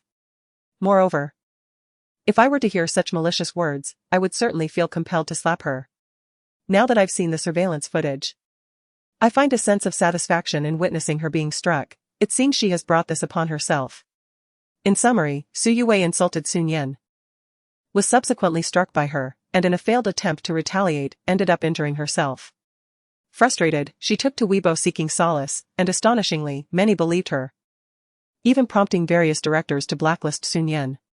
What a performance! Sui Wei's tactics are truly remarkable. Despite being dubbed a national goddess, she is, in truth, a quintessentially malevolent supporting character. I have unfollowed her. Unfollowed. 1. I never anticipated that someone I admired for so long could turn out to be such a person. I have shifted from fan to detractor. I no longer wish to see you, Sui Wei. Shifted from fan to detractor. 1. Route changed to detractor. 10086. Having only perused some comments, it is evident that Su Yue's complexion has turned pale, as if all her strength has been drained. It is as though she performed an illusion before the crowd, only to be exposed as a sham, prompting an onslaught of insults from all sides. Her carefully curated image has crumbled. After years of meticulous maintenance, it has collapsed in an instant. Without even glancing at her Weibo, Su Yue knows that she has undoubtedly lost a significant number of fans. Over the years, she has toiled to reach this point, yet now everything has crumbled. Wasn't that surveillance footage destroyed? Isn't it in their possession? All of this is because of Su Nian. The animosity has shifted to Su Nian. Su Yue gazed at her with a look that seemed capable of devouring her whole. Like a frenzied beast, she lunged forward, seizing Su Nian by her clothing and yanking her up from the couch. It was you, wasn't it, Su Nian? You are responsible for all of this. Despite being only slightly shorter than Su Yue, Su Nian maintained a calm demeanor, as if she were looking down from a lofty perch, regarding the mortal realm with disdain. Chapter 61 The Truth Unveiled. I am merely a harbinger of truth. The architect of all this is you. She smiled, her cherry lips curving upwards as she gazed at her. This smile pierced Su Yue's eyes, prompting her to scream and attempt to shove Su Nian to the ground. However, in a swift motion, Su Nian evaded her grasp, causing Su Yue to tumble onto the coffee table, toppling the cup and soaking her clothes. Zhou Mei and Mu Yuze remained oblivious to the unfolding drama. What could have transformed Su Yue so drastically? Yet, the moment they grasped their phones, the entire sequence of events became crystal clear. Mu Yuze's expression darkened. The surveillance footage had been destroyed, so why had it resurfaced? Zhou Mei sighed in relief. For in that instant, she realized Su Nian would be rescued from the depths of despair to the heights of salvation. The tide of public opinion had shifted. Su Nian, you must immediately declare that it is false, that you fabricated that video. Su Yue bellowed at Su Nian. Oh? Su Yue, why would I do such a thing? Su Nian responded, brushing off her attire and gracefully settling onto the sofa, her gaze towards Su Yue tinged with pity. Su Yue, feeling as if she had been stepped on, leaped up. What do you say? If you refuse to admit it, you shall not leave this place today. In broad daylight. Do you really think you can silence me? Su Nian, be obedient, Mu Yuze stated calmly after perusing the news, placing his phone down as he directed his gaze towards her. Otherwise, you truly shall not be able to leave. Upon finishing his words, he snapped his fingers, and several bodyguards entered from outside. The burly figures in black formed a solid wall, impenetrable and imposing. Zhou Mei felt the weight of the atmosphere pressing down on her. Frustration surged within her. She had only just discerned how despicably Mu Yuze acted, willing to ruin Su Nian for the sake of Su Yue. President Mu. Su Nian is also an artist of the company. Isn't this a bit excessive? Zhou Mei confronted him in a low voice. However, Su Yue holds greater significance for the company. Should anything happen to her, we would incur substantial losses. I trust you understand the gravity of the situation. Mu Yuze counseled with a measured tone. As for Su Nian, once this turmoil subsides, I can easily facilitate her return to the industry or even help her adopt a new name. I am who I am, why should I change my name? Su Nian retorted without hesitation. She cast a glance at the few bodyguards nearby and added, is this all the security the esteemed president's office has? Su Nian, you should temper your bravado. Mu Yuze could not suppress a smirk, amused by her inflated confidence. He was disinclined to waste further words. If you refuse to comply, you may find yourself confined here indefinitely. With that, he rose to attend to his paperwork, having little time to spare for her stubbornness. If Su Nian remained uncooperative, he would resort to other means to defuse the situation. Nonetheless, Su Nian had but one path before her, which was to acquiesce to their demands. It was only a matter of time. Do not move. Suddenly, a melodious yet chilling voice pierced through the air behind him, accompanied by the sensation of something icy pressing against his waist. Mu Yuze's expression shifted slightly as he prepared to turn and subdue Su Nian, only to find that she truly dared to apply force. The blade's edge had pierced through his clothing, resting ominously against his skin, threatening to penetrate deeper with any further pressure. Mu Yuze laughed in disbelief. Su Nian, you've grown quite audacious. Do you truly wish to threaten me? If you possess the courage, then stab me. He could not fathom that a timid woman would genuinely confront him. Yet, the sudden sting at his waist caught him off guard. prompting Su Yue behind him to emit a sharp cry upon seeing the blood. Zhou Mei looked at Shi Nian with concern, urging her to remain calm. Mu Yu's countenance hardened, his teeth clenched in fury. Have you lost your mind? If you kill me, your fate will be sealed as well. Yet, an undercurrent of panic coursed through him. CEO Mu, you are overthinking this. Why would I ever consider killing you? The woman's voice, laced with a hint of amusement, was chilling to the bone. The location of my strike will simply render your lower body numb, while I am merely acting in self-defense, using your own weapon. Lower body numbness? The implication was that he might end up confined to a wheelchair. Mu Yuza found the very notion unbearable, his tone softening involuntarily. Shi Nian, could you please release me? I will allow you to leave. First, let your bodyguards depart, Shi Nian replied calmly. Reluctantly, Mu Yuza acquiesced, but the knife at his waist pressed firmly, startling him into compliance. Get out, all of you. The bodyguards hastily complied. Is it acceptable now? Mu Yuza spoke with a smile, yet his heart seethed with anger. Once he regained his freedom, he would certainly teach Shi Nian a lesson. Well then, let us proceed to the entrance, Shi Nian remarked nonchalantly. Reluctantly, Mu Yuza made his way to the door. Upon stepping outside, Shi Nian sheathed her knife, but in an instant, Mu Yuza's expression shifted as he struck her neck with his hand, mimicking a blade. Unexpectedly swift, Shi Nian bent low, evading the attack, and executed a powerful side kick that struck him squarely in the abdomen. Mu Yuza doubled over, retching violently. Mr. Mu, ambushes are rather uncouth. Beware that you do not find yourself on the receiving end of an assault, Shi Nian remarked with a smile, departing alongside Zhou Mei. Mu Yuza was nearly driven to exasperation. He yearned to rise and pursue them, but the pain in his abdomen was excruciating, forcing him to expel even the dinner from the previous night. Moreover, with Shi Nian gone, Su Yue was truly in peril. He was uncertain whether he could safeguard her. On their way back, Zhou Mei felt as if her steps had become lighter. What was the situation with the surveillance footage? Where did you acquire it? Zhou Mei inquired, her eyes gleaming with excitement. They deleted the footage, so I had to enlist a hacker to restore it, which cost me 50,000. Mei Jia, I need your support. Shi Nian lamented. Very well, Zhou Mei replied, her spirits buoyed. Do not worry, 50,000 is a small price. Once the storm passes, people will be less inclined to question you. The internet has a long memory. In the future, should you choose to film anything, your remuneration will surely be substantial. Can I get the company to reimburse this 50,000? Shi Nian eagerly inquired. Zhou Mei, observing her lack of ambition, ushered her into the office, saying, Come with me. She settled behind the desk and tossed several scripts in front of her. Take a look and see if any appeal to you. Wow. Can I really choose from all these? Shi Nian exclaimed, her excitement palpable. Only if you can audition for them, Zhou Mei replied. Shi Nian patted her chest.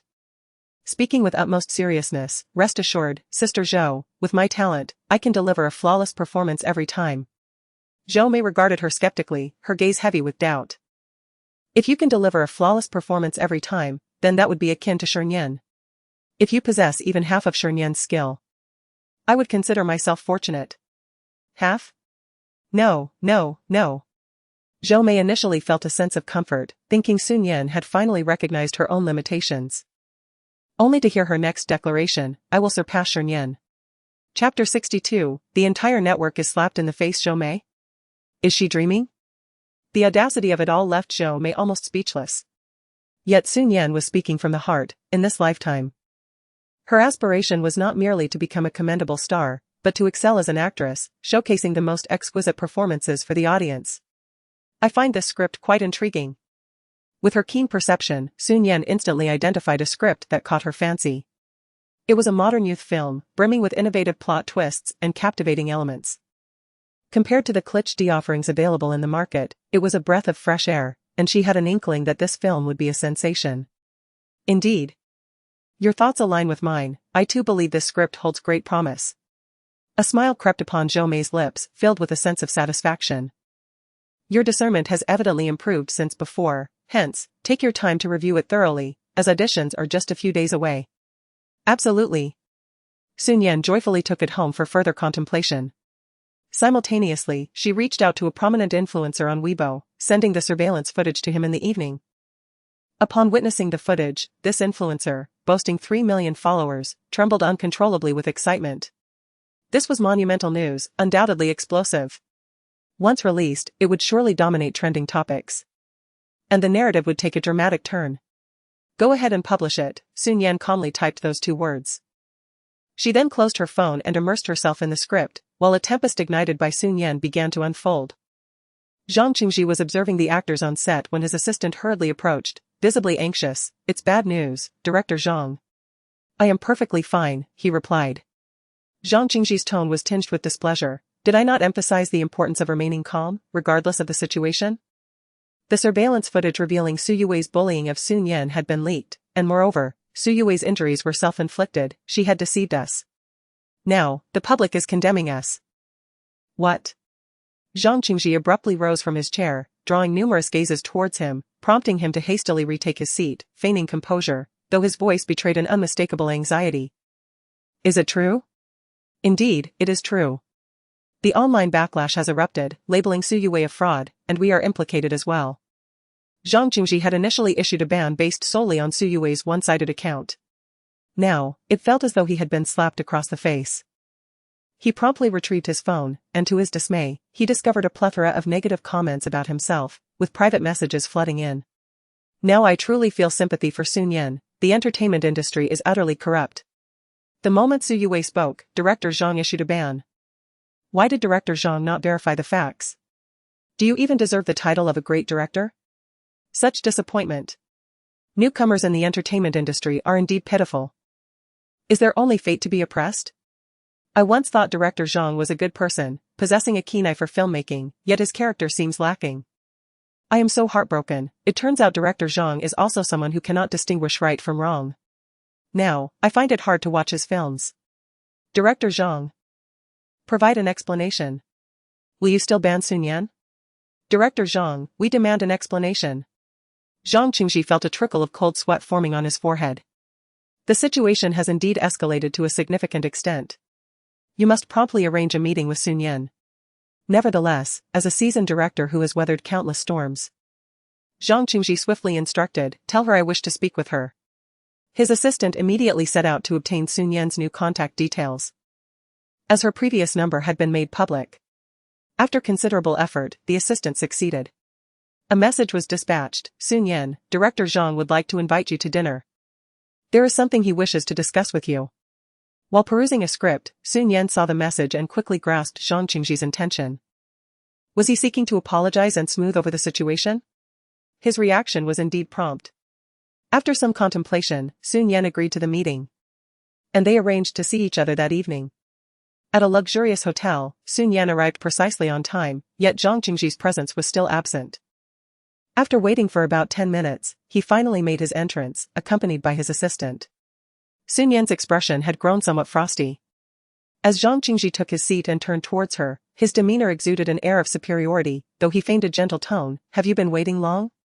15 minutes. Shi Nian replied, glancing at her watch and stating earnestly, you are 15 minutes late. Zhang Qingji felt a twinge of embarrassment. Was Shi Nian being intentional in her remark? After all, it was merely a brief delay. He was, after all, the esteemed director Zhang Qingji, a figure whom countless stars clamored to meet but could not. His assistant promptly spoke up, Director Zhang is usually quite busy, he was just filming and encountered some traffic, hence the slight delay. Very well. Let us not squander Director Zhang's precious time. Please, let us get straight to the point. What brings you to me? Shi Nian inquired with a calm demeanor. Zhang Qingji replied, Shi Nian, I sincerely apologize for the matters online, I was misled by Su Yue. To make amends, I intend to cast you as the female 7th character in my new drama. What do you think? He wore a confident expression, seemingly certain that Shi Nian would acquiesce. Even the role of female 7th in a film directed by Zhang Qingji would undoubtedly be highly coveted by many. Female 7th? Shi Nian echoed, her mind swirling with questions. Instinctively responding, you mean the female 7th? Yes, this character has several minutes of screen time in the script, the assistant interjected. As if this was a tremendous opportunity for Shi Nian. Shi Nian remained speechless and silent. I am aware that your acting skills are not particularly strong. But you must trust in my abilities, this role is not difficult, Zhang Qingji spoke gently, believing Sun Yan's silence stemmed from being overwhelmed by such a fortuitous offer. As compensation, I will personally guide you. Afterward, we can take a photo together. If we post it on Weibo, it will clarify our reconciliation. And people will cease their speculations. I'm sorry, I don't need that. Thank you, Sun Yan firmly rejected him. Zhang Qingji appeared not to comprehend her words, asking. What did you say? I appreciate your kindness, but I must decline, this role should be given to someone else. Sun Yan stood up, ready to depart. Sun Yan. What do you mean by this? Are you looking down on it? Zhang Qingji questioned her with a cold glare. The manner in which Director Zhang has come to apologize is truly astonishing, such an apology is of no interest to me. She uttered these words before walking away. Zhang Qingji's expression darkened. Sun Yan was the first artist to dare speak to him in such a manner. Did she believe the role he offered was insufficient? She ought to consider her own controversies. His willingness to grant her a role was already a significant favor. Sun Yan was indeed quite ungrateful. Director Zhang. What should we do now? The assistant inquired. Let her do as she pleases. Does she truly think I require her forgiveness to resolve this? What is this trivial matter worth? It appears that Sun Yan is rather greedy. Zhang Qingji scoffed. Soon after, Zhang Qingji deleted the post he made to blacklist Sun Yan. Subsequently, his studio released a new statement, offering an apology on his behalf. As the leader of this affair, Zhang Qingji had taken action, prompting the other directors who had issued blacklists to seek out Sun Yan to apologize as well. Throughout the night, Sun Yan's phone buzzed incessantly. The demeanor of these directors was, at the very least, infinitely better than that of Zhang Qingji. Sun Yan, I truly was blind at that moment. I never imagined you would act in such a manner. I sincerely apologize, and I am transferring 1 million as compensation, hoping you will not hold this against me. 1 million? Sun Yan felt quite pleased, yet pretended to maintain an air of indifference, responding, I shall think it over. I certainly did not mean to belittle you. The director is merely a bit anxious. If you desire any particular role, feel free to speak directly to me. No, I simply require 1 million. Be sure to transfer it on time. Sun Yan hastily replied.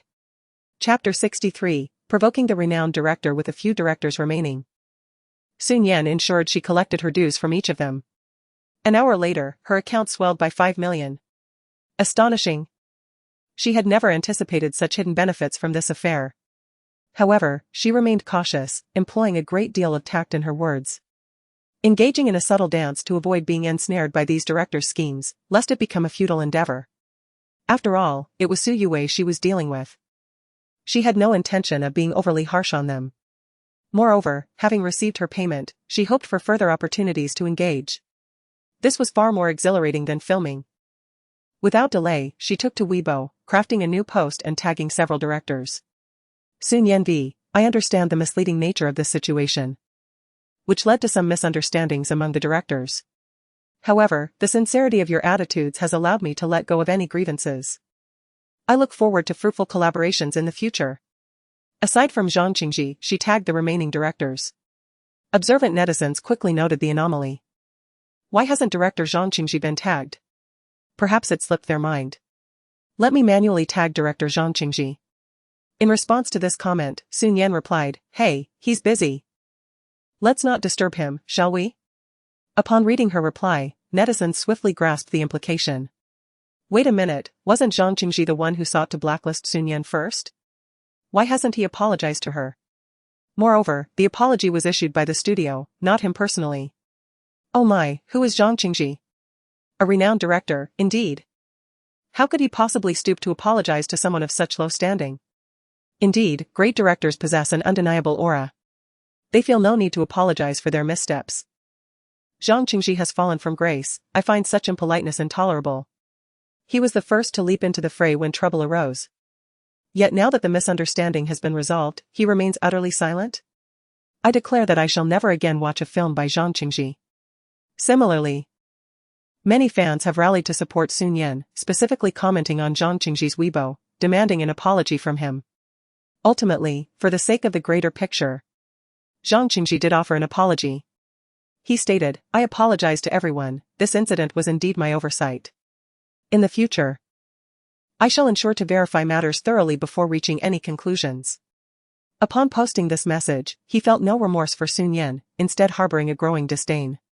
A mere Shi Nian had the audacity to compel him to apologize. Her path ahead will not be an easy one.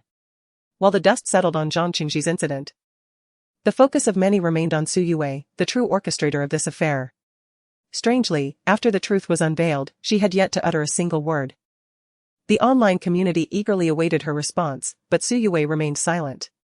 At 10 o'clock that evening, however, she unexpectedly initiated a live broadcast.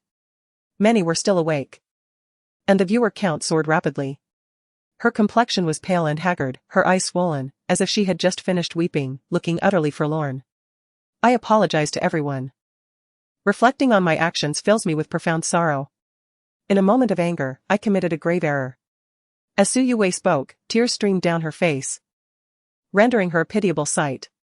Her fans could not help but feel a pang of sympathy. Sister Yue. I can genuinely empathize with Sister Yue. If I were in her shoes, I would undoubtedly be furious. Moreover, it seems that she is often subjected to ridicule on variety shows. What? Are Su Yue's diehard fans devoid of reason? Initially, it was Su Yue who sought out trouble, was it not? Furthermore, the variety show is orchestrated by the production team. What does Shi Nian have to do with it? With tears still flowing, Su Yue continued, I have deeply reflected on my actions. Moving forward, I shall devote all my energy to acting, striving to portray stories that resonate more with everyone.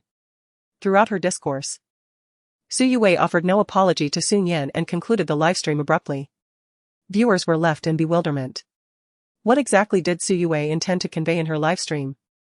Apologizing to us but not to Shi Nian? I think Su Yue excels in playing the role of a devious supporting character. I suggest she embraces this persona moving forward. Is crying truly effective? Engaging in such theatrics yet failing to utter a single apology to Shi Nian. Our sister Yue is already in considerable distress, must you press her further? Are you even human? Will it bring you joy only when our sister Yue is no longer with us? Please, act like decent individuals. The fans' fervent responses caught the onlookers off guard, leaving them utterly astonished. Are these fervent supporters bereft of intellect? Su Yue nearly sabotaged Shi Nian's career. And now she seeks to sweep the matter under the rug with a mere display of tears, is that not too lenient? The online criticism was overwhelming. Having concluded her script reading, it was already 11 o'clock at night. Shi Nian stretched lazily and heard the sound of heavy footsteps outside. It appeared that Mu Hanyu had returned. She stepped outside to greet him. Mu Hanyu, you're back. At first glance, it was somewhat disconcerting for Mu Hanyu to see Shi Nian emerge from the adjacent room rather than her own, yet he maintained his usual cold demeanor, responding with a curt nod. Have you resolved Su Yue's situation? He inquired. Yes, it has been resolved, she replied. So, she won't require my company any longer. He cast a deep glance at her but refrained from further comment, pushing the door open and entering his room. For reasons unknown, the bedroom, which typically exuded familiarity, now felt somewhat desolate. Mu Hanyu, expressionless, took a shower and climbed into bed. The bed seemed overly spacious. He closed his eyes, yet this time, sleep eluded him for a while longer than usual.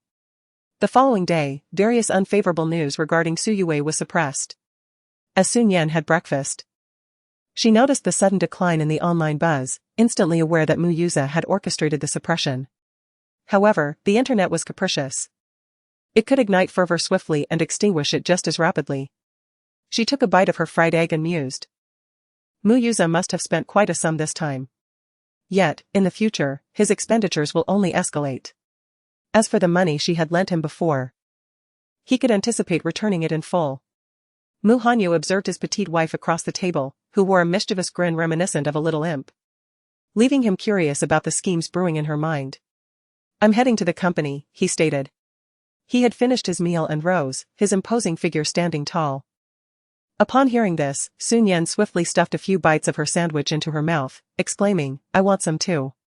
Let's talk after we eat. After considerable effort, she swallowed and continued, I want to go as well. After spending the last few days cooped up at home, she felt as if she might sprout mushrooms.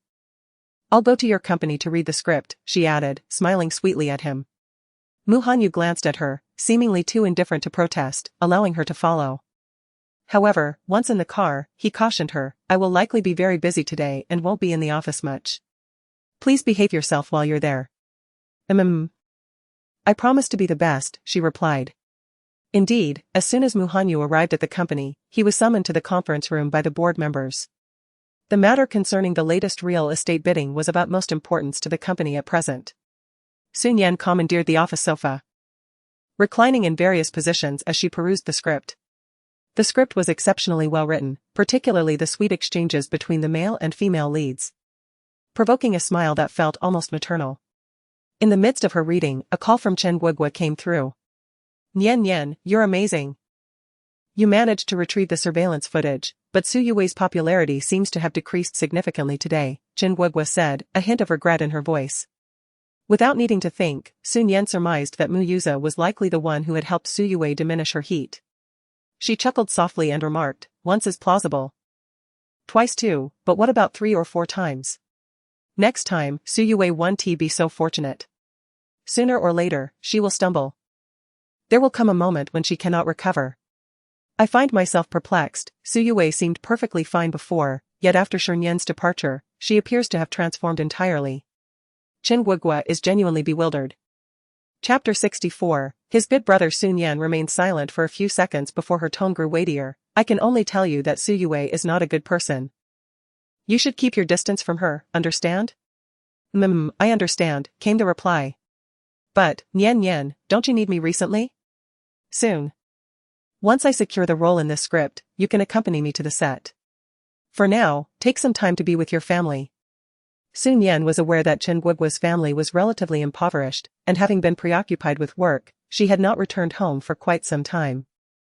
She genuinely wanted her to spend this period with her loved ones. All right. After chatting for a while, they ended the call. When Mu Hanyu returned from the meeting, it was already past 1 o'clock. Upon entering his office, he was met with the sight of the sun-drenched room where a girl sat on the sofa. Her laughter reminiscent of a carefree child. The sunlight cast a perfect glow, accentuating her beauty. On the table lay 2 lunchboxes. "Have you eaten?" Mu Hanyu inquired as he approached, his presence exuding a chilling aura, his dark and elongated brows creating an air of depth and coolness. "Not yet. I was waiting for you," Su Nian replied, putting down her phone. Her delicate features inadvertently displayed a hint of childishness and displeasure. "Why are you so late? Next time, you should eat by yourself." Observing her, his expression softened unconsciously. "But I wanted to wait for you," she protested like a little kitten, both clingy and fierce. "Can you please be quicker next time? Don't let me wait until I'm hungry." "Understood, eat quickly," he urged, and only then did she break into a smile. After finishing his meal, the little kitten proceeded to commandeer his lounge. Mu Hanyu sat behind his desk, too busy today to entertain any thoughts of rest. Before long, a video call came through. "Hanyu, how prepared are you for the bidding in the Beiping area?" A charming yet sinister voice emanated from the screen. Mu Hanyu raised his gaze and beheld a man in the video, bare-chested and sipping red wine. The man's features were exquisitely striking, imbued with a cold allure. His 6-pack abs and superb physique rendered his nudity not only acceptable but also irresistibly captivating. "I am ready," Mu Hanyu replied succinctly. "Truly my treasure, but what is this? I see you ventured into reality TV?" While others might not recognize Mu Hanyu as a lifelong brother, even with sunglasses or fully armed, he would still identify him. "Occasionally altering one's lifestyle, is that not what you often preach? Who would have thought you'd actually heed my counsel? I am genuinely touched." Shi Nian displayed an exaggerated expression of emotion, then continued, "However, I fear your cousin will not easily relinquish that territory." "And what of it? Amir Muyuza does not pose a threat to me." Shi Nian was acutely aware of their disparities, yet now, an unpredictable variable had entered the equation. "Your little wife shares a complex relationship with him, do take care." Shi Nian took a sip of red wine and spoke with profound significance. Upon mentioning Su Nian, Mu Hanyu's gaze deepened slightly. Shi Nian sighed and remarked, "Alas, you truly are unfortunate. Having left the imperial city, you now find yourself in this desolate place, destined to marry a woman who does not love you. Just think, while you were in the imperial city, countless noble ladies dreamed of sharing your bed. Enough. Mu Hanyu interrupted him. Let bygones be bygones. Very well, they proceeded to discuss serious matters. The Beiping region is quite an ancient city. Are you certain that Beiping holds the place you seek? If it does not, what will you do? You left the imperial city for this purpose. If you fail to obtain it, the trail will grow cold once more. Shi Shenbai's tone grew serious. The pride of the imperial city had concealed his identity in Yin City for so many years for this very reason. If this endeavor did not succeed, it would spell great trouble. They could not afford to waste any more time. Shi Shenbai believed that at such a juncture, returning to the imperial city might be preferable. I am quite certain, Mu Hanyu replied. Alas, my dear, confidence is a virtue. If you utter those 3 words again, I shall call your grandfather. Mu Hanyu's voice remained aloof and dignified. Shi Shenbai immediately cursed, damn, that's ruthless. If that old man discovers where I am, he will surely drag me back. All right. I understand, I won't say it again. My main concern is for you to keep an eye on that woman of yours.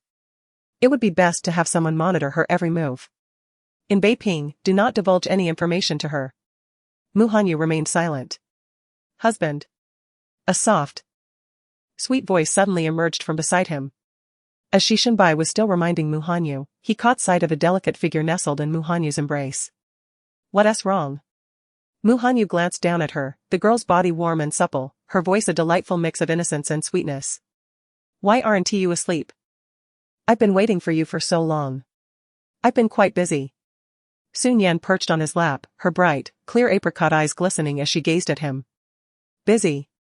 Indeed? May I keep you company? Meanwhile, Shi Shenbai, witnessing this scene from the other side of the computer, was nearly rendered speechless in astonishment. Who is this? He blurted out, incredulous. Mu Hanyu, when did you acquire another woman? Truth be told, Shi Shenbai had only encountered Shi Nian twice. The first time, he was left with a poor impression of her overly made-up appearance. The second time, he found her in the company of Mu Yuza, which only deepened his disdain. He genuinely felt for his good friend, having married such a woman. However, he never imagined Mu Hanyu would stray. After all, the soft girl before him seemed a far cry from the capricious Shi Nian. Yet, Mu Hanyu, known for his aloofness and cold demeanor, had married Shi Nian merely to fulfill old Master Mu's wishes, and now, he was allowing a woman to sit in his lap? Upon hearing the raucous voices behind her, Shi Nian could not suppress a cold laugh. She had already caught wind of the slanderous remarks made about her while in the lounge. Who could possibly endure such affront? Determined, Shi Nian resolved to confront the source of the defamation. She softly inquired, Darling, who is this person? As she turned her head, her gaze landing on the computer screen, only to be momentarily stunned. Before her stood a remarkably familiar face. Could it be the acclaimed actor Shi Shenbai? Having debuted at the tender age of 18, he ascended to stardom by 24, leading a life strikingly similar to that of Shi Nian. Today, he is a household name in the realm of male celebrities. Do these two acquaintances truly know each other? A mere acquaintance, Mu Hanyu succinctly introduced. The term acquaintance struck Shi Shenbai deeply. After all, they had grown up together, sharing everything since childhood. What a scoundrel. Nevertheless, knowing Mu Hanyu's temperament well, Shi Shenbai had long since become accustomed to it. He fixed his gaze on Shi Nian and asked, And who might you be? With one hand wrapped around Mu Hanyu's neck, she embraced his shoulder, adopting a posture that proclaimed her claim, I am his woman. Chapter 65, Have you strayed? When the word woman was mentioned, she emphasized it heavily. Do you not know that he is already married? Shi Shenbai deliberately inquired. What? Shi Nian gazed at Mu Hanyu in shock, You are married?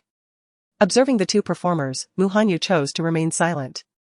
In the next moment, Shi Nian's fair eyes reddened. And a wave of sorrow swiftly enveloped her. Since you are married, why would you deceive my feelings? Do you not realize how much I adore you? Shi Shenbai watched with a tinge of regret. The girl appeared quite charming, and Mu Hanyu had the audacity to deceive her. Was he even human? How could he bear to trick such a delightful young lady? If I were not aware that your spouse is me, I would be infuriated beyond measure. Shi Nian remarked immediately after. Shi Shenbai? What on earth is happening here? My dear girl, is there something amiss in your mind? Shi Shenbai tactfully gestured towards his head. She is Shi Nian, Mu Hanyu interjected, unable to watch any longer. These two performers were equally fond of their theatrics. What? Shi Nian?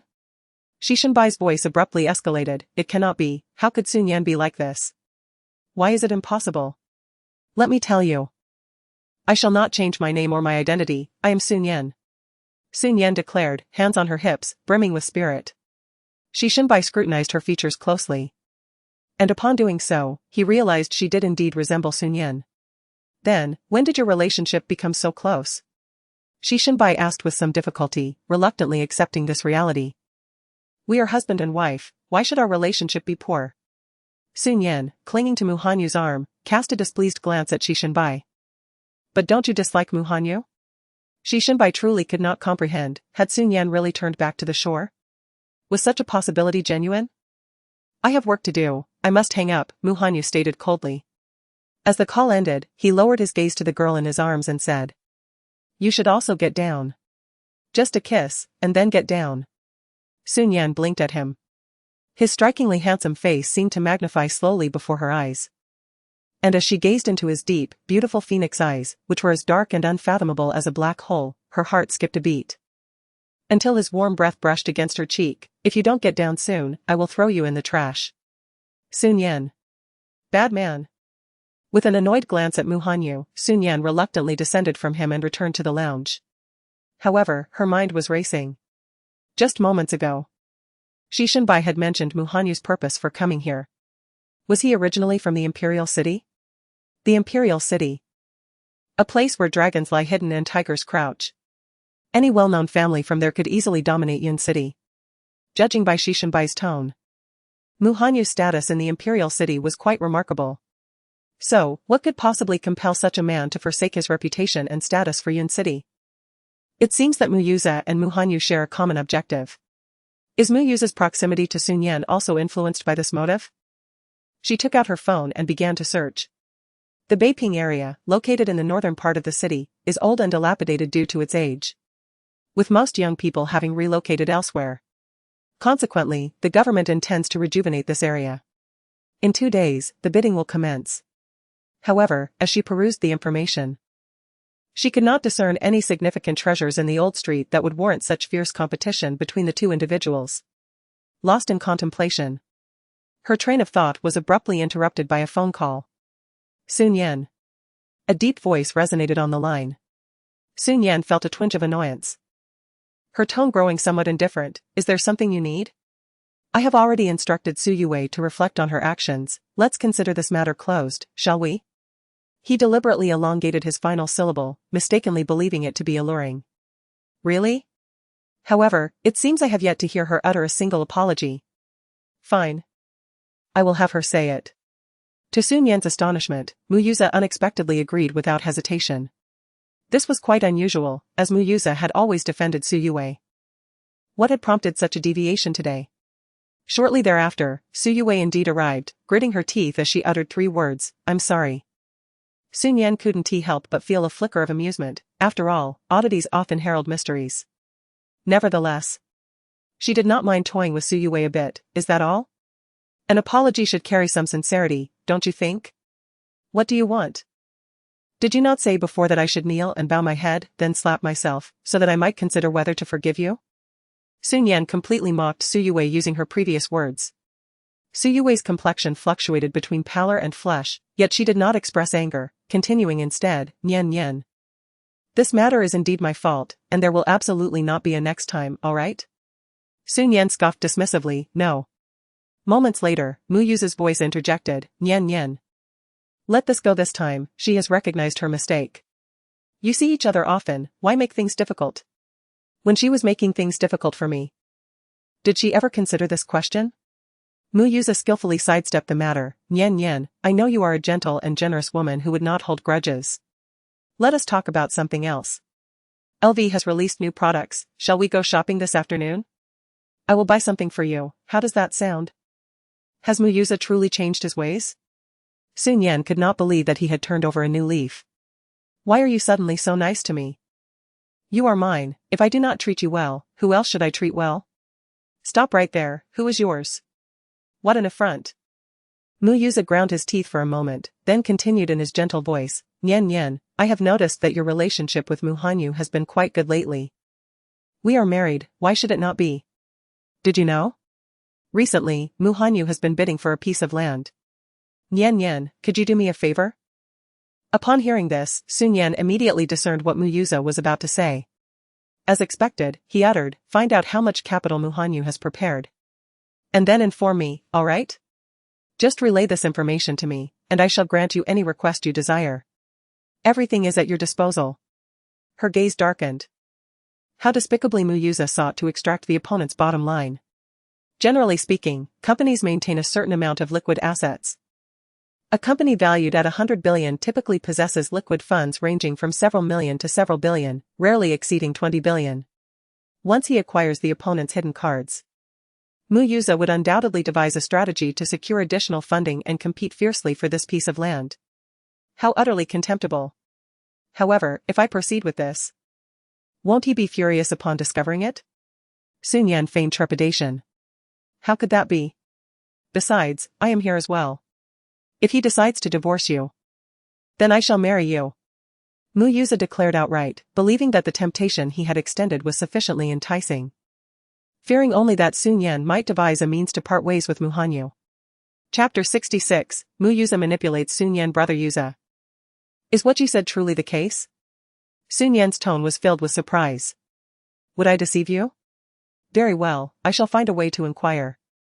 Mu Yuza was taken aback by how effortlessly he had won over Shi Nian, his heart swelling with joy, and his tone became increasingly cheerful. If you cannot extract the information, you might consider searching through his office files. It is certain that something will be documented there. Understood. After ending the call, Mu Yuza felt an overwhelming sense of elation, as if he could already envision securing his hold over the Beiping region. Brother Yuza. Why must I apologize to her with such insistence? Su Yue inquired eagerly as soon as she saw Mu Yuza emerge, feeling somewhat aggrieved. Silly girl. This is undoubtedly advantageous for us.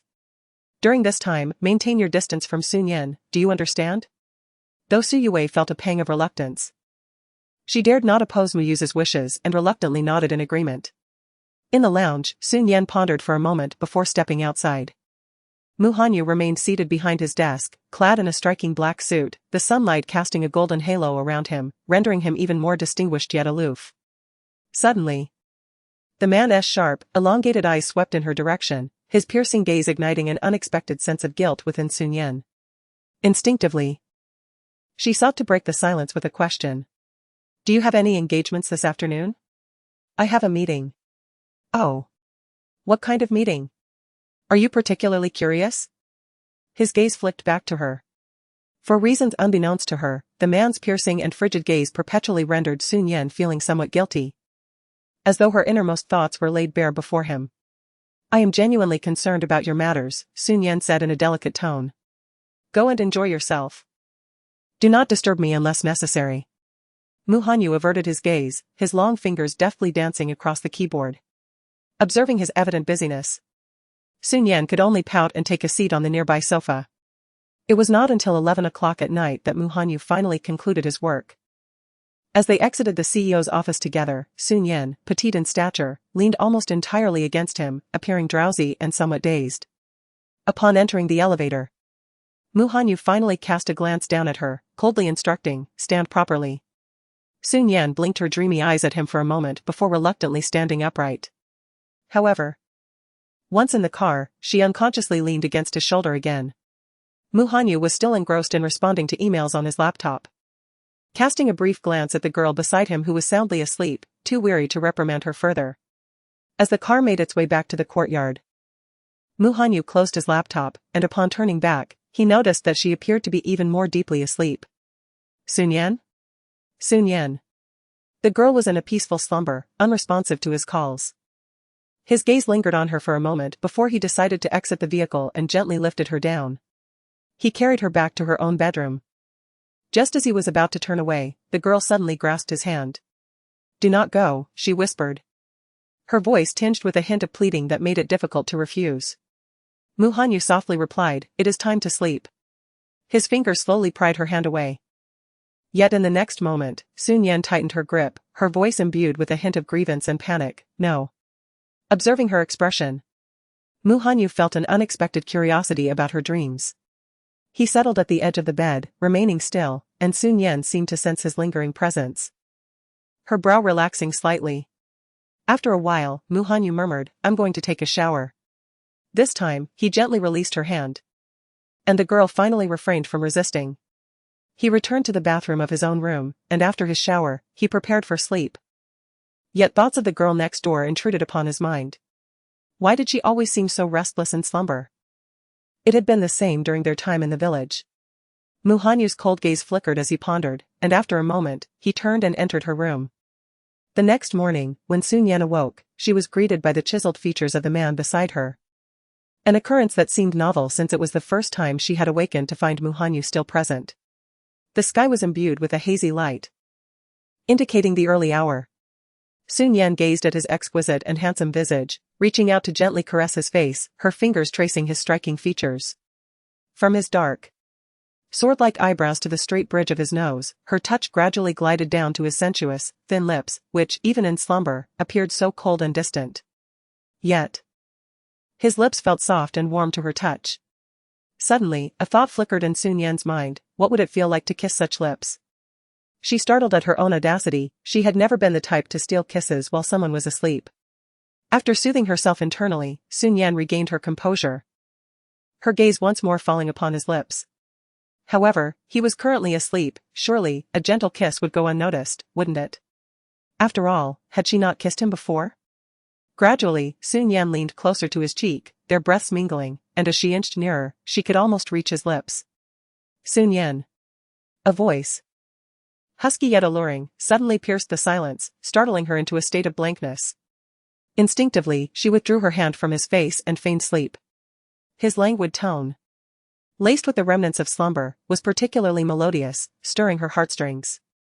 Yet, Shi Nian was so tense that beads of perspiration began to form, her thick, dark lashes trembling as if she were a child caught in wrongdoing. This sight was undeniably amusing. Even with her eyes closed, she could sense the searing gaze directed at her, evoking a sensation akin to being unclothed before a man, leaving her both embarrassed and anxious. Suddenly, she felt a gentle warmth against her lips. Instantly, all tension and shame dissipated, replaced by a blankness in her mind. Slowly, she opened her eyes to behold the strikingly handsome contours of his face, rendering her momentarily incapable of coherent thought. Had he just kissed her? Heat surged to her cheeks, and she instinctively averted her gaze from his penetrating one. "What are you thinking?" he queried, his long, warm fingers gripping her chin, his beautifully shaped eyes fixed upon her, seemingly concealing a hint of playful amusement. "And nothing," she stammered. Shi Nian once again drew her thoughts inward, contemplating that it was unlikely he had actually kissed her. Perhaps it was merely a fleeting brush of his thumb.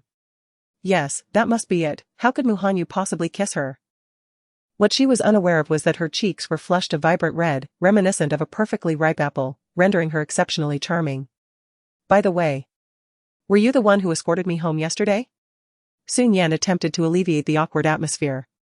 "Is there anyone else besides me?" Ahem. It seems that was indeed a superfluous question. "Will you be going to the company today?" "Yes." "Oh, and dear husband," Shi Nian's clear apricot-colored eyes met his phoenix-like gaze. Perhaps due to just awakening, his eyes were not as cold as usual, possessing a hint of warmth that eased Shi Nian's trepidation, prompting her to voice her curiosity. "I have heard that the Beiping area is rather remote and is an old city. Why do you place such importance on this project?" Chapter 67, The Meeting of Madame and Mu Yuza. His gaze seemed to deepen, his thin lips parting slightly as he spoke in a languid tone. "Are you curious?"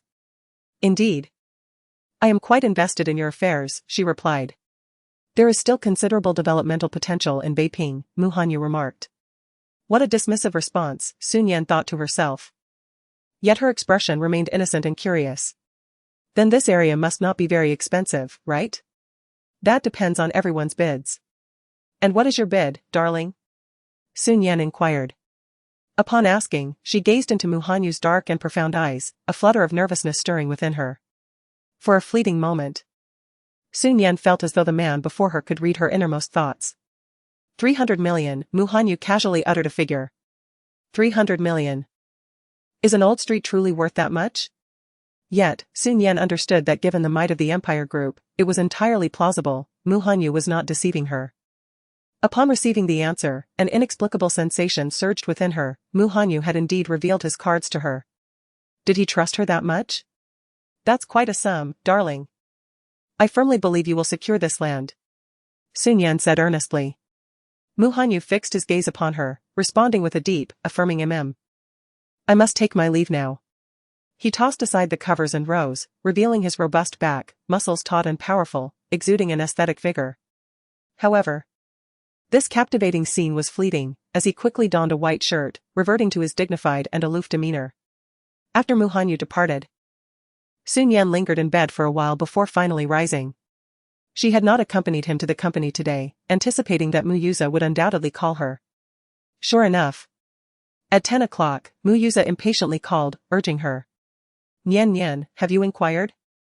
How much funding has he prepared? Yes, I am already aware, Shi Nian replied nonchalantly. On the other end, Mu Yuza immediately became animated. How much? Well, Mu Yuza, hasn't anyone told you that to obtain something, one must be willing to give something in return? She gently remarked. What is it that you desire? Mu Yuza pressed, urgency lacing his tone. Nian Nian. Perhaps we should meet to discuss this.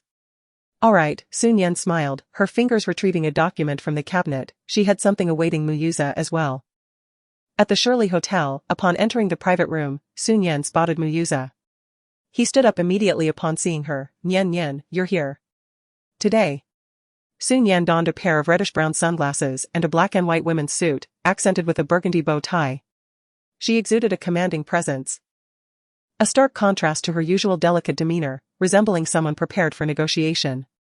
Shi Nian gracefully took her seat, prompting Mu Yuza to hastily settle down as well. He gazed at her, saying, Nian Nian, quickly tell me. As soon as you share, once this matter is resolved, I will find a way for us to marry. Mu Yuza's confidence left Shi Nian somewhat disenchanted. She raised a cool smile. Mu Yuza, please sign. After you do. The contract was pushed towards him by her slender fingers. Upon witnessing this, Mu Yuza couldn't help but raise an eyebrow. Finding it somewhat amusing that Shi Nian was so concerned about his potential change of heart that she had prepared the contract in advance. How desperately she seemed to wish to marry him. Despite being utterly infatuated with him, she constantly engaged in antics to capture his attention. Were it not for his current reliance on her, he would scarcely deign to glance her way. Confidently, Mu Yuza opened the document. Only to be met with the first clause. 1. The first party, upon signing the contract, must repay the debts previously owed to the second party. 2. The first party voluntarily assumes an interest of 5 million. 3. Should the first party fail to repay the debt within the stipulated timeframe, all shares of Yulu Entertainment will be transferred to the second party. Mu Yuza? Is this not a marriage agreement? But rather a debt repayment contract? What is the meaning of this? He exclaimed in indignation. President Mu, surely you can read, can't you? Shi Nian languidly reclined against her chair, gazing at Mu Yuza with a mischievous smile playing on her lips. I am not refusing to repay you. Why concoct such a document? Is it amusing to you? Mu Yuza felt a profound sense of humiliation. It was truly laughable. One cannot demand repayment whilst refusing to allow others to mention it. If he were truly so proud, why had he sought a loan in the first place? Shi Nian harbored a deep-seated disdain for such individuals. Very well, then, repay me now. Mu Yuza, slightly provoked and somewhat irate, considered that he had yet to acquire the internal information he needed. He could only ask, if I sign, will you then divulge the information to me? Indeed, I am a person of my word. Only then did Mu Yuza pick up the pen to sign. It is done. Mu Yuza turned to her, his eyes sparkling. You can tell me now, right? Shi Nian leisurely tucked the contract away, then beckoned him with a finger. Mu Yuza immediately leaned closer. She parted her cherry lips and uttered a number.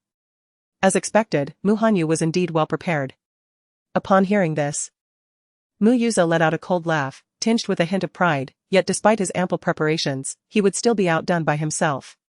This bidding, he was determined to win. At this moment, Mu Yuza regarded Shi Nian with newfound favor, thinking, thank you immensely, Nian Nian. Once I secure the bid, I shall certainly reward you handsomely. Just ensure you repay on the stipulated date, and I shall take my leave. That insufferable woman. As they exited the private room, Shi Nian brushed past a man wearing a black cap, pulled low over his face. Intrigued, she instinctively glanced back. But the man had already disappeared into the distance. Upon returning, Mu Yu's first order of business was to seek a loan. What? Only 3 million? I thought of you as a good brother.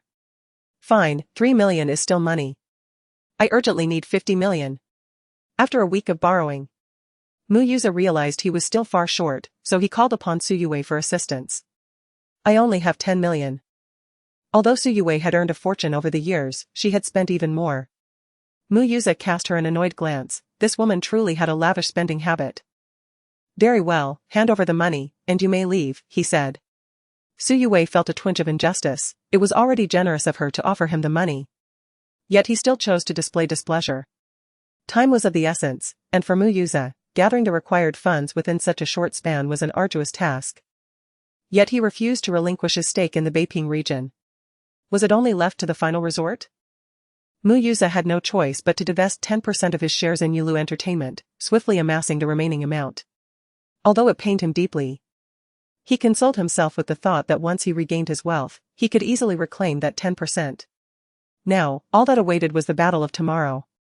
After tomorrow, he might never again need to bow to Mu Hanyu's whims. The future power dynamics of the Mu family remained uncertain. At the Imperial Group, the office door swung open. And a man approached the desk to report, "Boss, it is true that Madam met with Mu Yuza." The two discussed the upcoming bid. Chapter 68. He suddenly became indifferent. He gazed at the man behind the desk, his expression as cold as frost, the atmosphere around them chilling to the bone. The man's head lowered further. An ominous premonition stirring within him. Leave. The frigid command, uttered in a whisper by Mu Hanyu, hung in the air. The man immediately exited, silent. Shi Nian. He regarded the documents in his hands, the frost in his gaze deepening. As twilight descended, Mu Hanyu returned home quite late. Shi Nian had waited for an extended period, nearly dozing off while watching television, until the sound of footsteps at the door jolted her awake, akin to a little kitten finally reunited with its owner. Dashing towards the entrance. Mu Hanyu. She nestled beside him, wrapping her arms around his. Yet, Mu Hanyu withdrew his hand abruptly, pouring himself a glass of water from the tea table and drinking it. His alluring Adamas apple bobbed enticingly. Shi Nian patiently awaited his finish, accompanying him upstairs. The man's long legs compelled Shi Nian to jog to keep pace with him. However, upon reaching the second floor, Mu Hanyu entered the bedroom and promptly shut the door, nearly striking Shi Nian's nose in the process. Shi Nian? Mu Hanyu. She felt utterly aggrieved. The door swung open once more, revealing Mu Hanyu standing at the threshold, looking down upon her with an indifferent gaze. No one is criticizing you online anymore, you can sleep alone now. With that, he shut the door again before she could respond. Shi Nian found herself compelled to retreat to her own chamber, puzzled by the unusual behavior of Mu Hanyu. As she prepared for slumber, she could not help but strike her pillow as if it were him. The highly anticipated bidding conference was set to commence the following day. In the morning, Mu Hanyu maintained his customary aloofness, yet he did not refuse her assistance in fastening his tie. Once she completed the task, she lifted her large eyes to gaze at him, inquiring, "Are you nervous about today's bidding conference?" He had long surpassed the age of being anxious over such trivial matters. At that moment, he exuded the allure of a mature man, responding in a cool tone, "No." Mu Hanyu regarded her for a moment before suddenly asking, "Are you going?" "Ah?" Shi Nian was taken aback. "Can I attend?" "Let us go," he replied, his tall figure turning to stride towards the exit. Shi Nian paused for a brief moment, then hurried to catch up with him, feeling somewhat anxious about her appearance. She wondered aloud, "Is my outfit too casual?" "It's fine," he assured her. Seeing that he did not mind her potentially embarrassing him, she resigned herself to the situation. At the international conference venue, an array of luxury vehicles lined the entrance. Inside the hall, those who entered were all accomplished individuals, engaging in polite handshakes and conversations. The instant Mu Hanyu stepped into the room, all eyes were drawn to him. Many approached to greet him, extending their hands for a handshake. Mu Hanyu responded with courteous gestures, exuding charm yet retaining an underlying coolness. Simultaneously, the woman by his side captured the attention of the crowd. Today, Sun Yan adorned herself in an exceedingly simple manner, a white-lettered t-shirt paired with a sky-blue denim skirt, which elegantly showcased her long and perfectly proportioned legs. Such a modest ensemble, standing beside Mu Hanyu, did not in the slightest diminish her allure. "Who is this young lady?" someone inquired, curiosity piqued. For Mu Hanyu rarely brought a female companion along, and suddenly he was accompanied by such a striking beauty, suggesting her status was not trivial. "My secretary," Mu Hanyu replied, casting a brief glance at Sun Yan. "Oh, so she is the secretary." "Indeed, Mr. Mu's secretary is quite stunning." "Is that t-shirt from Mo's?" "It complements her complexion beautifully," the individual began to flatter. Upon hearing this, Sun Yan could not help but chuckle inwardly. She understood why Mu Hanyu was indifferent to her attire. For anyone standing beside him, even clad in the most basic of garments, would be perceived as a limited edition. This exemplified the essence of status and power. "Thank you for the compliment," Sun Yan responded with a polite smile. However, one of the executives, who typically kept abreast of entertainment news, couldn't resist commenting, "The secretary seems to bear a striking resemblance to Sun Yan." Before he could finish, another swiftly interrupted. "Mr. Mu, what are your thoughts on this bidding process?" He discreetly signaled to the inquisitive gentleman. "What nonsense. This is Mr. Mu's secretary. How could she possibly be that actress, Sun Yan?" Mu Hanyu was known for his disinterest in women and would never associate with a starlet who thrived on scandal. After a brief exchange, the bidding party had arrived. All the esteemed gentlemen took their seats, with Mu Hanyu positioned at the front and center. As Sun Yan turned around, she noticed that Mu Yuza had also arrived, his eyes gleaming with determination. He was well prepared. This bidding involved several parcels of land. The Beiping region was not particularly outstanding, and its auction was scheduled towards the end. Finally, after the earlier plots had been auctioned off, it was time for the Beiping region. The starting bid was set at 10 million. "I'll offer 20 million. Before the auctioneer could finish, Mu Yuza immediately raised his paddle. 30 million. 35 million. 50 million. Mu Yuza raised his paddle once more. He cast a glance at Mu Hanyu, who remained silent. 60 million. 75 million. 80 million. Mu Yuza announced again. After his declaration, no one else contested the bid. It's merely an old town, and its development potential is not particularly high. 100 million. At last, Mu Hanyu raised his paddle, his deep, cold voice resonating with authority. Mu Yuza narrowed his eyes. "Mu Hanyu, have you finally begun? Yet, you will still lose." 150 million. Mu Yuza shouted. Hadn't he prepared 100 million? He had merely added an extra 10 million. 110 million was now the highest bid for this plot. Mu Hanyu, I have never bested you from childhood to now, but finally, I shall triumph over you this time, Mu Yuza thought confidently, only to see the person before him raise their paddle once more. 155 million. 150 million. The once smug Mu Yuza was instantly taken aback. Wait, didn't Sun Yan say he had prepared only 100 million? How did an additional 50 million appear? In front of him, Sun Yan stood with her arms crossed, leisurely enjoying the moment. As Mu Yuza fell silent, her spirits soared. Mu Hanyu's gaze silently rested upon her face, his expression inscrutable. Surely, Mu Yuza would continue to raise the stakes. Finally, Mu Yuza raised his paddle. 155 million.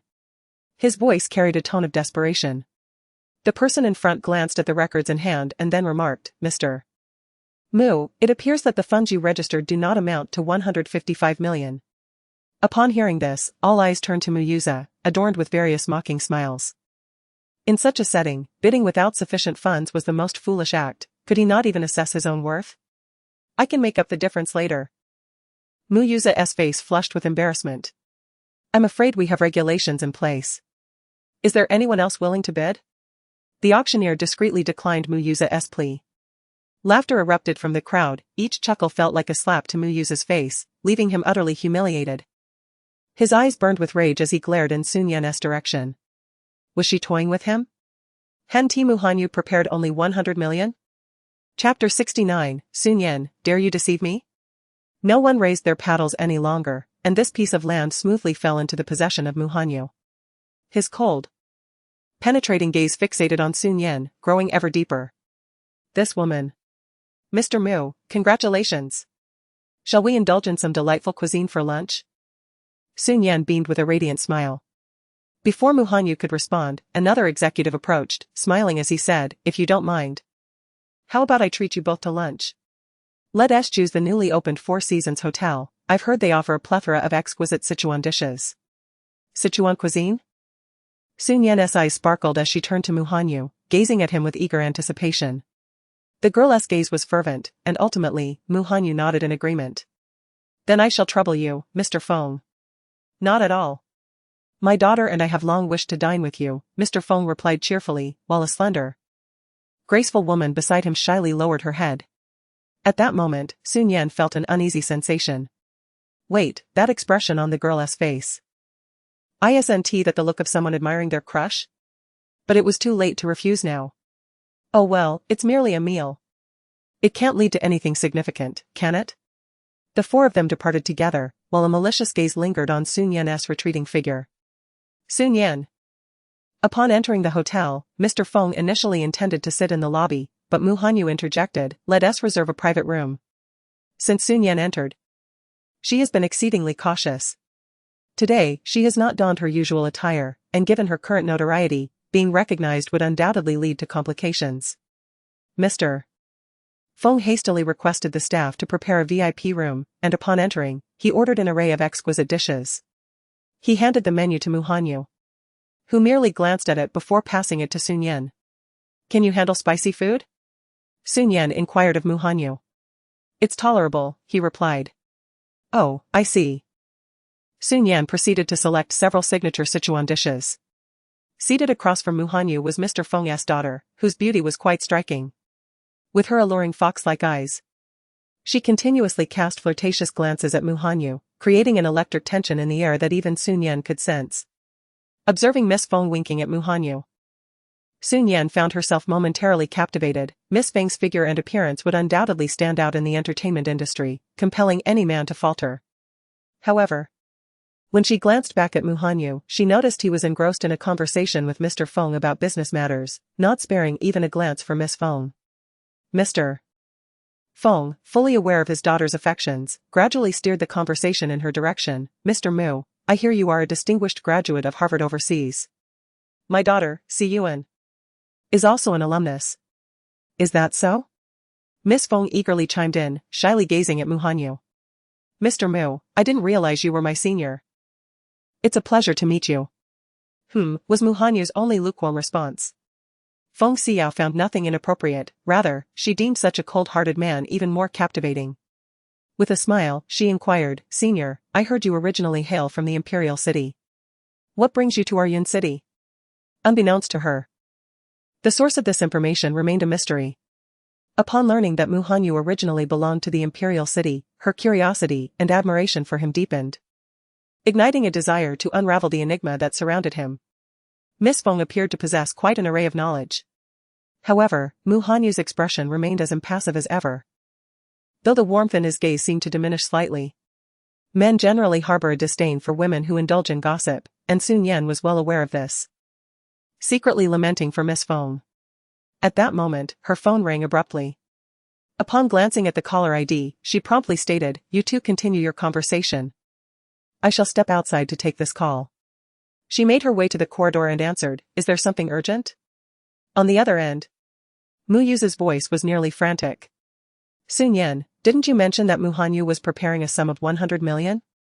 Why is it not so? How would I know? Perhaps he considers me unworthy of trust and has withheld the amount, Shi Nian replied casually. Upon hearing this, Mu Yu found her reasoning quite plausible. Nonetheless, it did not alter the fact that he had failed in his bid. He quickly asserted, No, I must secure this project. Shi Nian, you must have a serious discussion with Mu Hanyu. Shi Nian's eyes flickered thoughtfully as she asked, It is merely an old city. Why are you so intent on competing with Mu Hanyu? This question left Mu Yu momentarily speechless. After a brief pause, he finally spoke, There is something of great significance to me in this old city, and I must obtain it. What is it? Shi Nian coaxed him to elaborate. It pertains to the Mu family. Mu Yu began, but suddenly regained his composure, adding, It has nothing to do with you. You must assist me in reclaiming the project and compelling Mu Hanyu to relinquish it. He has already acquired it, what else can I do? Then you should threaten to take your own life. Mu Hanyu cannot possibly remain indifferent. If you make enough noise, he will have no choice but to yield. Mu Yuza exclaimed, his desperation palpable. The temperature in Sun Yan's gaze dropped, her tone laced with disdain. Why not offer your life?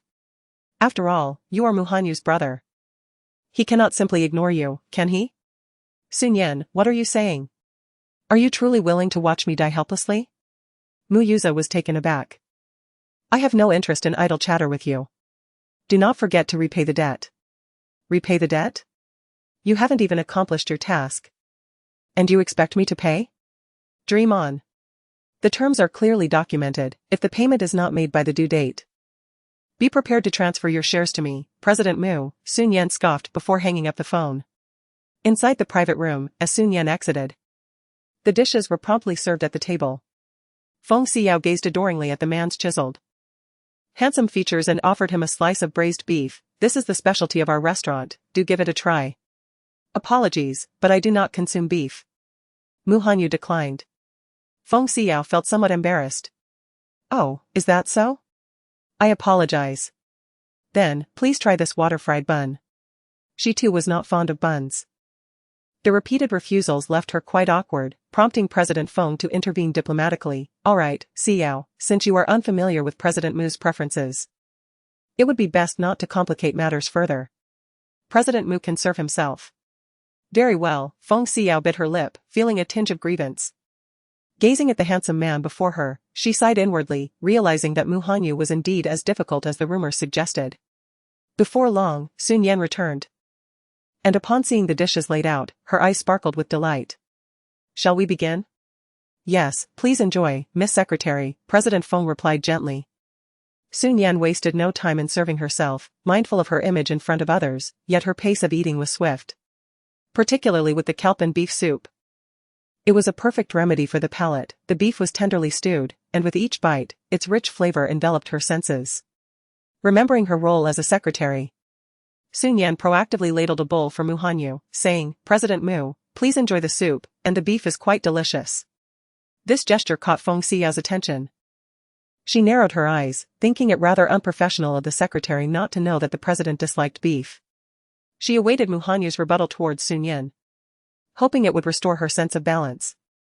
However, Mu Hanyu simply lifted the bowl and took a sip, his actions elegant and charming. He casually sampled a piece of beef and remarked coolly, not bad. Chapter 70, Double Standards Indeed. Sun Yan had unconsciously transformed Mu Hanyu's acceptable into delicious. She served him a water-fried bun, mildly spicy, its exquisite taste tantalizing. As Mu Hanyu took a bite, she eagerly inquired, is it good? Her eyes sparkled with anticipation. Quite good, he replied. This hotel's cuisine is truly commendable. Lost in her own enjoyment, Sun Yan suddenly noticed that the two across from her had ceased their dining. She pondered whether her enthusiastic eating had deterred them, and hesitantly asked, President Feng, Miss Feng, is the food not to your liking? No, it's delightful. President Feng quickly responded, snapping back to attention. Feng Xiao regarded Sun Yan with a complex expression. Just moments ago, when she had offered a dish to Mu Hanyu, he had flatly declined. Yet, he had accepted the offering from this little secretary without hesitation. What could possibly explain this? Oblivious to the underlying nuances, Sun Yan continued her meal. After finishing, as the group exited the hotel, Feng Xiao suddenly addressed Sun Yan, saying, Miss Secretary, may we have a word in private? Though puzzled, Sun Yan acquiesced. Beneath the serene shade of a tree, Feng Xiao regarded her intently, producing her WeChat QR code. Sun Yan's face reflected her confusion, prompting Feng Xiao to patiently clarify, Miss Su, I have feelings for President Mu, and I require your assistance. I assure you, I will not treat you unfairly. In that moment, Sun Yan's fondness for her diminished considerably. As she grasped the implication, Feng Xiao sought her aid in reporting on Mu Hanyu's whereabouts. Continuously knocking on a door that remains closed is an act of great discourtesy. At her age, does she not grasp this notion? I am afraid I cannot acquiesce to your request, Sun Yan declined with a hint of detachment. Miss Secretary, I shall offer you this sum monthly, Feng Xiuan declared, extending 5 fingers. If I truly end up with President Mu, I shall provide you with an additional 5 million. 5 million. Such generosity. Yet, Shi Nian scoffed lightly. Miss Feng, I never anticipated you would utter such words. Upon hearing this, a vague sense of discomfort stirred within Feng Xiyuan, prompting her to clarify. I am not attempting to bribe President Mu, this is merely a token of appreciation for your efforts. You greatly underestimate the bond between President Mu and myself. Our relationship cannot be quantified by a mere 5 million, Shi Nian asserted with conviction. A twinge of guilt surfaced within Feng Xiyuan, indeed, as President Mu's secretary. She found herself resorting to monetary persuasion. However, the next moment, she observed Shi Nian raise 5 fingers once more, earnestly stating. Is President Mu truly worth only that sum?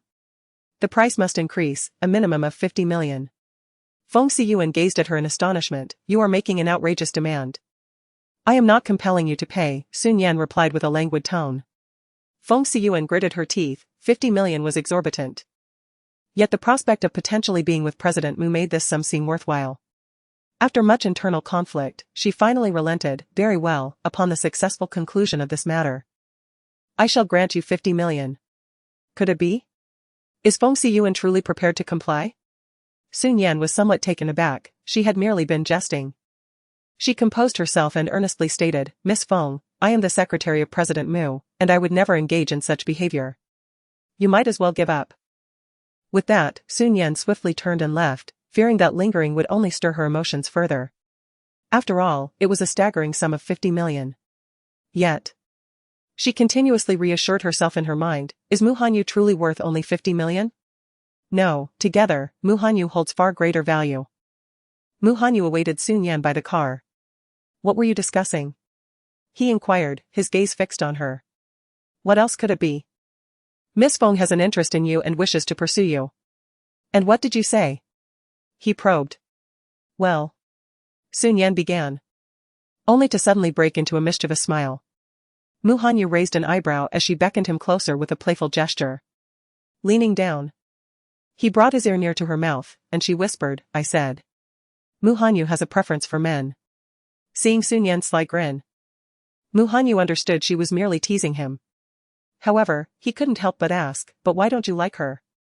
Curiously, Shi Nian pressed on, from any perspective. Feng Xiyuan seems quite admirable, she embodies the type that most men would find appealing. Why not her? She is beautiful, possesses an excellent figure, and hails from a respectable family. You possess all those qualities too, Mu Hanyu replied. Are you suggesting, then, that you fancy me? Shi Nian blinked, and in her bright, sparkling eyes, it seemed as though stars twinkled. When Mu Hanyu met her gaze, he fell into a momentary silence, unable to respond. Your silence implies acquiescence, thus, from this day forth, you shall be my man, and you must treat me well, understand? Shi Nian smiled, revealing a set of pearly whites, her small canine teeth adding a playful charm. Why didn't you tell him? Suddenly, Mu Hanyu inquired. Shi Nian paused, not quite hearing him. What's the matter? Nothing. You must tell me. I feel as though I've missed a significant revelation. All right, I will. Mu Hanyu reached out to tousle her hair and remarked. The reason I do not favor her is that she eats too little. Ah?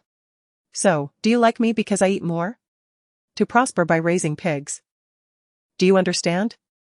Mu Hanyu's expression was a clear testament to his mercantile nature. In an instant, the small joy Shi Nian had felt dissipated. She shot him an annoyed glance before diving into the car, taking the seat by the window, exuding an air of aloofness. She radiated a vibe that screamed. I am upset, come and comfort me. However, after several minutes, there was still no response from him. Even upon arriving home, all she could hear was the sound of him typing away on the keyboard, absorbed in his work, seemingly too preoccupied to acknowledge her. Shi Nian felt a wave of foolishness wash over her for her earlier actions. She took a deep breath, realizing that her melodrama would only serve to deepen her own discomfort. Then I shall get off now. When she spoke again, her voice had regained its calmness. The driver ahead suddenly spoke. Boss, the owner of Shiwan Desserts mentioned sending a selection of exquisite sago pudding to the company. Why? Mu Hanyu inquired. The driver glanced at a message on his phone and replied, this is a new product the store intends to launch, and they seek your suggestions. I do not enjoy desserts, he stated in a detached tone. However, Su Nian found herself captivated. Shi Nian Desserts is a prominent name in the confectionery realm. The kind of establishment where even wealth cannot guarantee access, and the taste is beyond reproach. Su Nian had the fortune of indulging in their offerings once. An experience that lingered in her memory. Yet, at that moment, she felt too shy to express her desire to return for a taste. Mu Hanyu, too, would never fathom her longing. Disappointment flickered across Su Nian's face as she prepared to exit the vehicle. Suddenly, a cool and alluring voice broke the silence. Do you have plans this afternoon? No. Then come to my office, Mu Hanyu said coldly. To her surprise, he had taken the initiative to invite her. Yet, Su Nian felt a wave of awkwardness wash over her, hesitating and stammering, I don't want to. Is there anything else you wish to eat? I can have someone from Shi Nian Desserts bring it over. I don't want to, she retorted, displaying her reluctance again. This exemplifies the complexity of human nature. Even though Mu Hanyu might not recognize her internal turmoil, she still felt uncomfortable. Then, a warm breath brushed against her ear. And his enchanting voice whispered, Are you upset? Chapter 71, The schemes of Mu Hanyu. Her heart fluttered, as if it had contracted. And Su Nian felt a warmth spreading across her cheeks. With a hint of pride, she retorted, I did not. His fingers, long and fair, entwined with hers. And his warm voice carried a trace of dominance, What if I refuse to let you leave? In that moment, Su Nian felt her ears burn with embarrassment. When had this man learned such flirtation? Wasn't he supposed to be a stoic, unyielding type? Mu Hanyu observed how her cheeks flushed to the roots of her ears. Her cheeks puffing slightly. Finally, he let out a haughty hum and fell silent, his grasp on her delicate hand evoking an unexpected softness in his own heart. This woman. To the company, Mu Hanyu instructed the driver. The driver quickly stowed away his phone, having just discreetly witnessed the entire scene of the CEO charming a woman. He now felt a strong urge to report back to old Master Mu, Sir, your grandson is no longer just a laborer, he has mastered the art of seduction. Moreover, he had even enlisted the driver as his wingman. Everything the driver had overheard was orchestrated by Mu Hanyu himself. When it came to performing, the CEO left no room for flaw. As Su Nian's blush lingered, she realized her hand remained clasped in Mu Hanyu's grip. His notebook lay across his lap, one hand deftly maneuvering the mouse as he focused intently on something. She gently withdrew her hand from his. The man showed no sign of reaction. Turning her gaze to the swiftly passing scenery outside, she suddenly felt his fingers grasp her hand once more. She pouted and withdrew her hand once more. Yet the man's grip unexpectedly tightened. Don't play around, his deep, magnetic voice resonated. What's the matter? Weren't you unwilling to let me touch you yesterday? Su Nian blinked and said deliberately. Yesterday. Mu Hanyu pressed his lips together. At that moment, he had believed she would reveal her true bottom line to Mu Yuza. However, it appeared she had indeed spoken, yet not disclosed her actual worth. Which was why Mu Yuza had felt so humiliated during the bidding conference. I was simply too exhausted yesterday, Mu Hanyu provided a rather conventional explanation. Su Nian chuckled lightly. Too tired? Isn't that a classic line for a scoundrel? She retracted her hand, her tone devoid of emotion. I am also tired now. Mu Hanyu. Suddenly, a large hand enveloped Su Nian's petite head, forcibly resting it against his shoulder. Then let us take a moment to rest, he said in a low voice. The faint scent of wooden perfume enveloped her, and with a soft huff, Su Nian, not wishing to continue their playful banter, leaned against his shoulder and quickly fell asleep. It would be difficult for even Su Nian to fathom that she typically took her time to drift off, yet with Mu Hanyu beside her, slumber came effortlessly. When she eventually awoke, she found herself nestled in Mu Hanyu's embrace within the confines of an elevator. Why didn't you wake me? Su Nian was astonished to discover she had fallen into such deep sleep without realizing when Mu Hanyu had lifted her. Isn't there no work to be done now? Then you should rest a little longer. She extended her arms and embraced his neck, finding an unexpected sense of security within the man's sturdy embrace. Curiously, she inquired. Am I heavy? Mu Hanyu glanced down at her and replied, Not heavy. Really? Although she was aware that she weighed over 80 pounds. Making it implausible to be considered light, Su Nian felt a surge of happiness, beaming at him. However, a thought suddenly crossed her mind, have you held other women? Which is why you think I'm not heavy. The man fell silent for a few seconds. Heavy, is that satisfactory? Sun Yan immediately pouted and said, "You think I'm heavy? How cruel of you. Do you dislike me?" Mu Hanyu remained silent for another moment before responding, "Perhaps you should just get down." "I don't want to," Sun Yan protested, tightening her grip around Mu Hanyu's neck. She noticed a hint of helplessness cross his handsome face, which inexplicably made her want to laugh. Perhaps it was his first encounter with a woman's unreasonable antics, but his reaction was rather amusing. It wasn't until they reached the president's office that Sun Yan reluctantly released her hold.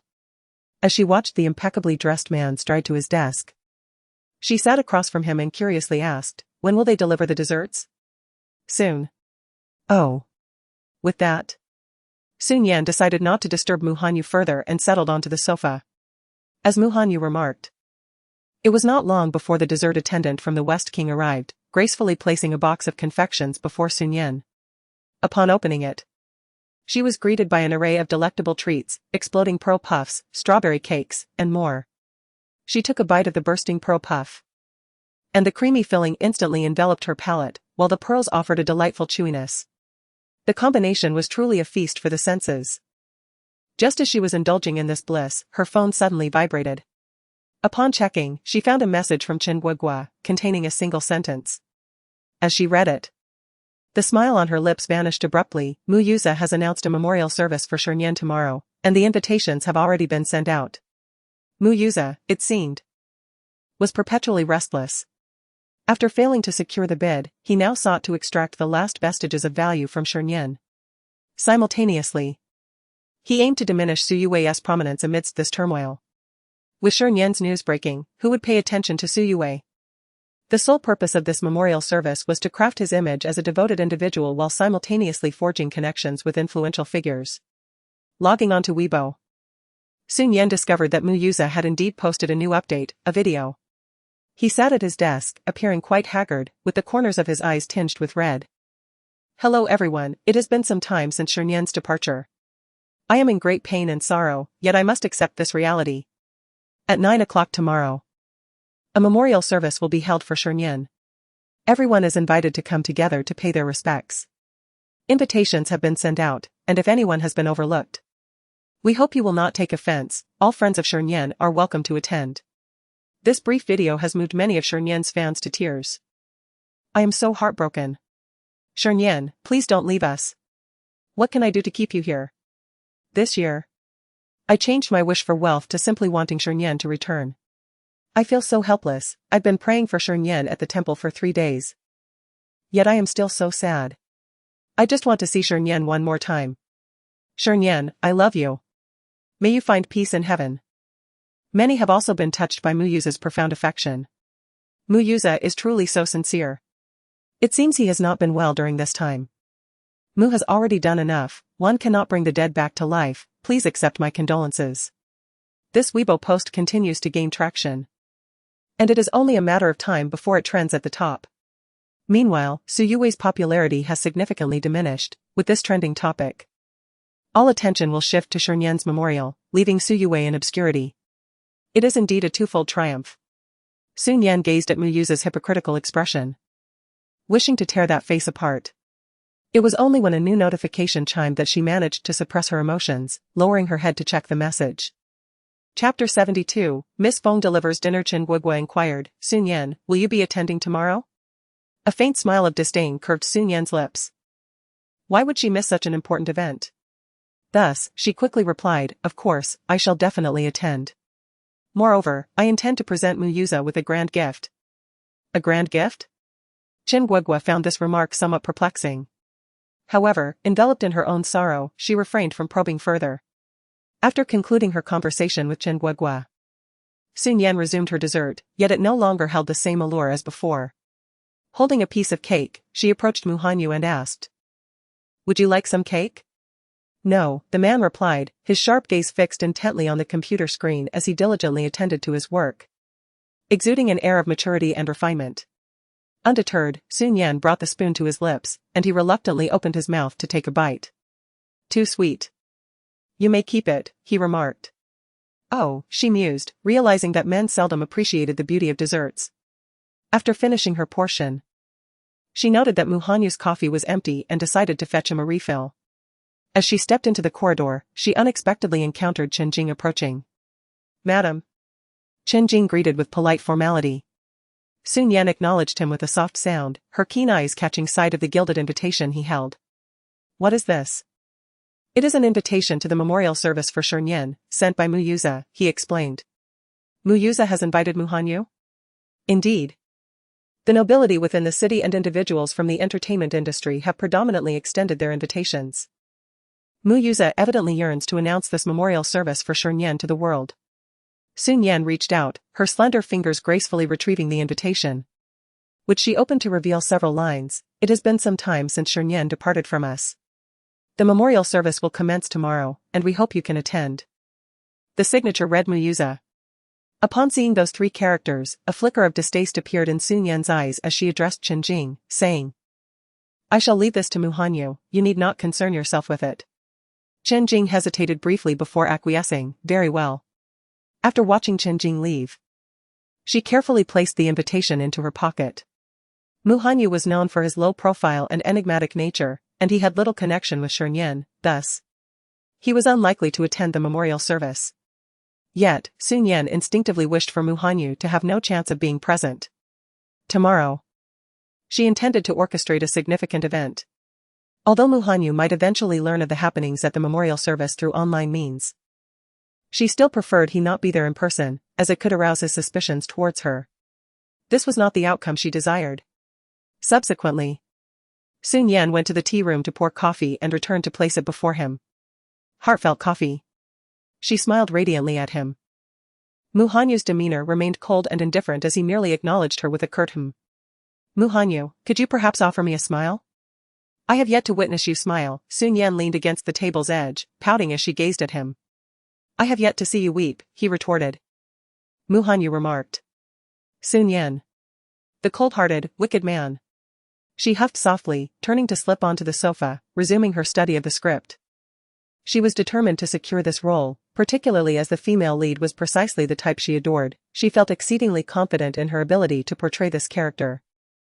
Gazing at the girl's proud little figure, Mu Hanyu's sensuous lips seemed to curve slightly, and his gaze swiftly darted to the corner of Shi Nian's pocket, where a small tip was visible. He recalled that when Shi Nian had left, her pockets had been devoid of any contents. His eyes flickered momentarily, his long fingers rhythmically tapping on the table. Time spent studying the script always seemed to pass swiftly, and before long, dusk descended upon them, casting an orange-red glow that streamed through the expansive windows. From this vantage point, one could behold a vast expanse of crimson clouds, beautiful and dreamlike. Shi Nian, captivated by the sunset, closed her eyes for a brief respite. Not long after, she heard a knock at the office door. "Come in." The door swung open, and the sound of heels echoed, stopping at Mu Hanyu's desk. Shi Nian instinctively glanced to see who had arrived, only to be met with the familiar silhouette of Feng Xiao. Today, she had clearly gone to great lengths to adorn herself. She wore a purple, off-the-shoulder, sleeveless mini dress that barely concealed half of her thighs. Shi Nian couldn't help but worry that a slight bend might lead to an unfortunate wardrobe malfunction. On her feet were towering heels, elevating her stature dramatically. She held a thermos in her hand and placed it on the desk, gazing at Mu Hanyu's strikingly handsome face. Her eyes brimming with uncontrollable affection, her voice laced with a hint of allure. "Mr. Mu, this is something I personally prepared at home. I thought you might not have had a meal, so I brought you a little something. I hope you won't find it distasteful." Shi Nian, who was secretly observing, was astonished. To personally deliver dinner? This was the so-called method of capturing a man's heart, by first winning over his appetite? She bit her lip, feeling inexplicably uneasy, as she awaited the man's reaction alongside Feng Xiu. "Thank you." The first words to escape Mu Hanyu's lips were those two, his expression remaining as cold as ever. Yet, Feng Xiu felt a glimmer of hope, her heart swelling with excitement. She had always known he would not refuse her, even without that secretary's assistance. She was determined to win over Mr. Mu. Shi Nian's fingers gripped the armrest of the sofa tightly, her knuckles turning pale. An inexplicable sense of loss washed over her. However, there was nothing much to say. Mu Hanyu had never harbored affection for Shi Nian, and given the many disappointments she had caused him before, had it not been for her grandfather's persistent wish for them to be well, Mu Hanyu would have likely divorced Shi Nian long ago. Now, With the emergence of a well-bred young lady eager to please, it was only natural for him to accept her advances. Moreover, her own intentions towards Mu Hanyu were not entirely pure. Was there truly no love between them? Shi Nian lowered her gaze. Her eyes dimmed with a hint of melancholy as she lay silently upon the sofa, engulfed in frustration. It was simply inconceivable. Resolutely, she rose and approached the desk, opening the thermal container before her. After all, she was the legitimate wife. Regardless of the absence of affection, Feng Xiyu had no right to flirt with Mu Hanyu in her presence. The man she loved would never be given to another. As she unveiled the container, a delectable aroma wafted through the air. The thermal box was divided into 2 layers. The top layer contained spicy shrimp and sweet and sour pork, while the lower layer housed vegetables and rice, accompanied by a bowl of soup, a perfect nutritional balance. Shi Nian's expression subtly shifted. She suddenly felt a pang of hunger. Swiftly, she closed the thermal box and remarked, "Miss Feng's kind intentions are appreciated, but President Mu does not favor shrimp." "What did you say?" Feng Xiyu furrowed her brows. Dismayed. How was it that she continually stumbled into Mu Hanyu's sensitive zones? Turning to Mu Hanyu with hopeful eyes, she inquired, "President Mu, you don't like shrimp?" "But shrimp is so delicious, how could one possibly dislike it?" To her dismay, she saw Mu Hanyu nod in affirmation. Regret washed over Feng Xiyu in a swift tide. Had she known, she should have endeavored to win Shi Nian over instead. Now, her efforts felt utterly fruitless. "Then I shall forego what I brought." "President Mu, what do you enjoy eating? Shall we dine at a restaurant?" Feng Xiyu, unwilling to concede, turned to Mu Hanyu. Meanwhile, the adorable Shi Nian was racking her brains on how to tactfully decline Feng Xiyu's offer when Mu Hanyu interjected, "Sounds good." Good? In that moment, Shi Nian felt a heavy sensation in her chest, an uncomfortable tightness that left her disquieted. Chapter 73, Stay Away From Me. "My wife will get jealous." Feng Xiao's eyes sparkled with delight, yet her expression remained composed. "Shall we go now?" However, the man abruptly shifted his tone. His voice still cool, "But my wife is quite strict. She tends to get jealous." "Wife?" Feng Xiao was momentarily taken aback. Mu Hanyu had a wife? Why was she unaware of this? Struggling to find her voice, she asked, "Mr. Mu, is that truly the case? When did you get married?" "A hidden marriage. A concealed union." It seemed he was indeed wed. Feng Xiao's heart shattered into pieces. Although she held deep affection for Mu Hanyu, her family, the Feng family, was a prestigious lineage. As a young lady of a noble house, she possessed her own pride and could never settle for being a mistress. Since Mr. Mu is already married, I shall not intrude any further. Maintaining the last vestiges of her dignity, Feng Xiao departed, though the shadow of disappointment lingered upon her countenance. Observing her retreating figure, Shi Nian felt a measure of admiration for Feng Xiao. She did not cling desperately, nor did she explode in anger upon discovering his marital status. "Are you pleased?" Mu Hanyu's deep, dark gaze settled upon Shi Nian, his voice imbued with a hint of playful intrigue. Shi Nian inexplicably felt as though he could see right through her. Clearing her throat, she dismissed the notion of satisfaction. The man chuckled softly, his laughter carrying a note of delight that resonated within Shi Nian, rendering her entirely enraptured. The man is deadly serious when he is not smiling. Yet, when he does smile, it is even more lethal. "Please, cease your laughter." Shi Nian felt her ears turn crimson. "Wasn't it you who urged me to smile?" Mu Hanyu raised an eyebrow, a subtle smile gracing his lips. Shi Nian was momentarily speechless, her discomfort prompting a stiff change of subject. "Shall we indulge in some crayfish later?" Indeed, she had been quite tempted by Feng Xiyuan's mention of crayfish. "As you wish." That evening, Shi Nian accompanied Mu Hanyu to a restaurant specializing in crayfish. She ordered a generous portion, relishing every bite, and left the restaurant feeling thoroughly satisfied and cheerful. That night, Feng Xiyuan also came out with her friends for crayfish, and unexpectedly, as they exited, they spotted a familiar figure at the entrance. The man's tall and upright silhouette stood out vividly against the dim night. However, he soon entered a car. What was Mu Hanyu doing here? She glanced around. The area was residential, with only this restaurant in sight. Could it be that he had come for the crayfish? But wasn't he supposed to dislike them? Feng Xiyuan fell into contemplation. Strangely, her already fractured heart felt as if it had splintered further. The following day, the entire city awaited the commencement of the memorial service. Before departing, Shi Nian informed Mu Hanyu that she might not return for dinner. She declined his offer for a ride and took a taxi to the largest funeral home.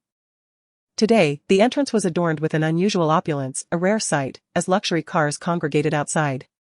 Chen Guogua had arrived long before, eagerly awaiting Shi Nian. As the memorial service had yet to commence, Chen Guogua's eyes were already red-rimmed.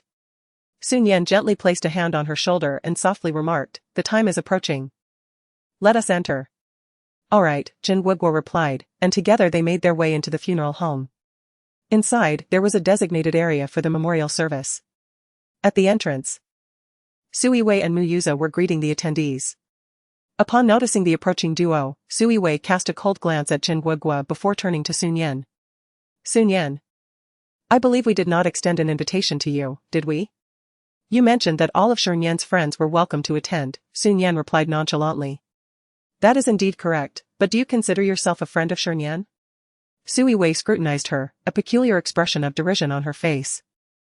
"Do you truly believe that Shi Nian has such poor judgment as to surround herself with a company of worthless friends?" Shi Nian retorted sharply, "Like you, for instance. In a solemn occasion such as this, you still choose to wear heavy makeup?" Sui Wei's expression shifted slightly. I haven't applied it that heavily." Mu Yuza interjected sternly, "Enough. Do you not realize the gravity of today's occasion? Be mindful of your words."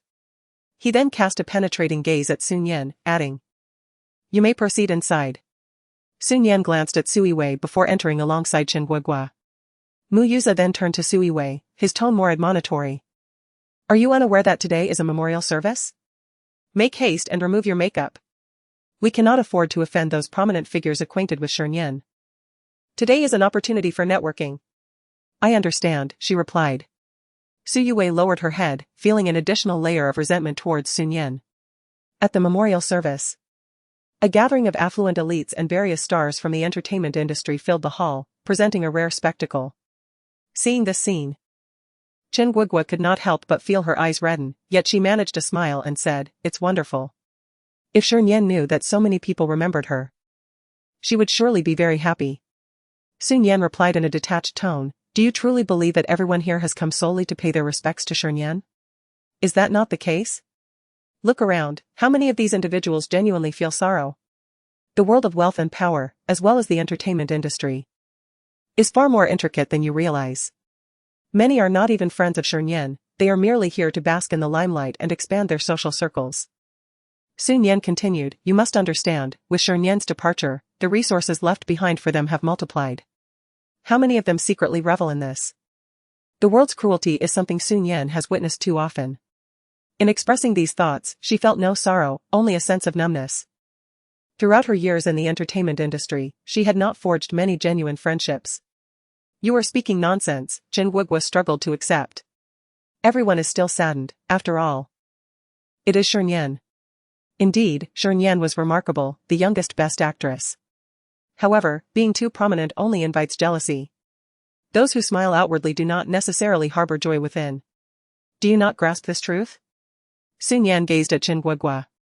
Though Chen Guogua could comprehend the meaning behind her words, hearing them firsthand was still profoundly disheartening, prompting her to refrain from further conversation with Shi Nian. Seeing her like this, Shi Nian felt a sense of helplessness. She had perhaps spoken too much and underestimated this girl's feelings for Shi Nian. Nevertheless, it was not unexpected that the Su family would not attend the memorial service. Still, Shi Nian couldn't help but feel a pang of sadness. After all, she had spent many years with the Su family in her previous life. And now that she had departed, they didn't even bother to show up. As the event was about to commence, several prominent figures arrived, causing quite a stir. "Look. Who is that?" someone exclaimed. "Is it Professor Highway, here to pay his respects to Shi Nian?" This seemed improbable. After all, Shi Nian, despite his talents, was merely a star, while Professor Highway hailed from a prestigious artistic lineage and was highly esteemed. How could such a person possibly have ties to Shi Nian? The crowd was utterly astonished as they turned their gazes towards the entrance, where the renowned pianist, Professor Highway, entered the memorial service accompanied only by his assistant.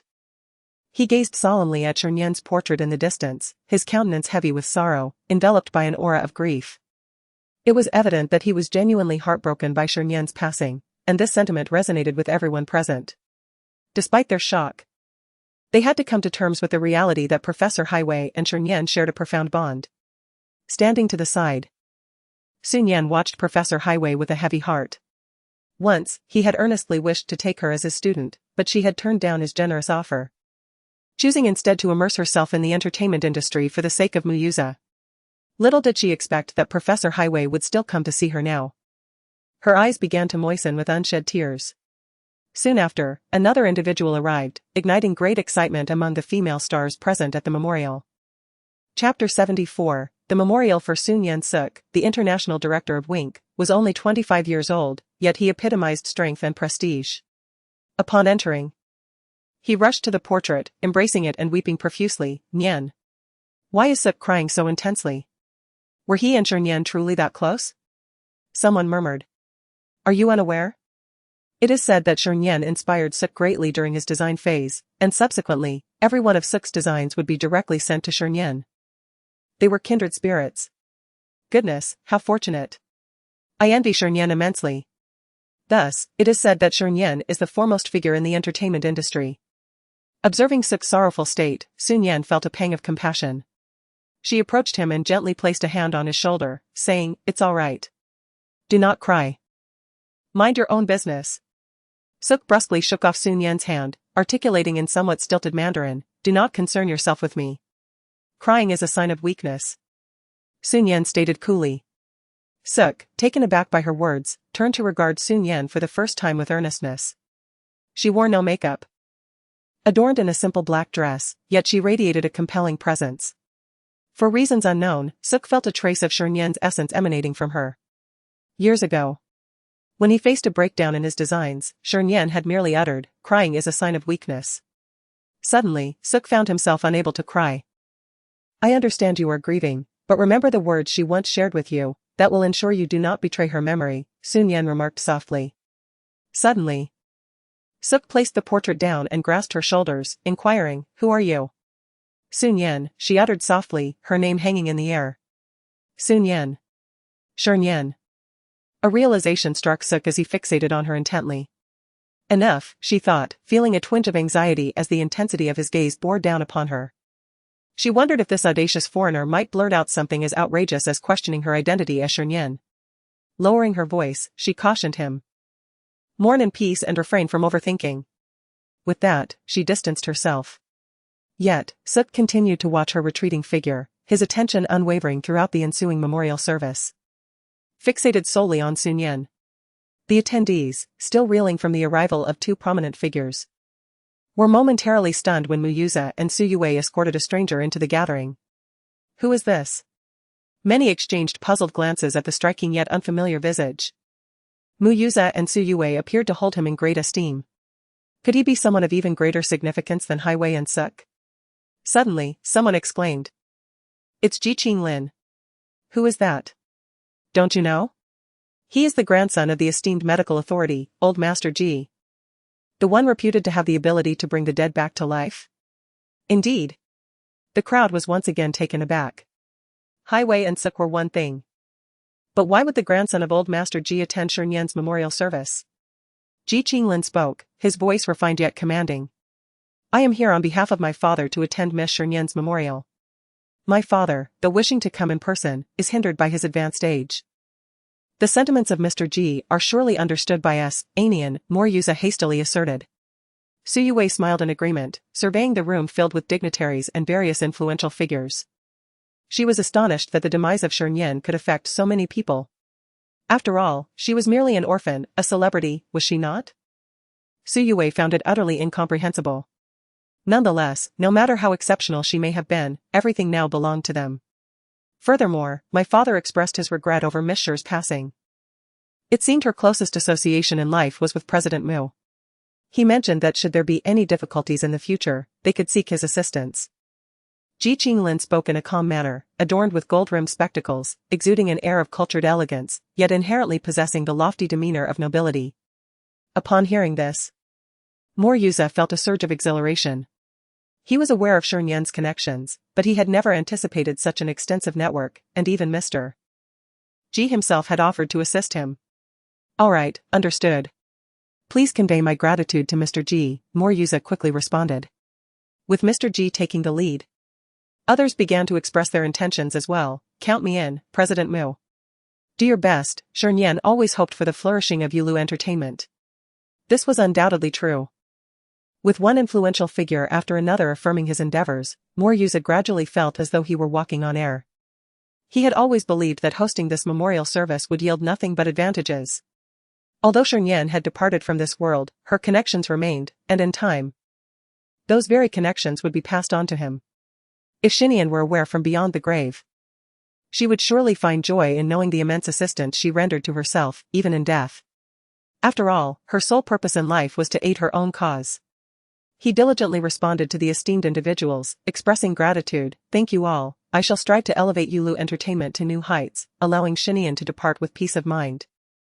Meanwhile, Sui Wei, listening to the words of these prominent figures, felt her silver teeth nearly crack from the intensity of her envy and jealousy swelling within her.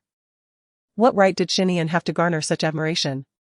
An orphan, how could she possibly have formed connections with such influential people? It must have been through her own seduction. I have long suspected her true nature.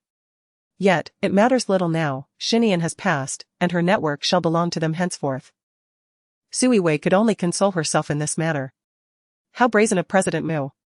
Suddenly, a light chuckle, laced with clear mockery, wafted through the air. Overcome with excitement, Mu Yuza's face flushed slightly at the sound, his expression darkened as he addressed Sun Yan with a warning tone. Sun Yan, today is Shi Nian's memorial service.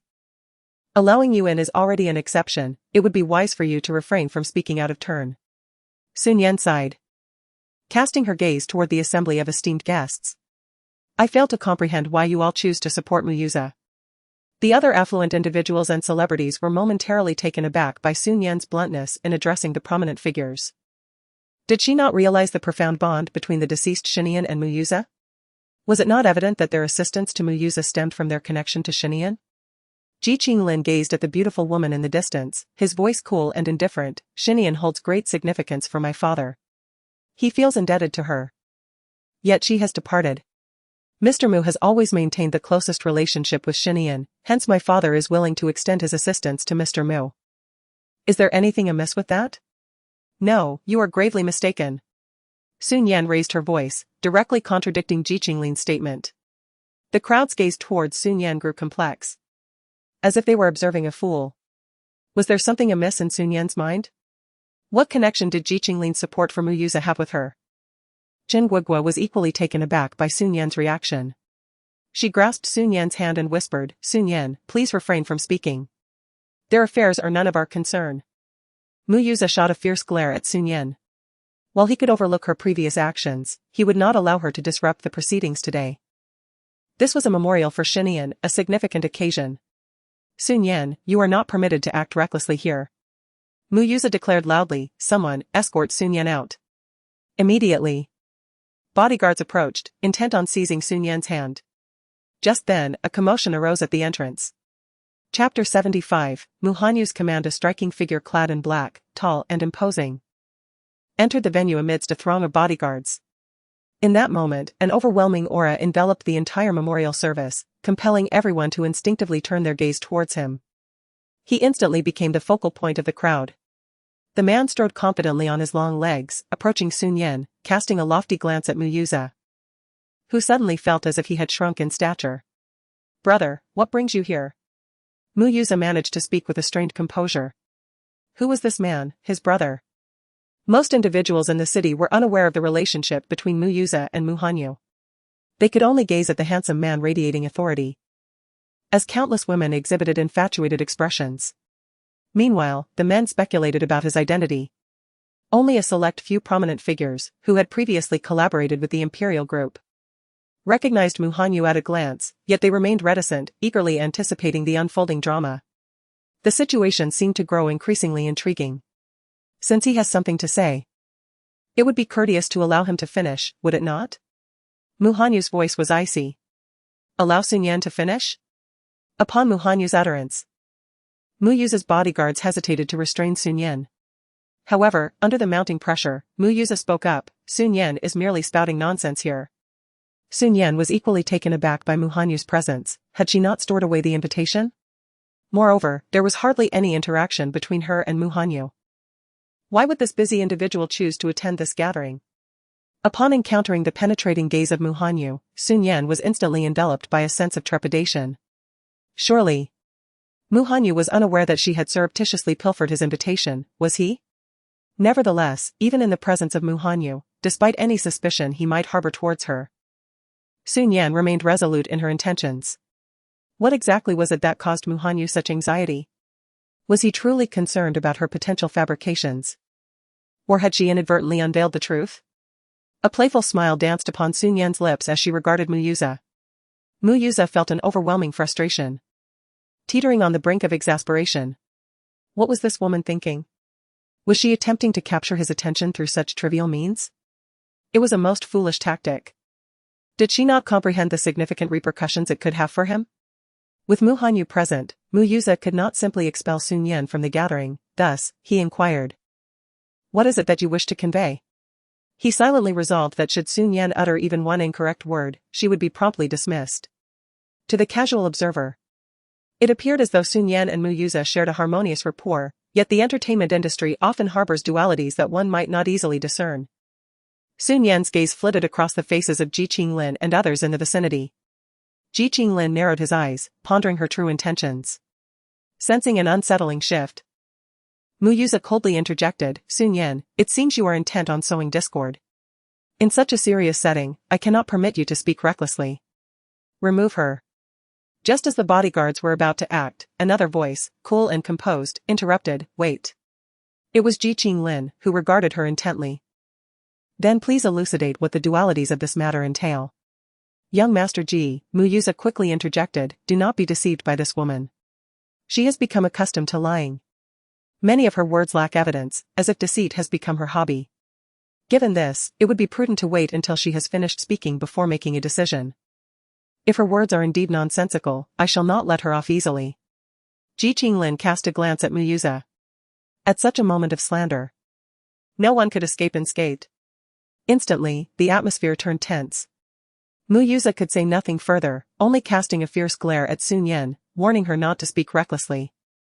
Yet, Sun Yan paid no heed to his warning and, before the gathered crowd, articulated each word clearly. The duality of this matter is evident. One person may appear to be in a loving relationship with Shi Nian, yet behind the facade, they are merely exploiting the poor, Navi Shi Nian. As her words concluded, all eyes shifted to Mu Yuza. A fleeting panic flickered in his gaze, and he quickly retorted, do not believe Sun Yan's fabrications. After Shi Nian left, I was the one who suffered the most. Suffered? Suffered to the point of soliciting? Sun Yan countered. The audience recalled the recent scandal surrounding solicitation, leaving their emotions in disarray. However, these prominent figures, typically preoccupied with their own affairs, had little time to concern themselves with online gossip. Upon hearing her words, their expressions darkened, casting dubious glances at Mu Yuza. Mu Yuza hastily clarified, impossible. How could I engage in such behavior? This is where the matter stands. Sun Yan had already taken out her phone, revealing the suppressed news before them. The headline read, breaking. Mu Yuza caught in prostitution scandal. It contained photographs and videos that firmly implicated Mu Yuza. Upon seeing this news, the expressions of several prominent figures darkened in unison. Cold sweat nearly trickled down Mu Yuza's forehead. If these individuals were to discover his betrayal of Shi Nian, it was likely they would not only refuse to assist him but might even conspire against him. This is all a misunderstanding. Mu Yuza exclaimed urgently. She is framing me. Do not believe her words. Sun Yan has always been envious of Shi Nian and wishes for her demise. His claims only served to deepen the complexity of the expressions on the faces of the influential individuals. This incident alone was insufficient to prove Mu Yuza's mistreatment of Shi Nian. After all, he had previously cultivated an image so effectively that everyone believed him to be deeply affectionate towards her. At this moment, Su Yue stepped forward, stating, it is common knowledge that Sun Yan harbors jealousy towards Shi Nian. Furthermore, because of my close relationship with Shi Nian, Sun Yan has intentionally targeted me on several occasions. This is well known among us. Turning to the gathered stars, she asked, isn't that right? Most of the celebrities present were from Yulu Entertainment. though some belonged to other companies. In response, everyone nodded in agreement. After all, who would dare to offend Su Yue and Mu Yuza at such a critical juncture? Should Mu Yuza indeed secure the support of these influential figures, Yulu Entertainment would ascend, and their resources would only improve. Indeed, the relationship between Su Nian and Shi Nian is rather strained. I had previously pondered why Su Nian seemed to target Yue, only to discover it was due to her animosity towards Shi Nian. Given Shi Nian's admirable qualities, one cannot help but wonder why Su Nian harbors such disdain for her. It seems only someone like Su Nian could possess such feelings towards Shi Nian, the crowd remarked. Ji Qinglin's gaze was shrouded in ambiguity. The extent of his grandfather's assistance to Shi Nian often stirred feelings of jealousy and envy within Ji Qinglin, the grandson. He could not fathom why his grandfather would extend such kindness towards an outsider. Nevertheless, this was a request from his grandfather, and Ji Qinglin had no intention of defying it.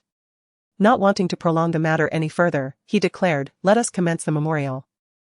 This signaled that Su Nian's remarks were of no consequence. Upon hearing Ji Qinglin's words, Su Ke and Wei Er acquiesced. Mu Yuza felt a sense of relief and hastened to prepare for the proceedings. No matter how much chaos Su Nian attempted to instigate, the memorial would proceed smoothly. When the time came, he vowed to ensure she would not escape his wrath.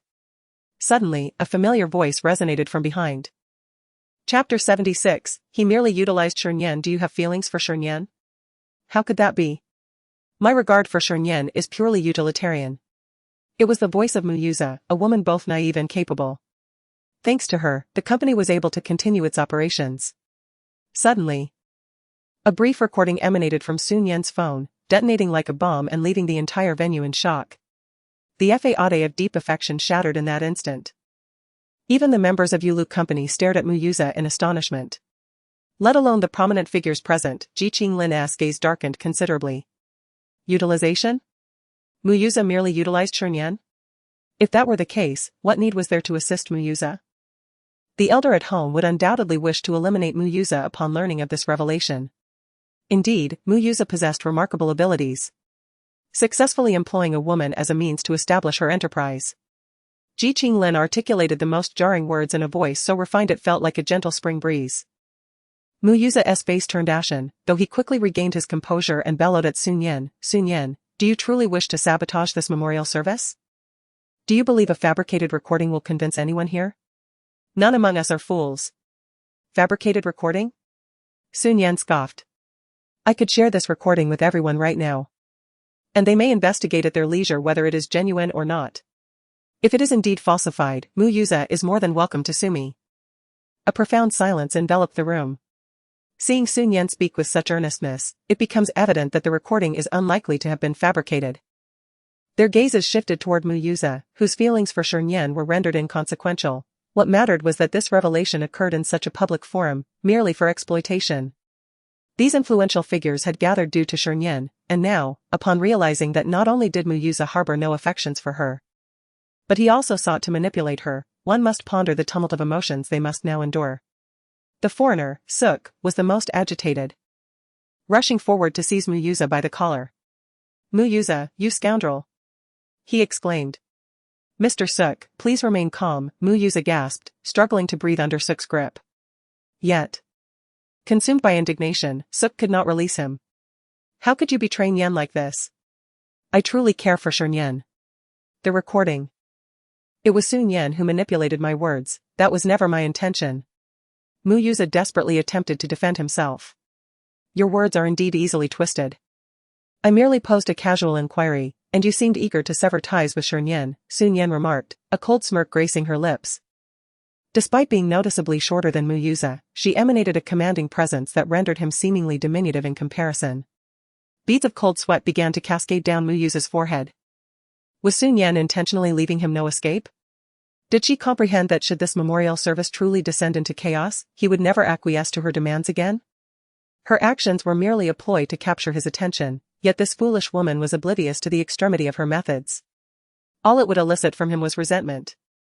Contemplating this, Mu Yuza found himself feeling somewhat pitying towards Su Nian. He gazed at her, his tone softening with a hint of chill. "Su Nian, enough. I understand you had reservations about my previous decisions, henceforth, I shall consult with you properly to ensure your comfort. Please clarify to everyone that those were not my words. The recording has been disseminated, the course of action lies in the hands of the collective. Shi Nian interrupted Muyuza.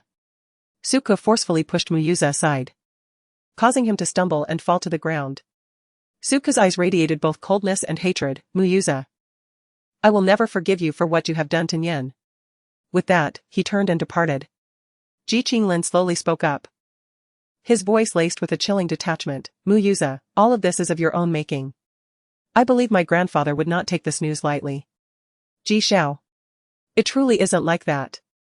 Do not let this woman Shi Nian deceive you. Muyuza exclaimed fervently. Yet, who would still lend credence to Muyuza's words? Ji Qinglin was no fool, he cast a cold glance at Muyuza before walking away. Lastly, there was Mr. Highway, who did not even spare Muyuza a glance as he departed with his assistant. This utter disregard was the most excruciating of all. Muyuza was on the verge of collapse, having just thought he had ascended to the pinnacle of success. Even without securing the Beiping region, with the assistance of these influential figures, he was destined to rise above others. However, now, everything was in ruins because of Shi Nian. Shi Nian. As Muyuza regained his composure, a fierce hatred erupted in his eyes as he charged towards her. Yet, before he could reach Shi Nian, a bodyguard intercepted him.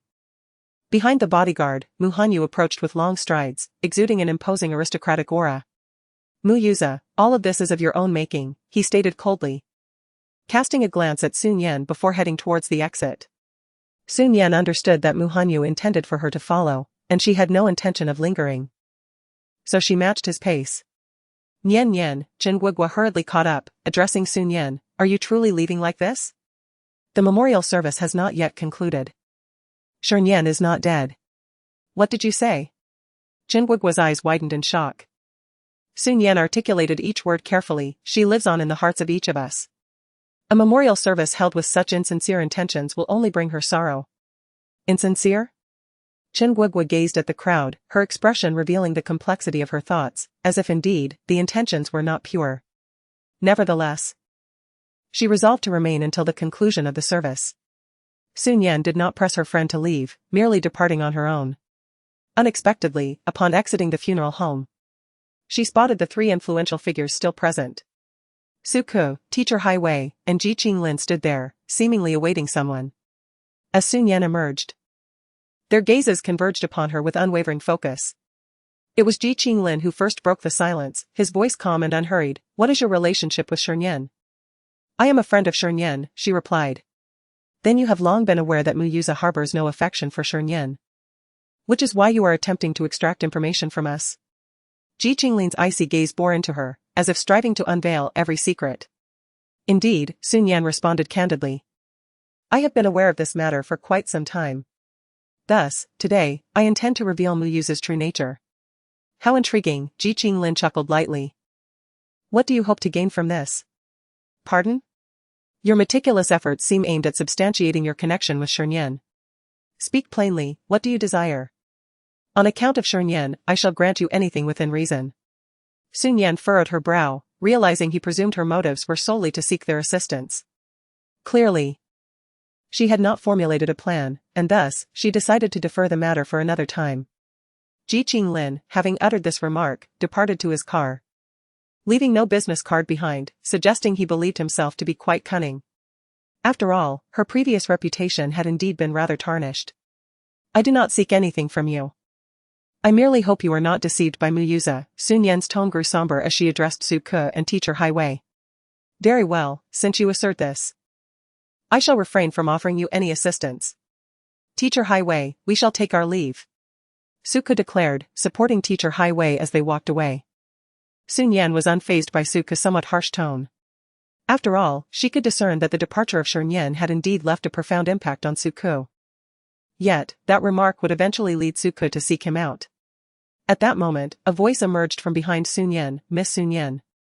Chapter 77, the biased old man. She turned her head and discovered it was a director.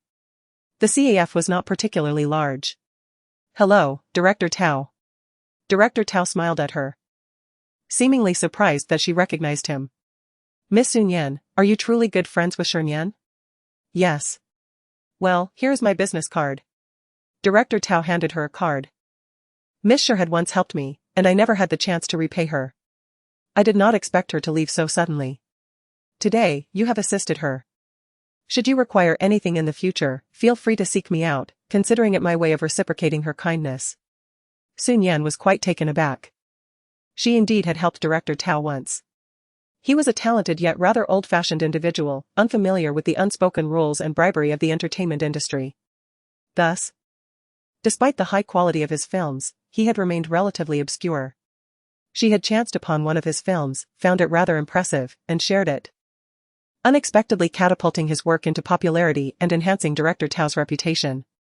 For her, it was merely a casual gesture, and she had not anticipated that Director Tao would remember it until now. Feeling touched, Shi Nian nodded and said, "Thank you." "You're welcome."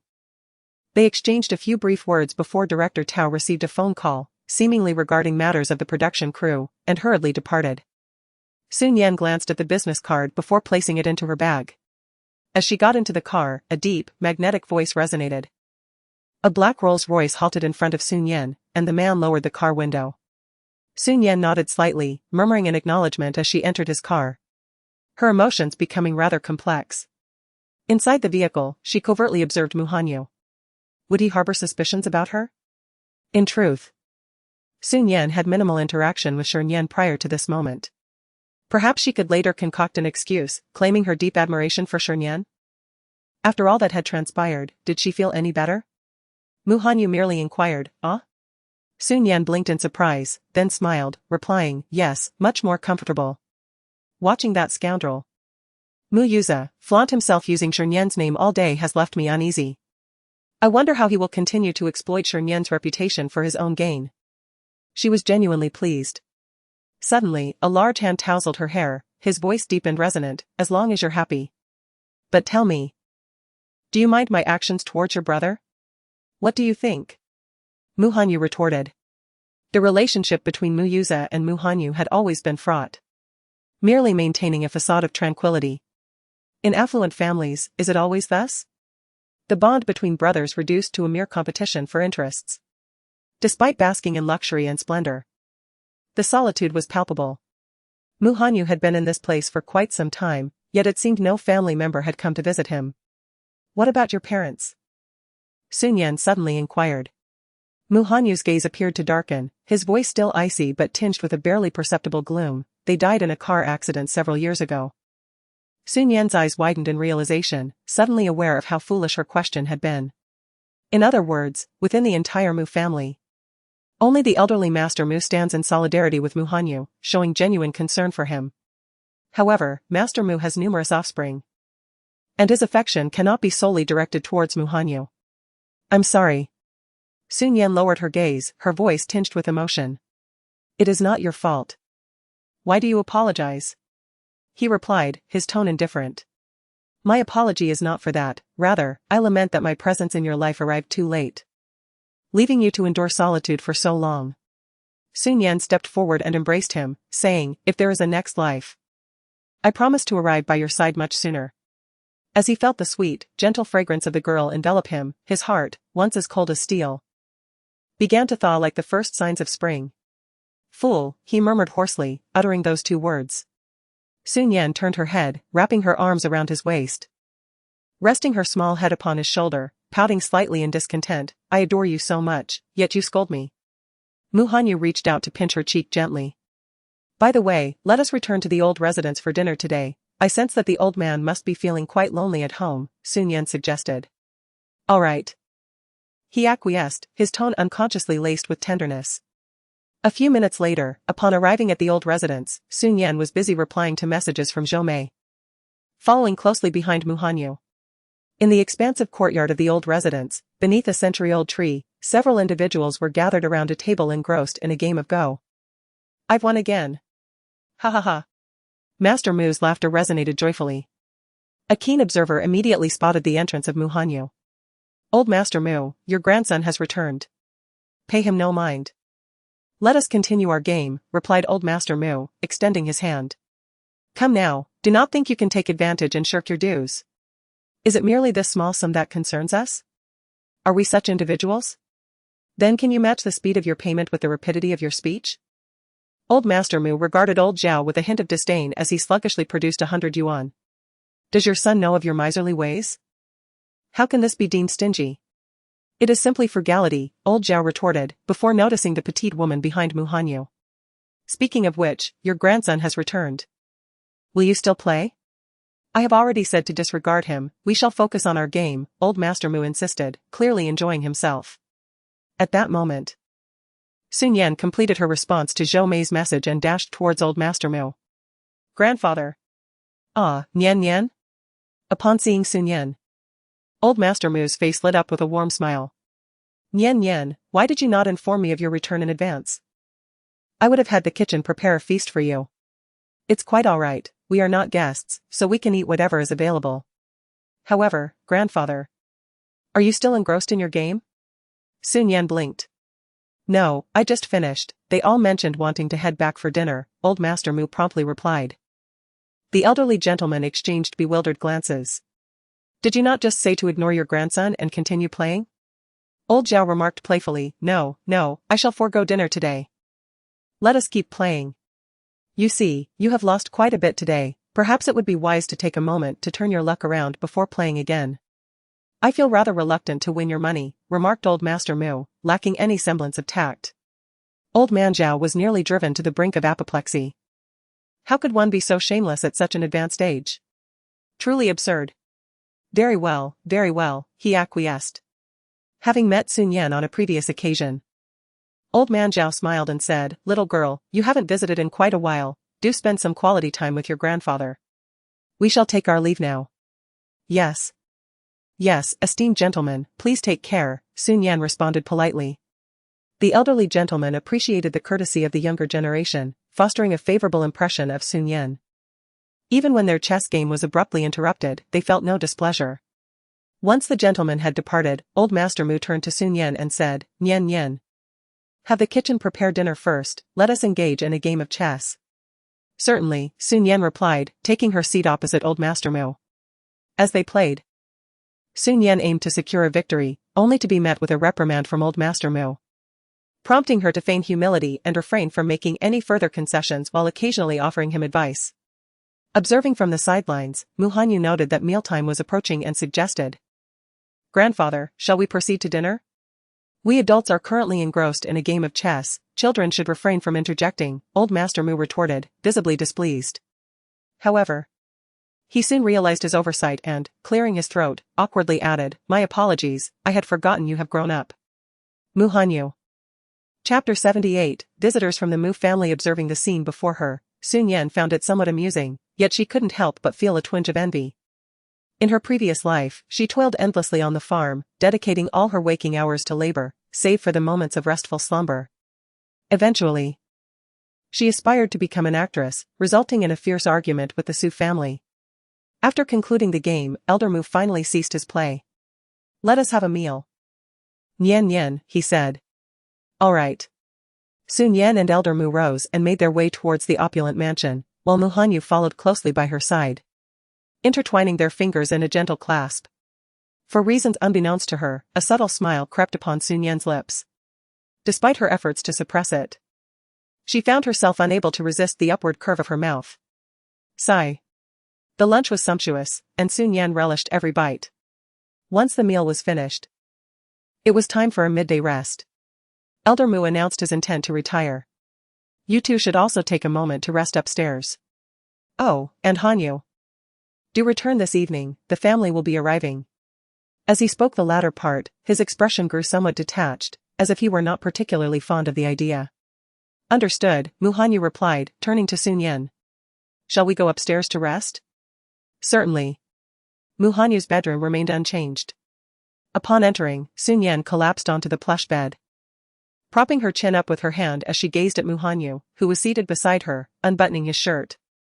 The family grandfather mentioned, is it the Mu family? Indeed. Then, should I stay for the evening? Shi Nian had yet to meet any members of the Mu family. Even though Shi Nian and Mu Hanyu had obtained their marriage certificate, the Mu family had not come to acknowledge it. However, this time they suddenly decided to visit. Shi Nian immediately recalled the bidding event from a couple of days ago and speculated that their visit might be related to Mu Hanyu securing the contract for the Beijing area. A frown creased her brow, reflecting her discontent. You need not stay at the old residence for dinner tonight, Muhanyu suggested. Assuming her apprehension stemmed from the fact that those people were indeed not of good character. No, I want to stay. Where else could I possibly go while you are here? Shi Nian replied firmly, meeting his gaze with unwavering conviction. Not afraid? Muhanyu paused mid-removal of his shirt. His beautiful, dark eyes fixed on her. With you here, what is there to fear? Shi Nian tilted her head and smiled at him. The midday sun pouring in and casting shimmering golden light upon her features, enhancing the brilliance of her striking, dark almond-shaped eyes. After finishing her statement, she noticed Muhanyu's lack of response as he continued to gaze at her. She waved her hand in front of his eyes, questioning, what's wrong? Nothing. He replied, lowering his gaze as he resumed unbuttoning his shirt.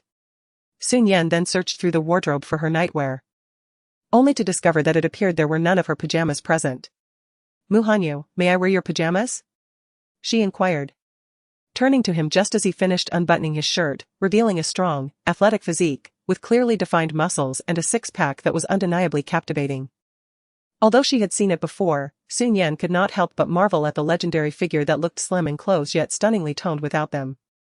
She could not help but swallow. Casual, murmured Muhanyu in a voice that was both magnetic and deep. Shi Nian then took a nightgown and hurried to the bathroom to change. When she emerged, she wore a deep blue nightgown, the length of which reached the middle of her thighs. Her fair, long legs gleamed before Muhanyu's gaze. Although they had shared a bed before, they had always been fully clothed. Shi Nian glanced at Muhanyu, who was already lying on the bed, headphones on, engaged in conversation with someone. His upper body was bare, revealing a physique akin to that of a supermodel, toned and powerful. For reasons unknown, she felt a tinge of shyness. After lifting the covers, she lay on the opposite side of the bed, the distance between them ample enough to accommodate another person. Muhanyu removed his headphones and glanced at Shi Nian, observing how she lay precariously at the edge of the bed, almost rolling off. Feeling shy? He found it amusing, recalling that she had shown no such hesitation when she had dashed to his room earlier. He set aside his phone and began to nap. An hour later, Shi Nian slowly opened her eyes to find herself staring at the man's taut chest and alluring collarbone. After a brief moment of shock, her eyes widened, and she hastily turned her head away in embarrassment. Awake? Came the man's slightly husky and languid voice from behind her. How did I end up here? She stammered. You truly had no idea once you fell asleep? His voice carried a hint of displeasure. As Shi Nian's imagination raced, she envisioned herself nestling into Muhanyu's embrace after drifting off to sleep. To her surprise, she found herself feeling rather audacious. Oh dear. Muhanyu inquired. What's the matter? Are you embarrassed? Embarrassed? It felt as though she was being accused of being overly sensitive. Besides, they were indeed husband and wife. What was the harm in sharing a bed? With this thought, Shi Nian summoned her courage and turned to face Muhanyu, declaring, I am not embarrassed at all. Muhanyu gazed down at the girl's flushed cheeks, her almond-shaped eyes veiled in a misty haze, her petite nose slightly reddened, an utterly charming sight. He reached out to gently stroke her nose, a hint of amusement lacing his tone, unbeknownst to him, very well. This girl, indeed, appeared fearless on the surface but was, in fact, quite timid. Suddenly, Shi Nian felt her cheeks heat up as she lowered her gaze toward his lower half, only to promptly shut her eyes tight. What are you looking at? And nothing. Have you put on your pants? What do you think? It's too dark to see. They always drew the curtains when they went to bed, otherwise, the midday sun would be quite blinding. Muhanyu found her reaction amusing. He playfully teased. Shall we turn on the light to see? Ah? No, that might not be appropriate. Shi Nian's face turned crimson, a sense of something being amiss lingering in the air. Suddenly, Muhanyu seized her hand. His deep voice laced with a seductive tone, then why not give it a try and find out?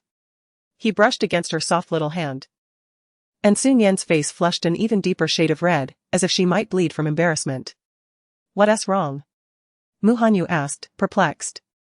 No, Shi Nian said, playfully nudging him, how could you not be wearing pants? You're so annoying. Muhanyu, exasperated, finally switched on the light and lifted the covers, revealing his long legs clad in deep blue pajamas. Shi Nian, realizing her mistake, exclaimed, "Then what did you think you encountered just now?" Mu Hanyu was so amused by her indignation that he couldn't help but chuckle, gazing intently at Shi Nian's charming face. Upon seeing the pajamas, Shi Nian quickly understood her misunderstanding. She had initially thought hence her impression of Mu Hanyu as rather peculiar. However, now it seemed that it was she who appeared somewhat odd. Shi Nian forced a smile, saying, "No, I simply think your pajamas are of excellent quality. They must be pure cotton, right? The texture feels delightful." To validate her statement, Shi Nian reached out and touched his pajamas. In that instant, she felt as though she had grasped something extraordinary, looking down in disbelief at her hand before glancing back at Mu Hanyu, whose face was turning an amusing shade of crimson. Chapter 79, Mu Yuza trends online. Shi Nian let out a startled cry, releasing her grip. Her mind a tumult of confusion, unsure of what to articulate. In a moment of impulse, she dashed into the restroom, slamming the door behind her with a decisive thud. Mu Hanyu, his expression darkened, lowered his gaze to the ground beneath him. Was her action truly unintentional? Inside the restroom, Shi Nian fervently washed her hands until they turned crimson, finally concluding her frantic scrubbing. Sighing in relief, she opened the door and emerged, only to find Mu Hanyu seated on the sofa. The recollection of the earlier incident filled her with an inexplicable sense of embarrassment, prompting her to offer a sheepish smile. "I'll be heading out now," she stated, hastily retreating. As she descended the stairs, a cacophony of voices drifted up from below, suggesting the arrival of numerous guests. Curiosity piqued, she cautiously peered down and glimpsed several elegantly attired individuals in the living room. Are these members of the Mu family? Their arrival is rather premature, she mused. Pausing, Shi Nian turned back and ascended the stairs. It seemed more prudent to accompany Mu Hanyu downstairs. Returning to her room, she discovered he had entered the bathroom. The sound of water cascading within echoing in the air. Was he bathing again? Is this what one might call a penchant for cleanliness? Deciding to settle on the sofa, she began perusing her script. Meanwhile, her phone buzzed incessantly with trending news, each notification prominently featuring Mu Yuza. Mu Yuza utilizes Shi Nian. Shi Nian's fans infuriated by Mu Yuza demands for an explanation from Mu Yuza. Shi Nian's fingers grazed the screen for a moment before she ultimately decided to open the webpage. The events that transpired at the memorial were articulated in this article, which garnered an astonishing number of comments, over 100,000. Even Shi Nian did not anticipate the fervor of her former fans. She meticulously read through their sentiments. "I once thought Mu Yuza was deeply affectionate. Now I see how despicable he truly is. I am filled with rage. I believed Mu Yuza was Shi Nian's salvation, but perhaps he is the true perpetrator? My sole wish now is for time to reverse. If only I could return to when Shi Nian was still alive. I would never allow our dear Nian to take her own life. Mu Yuza, do you truly deserve Shi Nian's kindness? Cursed scoundrel. You deserve to perish. Nian. Did you take your life because you understood Mu Yuza's intentions? Mu Yuza, you shall pay. I will never forgive you." Beneath the article, other notifications appeared. Yulu Entertainment is under siege by Shi Nian's fans. The situation is spiraling out of control. Numerous fans of Shi Nian demand Mu Yuza return everything. Yulu Entertainment stock plummets. Though she had achieved the outcome she desired, tears streamed uncontrollably down Shi Nian's face as she absorbed these messages. She closed her eyes, choking back sobs. Her fans must be devastated. I am truly sorry. She had never anticipated causing them such sorrow. With tears welling in her eyes, Shi Nian opened Weibo and composed a post. Shi Nian v. I sincerely apologize for the sadness that has befallen my fans due to today's events. Yet I hold no regrets. I hope that fans of Shi Nian will not dwell in sorrow for too long. Before long, the comments section erupted. Many were already curious about how Shi Nian had come to learn of the incident. If you already knew, why didn't you stop Shi Nian? Why? Aren't you good friends? We are indeed heartbroken, but uncovering Mu Yuza's true nature is paramount, otherwise, I would remain a fool believing in his deep affection. I truly regret it now. Shi Nian, do you possess any further insider information? I wish to meet Shi Nian. Though I previously held disdain for you. Shi Nian, I have decided to support you from now on, in light of your assistance to Shi Nian. Same here, I will too. To her astonishment, merely posting this message led to an exponential increase in her followers. All of them were fans of Shi Nian. Sun Yan felt a pang of bitterness, ultimately. It was those very individuals who were drawn to her. She resolved that she would create more high-quality films in the future. Suddenly, her phone vibrated with a new message. Upon checking, she found it was from her manager. Zhou Mei, Sun Yan, what exactly is your relationship with Shi Nian? Sun Yan, we are merely friends. It was only after a while that she chose to respond. Zhou Mei, well, it seems there are many matters between you that I am unaware of. Do share them with me later. The audition schedule has been finalized for tomorrow, are you prepared? This is crucial for you. Sun Yan, I am ready. Zhou Mei, do you need my company tomorrow? Sun Yan, yes.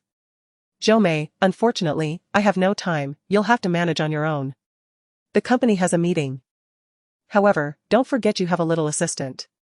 Have her accompany you. Sun Yan. Why ask if you have no time? Humph, I am upset. Zhou Mei, be good, I have faith in your abilities, you will surely succeed. If you do, I shall treat you to a grand feast.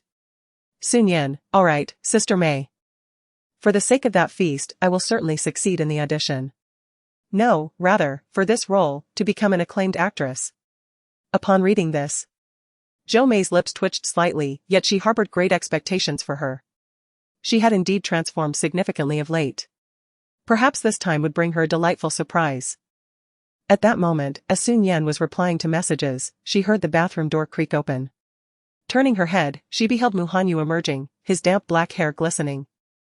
Drops of water cascaded down his cheek, following the contours of his deep collarbone, finally disappearing into the folds of his white bathrobe. His slightly tousled hair only enhanced his allure. What's the matter? Mu Hanyu inquired. There are visitors downstairs, Sun Yan replied, her gaze lowered, a hint of nervousness evident. In that moment, she resembled a timid young bride. Upon hearing this, Mu Hanyu immediately comprehended the situation. He swiftly dried his hair and approached the wardrobe to change his attire. Sun Yan, catching a glimpse of the man shedding his bathrobe, instinctively averted her gaze. Why didn't he mention he was changing? Did he not fear being seen in his entirety? The soft rustling sound suggested he was donning his clothes. After a brief interval, the sound of his somewhat heavy footsteps came to a halt beside her. Shall we go down? Sun Yan felt a surge of nervousness and glanced up at him, murmuring. But if I accompany you downstairs, what if they recognize me? Wouldn't that bring you embarrassment? Her previous reputation had not been particularly favorable, which made her anxious and apprehensive. The sight of the girl resembling a timid bride evoked a sense of curiosity.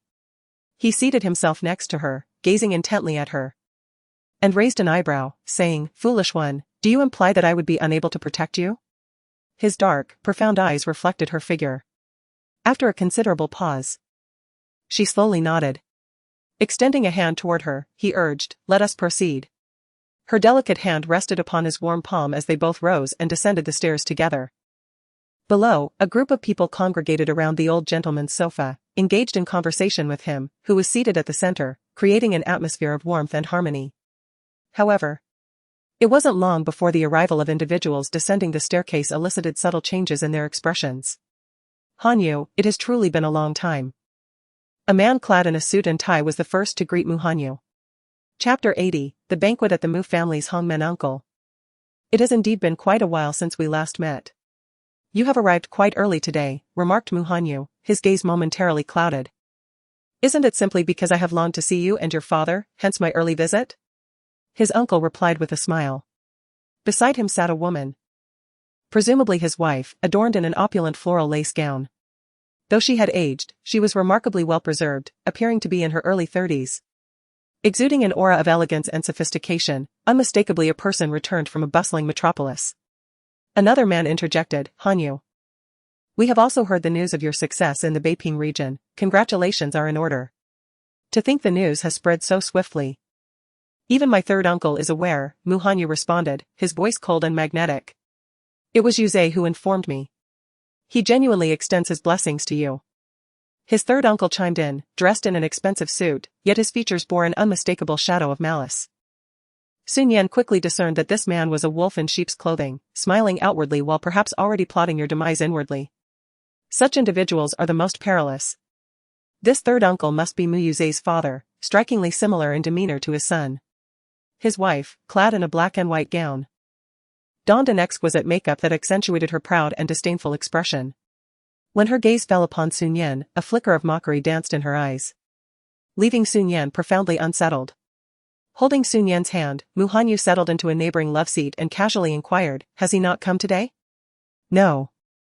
Yuza is currently managing the company alone and is quite occupied." Uncle San spoke with a tone tinged with pride, as if Yuza's management of the company foretold boundless prospects, while Yuza busied himself with various matters. This thought made Shi Nian suppress a laugh. It seemed they had not had the chance to go online and were unaware that Yuza had already gained fame.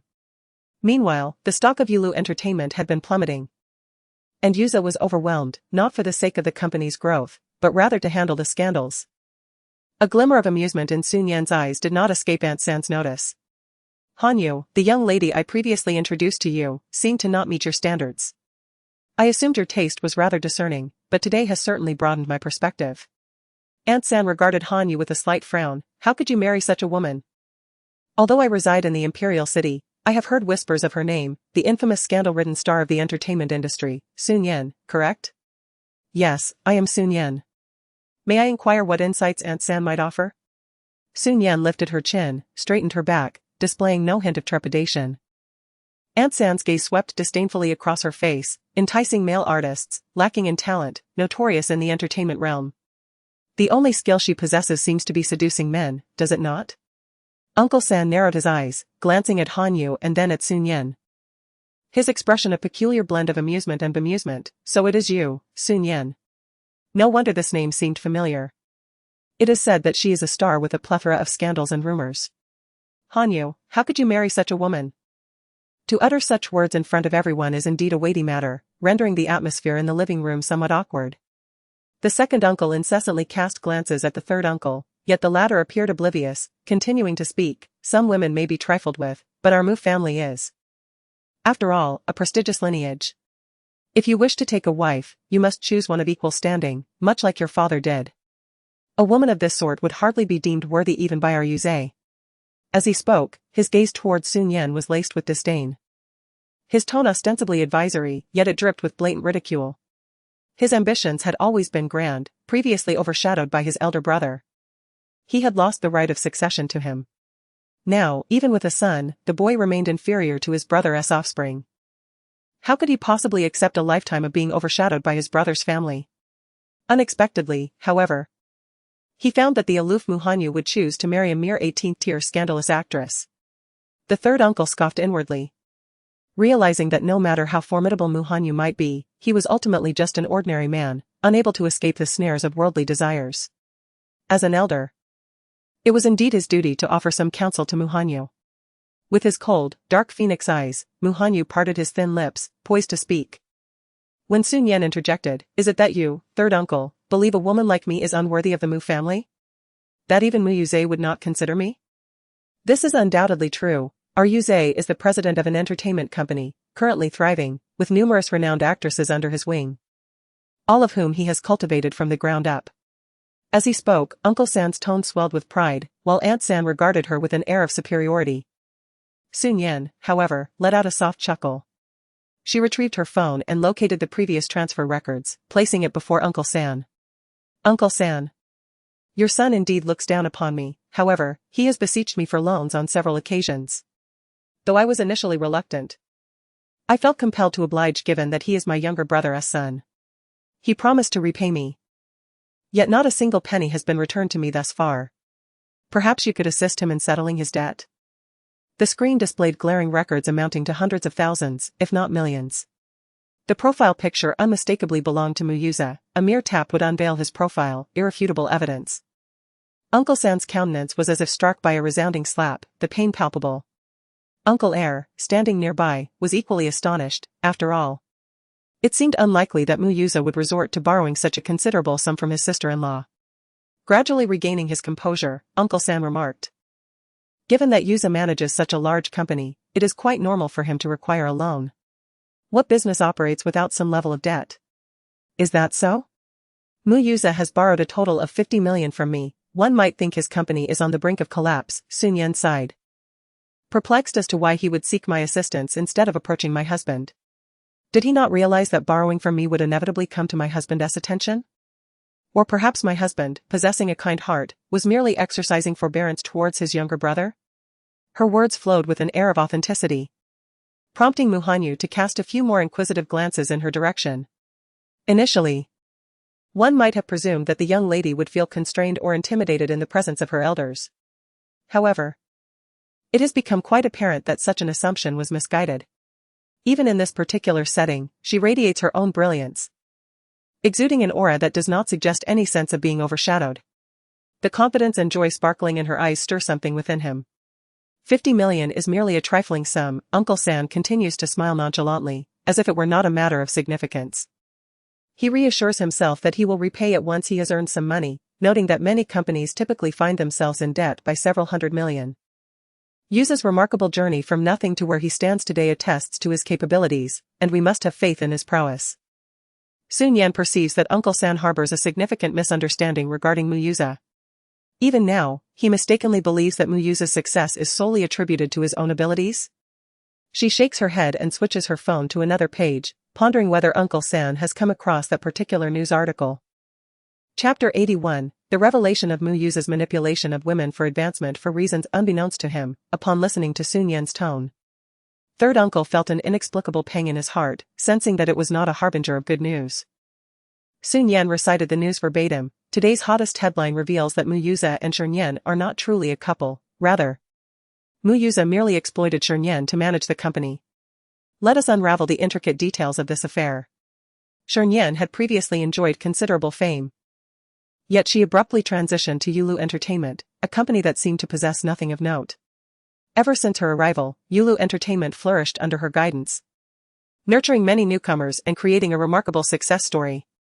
At that time, the tale of Shi Nian and Mu Yuza was a celebrated romance, but following Shi Nian's untimely demise, the truth surfaced. Mu Yuza had simply leveraged a woman for his ascendance.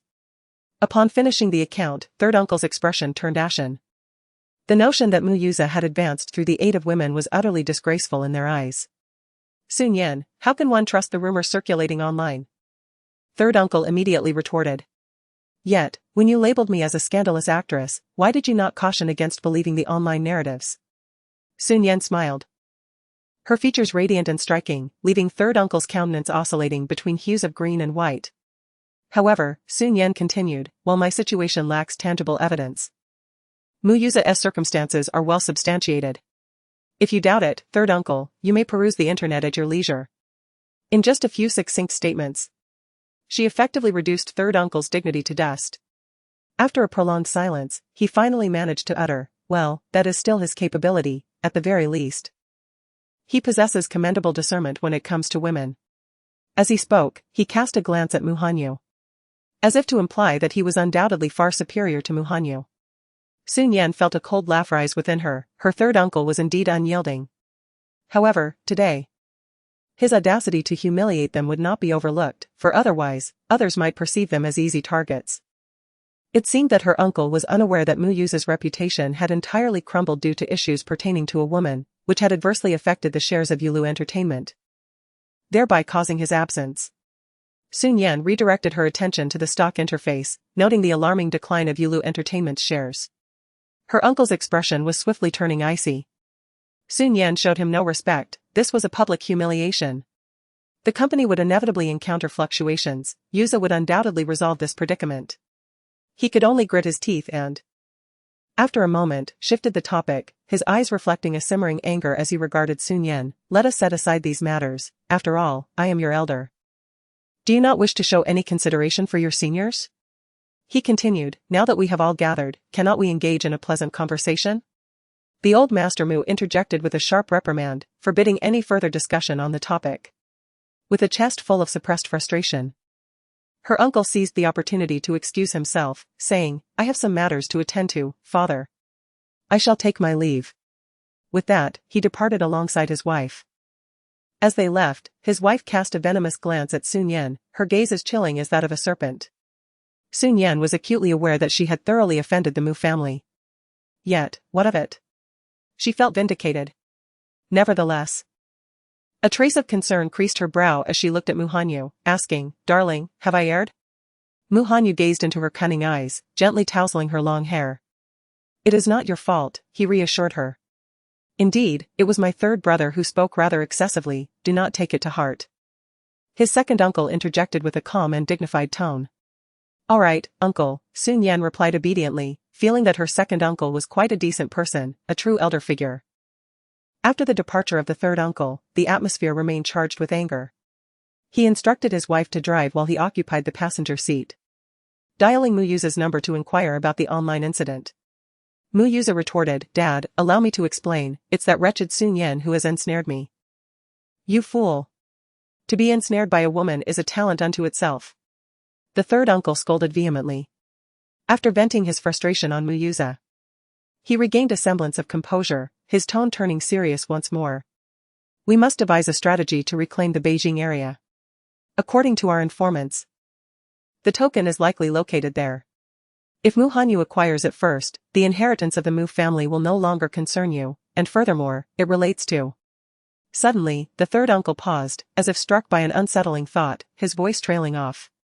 Relates to what? Mu Yuza inquired with curiosity.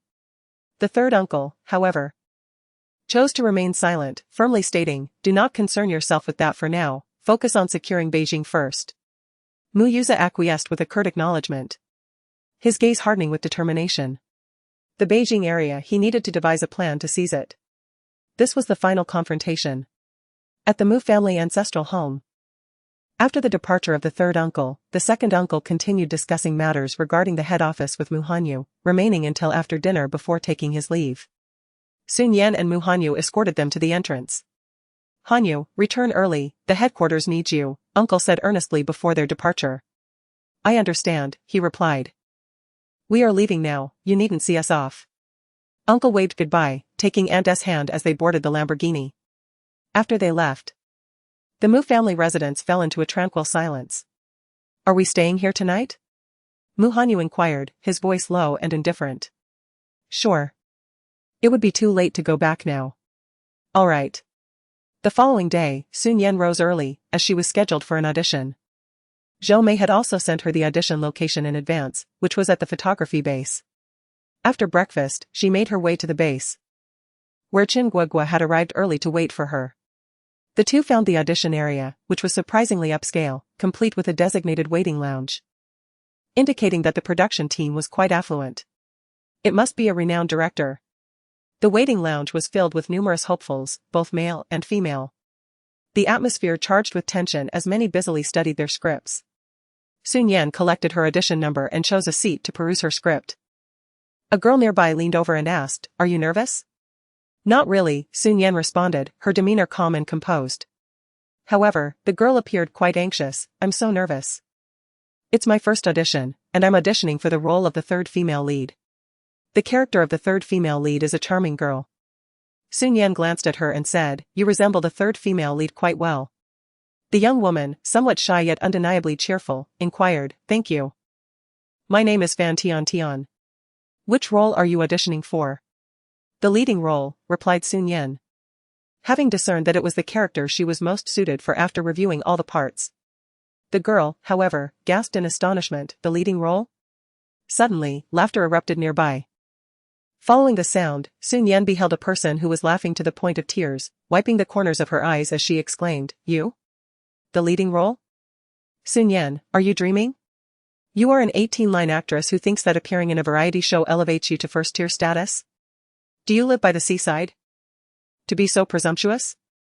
Qin Guogua furrowed her brow, visibly displeased as she glared at the woman who was laughing uncontrollably. I just find it absurd that some people choose to daydream so brazenly in broad daylight, she scoffed. Perhaps instead of mocking others, you should take a good look in the mirror and assess your own worth. Shi Nian raised an eyebrow. Her beautiful almond-shaped eyes fixed on the woman with an aura that seemed to penetrate all pretense. Are you so afraid of me stealing your role that you resort to such derision? Chapter 82, Shi Nian's audition. The woman who had been laughing heartily suddenly ceased her mirth, fixing a cold smirk upon Shi Nian, afraid of being outshined? Shi Nian. Perhaps you should take a good look in the mirror. Those who possess true confidence would never stoop to pick on someone deemed hopeless. It is simply devoid of meaning. Much like how I would refrain from addressing you. With a casually uttered phrase, she swiftly subdued that woman. Laughter erupted from the onlookers nearby. The provocateur. feeling a sting to her pride, retorted, "Well, let us just wait and see." At last, she fell silent. Chen Guoguo regarded Sun Yan with admiration, realizing she had much to learn from her in the art of verbal retorts. 10 minutes later, the audition commenced. The director's assistant emerged, calling out, "According to my command. Enter one by one, number 1, number 2, number 3. 3 individuals rose and proceeded inside, the atmosphere instantly thickening with tension. However, Sun Yan, well-versed in such scenarios, maintained an air of tranquility.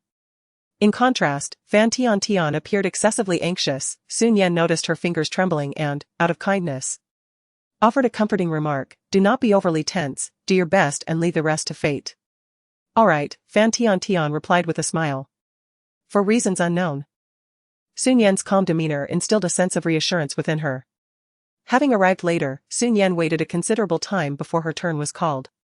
Coincidentally, she found herself grouped with Fan Tian and the woman who had instigated the earlier confrontation. As Chen Guoguo observed Sun Yan preparing to enter, she offered her encouragement, Nian, go for it, you will undoubtedly succeed." With a playful wink, Sun Yan stepped into the room. Coincidentally, as she entered, she was met with a familiar face. Zhang Qingji occupied the central position among the interviewers, scrutinizing several resumes. Fan Tian, Sun Yan, Qing Feifei? Indeed. All 3 responded in unison. Standing in the midst of the trio, Sun Yan caught Zhang Qingji's gaze as he lifted his head, and to her surprise, she discovered that the director for this audition was none other than him. They had previously had their differences. She raised an eyebrow, adept at separating work from personal grievances. However, her ability to do so did not guarantee that Zhang Qingji could. Upon seeing her resume, he regarded Sun Yan with a knowing smile, instantly recalling the barrage of private messages and online slurs she had endured recently. Such is the irony of fate. Throughout his years in the industry, having established a reputation for his exceptional talent and elite social connections, he had never before faced criticism due to a minor celebrity.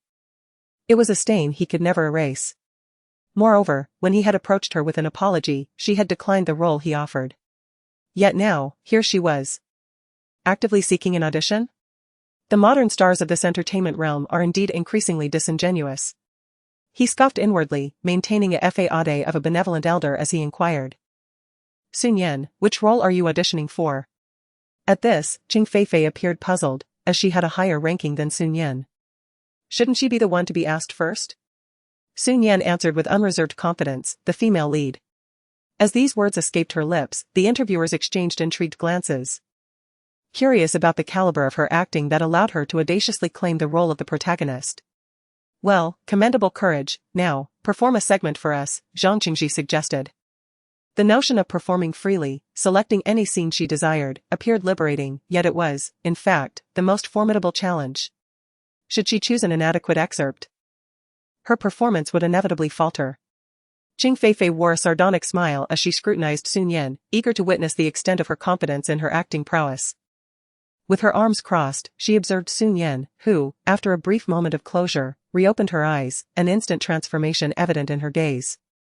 She stepped forward, maintaining her physical form while her aura darkened ominously. Although she advanced, her focus was not on Zhang Qingji before her, rather, it seemed she was gazing upon an ethereal figure. "Are you suggesting that all your actions have been for my sake?" Sun Yan's lips curled into a slight smirk, yet her eyes brimmed with seething hatred. "No, everything you have done has solely been for your own benefit." After delivering this piercing retort, her expression flickered as if she had suddenly perceived something, and the animosity in her gaze swiftly dissipated, redirecting her attention elsewhere. In an instant, she transitioned from a messenger of hell to a gentle and charming young lady. Turning to her right, she expressed a pure and radiant smile, "Brother, you have arrived." In this scene, Sun Yan portrayed a striking contrast of the female lead within the narrative. Every expression was executed with remarkable finesse, leaving no room for flaws. The audience was almost entirely drawn into the scene by Sun Yan, and although she stood alone, it felt as though they were witnessing a complete narrative unfold. Such profound skill could only be the result of immense talent. The screenwriter, too, became visibly animated. Having spent so long in her role, she had encountered countless actors. Many of those who appeared competent were, in reality, devoid of substance. But the only one who truly captured her admiration was Shi Nian. Sun Yan's recent performance was extraordinarily powerful. Almost as if the spirit of the acclaimed actress Shi Nian had possessed her. In that fleeting moment, she glimpsed the shadow of Shi Nian. Just as she prepared to offer her praise, a pen fell from Zhang Qingji's desk. The assistant director, seated to Zhang's right, picked it up, and their eyes briefly met. "What is this performance?" Zhang Qingji suddenly exclaimed, his voice brimming with indignation. Sun Yan was momentarily taken aback and quickly inquired, "Do you find any issues, Director Zhang?" "There are issues everywhere. I had heard rumors about your lack of ability, that you merely relied on your physical presence to ascend. And now I am inclined to believe the whispers I have encountered online," Zhang Qingji replied with a cold smirk. His words were harsh. And Sun Yan's expression darkened as she candidly stated, "If Director Zhang finds anything amiss, then speak plainly. Resorting to insults is the behavior of a ruffian." Zhang Qingji's countenance soured as well. How audacious of Sun Yan to label him a ruffian. Qing Feifei was initially quite anxious, wondering if Sun Yan would truly be selected. However, upon hearing Zhang Qingji's words, her heart swelled with pride. She nearly forgot that Zhang Qingji had a past grievance with Sun Yan. How could he possibly allow her selection? Sun Yan was far too naive. Suddenly, a melodious female voice interrupted, "I believe Sun Yan performed rather well, Director Zhang. If there are any issues, please feel free to express them." It was Fan Tian, who was furrowing her brow, gazing at Zhang Qingji in confusion. "Fan Tian. As a newcomer, what do you know? Just because you put on a casual performance, you think it was commendable." The assistant director mocked at that moment. With such lackluster acting skills, it is no wonder she has yet to produce any noteworthy work and can only rely on publicity to gain fame. Suddenly, Sun Yan stepped forward, slamming her palm on the table.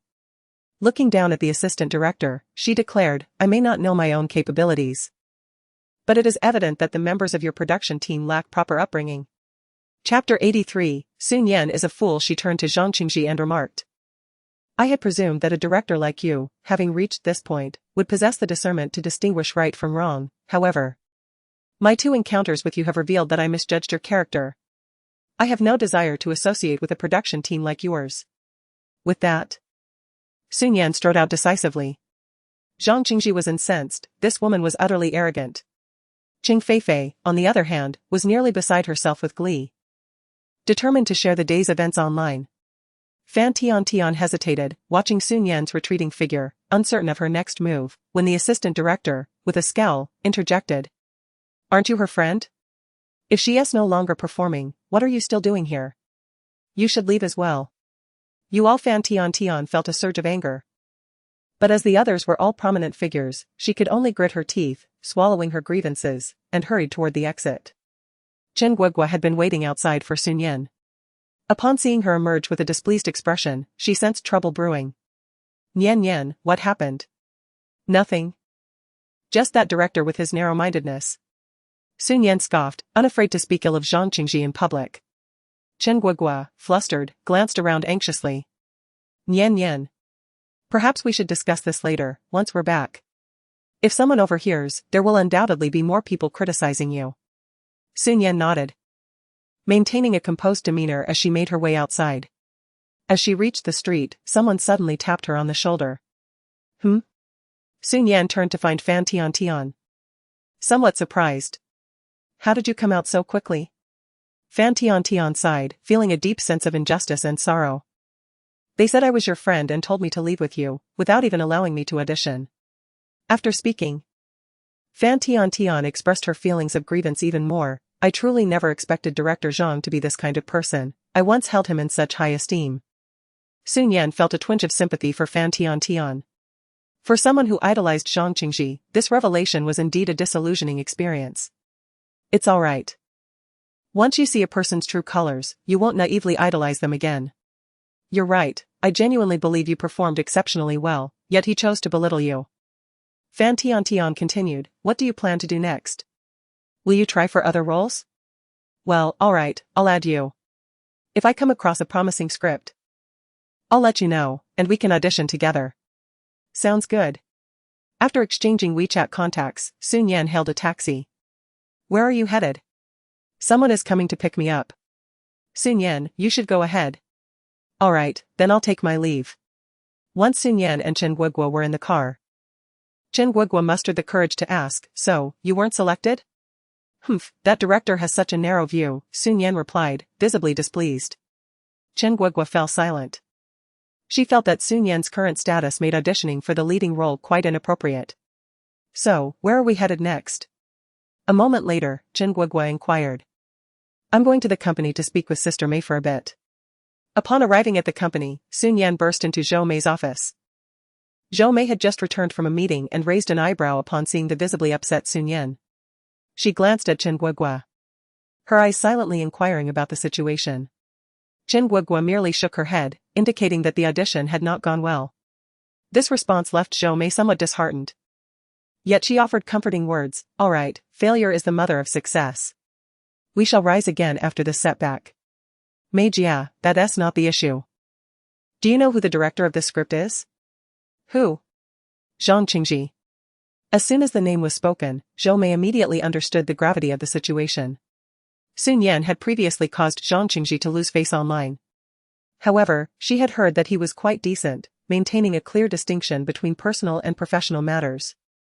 Did he give you a hard time this time? A cold smile crept across Shi Nian's lips as she reenacted Zhang Qingji's words verbatim. Upon hearing this, both Zhou Mei and Chen Guogua's expressions darkened. How outrageous! How could he speak to you like that? Chen Guogua exclaimed in indignation. I want to go online and confront him.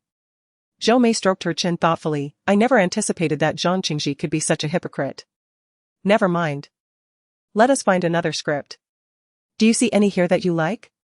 Shi Nian perused the scripts before ultimately shaking her head and setting them down. I've read all of these. Please let me know when there are new scripts, Mei Jia.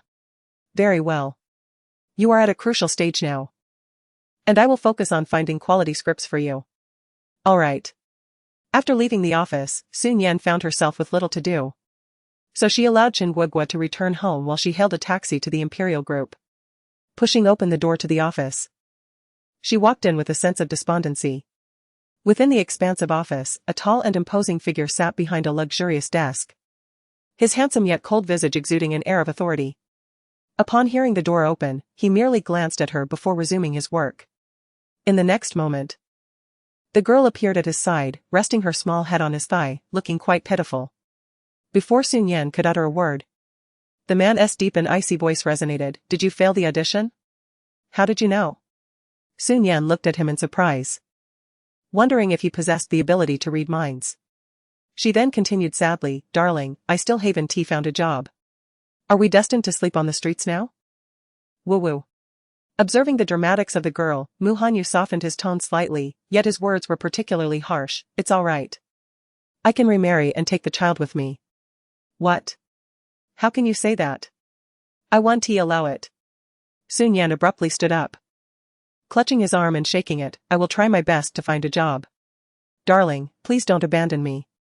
Mu Hanyu withdrew his arm, uninterested in continuing the charade. In a detached tone, he remarked, your news has already made it to the trending list. What?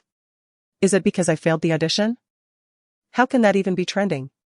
Shi Nian, bewildered, took out her phone to check, and indeed found herself lingering at the bottom of the trending list. Shi Nian's acting is extremely cringe-worthy. Upon entering, one encounters a recently published article from an entertainment daily, according to insiders. Today marks the audition day for director Zhang Qingji's new production, where Shi Nian is vying for the lead role. However, her performance was so excruciatingly poor that it provoked even the normally composed director Zhang to unleash an expletive. One can't help but wonder what audacity Shi Nian possesses to audition for the female lead. The comments section is rife with mockery. I can't stop laughing. Does Shi Nian genuinely believe she is a top-tier actress? Surely not. Is the female lead for director Zhang really meant for Shi Nian? She seems to be getting ahead of herself. I am curious just how lacking Shi Nian's skills must be to elicit such a reaction from director Zhang. To the commenter above, I have a clip to share. Someone posted a brief video showcasing Shi Nian's previous performances, marked by stiff and exaggerated acting.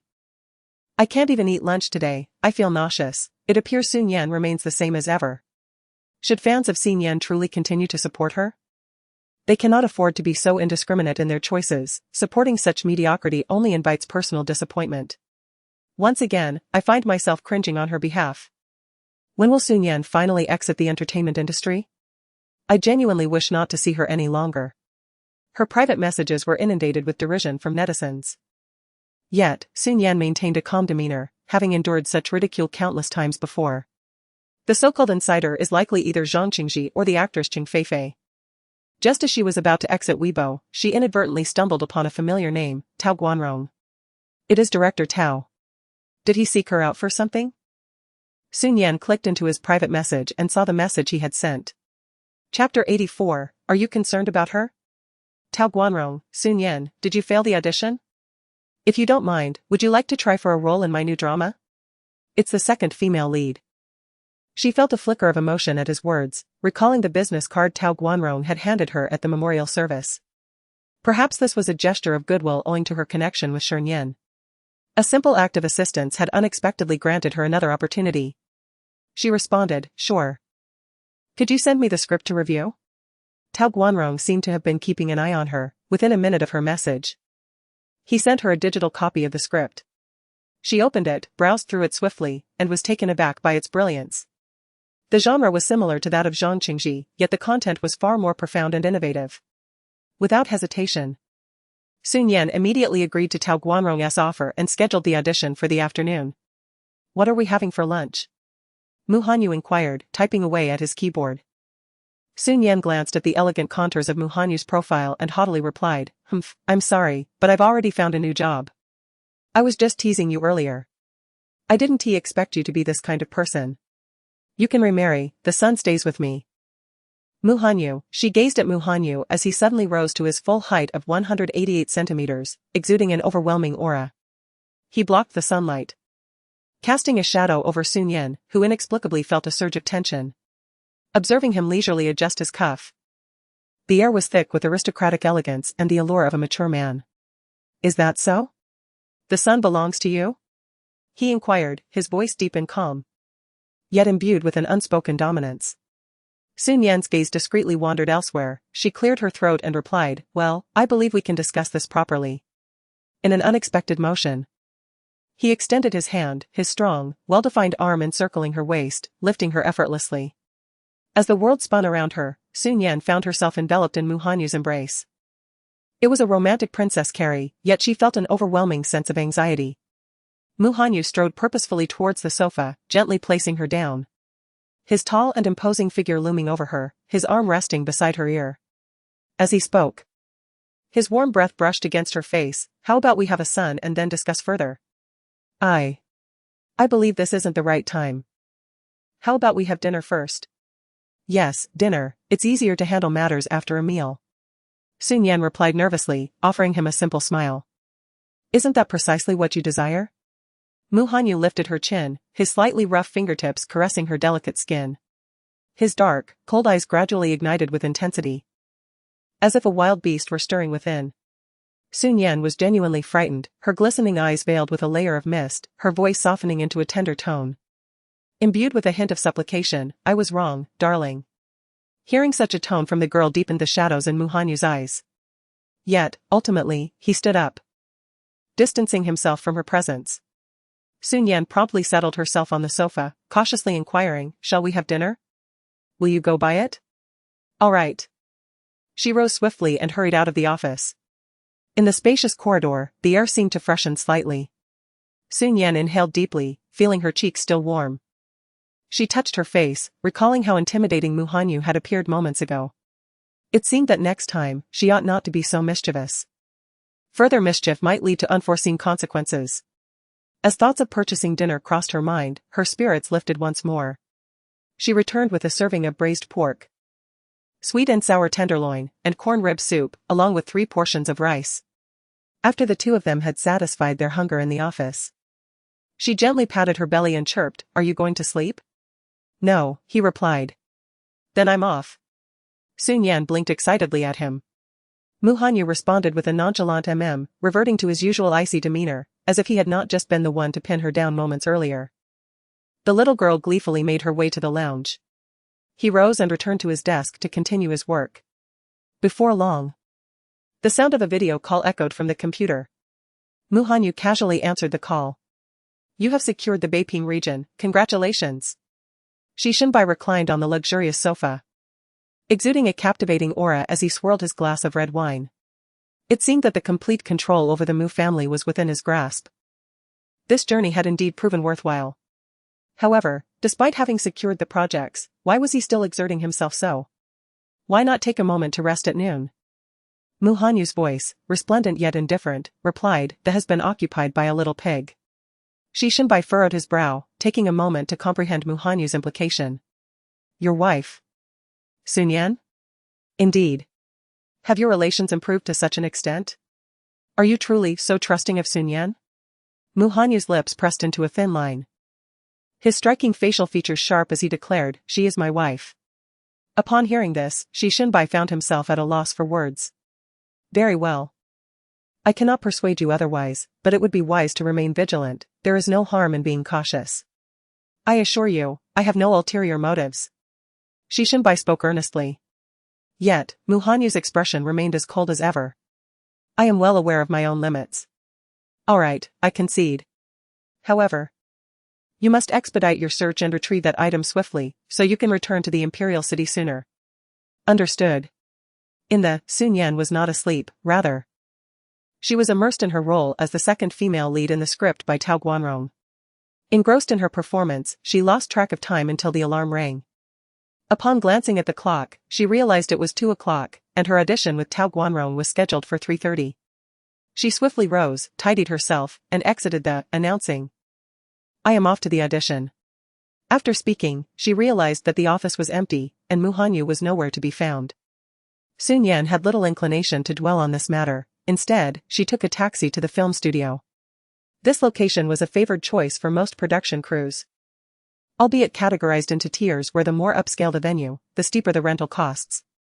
Shi Nian located her own crew, which was evidently less prestigious than Zhang Qingji's but still held its own merit.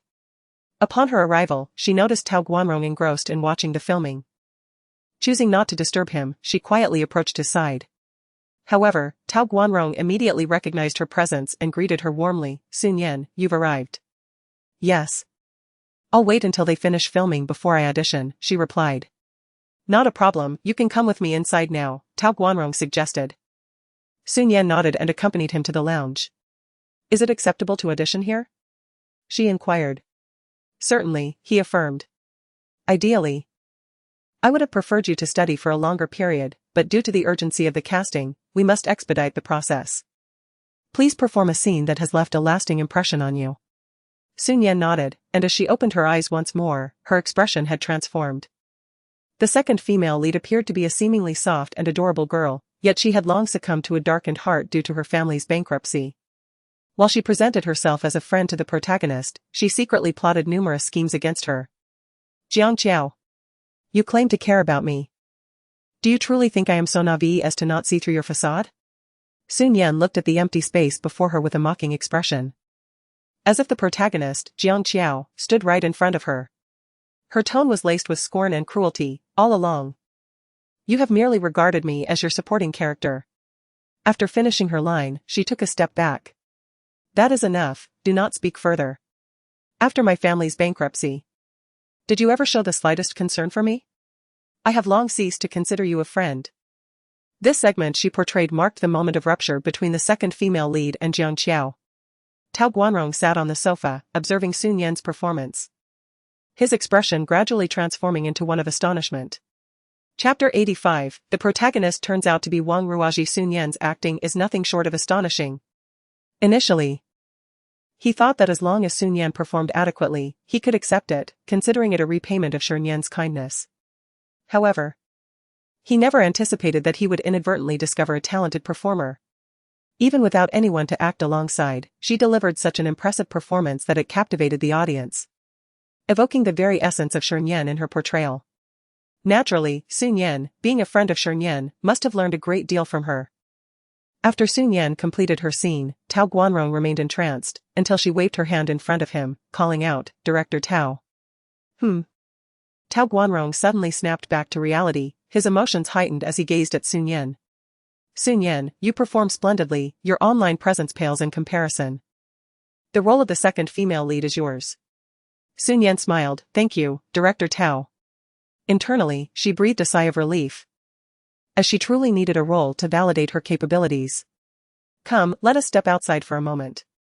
If you have time, you may stay here today and get acquainted with everyone. These are the people you will be working with in the future, he said with a smile. Thank you, Director Tao. I'll stay here and observe, she replied. With a cheerful demeanor, Tao Guanrong led Shi Nian out of the studio. He approached the directing team and introduced her to the scriptwriter and assistant director. This is Shi Nian, I have just assessed her, and she will take on the role of the second female lead.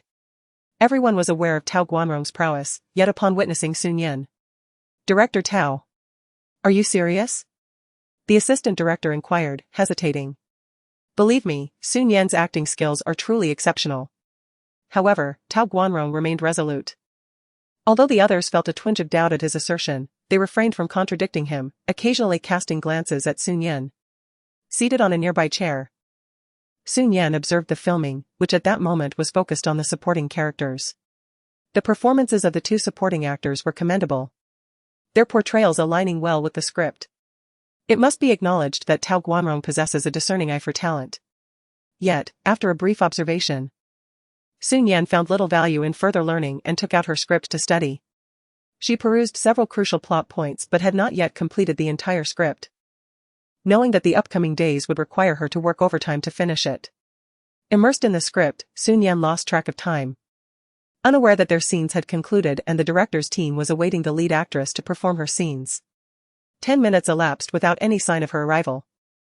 Tao Guanrong's expression grew increasingly impatient. He despised the antics of capricious starlets. Where is she?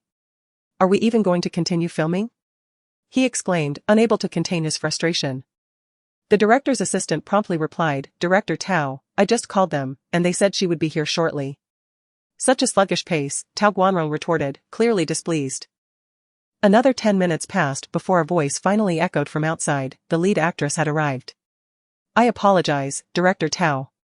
I've been rather busy lately, just finishing up a commercial shoot, but I rushed over as soon as I could. The woman's voice, laced with a hint of sultriness, carried an air of arrogance. The voice was indeed somewhat familiar. Shi Nian raised her head and saw Wang Ruoji approaching in a striking purple miniskirt, accompanied by her assistant. It had been a while since they last met. Yet Wang Ruoji seemed to have grown increasingly arrogant. Although Tao Guanrong was not as famous as Zhang Qingji, the quality of his works was commendable, attracting numerous A-list and B-list stars eager to join his productions. Yet here was Wang Ruoji, a mere B-list actress, brazenly flaunting her status after landing the leading role. Shi Nian narrowed her eyes.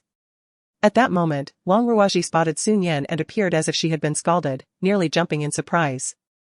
Shi Nian, what are you doing here? What a coincidence. Hello, I'm the second female lead, Feng Ruanru. Shi Nian smiled. However, Wang Ruoji's eyes widened further in disbelief. The second female lead? What qualifies an unremarkable actress like Shi Nian to be here in that role? Having previously recommended her own friend to Tao Guanrong, who had declined, the thought of filming alongside Shi Nian filled Wang Ruoji with dismay. Tao director, it's well known online that Shi Nian's abilities are questionable. How can you cast someone lacking in talent as the second female lead? Wang Ruoji protested vehemently. Meanwhile, several stars who had just finished filming settled down to watch the unfolding drama. Is it your place to decide my matters? Furthermore, Shi Nian's capabilities are quite solid. I have witnessed them personally, Tao Guanrong retorted, his tone growing increasingly curt due to Wang Ruoji's arrogance. Wang Ruoji gritted her teeth. What talent does Shi Nian possess? Her lack of ability is glaringly evident. Enough. This is the crew's arrangement, you have delayed for far too long. Prepare yourself immediately to commence filming. Tao Guanrong commanded in a stern voice. Wang Ruoji felt a surge of resentment as she shot a fierce glare at Shi Nian before striding into the makeup room. Unperturbed, Shi Nian shrugged. She was indeed surprised that the leading role in Tao Guanrong's production was assigned to Wang Ruoji. It was likely that Wang Ruoji would not remain composed in the upcoming scenes, but if she faltered, the only one to suffer would be herself. After a brief interval, Wang Ruoji emerged from the makeup room, donned in a school uniform with her hair cascading down, presenting a semblance of a youthful heroine from a drama. Shi Nian sat quietly, observing Wang Ruoji's performance. She mused that, having secured the lead role under Tao Guanrong's direction, Wang Ruoji's acting skills must have improved significantly during this period. However, just 5 minutes into the performance, Shi Nian swiftly dismissed that notion. The quality of her acting was hardly superior to that of the supporting characters. Indeed, Wang Ruoji had not evolved from her previous shortcomings. This revelation left Shi Nian perplexed. How could such talent warrant the status of a leading lady? Casting a glance at Tao Guanrong, she noted his displeasure mirrored her own. Was there perhaps an underlying reason for this choice? Shi Nian pressed her lips together in contemplation. Having spent little time on the set, Shi Nian decided to return to her own pursuits. Rather than endure Wang Ruoji's lackluster performance, she would prefer to quietly delve into her script. Especially since her own scenes were scheduled for tomorrow. Upon her return to the spacious and well-lit office of the Empire Group, Shi Nian noted the absence of Mu Hanyu, stirring a sense of curiosity within her. Was he still in a meeting? Had it truly lasted this long without conclusion? Indeed, the esteemed president is exceptionally busy. Shi Nian chose not to dwell on it too much. After settling onto the sofa, she promptly dialed Zhou Mei's number. So, Tao Guanrong has cast you as the second female lead? Zhou Mei, upon hearing this, felt a mix of joy and concern. But you know, Tao Guanrong's script bears a striking resemblance to that of Zhang Qingji. Once your drama is released, it is inevitable that comparisons will arise. Furthermore, I have just received news that Zhang Qingji has chosen Sui Wei as the female lead. Although Sui Wei has recently been embroiled in considerable controversy, her acting skills are widely acknowledged. She feared that this might lead to increased pressure on Shi Nian. Shi Nian, however, merely smiled, her tone laced with a hint of mischief. Sister Mei, do you truly believe I cannot measure up to Sui Wei? Chapter 86. The woman held Mu Hanyu's phone with a hint of disdain, which rendered Zhou Mei silent for a few moments. Although you performed admirably in the variety show, acting is an entirely different matter. Zhou Mei felt a pang of headache. As Shi Nian's manager, she was acutely aware of her acting skills. How about I find a mentor to teach you over the next couple of days? There's no need, Sister Mei. Trust me, Sui Wei is nothing compared to me. Her clear, melodious voice radiated confidence, laced with a touch of coldness. For some inexplicable reason, Zhou Mei momentarily believed in Shi Nian's capability. However, reality struck her, and she began to massage her temples. While your confidence is commendable, Sui Wei has been acting for several years. Her prowess can easily overshadow yours. Unless you can attain the level of talent that Nian possesses, I cannot rest easy. I insist on finding you a mentor. Alright, Sister Mei. Please take a good rest and don't worry about me. Shi Nian declined the offer for a mentor, and after hanging up, she sent a message to Chen Guogua, asking her to accompany her to the film set the following day. Having completed these tasks, Shi Nian took out the script and delved into it with great seriousness. Immersed in the script, the hours slipped away unnoticed. After stretching lazily, when she lifted her gaze, she found the entire office bathed in the warm glow of the setting sun, exuding a hazy golden radiance that made the surroundings appear even more grand and luxurious. Yet, it was too quiet. Shi Nian looked up and glanced towards the back. Even during meetings, one wouldn't expect it to last an entire afternoon. It dawned on her that Mu Hanyu was likely not attending a meeting after all. After some contemplation, Shi Nian decided to give Mu Hanyu a call. The phone was dialed swiftly, and after a minute, it was finally answered. Just as Shi Nian was about to speak, a familiar female voice emerged from the other end. Hello? It sounded somewhat recognizable. Could it be Feng Xiyuan? But why was Feng Xiyuan holding Mu Hanyu's phone? For a moment, she found herself at a loss for words. Feng Xiyuan, not hearing any response, inquired again, is there something you need? President Mu is currently unavailable. But you can share your message with me, and I will relay it to him. Where has he gone? Shi Nian inhaled deeply and asked. Are you his secretary? Feng Xiyuan immediately recognized her. Shi Nian felt her thoughts become rather convoluted. Mu Hanyu had sternly rejected Feng Xiyuan in her presence, yet privately, he was with her. What did that signify? Did he actually harbor feelings for Feng Xiyuan? Perhaps it was simply difficult for him to admit it to himself? As various thoughts raced through her mind, Shi Nian eventually realized she had already hung up the phone. Staring at the quiet office, she lingered for only a short while before hastily grabbing her script and departing. Upon returning to the Yew Garden, she found little appetite for a meal and quickly tidied up before succumbing to sleep.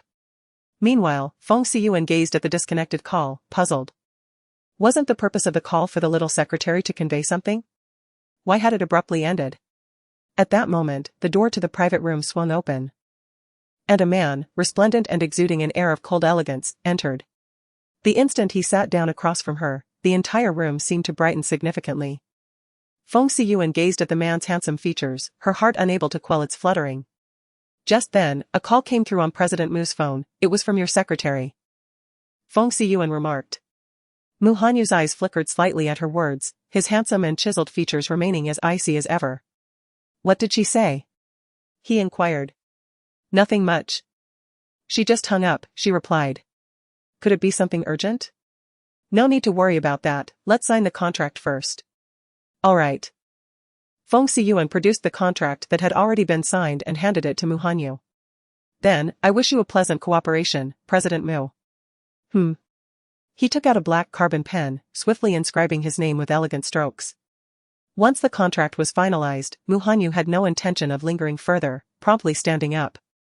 Miss Feng, I shall take my leave now. Okay. Though Feng Xiyuan felt a twinge of reluctance, she nodded and watched as Mu Hanyu's figure disappeared from sight. Seated in the luxurious vehicle, Mu Hanyu retrieved his phone and dialed Shi Nian's number. The call connected, yet there was no answer on the other end. He raised an eyebrow. Just as he was about to start driving, he received her reply, I'm asleep. Asleep at such an early hour? Did she not usually stay up late? Was she feeling down? Mu Hanyu quickly recalled the audition from that afternoon, surmising that she likely hadn't been selected. Which could explain her disheartened mood. His long fingers gently caressed the leather steering wheel, and then he swiftly ignited the engine, pressing down on the accelerator. After a brief journey of several minutes, he arrived at the residence. Upon entering, Mu Hanyu casually removed his suit jacket. The butler, spotting his return, immediately inquired, Third Master. Shall we prepare dinner now? Where is Madame? She returned early this morning and went straight to sleep. Mu Hanyu responded with a dispassionate hum. It seemed that she had indeed been unsuccessful, which explained her foul mood. She must have called him to discuss this matter. Go prepare dinner. Understood, Third Master. He strode up the stairs and approached the girl's room, gently knocking on the door. There was no response from within. His hand rested on the doorknob. And he softly twisted it open, stepping inside. The room was cloaked in darkness, and a slight mound on the large bed indicated that the girl was truly asleep. Asleep? Mu Hanyu sat down beside the bed, casting his gaze upon the girl's delicate face. In the next moment, Shi Nian turned over, presenting the back of her head to him. Mu Hanyu thought to himself, it seems she is indeed not asleep. Is she still sulking? Get ready to eat. We have to report to Empire Entertainment tomorrow. His voice was elegantly cold. Empire Entertainment, the pinnacle of the entertainment industry, was under Mu Hanyu's purview. It was rumored that entering Empire Entertainment was tantamount to becoming half an acclaimed actress. Thus, for any aspiring star, their dream sanctuary was undoubtedly Empire Entertainment. Upon entering, a stream of excellent resources would inevitably come their way. I don't need to. Shi Nian firmly rejected. Mu Hanyu narrowed his phoenix-like eyes slightly, the dim light casting a chill upon his gaze. What is the matter? Thank you for your kind offer, but I do not wish to leave at this time. Her tone was also somewhat frosty, revealing a hint of rigidity. You do not wish to leave? Are you still reluctant to part with Muyuza? Suddenly, a chilling remark escaped from Mu Hanyu's thin lips. Upon hearing this, Shi Nian was momentarily taken aback, turning her head to gaze incredulously at Mu Hanyu with her bright, clear eyes. Mu Hanyu himself was surprised by the suddenness of his own words. For a brief moment, the atmosphere was engulfed in an oppressive silence. Shi Nian silently averted her gaze, her tone light and indifferent as she uttered, I am going to sleep. With that, she closed her eyes, clearly signaling her desire to withdraw from the conversation. Mu Hanyu, with his narrow and frigid phoenix eyes fixed upon her, remained silent for a few seconds before abruptly rising to his feet. Chapter 87, Is this a quarrel? He exited the room, gently closing the door behind him. Downstairs, the butler noticed the tall figure descending from above and inquired, will Madame be dining? No need to prepare dinner, Mu Hanyu replied, his tone frigid. The butler was somewhat bewildered. How could it be that not only was Madame skipping dinner, but so was the Third Master? However, Knowing the gravity of the third master's instructions, he dared not question further and merely nodded, instructing the kitchen not to prepare any meals. Throughout the night, the entire Yu garden remained eerily silent. The following day, the rising sun shattered the tranquil darkness of the night, casting a hazy orange glow across the distant horizon as the city gradually awakened. Shi Nian had an early start today, as she was set to film with the crew. After completing her morning routine, she approached the dining table and pulled out a chair to eat, just as Mu Hanyu returned from his run. Dressed in a gray tracksuit, the man could not conceal his tall and lean physique, his clothing slightly dampened by perspiration, exuding an overwhelming aura of masculinity. His chiseled, deep-set features remained as cold and composed as ever. Shi Nian merely stole a glance before diverting her gaze. Typically, Mu Hanyu would first bathe and change. Yet this time he directly approached and pulled out the chair beside her, his striking, elongated phoenix eyes fixed upon her. Under such an intense gaze, Shi Nian felt somewhat self-conscious while eating, yet she endeavored to maintain an air of indifference, quietly continuing her meal. "I will take you to Empire Entertainment later." He finally spoke, his voice devoid of warmth. "Thank you for your kind offer, but I do not require it," she replied. Shi Nian's tone was frigid, exuding an air of detachment. Observing the girl who intentionally bristled with defiance, Mu Hanyu's brows furrowed slightly. "Shi Nian, I am doing this for your own good. I have already stated that I do not require your help. I cannot bear to part from Mu Yuza." Shi Nian abruptly set down her knife and fork, meeting his gaze with unwavering courage. The utensils clattered against the plate with a sharp sound, and with that sound, the atmosphere grew tense, causing the passing servants to feel a palpable anxiety. Mu Hanyu's already dark and intense eyes became even more frigid, resembling a glacier frozen for eons. Yet, Shi Nian remained unperturbed, rising to leave the room. "Stop." His cold voice echoed from behind her. Shi Nian's steps faltered only slightly before she resolutely continued her departure, ultimately exiting the imperial garden. The entire drawing room felt as though it had been enshrouded in frost. Every servant dared not breathe a word, fearing to provoke Mu Hanyu's ire. Their fear was born from the depths of their hearts.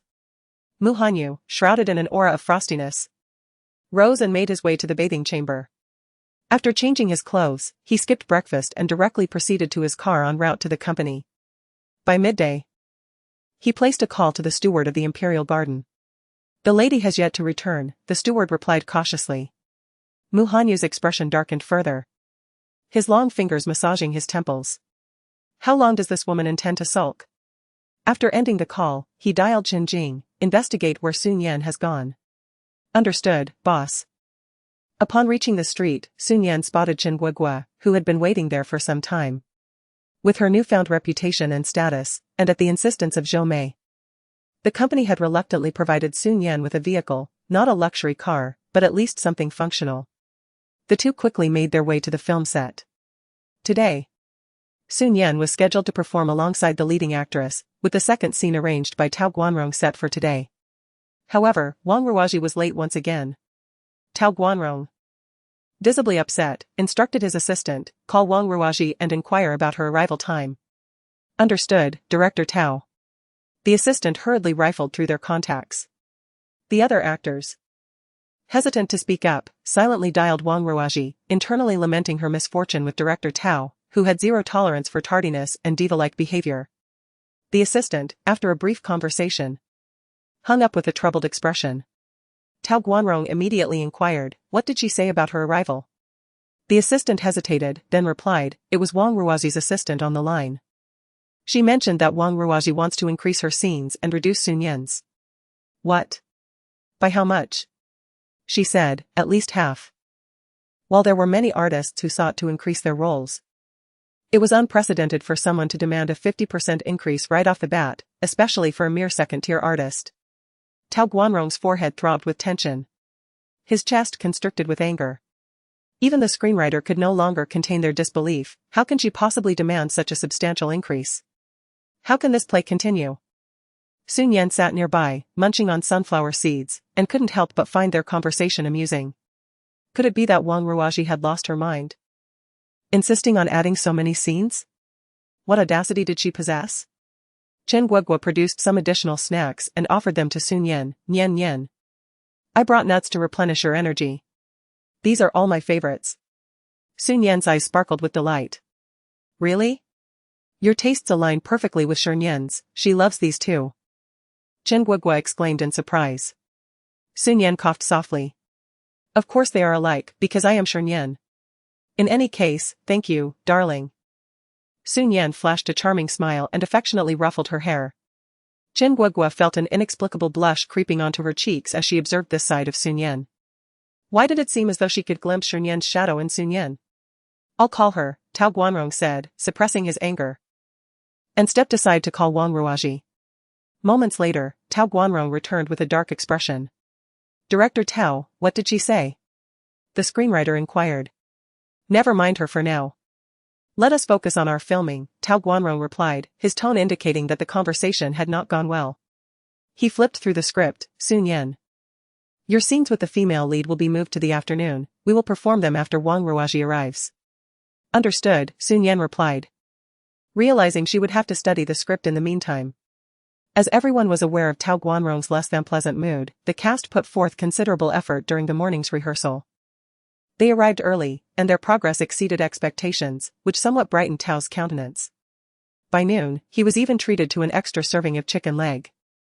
Although Sun Yan was not acting, she too received a box lunch and delightedly nibbled on her chicken leg, eventually requesting another portion from the lunch lady.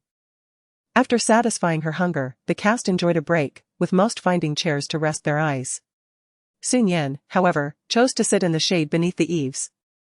Engrossed in her script, determined to thoroughly study each character within.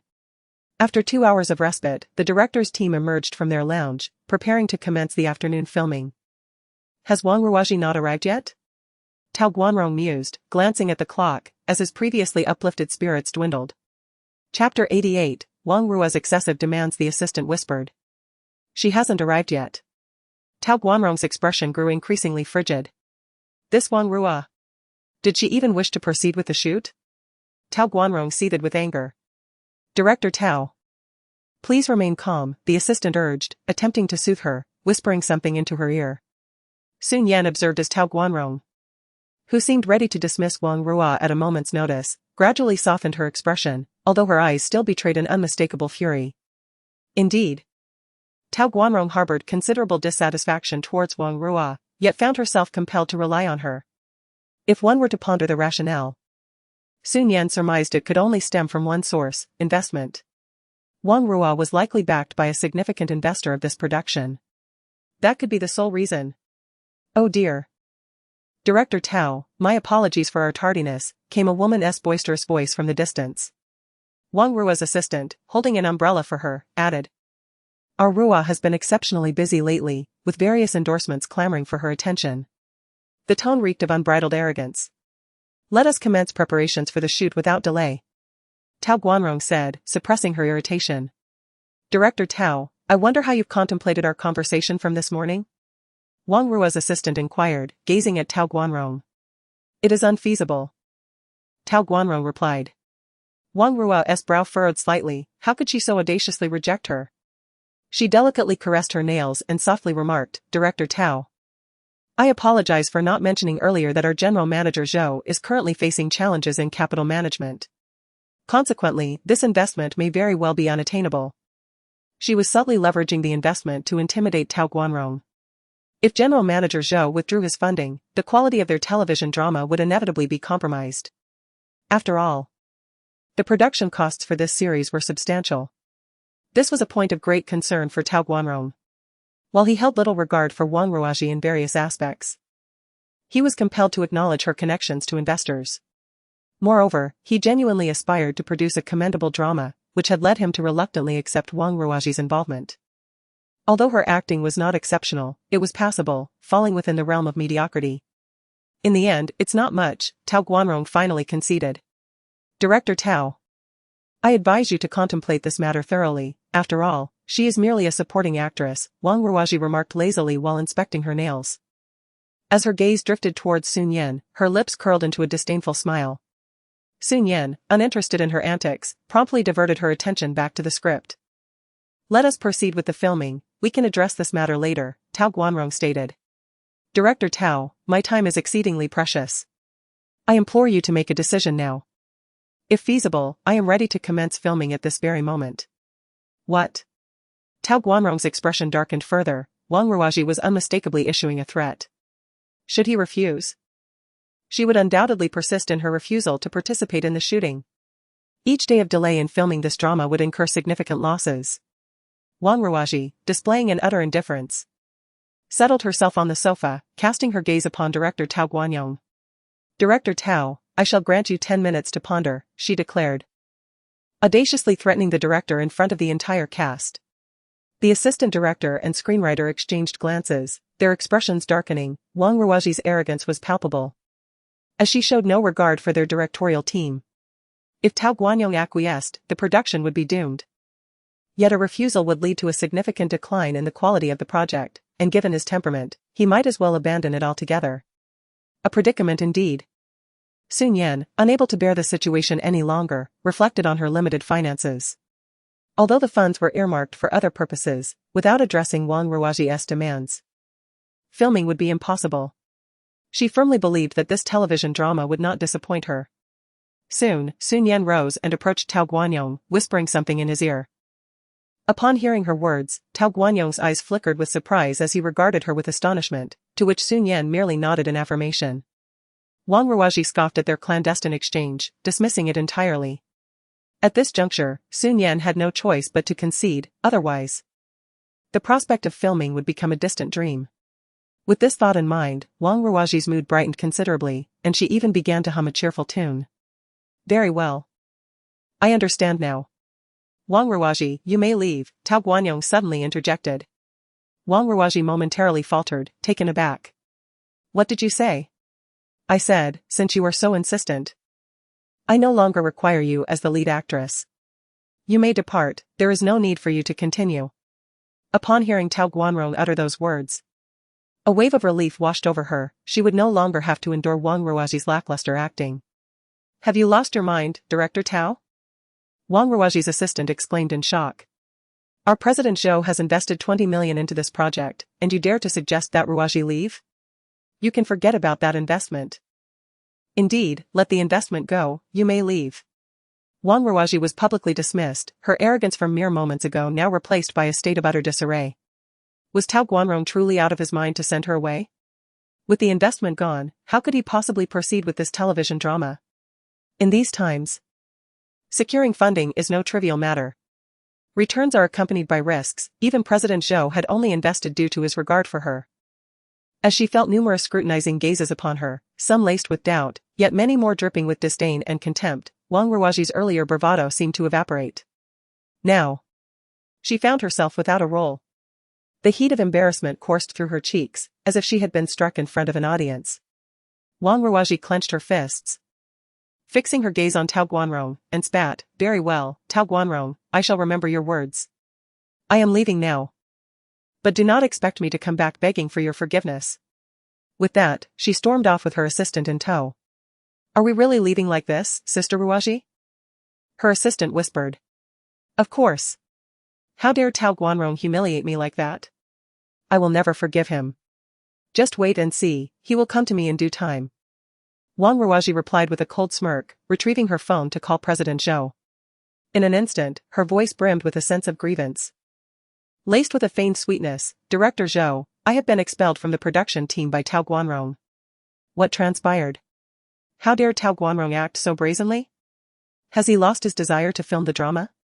A glint of calculation flickered in Wang Ruo's eyes as she deftly shifted all blame onto Tao Guanrong. After dismissing Wang Ruo, Tao Guanrong felt a surge of elation. However, he soon cast a worried glance at Shi Nian and murmured, Shi Nian, is what you said true? You intend to invest 20 million in our production? Indeed, he was in dire need of funding, yet he had no desire to deceive, for Shi Nian. 20 million was likely her entire fortune. Yes. But you must understand, investments do not guarantee profit. It is equally possible to incur losses or to see the money vanish entirely, Tao Guanrong earnestly explained. Shi Nian smiled gently, recognizing that Tao Guanrong had her best interests at heart. Her clear, luminous gaze met his, and she resolutely declared, rest assured, I have faith in myself and in you. Director Tao. Those eyes inexplicably radiated a sense of security.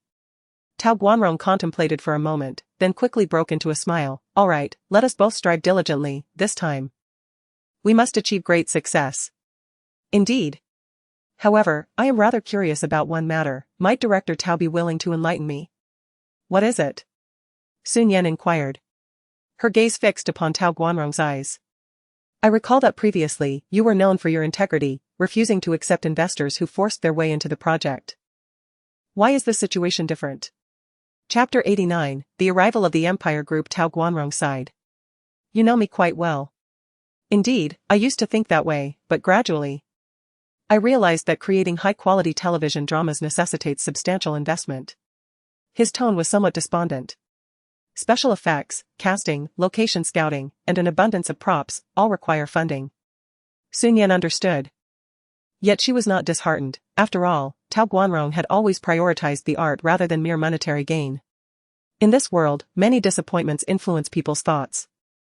And it is truly commendable to remain steadfast to one's original intentions. Tao Guanrong continued, however, with the leading lady gone, why not have you take on the role? Me? Shi Nian pointed to herself in disbelief. Yes, I believe in your acting prowess, Tao Guanrong replied.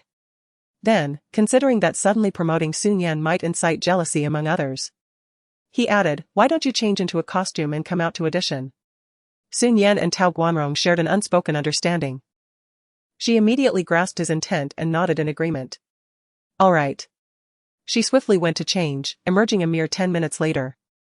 As the girl stepped out, she was clad in a loose-fitting blue and white school uniform, complemented by a touch of light makeup that accentuated her already exquisite features, rendering them even more pure and radiant.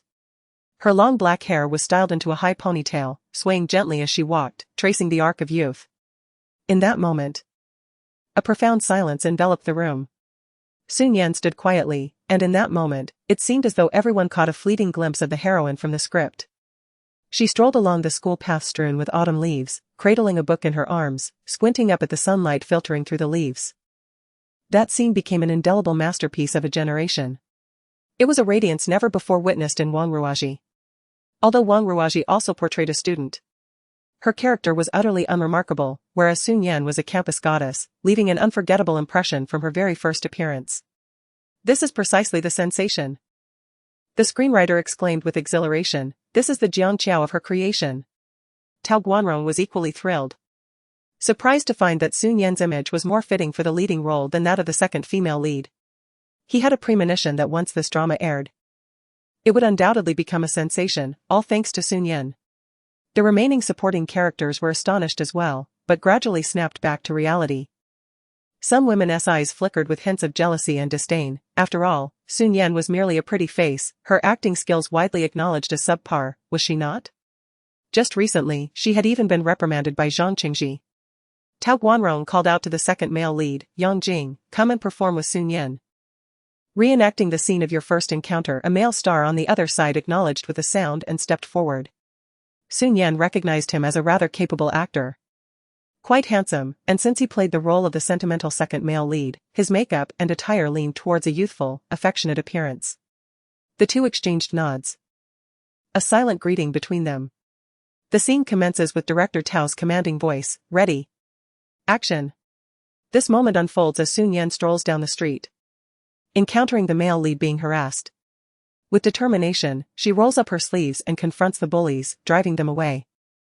The introverted male lead is instantly captivated by Shi Nian's courage. Initially, she walks quietly, engrossed in a book, each step echoing like a heartbeat, leaving the onlookers in a state of awe. The imagery beautifully captures the serene passage of time, making it impossible to divert one's gaze from the simplicity of the scene. The focus swiftly shifts to Yang Jing, who finds himself ensnared by a thug grasping his neck. Director Tao observes the performance with evident satisfaction. Suddenly, an assistant rushes in. Breathless, exclaiming, Director Tao, there's trouble. What is it? Is President Zhou here? Tao Guandong retorts with a scoff. No, it's the assistant to the president of the Empire Group. Upon hearing the name of the Empire Group, Tao nearly topples from his chair. Why would they come here? The assistant, equally bewildered, responds, I have no idea. They're right at the door. Should we let them in? What do you think? Hurry, invite them in. Tao insists, wiping the perspiration from his brow. He is utterly perplexed. The Empire Group is the pinnacle of companies in the city, with which he has no connections. Why would they suddenly seek him out? Could it be that President Zhou knows someone from the Empire Group? If so, it could spell significant trouble. In Tao Guanrong's mind, a myriad of thoughts flickered through, plunging his mood into a profound melancholy. He had never anticipated that merely filming a television drama could attract such a multitude of troubles.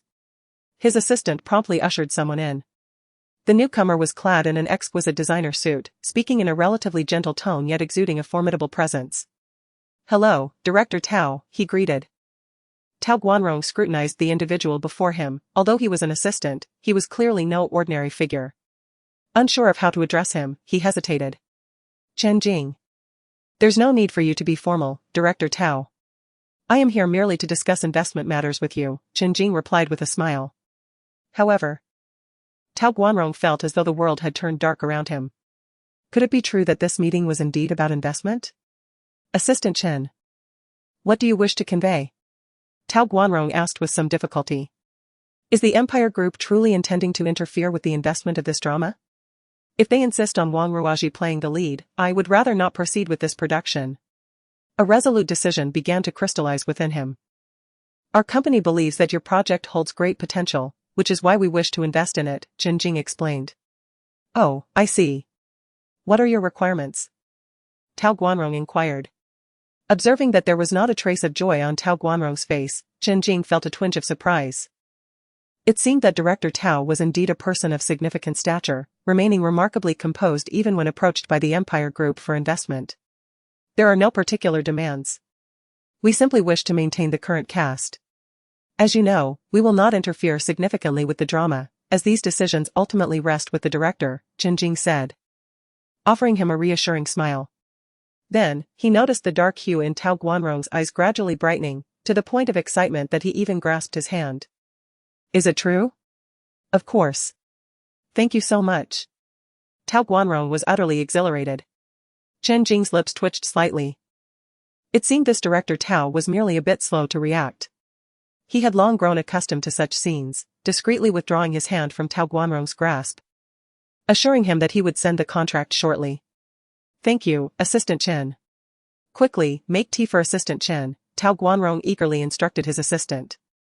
Meanwhile, Chen Jing's gaze was fixed on Shi Nian, who was currently filming. It was precisely the moment when Shi Nian was delivering a punch. The woman struck without mercy, leaving several individuals crying out in genuine distress, their cries resounding with authenticity. Watching her deliver blows with such force, Chen Jing couldn't help but wince. Goodness, how fierce she was. He took out his phone and snapped a few photographs. Since he was already visiting the set, he certainly needed to bring back some pictures, otherwise, how would he explain to the boss?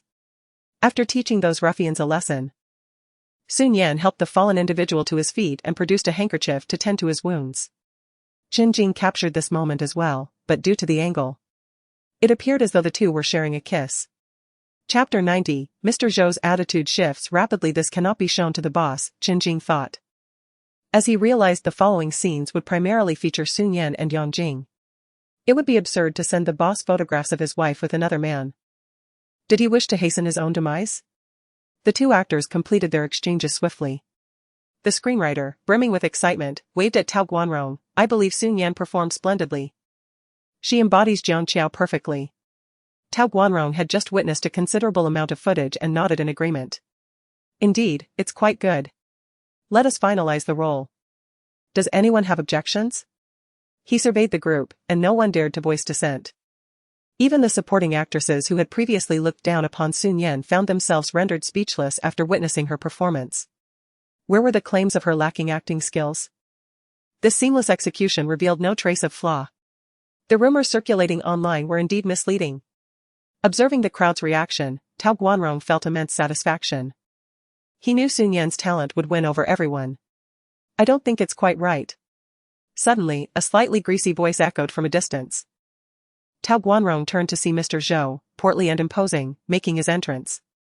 Previously, Tao Guanrong would have greeted Mr. Zhou with deference and a warm demeanor.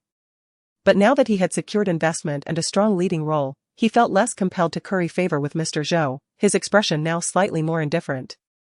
Mr. Zhou. What brings you here? I heard you replaced my people, so I came to see what kind of talent you have chosen. President Zhou regarded Tao Guanrong with a smile that was neither wholly approving nor dismissive. How audacious for a mere director to presume to replace his chosen talent. Was this not a blatant disregard for his authority? Observing President Zhou's apparent displeasure regarding Wang Ruoji, the others discreetly turned their attention to Shi Nian. Tao Guanrong genuinely required this investment. What significance did Shi Nian's commendable acting skills hold without the requisite connections? This role was doomed to elude her grasp. Poor Shi Nian. After arduously securing this opportunity, it seemed destined to slip away. Such is fate, immutable and indifferent. Surely, President Tao would acquiesce to Wang Ruoji's return. Whispers filled the air. As the recent exchange between Shi Nian and Tao Guanrong had been too hushed for the others to catch wind of her investment intentions. Tao Guanrong's expression remained composed. President Zhou, Wang Ruoji's demands are excessive. What is wrong with her seeking more screen time? After all, she is the leading actress. Tao Guanrong. Allow me to remind you that you are merely a minor director. Do not overestimate your worth. President Zhou derisively belittled him, as though Tao were but an insignificant ant. Easily crushed underfoot. In the realm of television production, the paramount authority lies with the investors. As a man, Tao Guanrong had previously endured Zhou's humiliation for the sake of producing a quality show and securing funding, but with the current situation no longer necessitating Zhou's assistance, why should he continue to tolerate such disrespect? Indeed, if President Zhou believes I am inadequate, then let him seek out a new director. Perhaps someone else will be willing to accommodate Wang Ruoji, Tao Guanrong replied with a hint of indifference. Zhou, with an air of arrogance, was taken aback by Tao Guanrong's words, and his expression immediately darkened. Tao Guanrong, are you not afraid of my withdrawing my investment? Zhou's thoughts were beyond my influence. Tao Guanrong remained composed, his demeanor unruffled. This infuriated Zhou further. Fine, I shall withdraw my investment at once. Tao Guanrong, you are quite something. Let us see who else would dare invest in your shoddy television series. His threats were delivered with a biting intensity. Zhou resolved to inform his acquaintances upon returning, forbidding any investments in Tao Guanrong's series. An outright ban. Just as he was about to storm away in anger, Chen Jing stood up and said, I shall take my leave now. I will send the contract to Director Tao later. Very well, I shall see you off, Tao Guanrong replied with a smile. No need. Chen Jing said, turning to depart. Zhou seized him abruptly.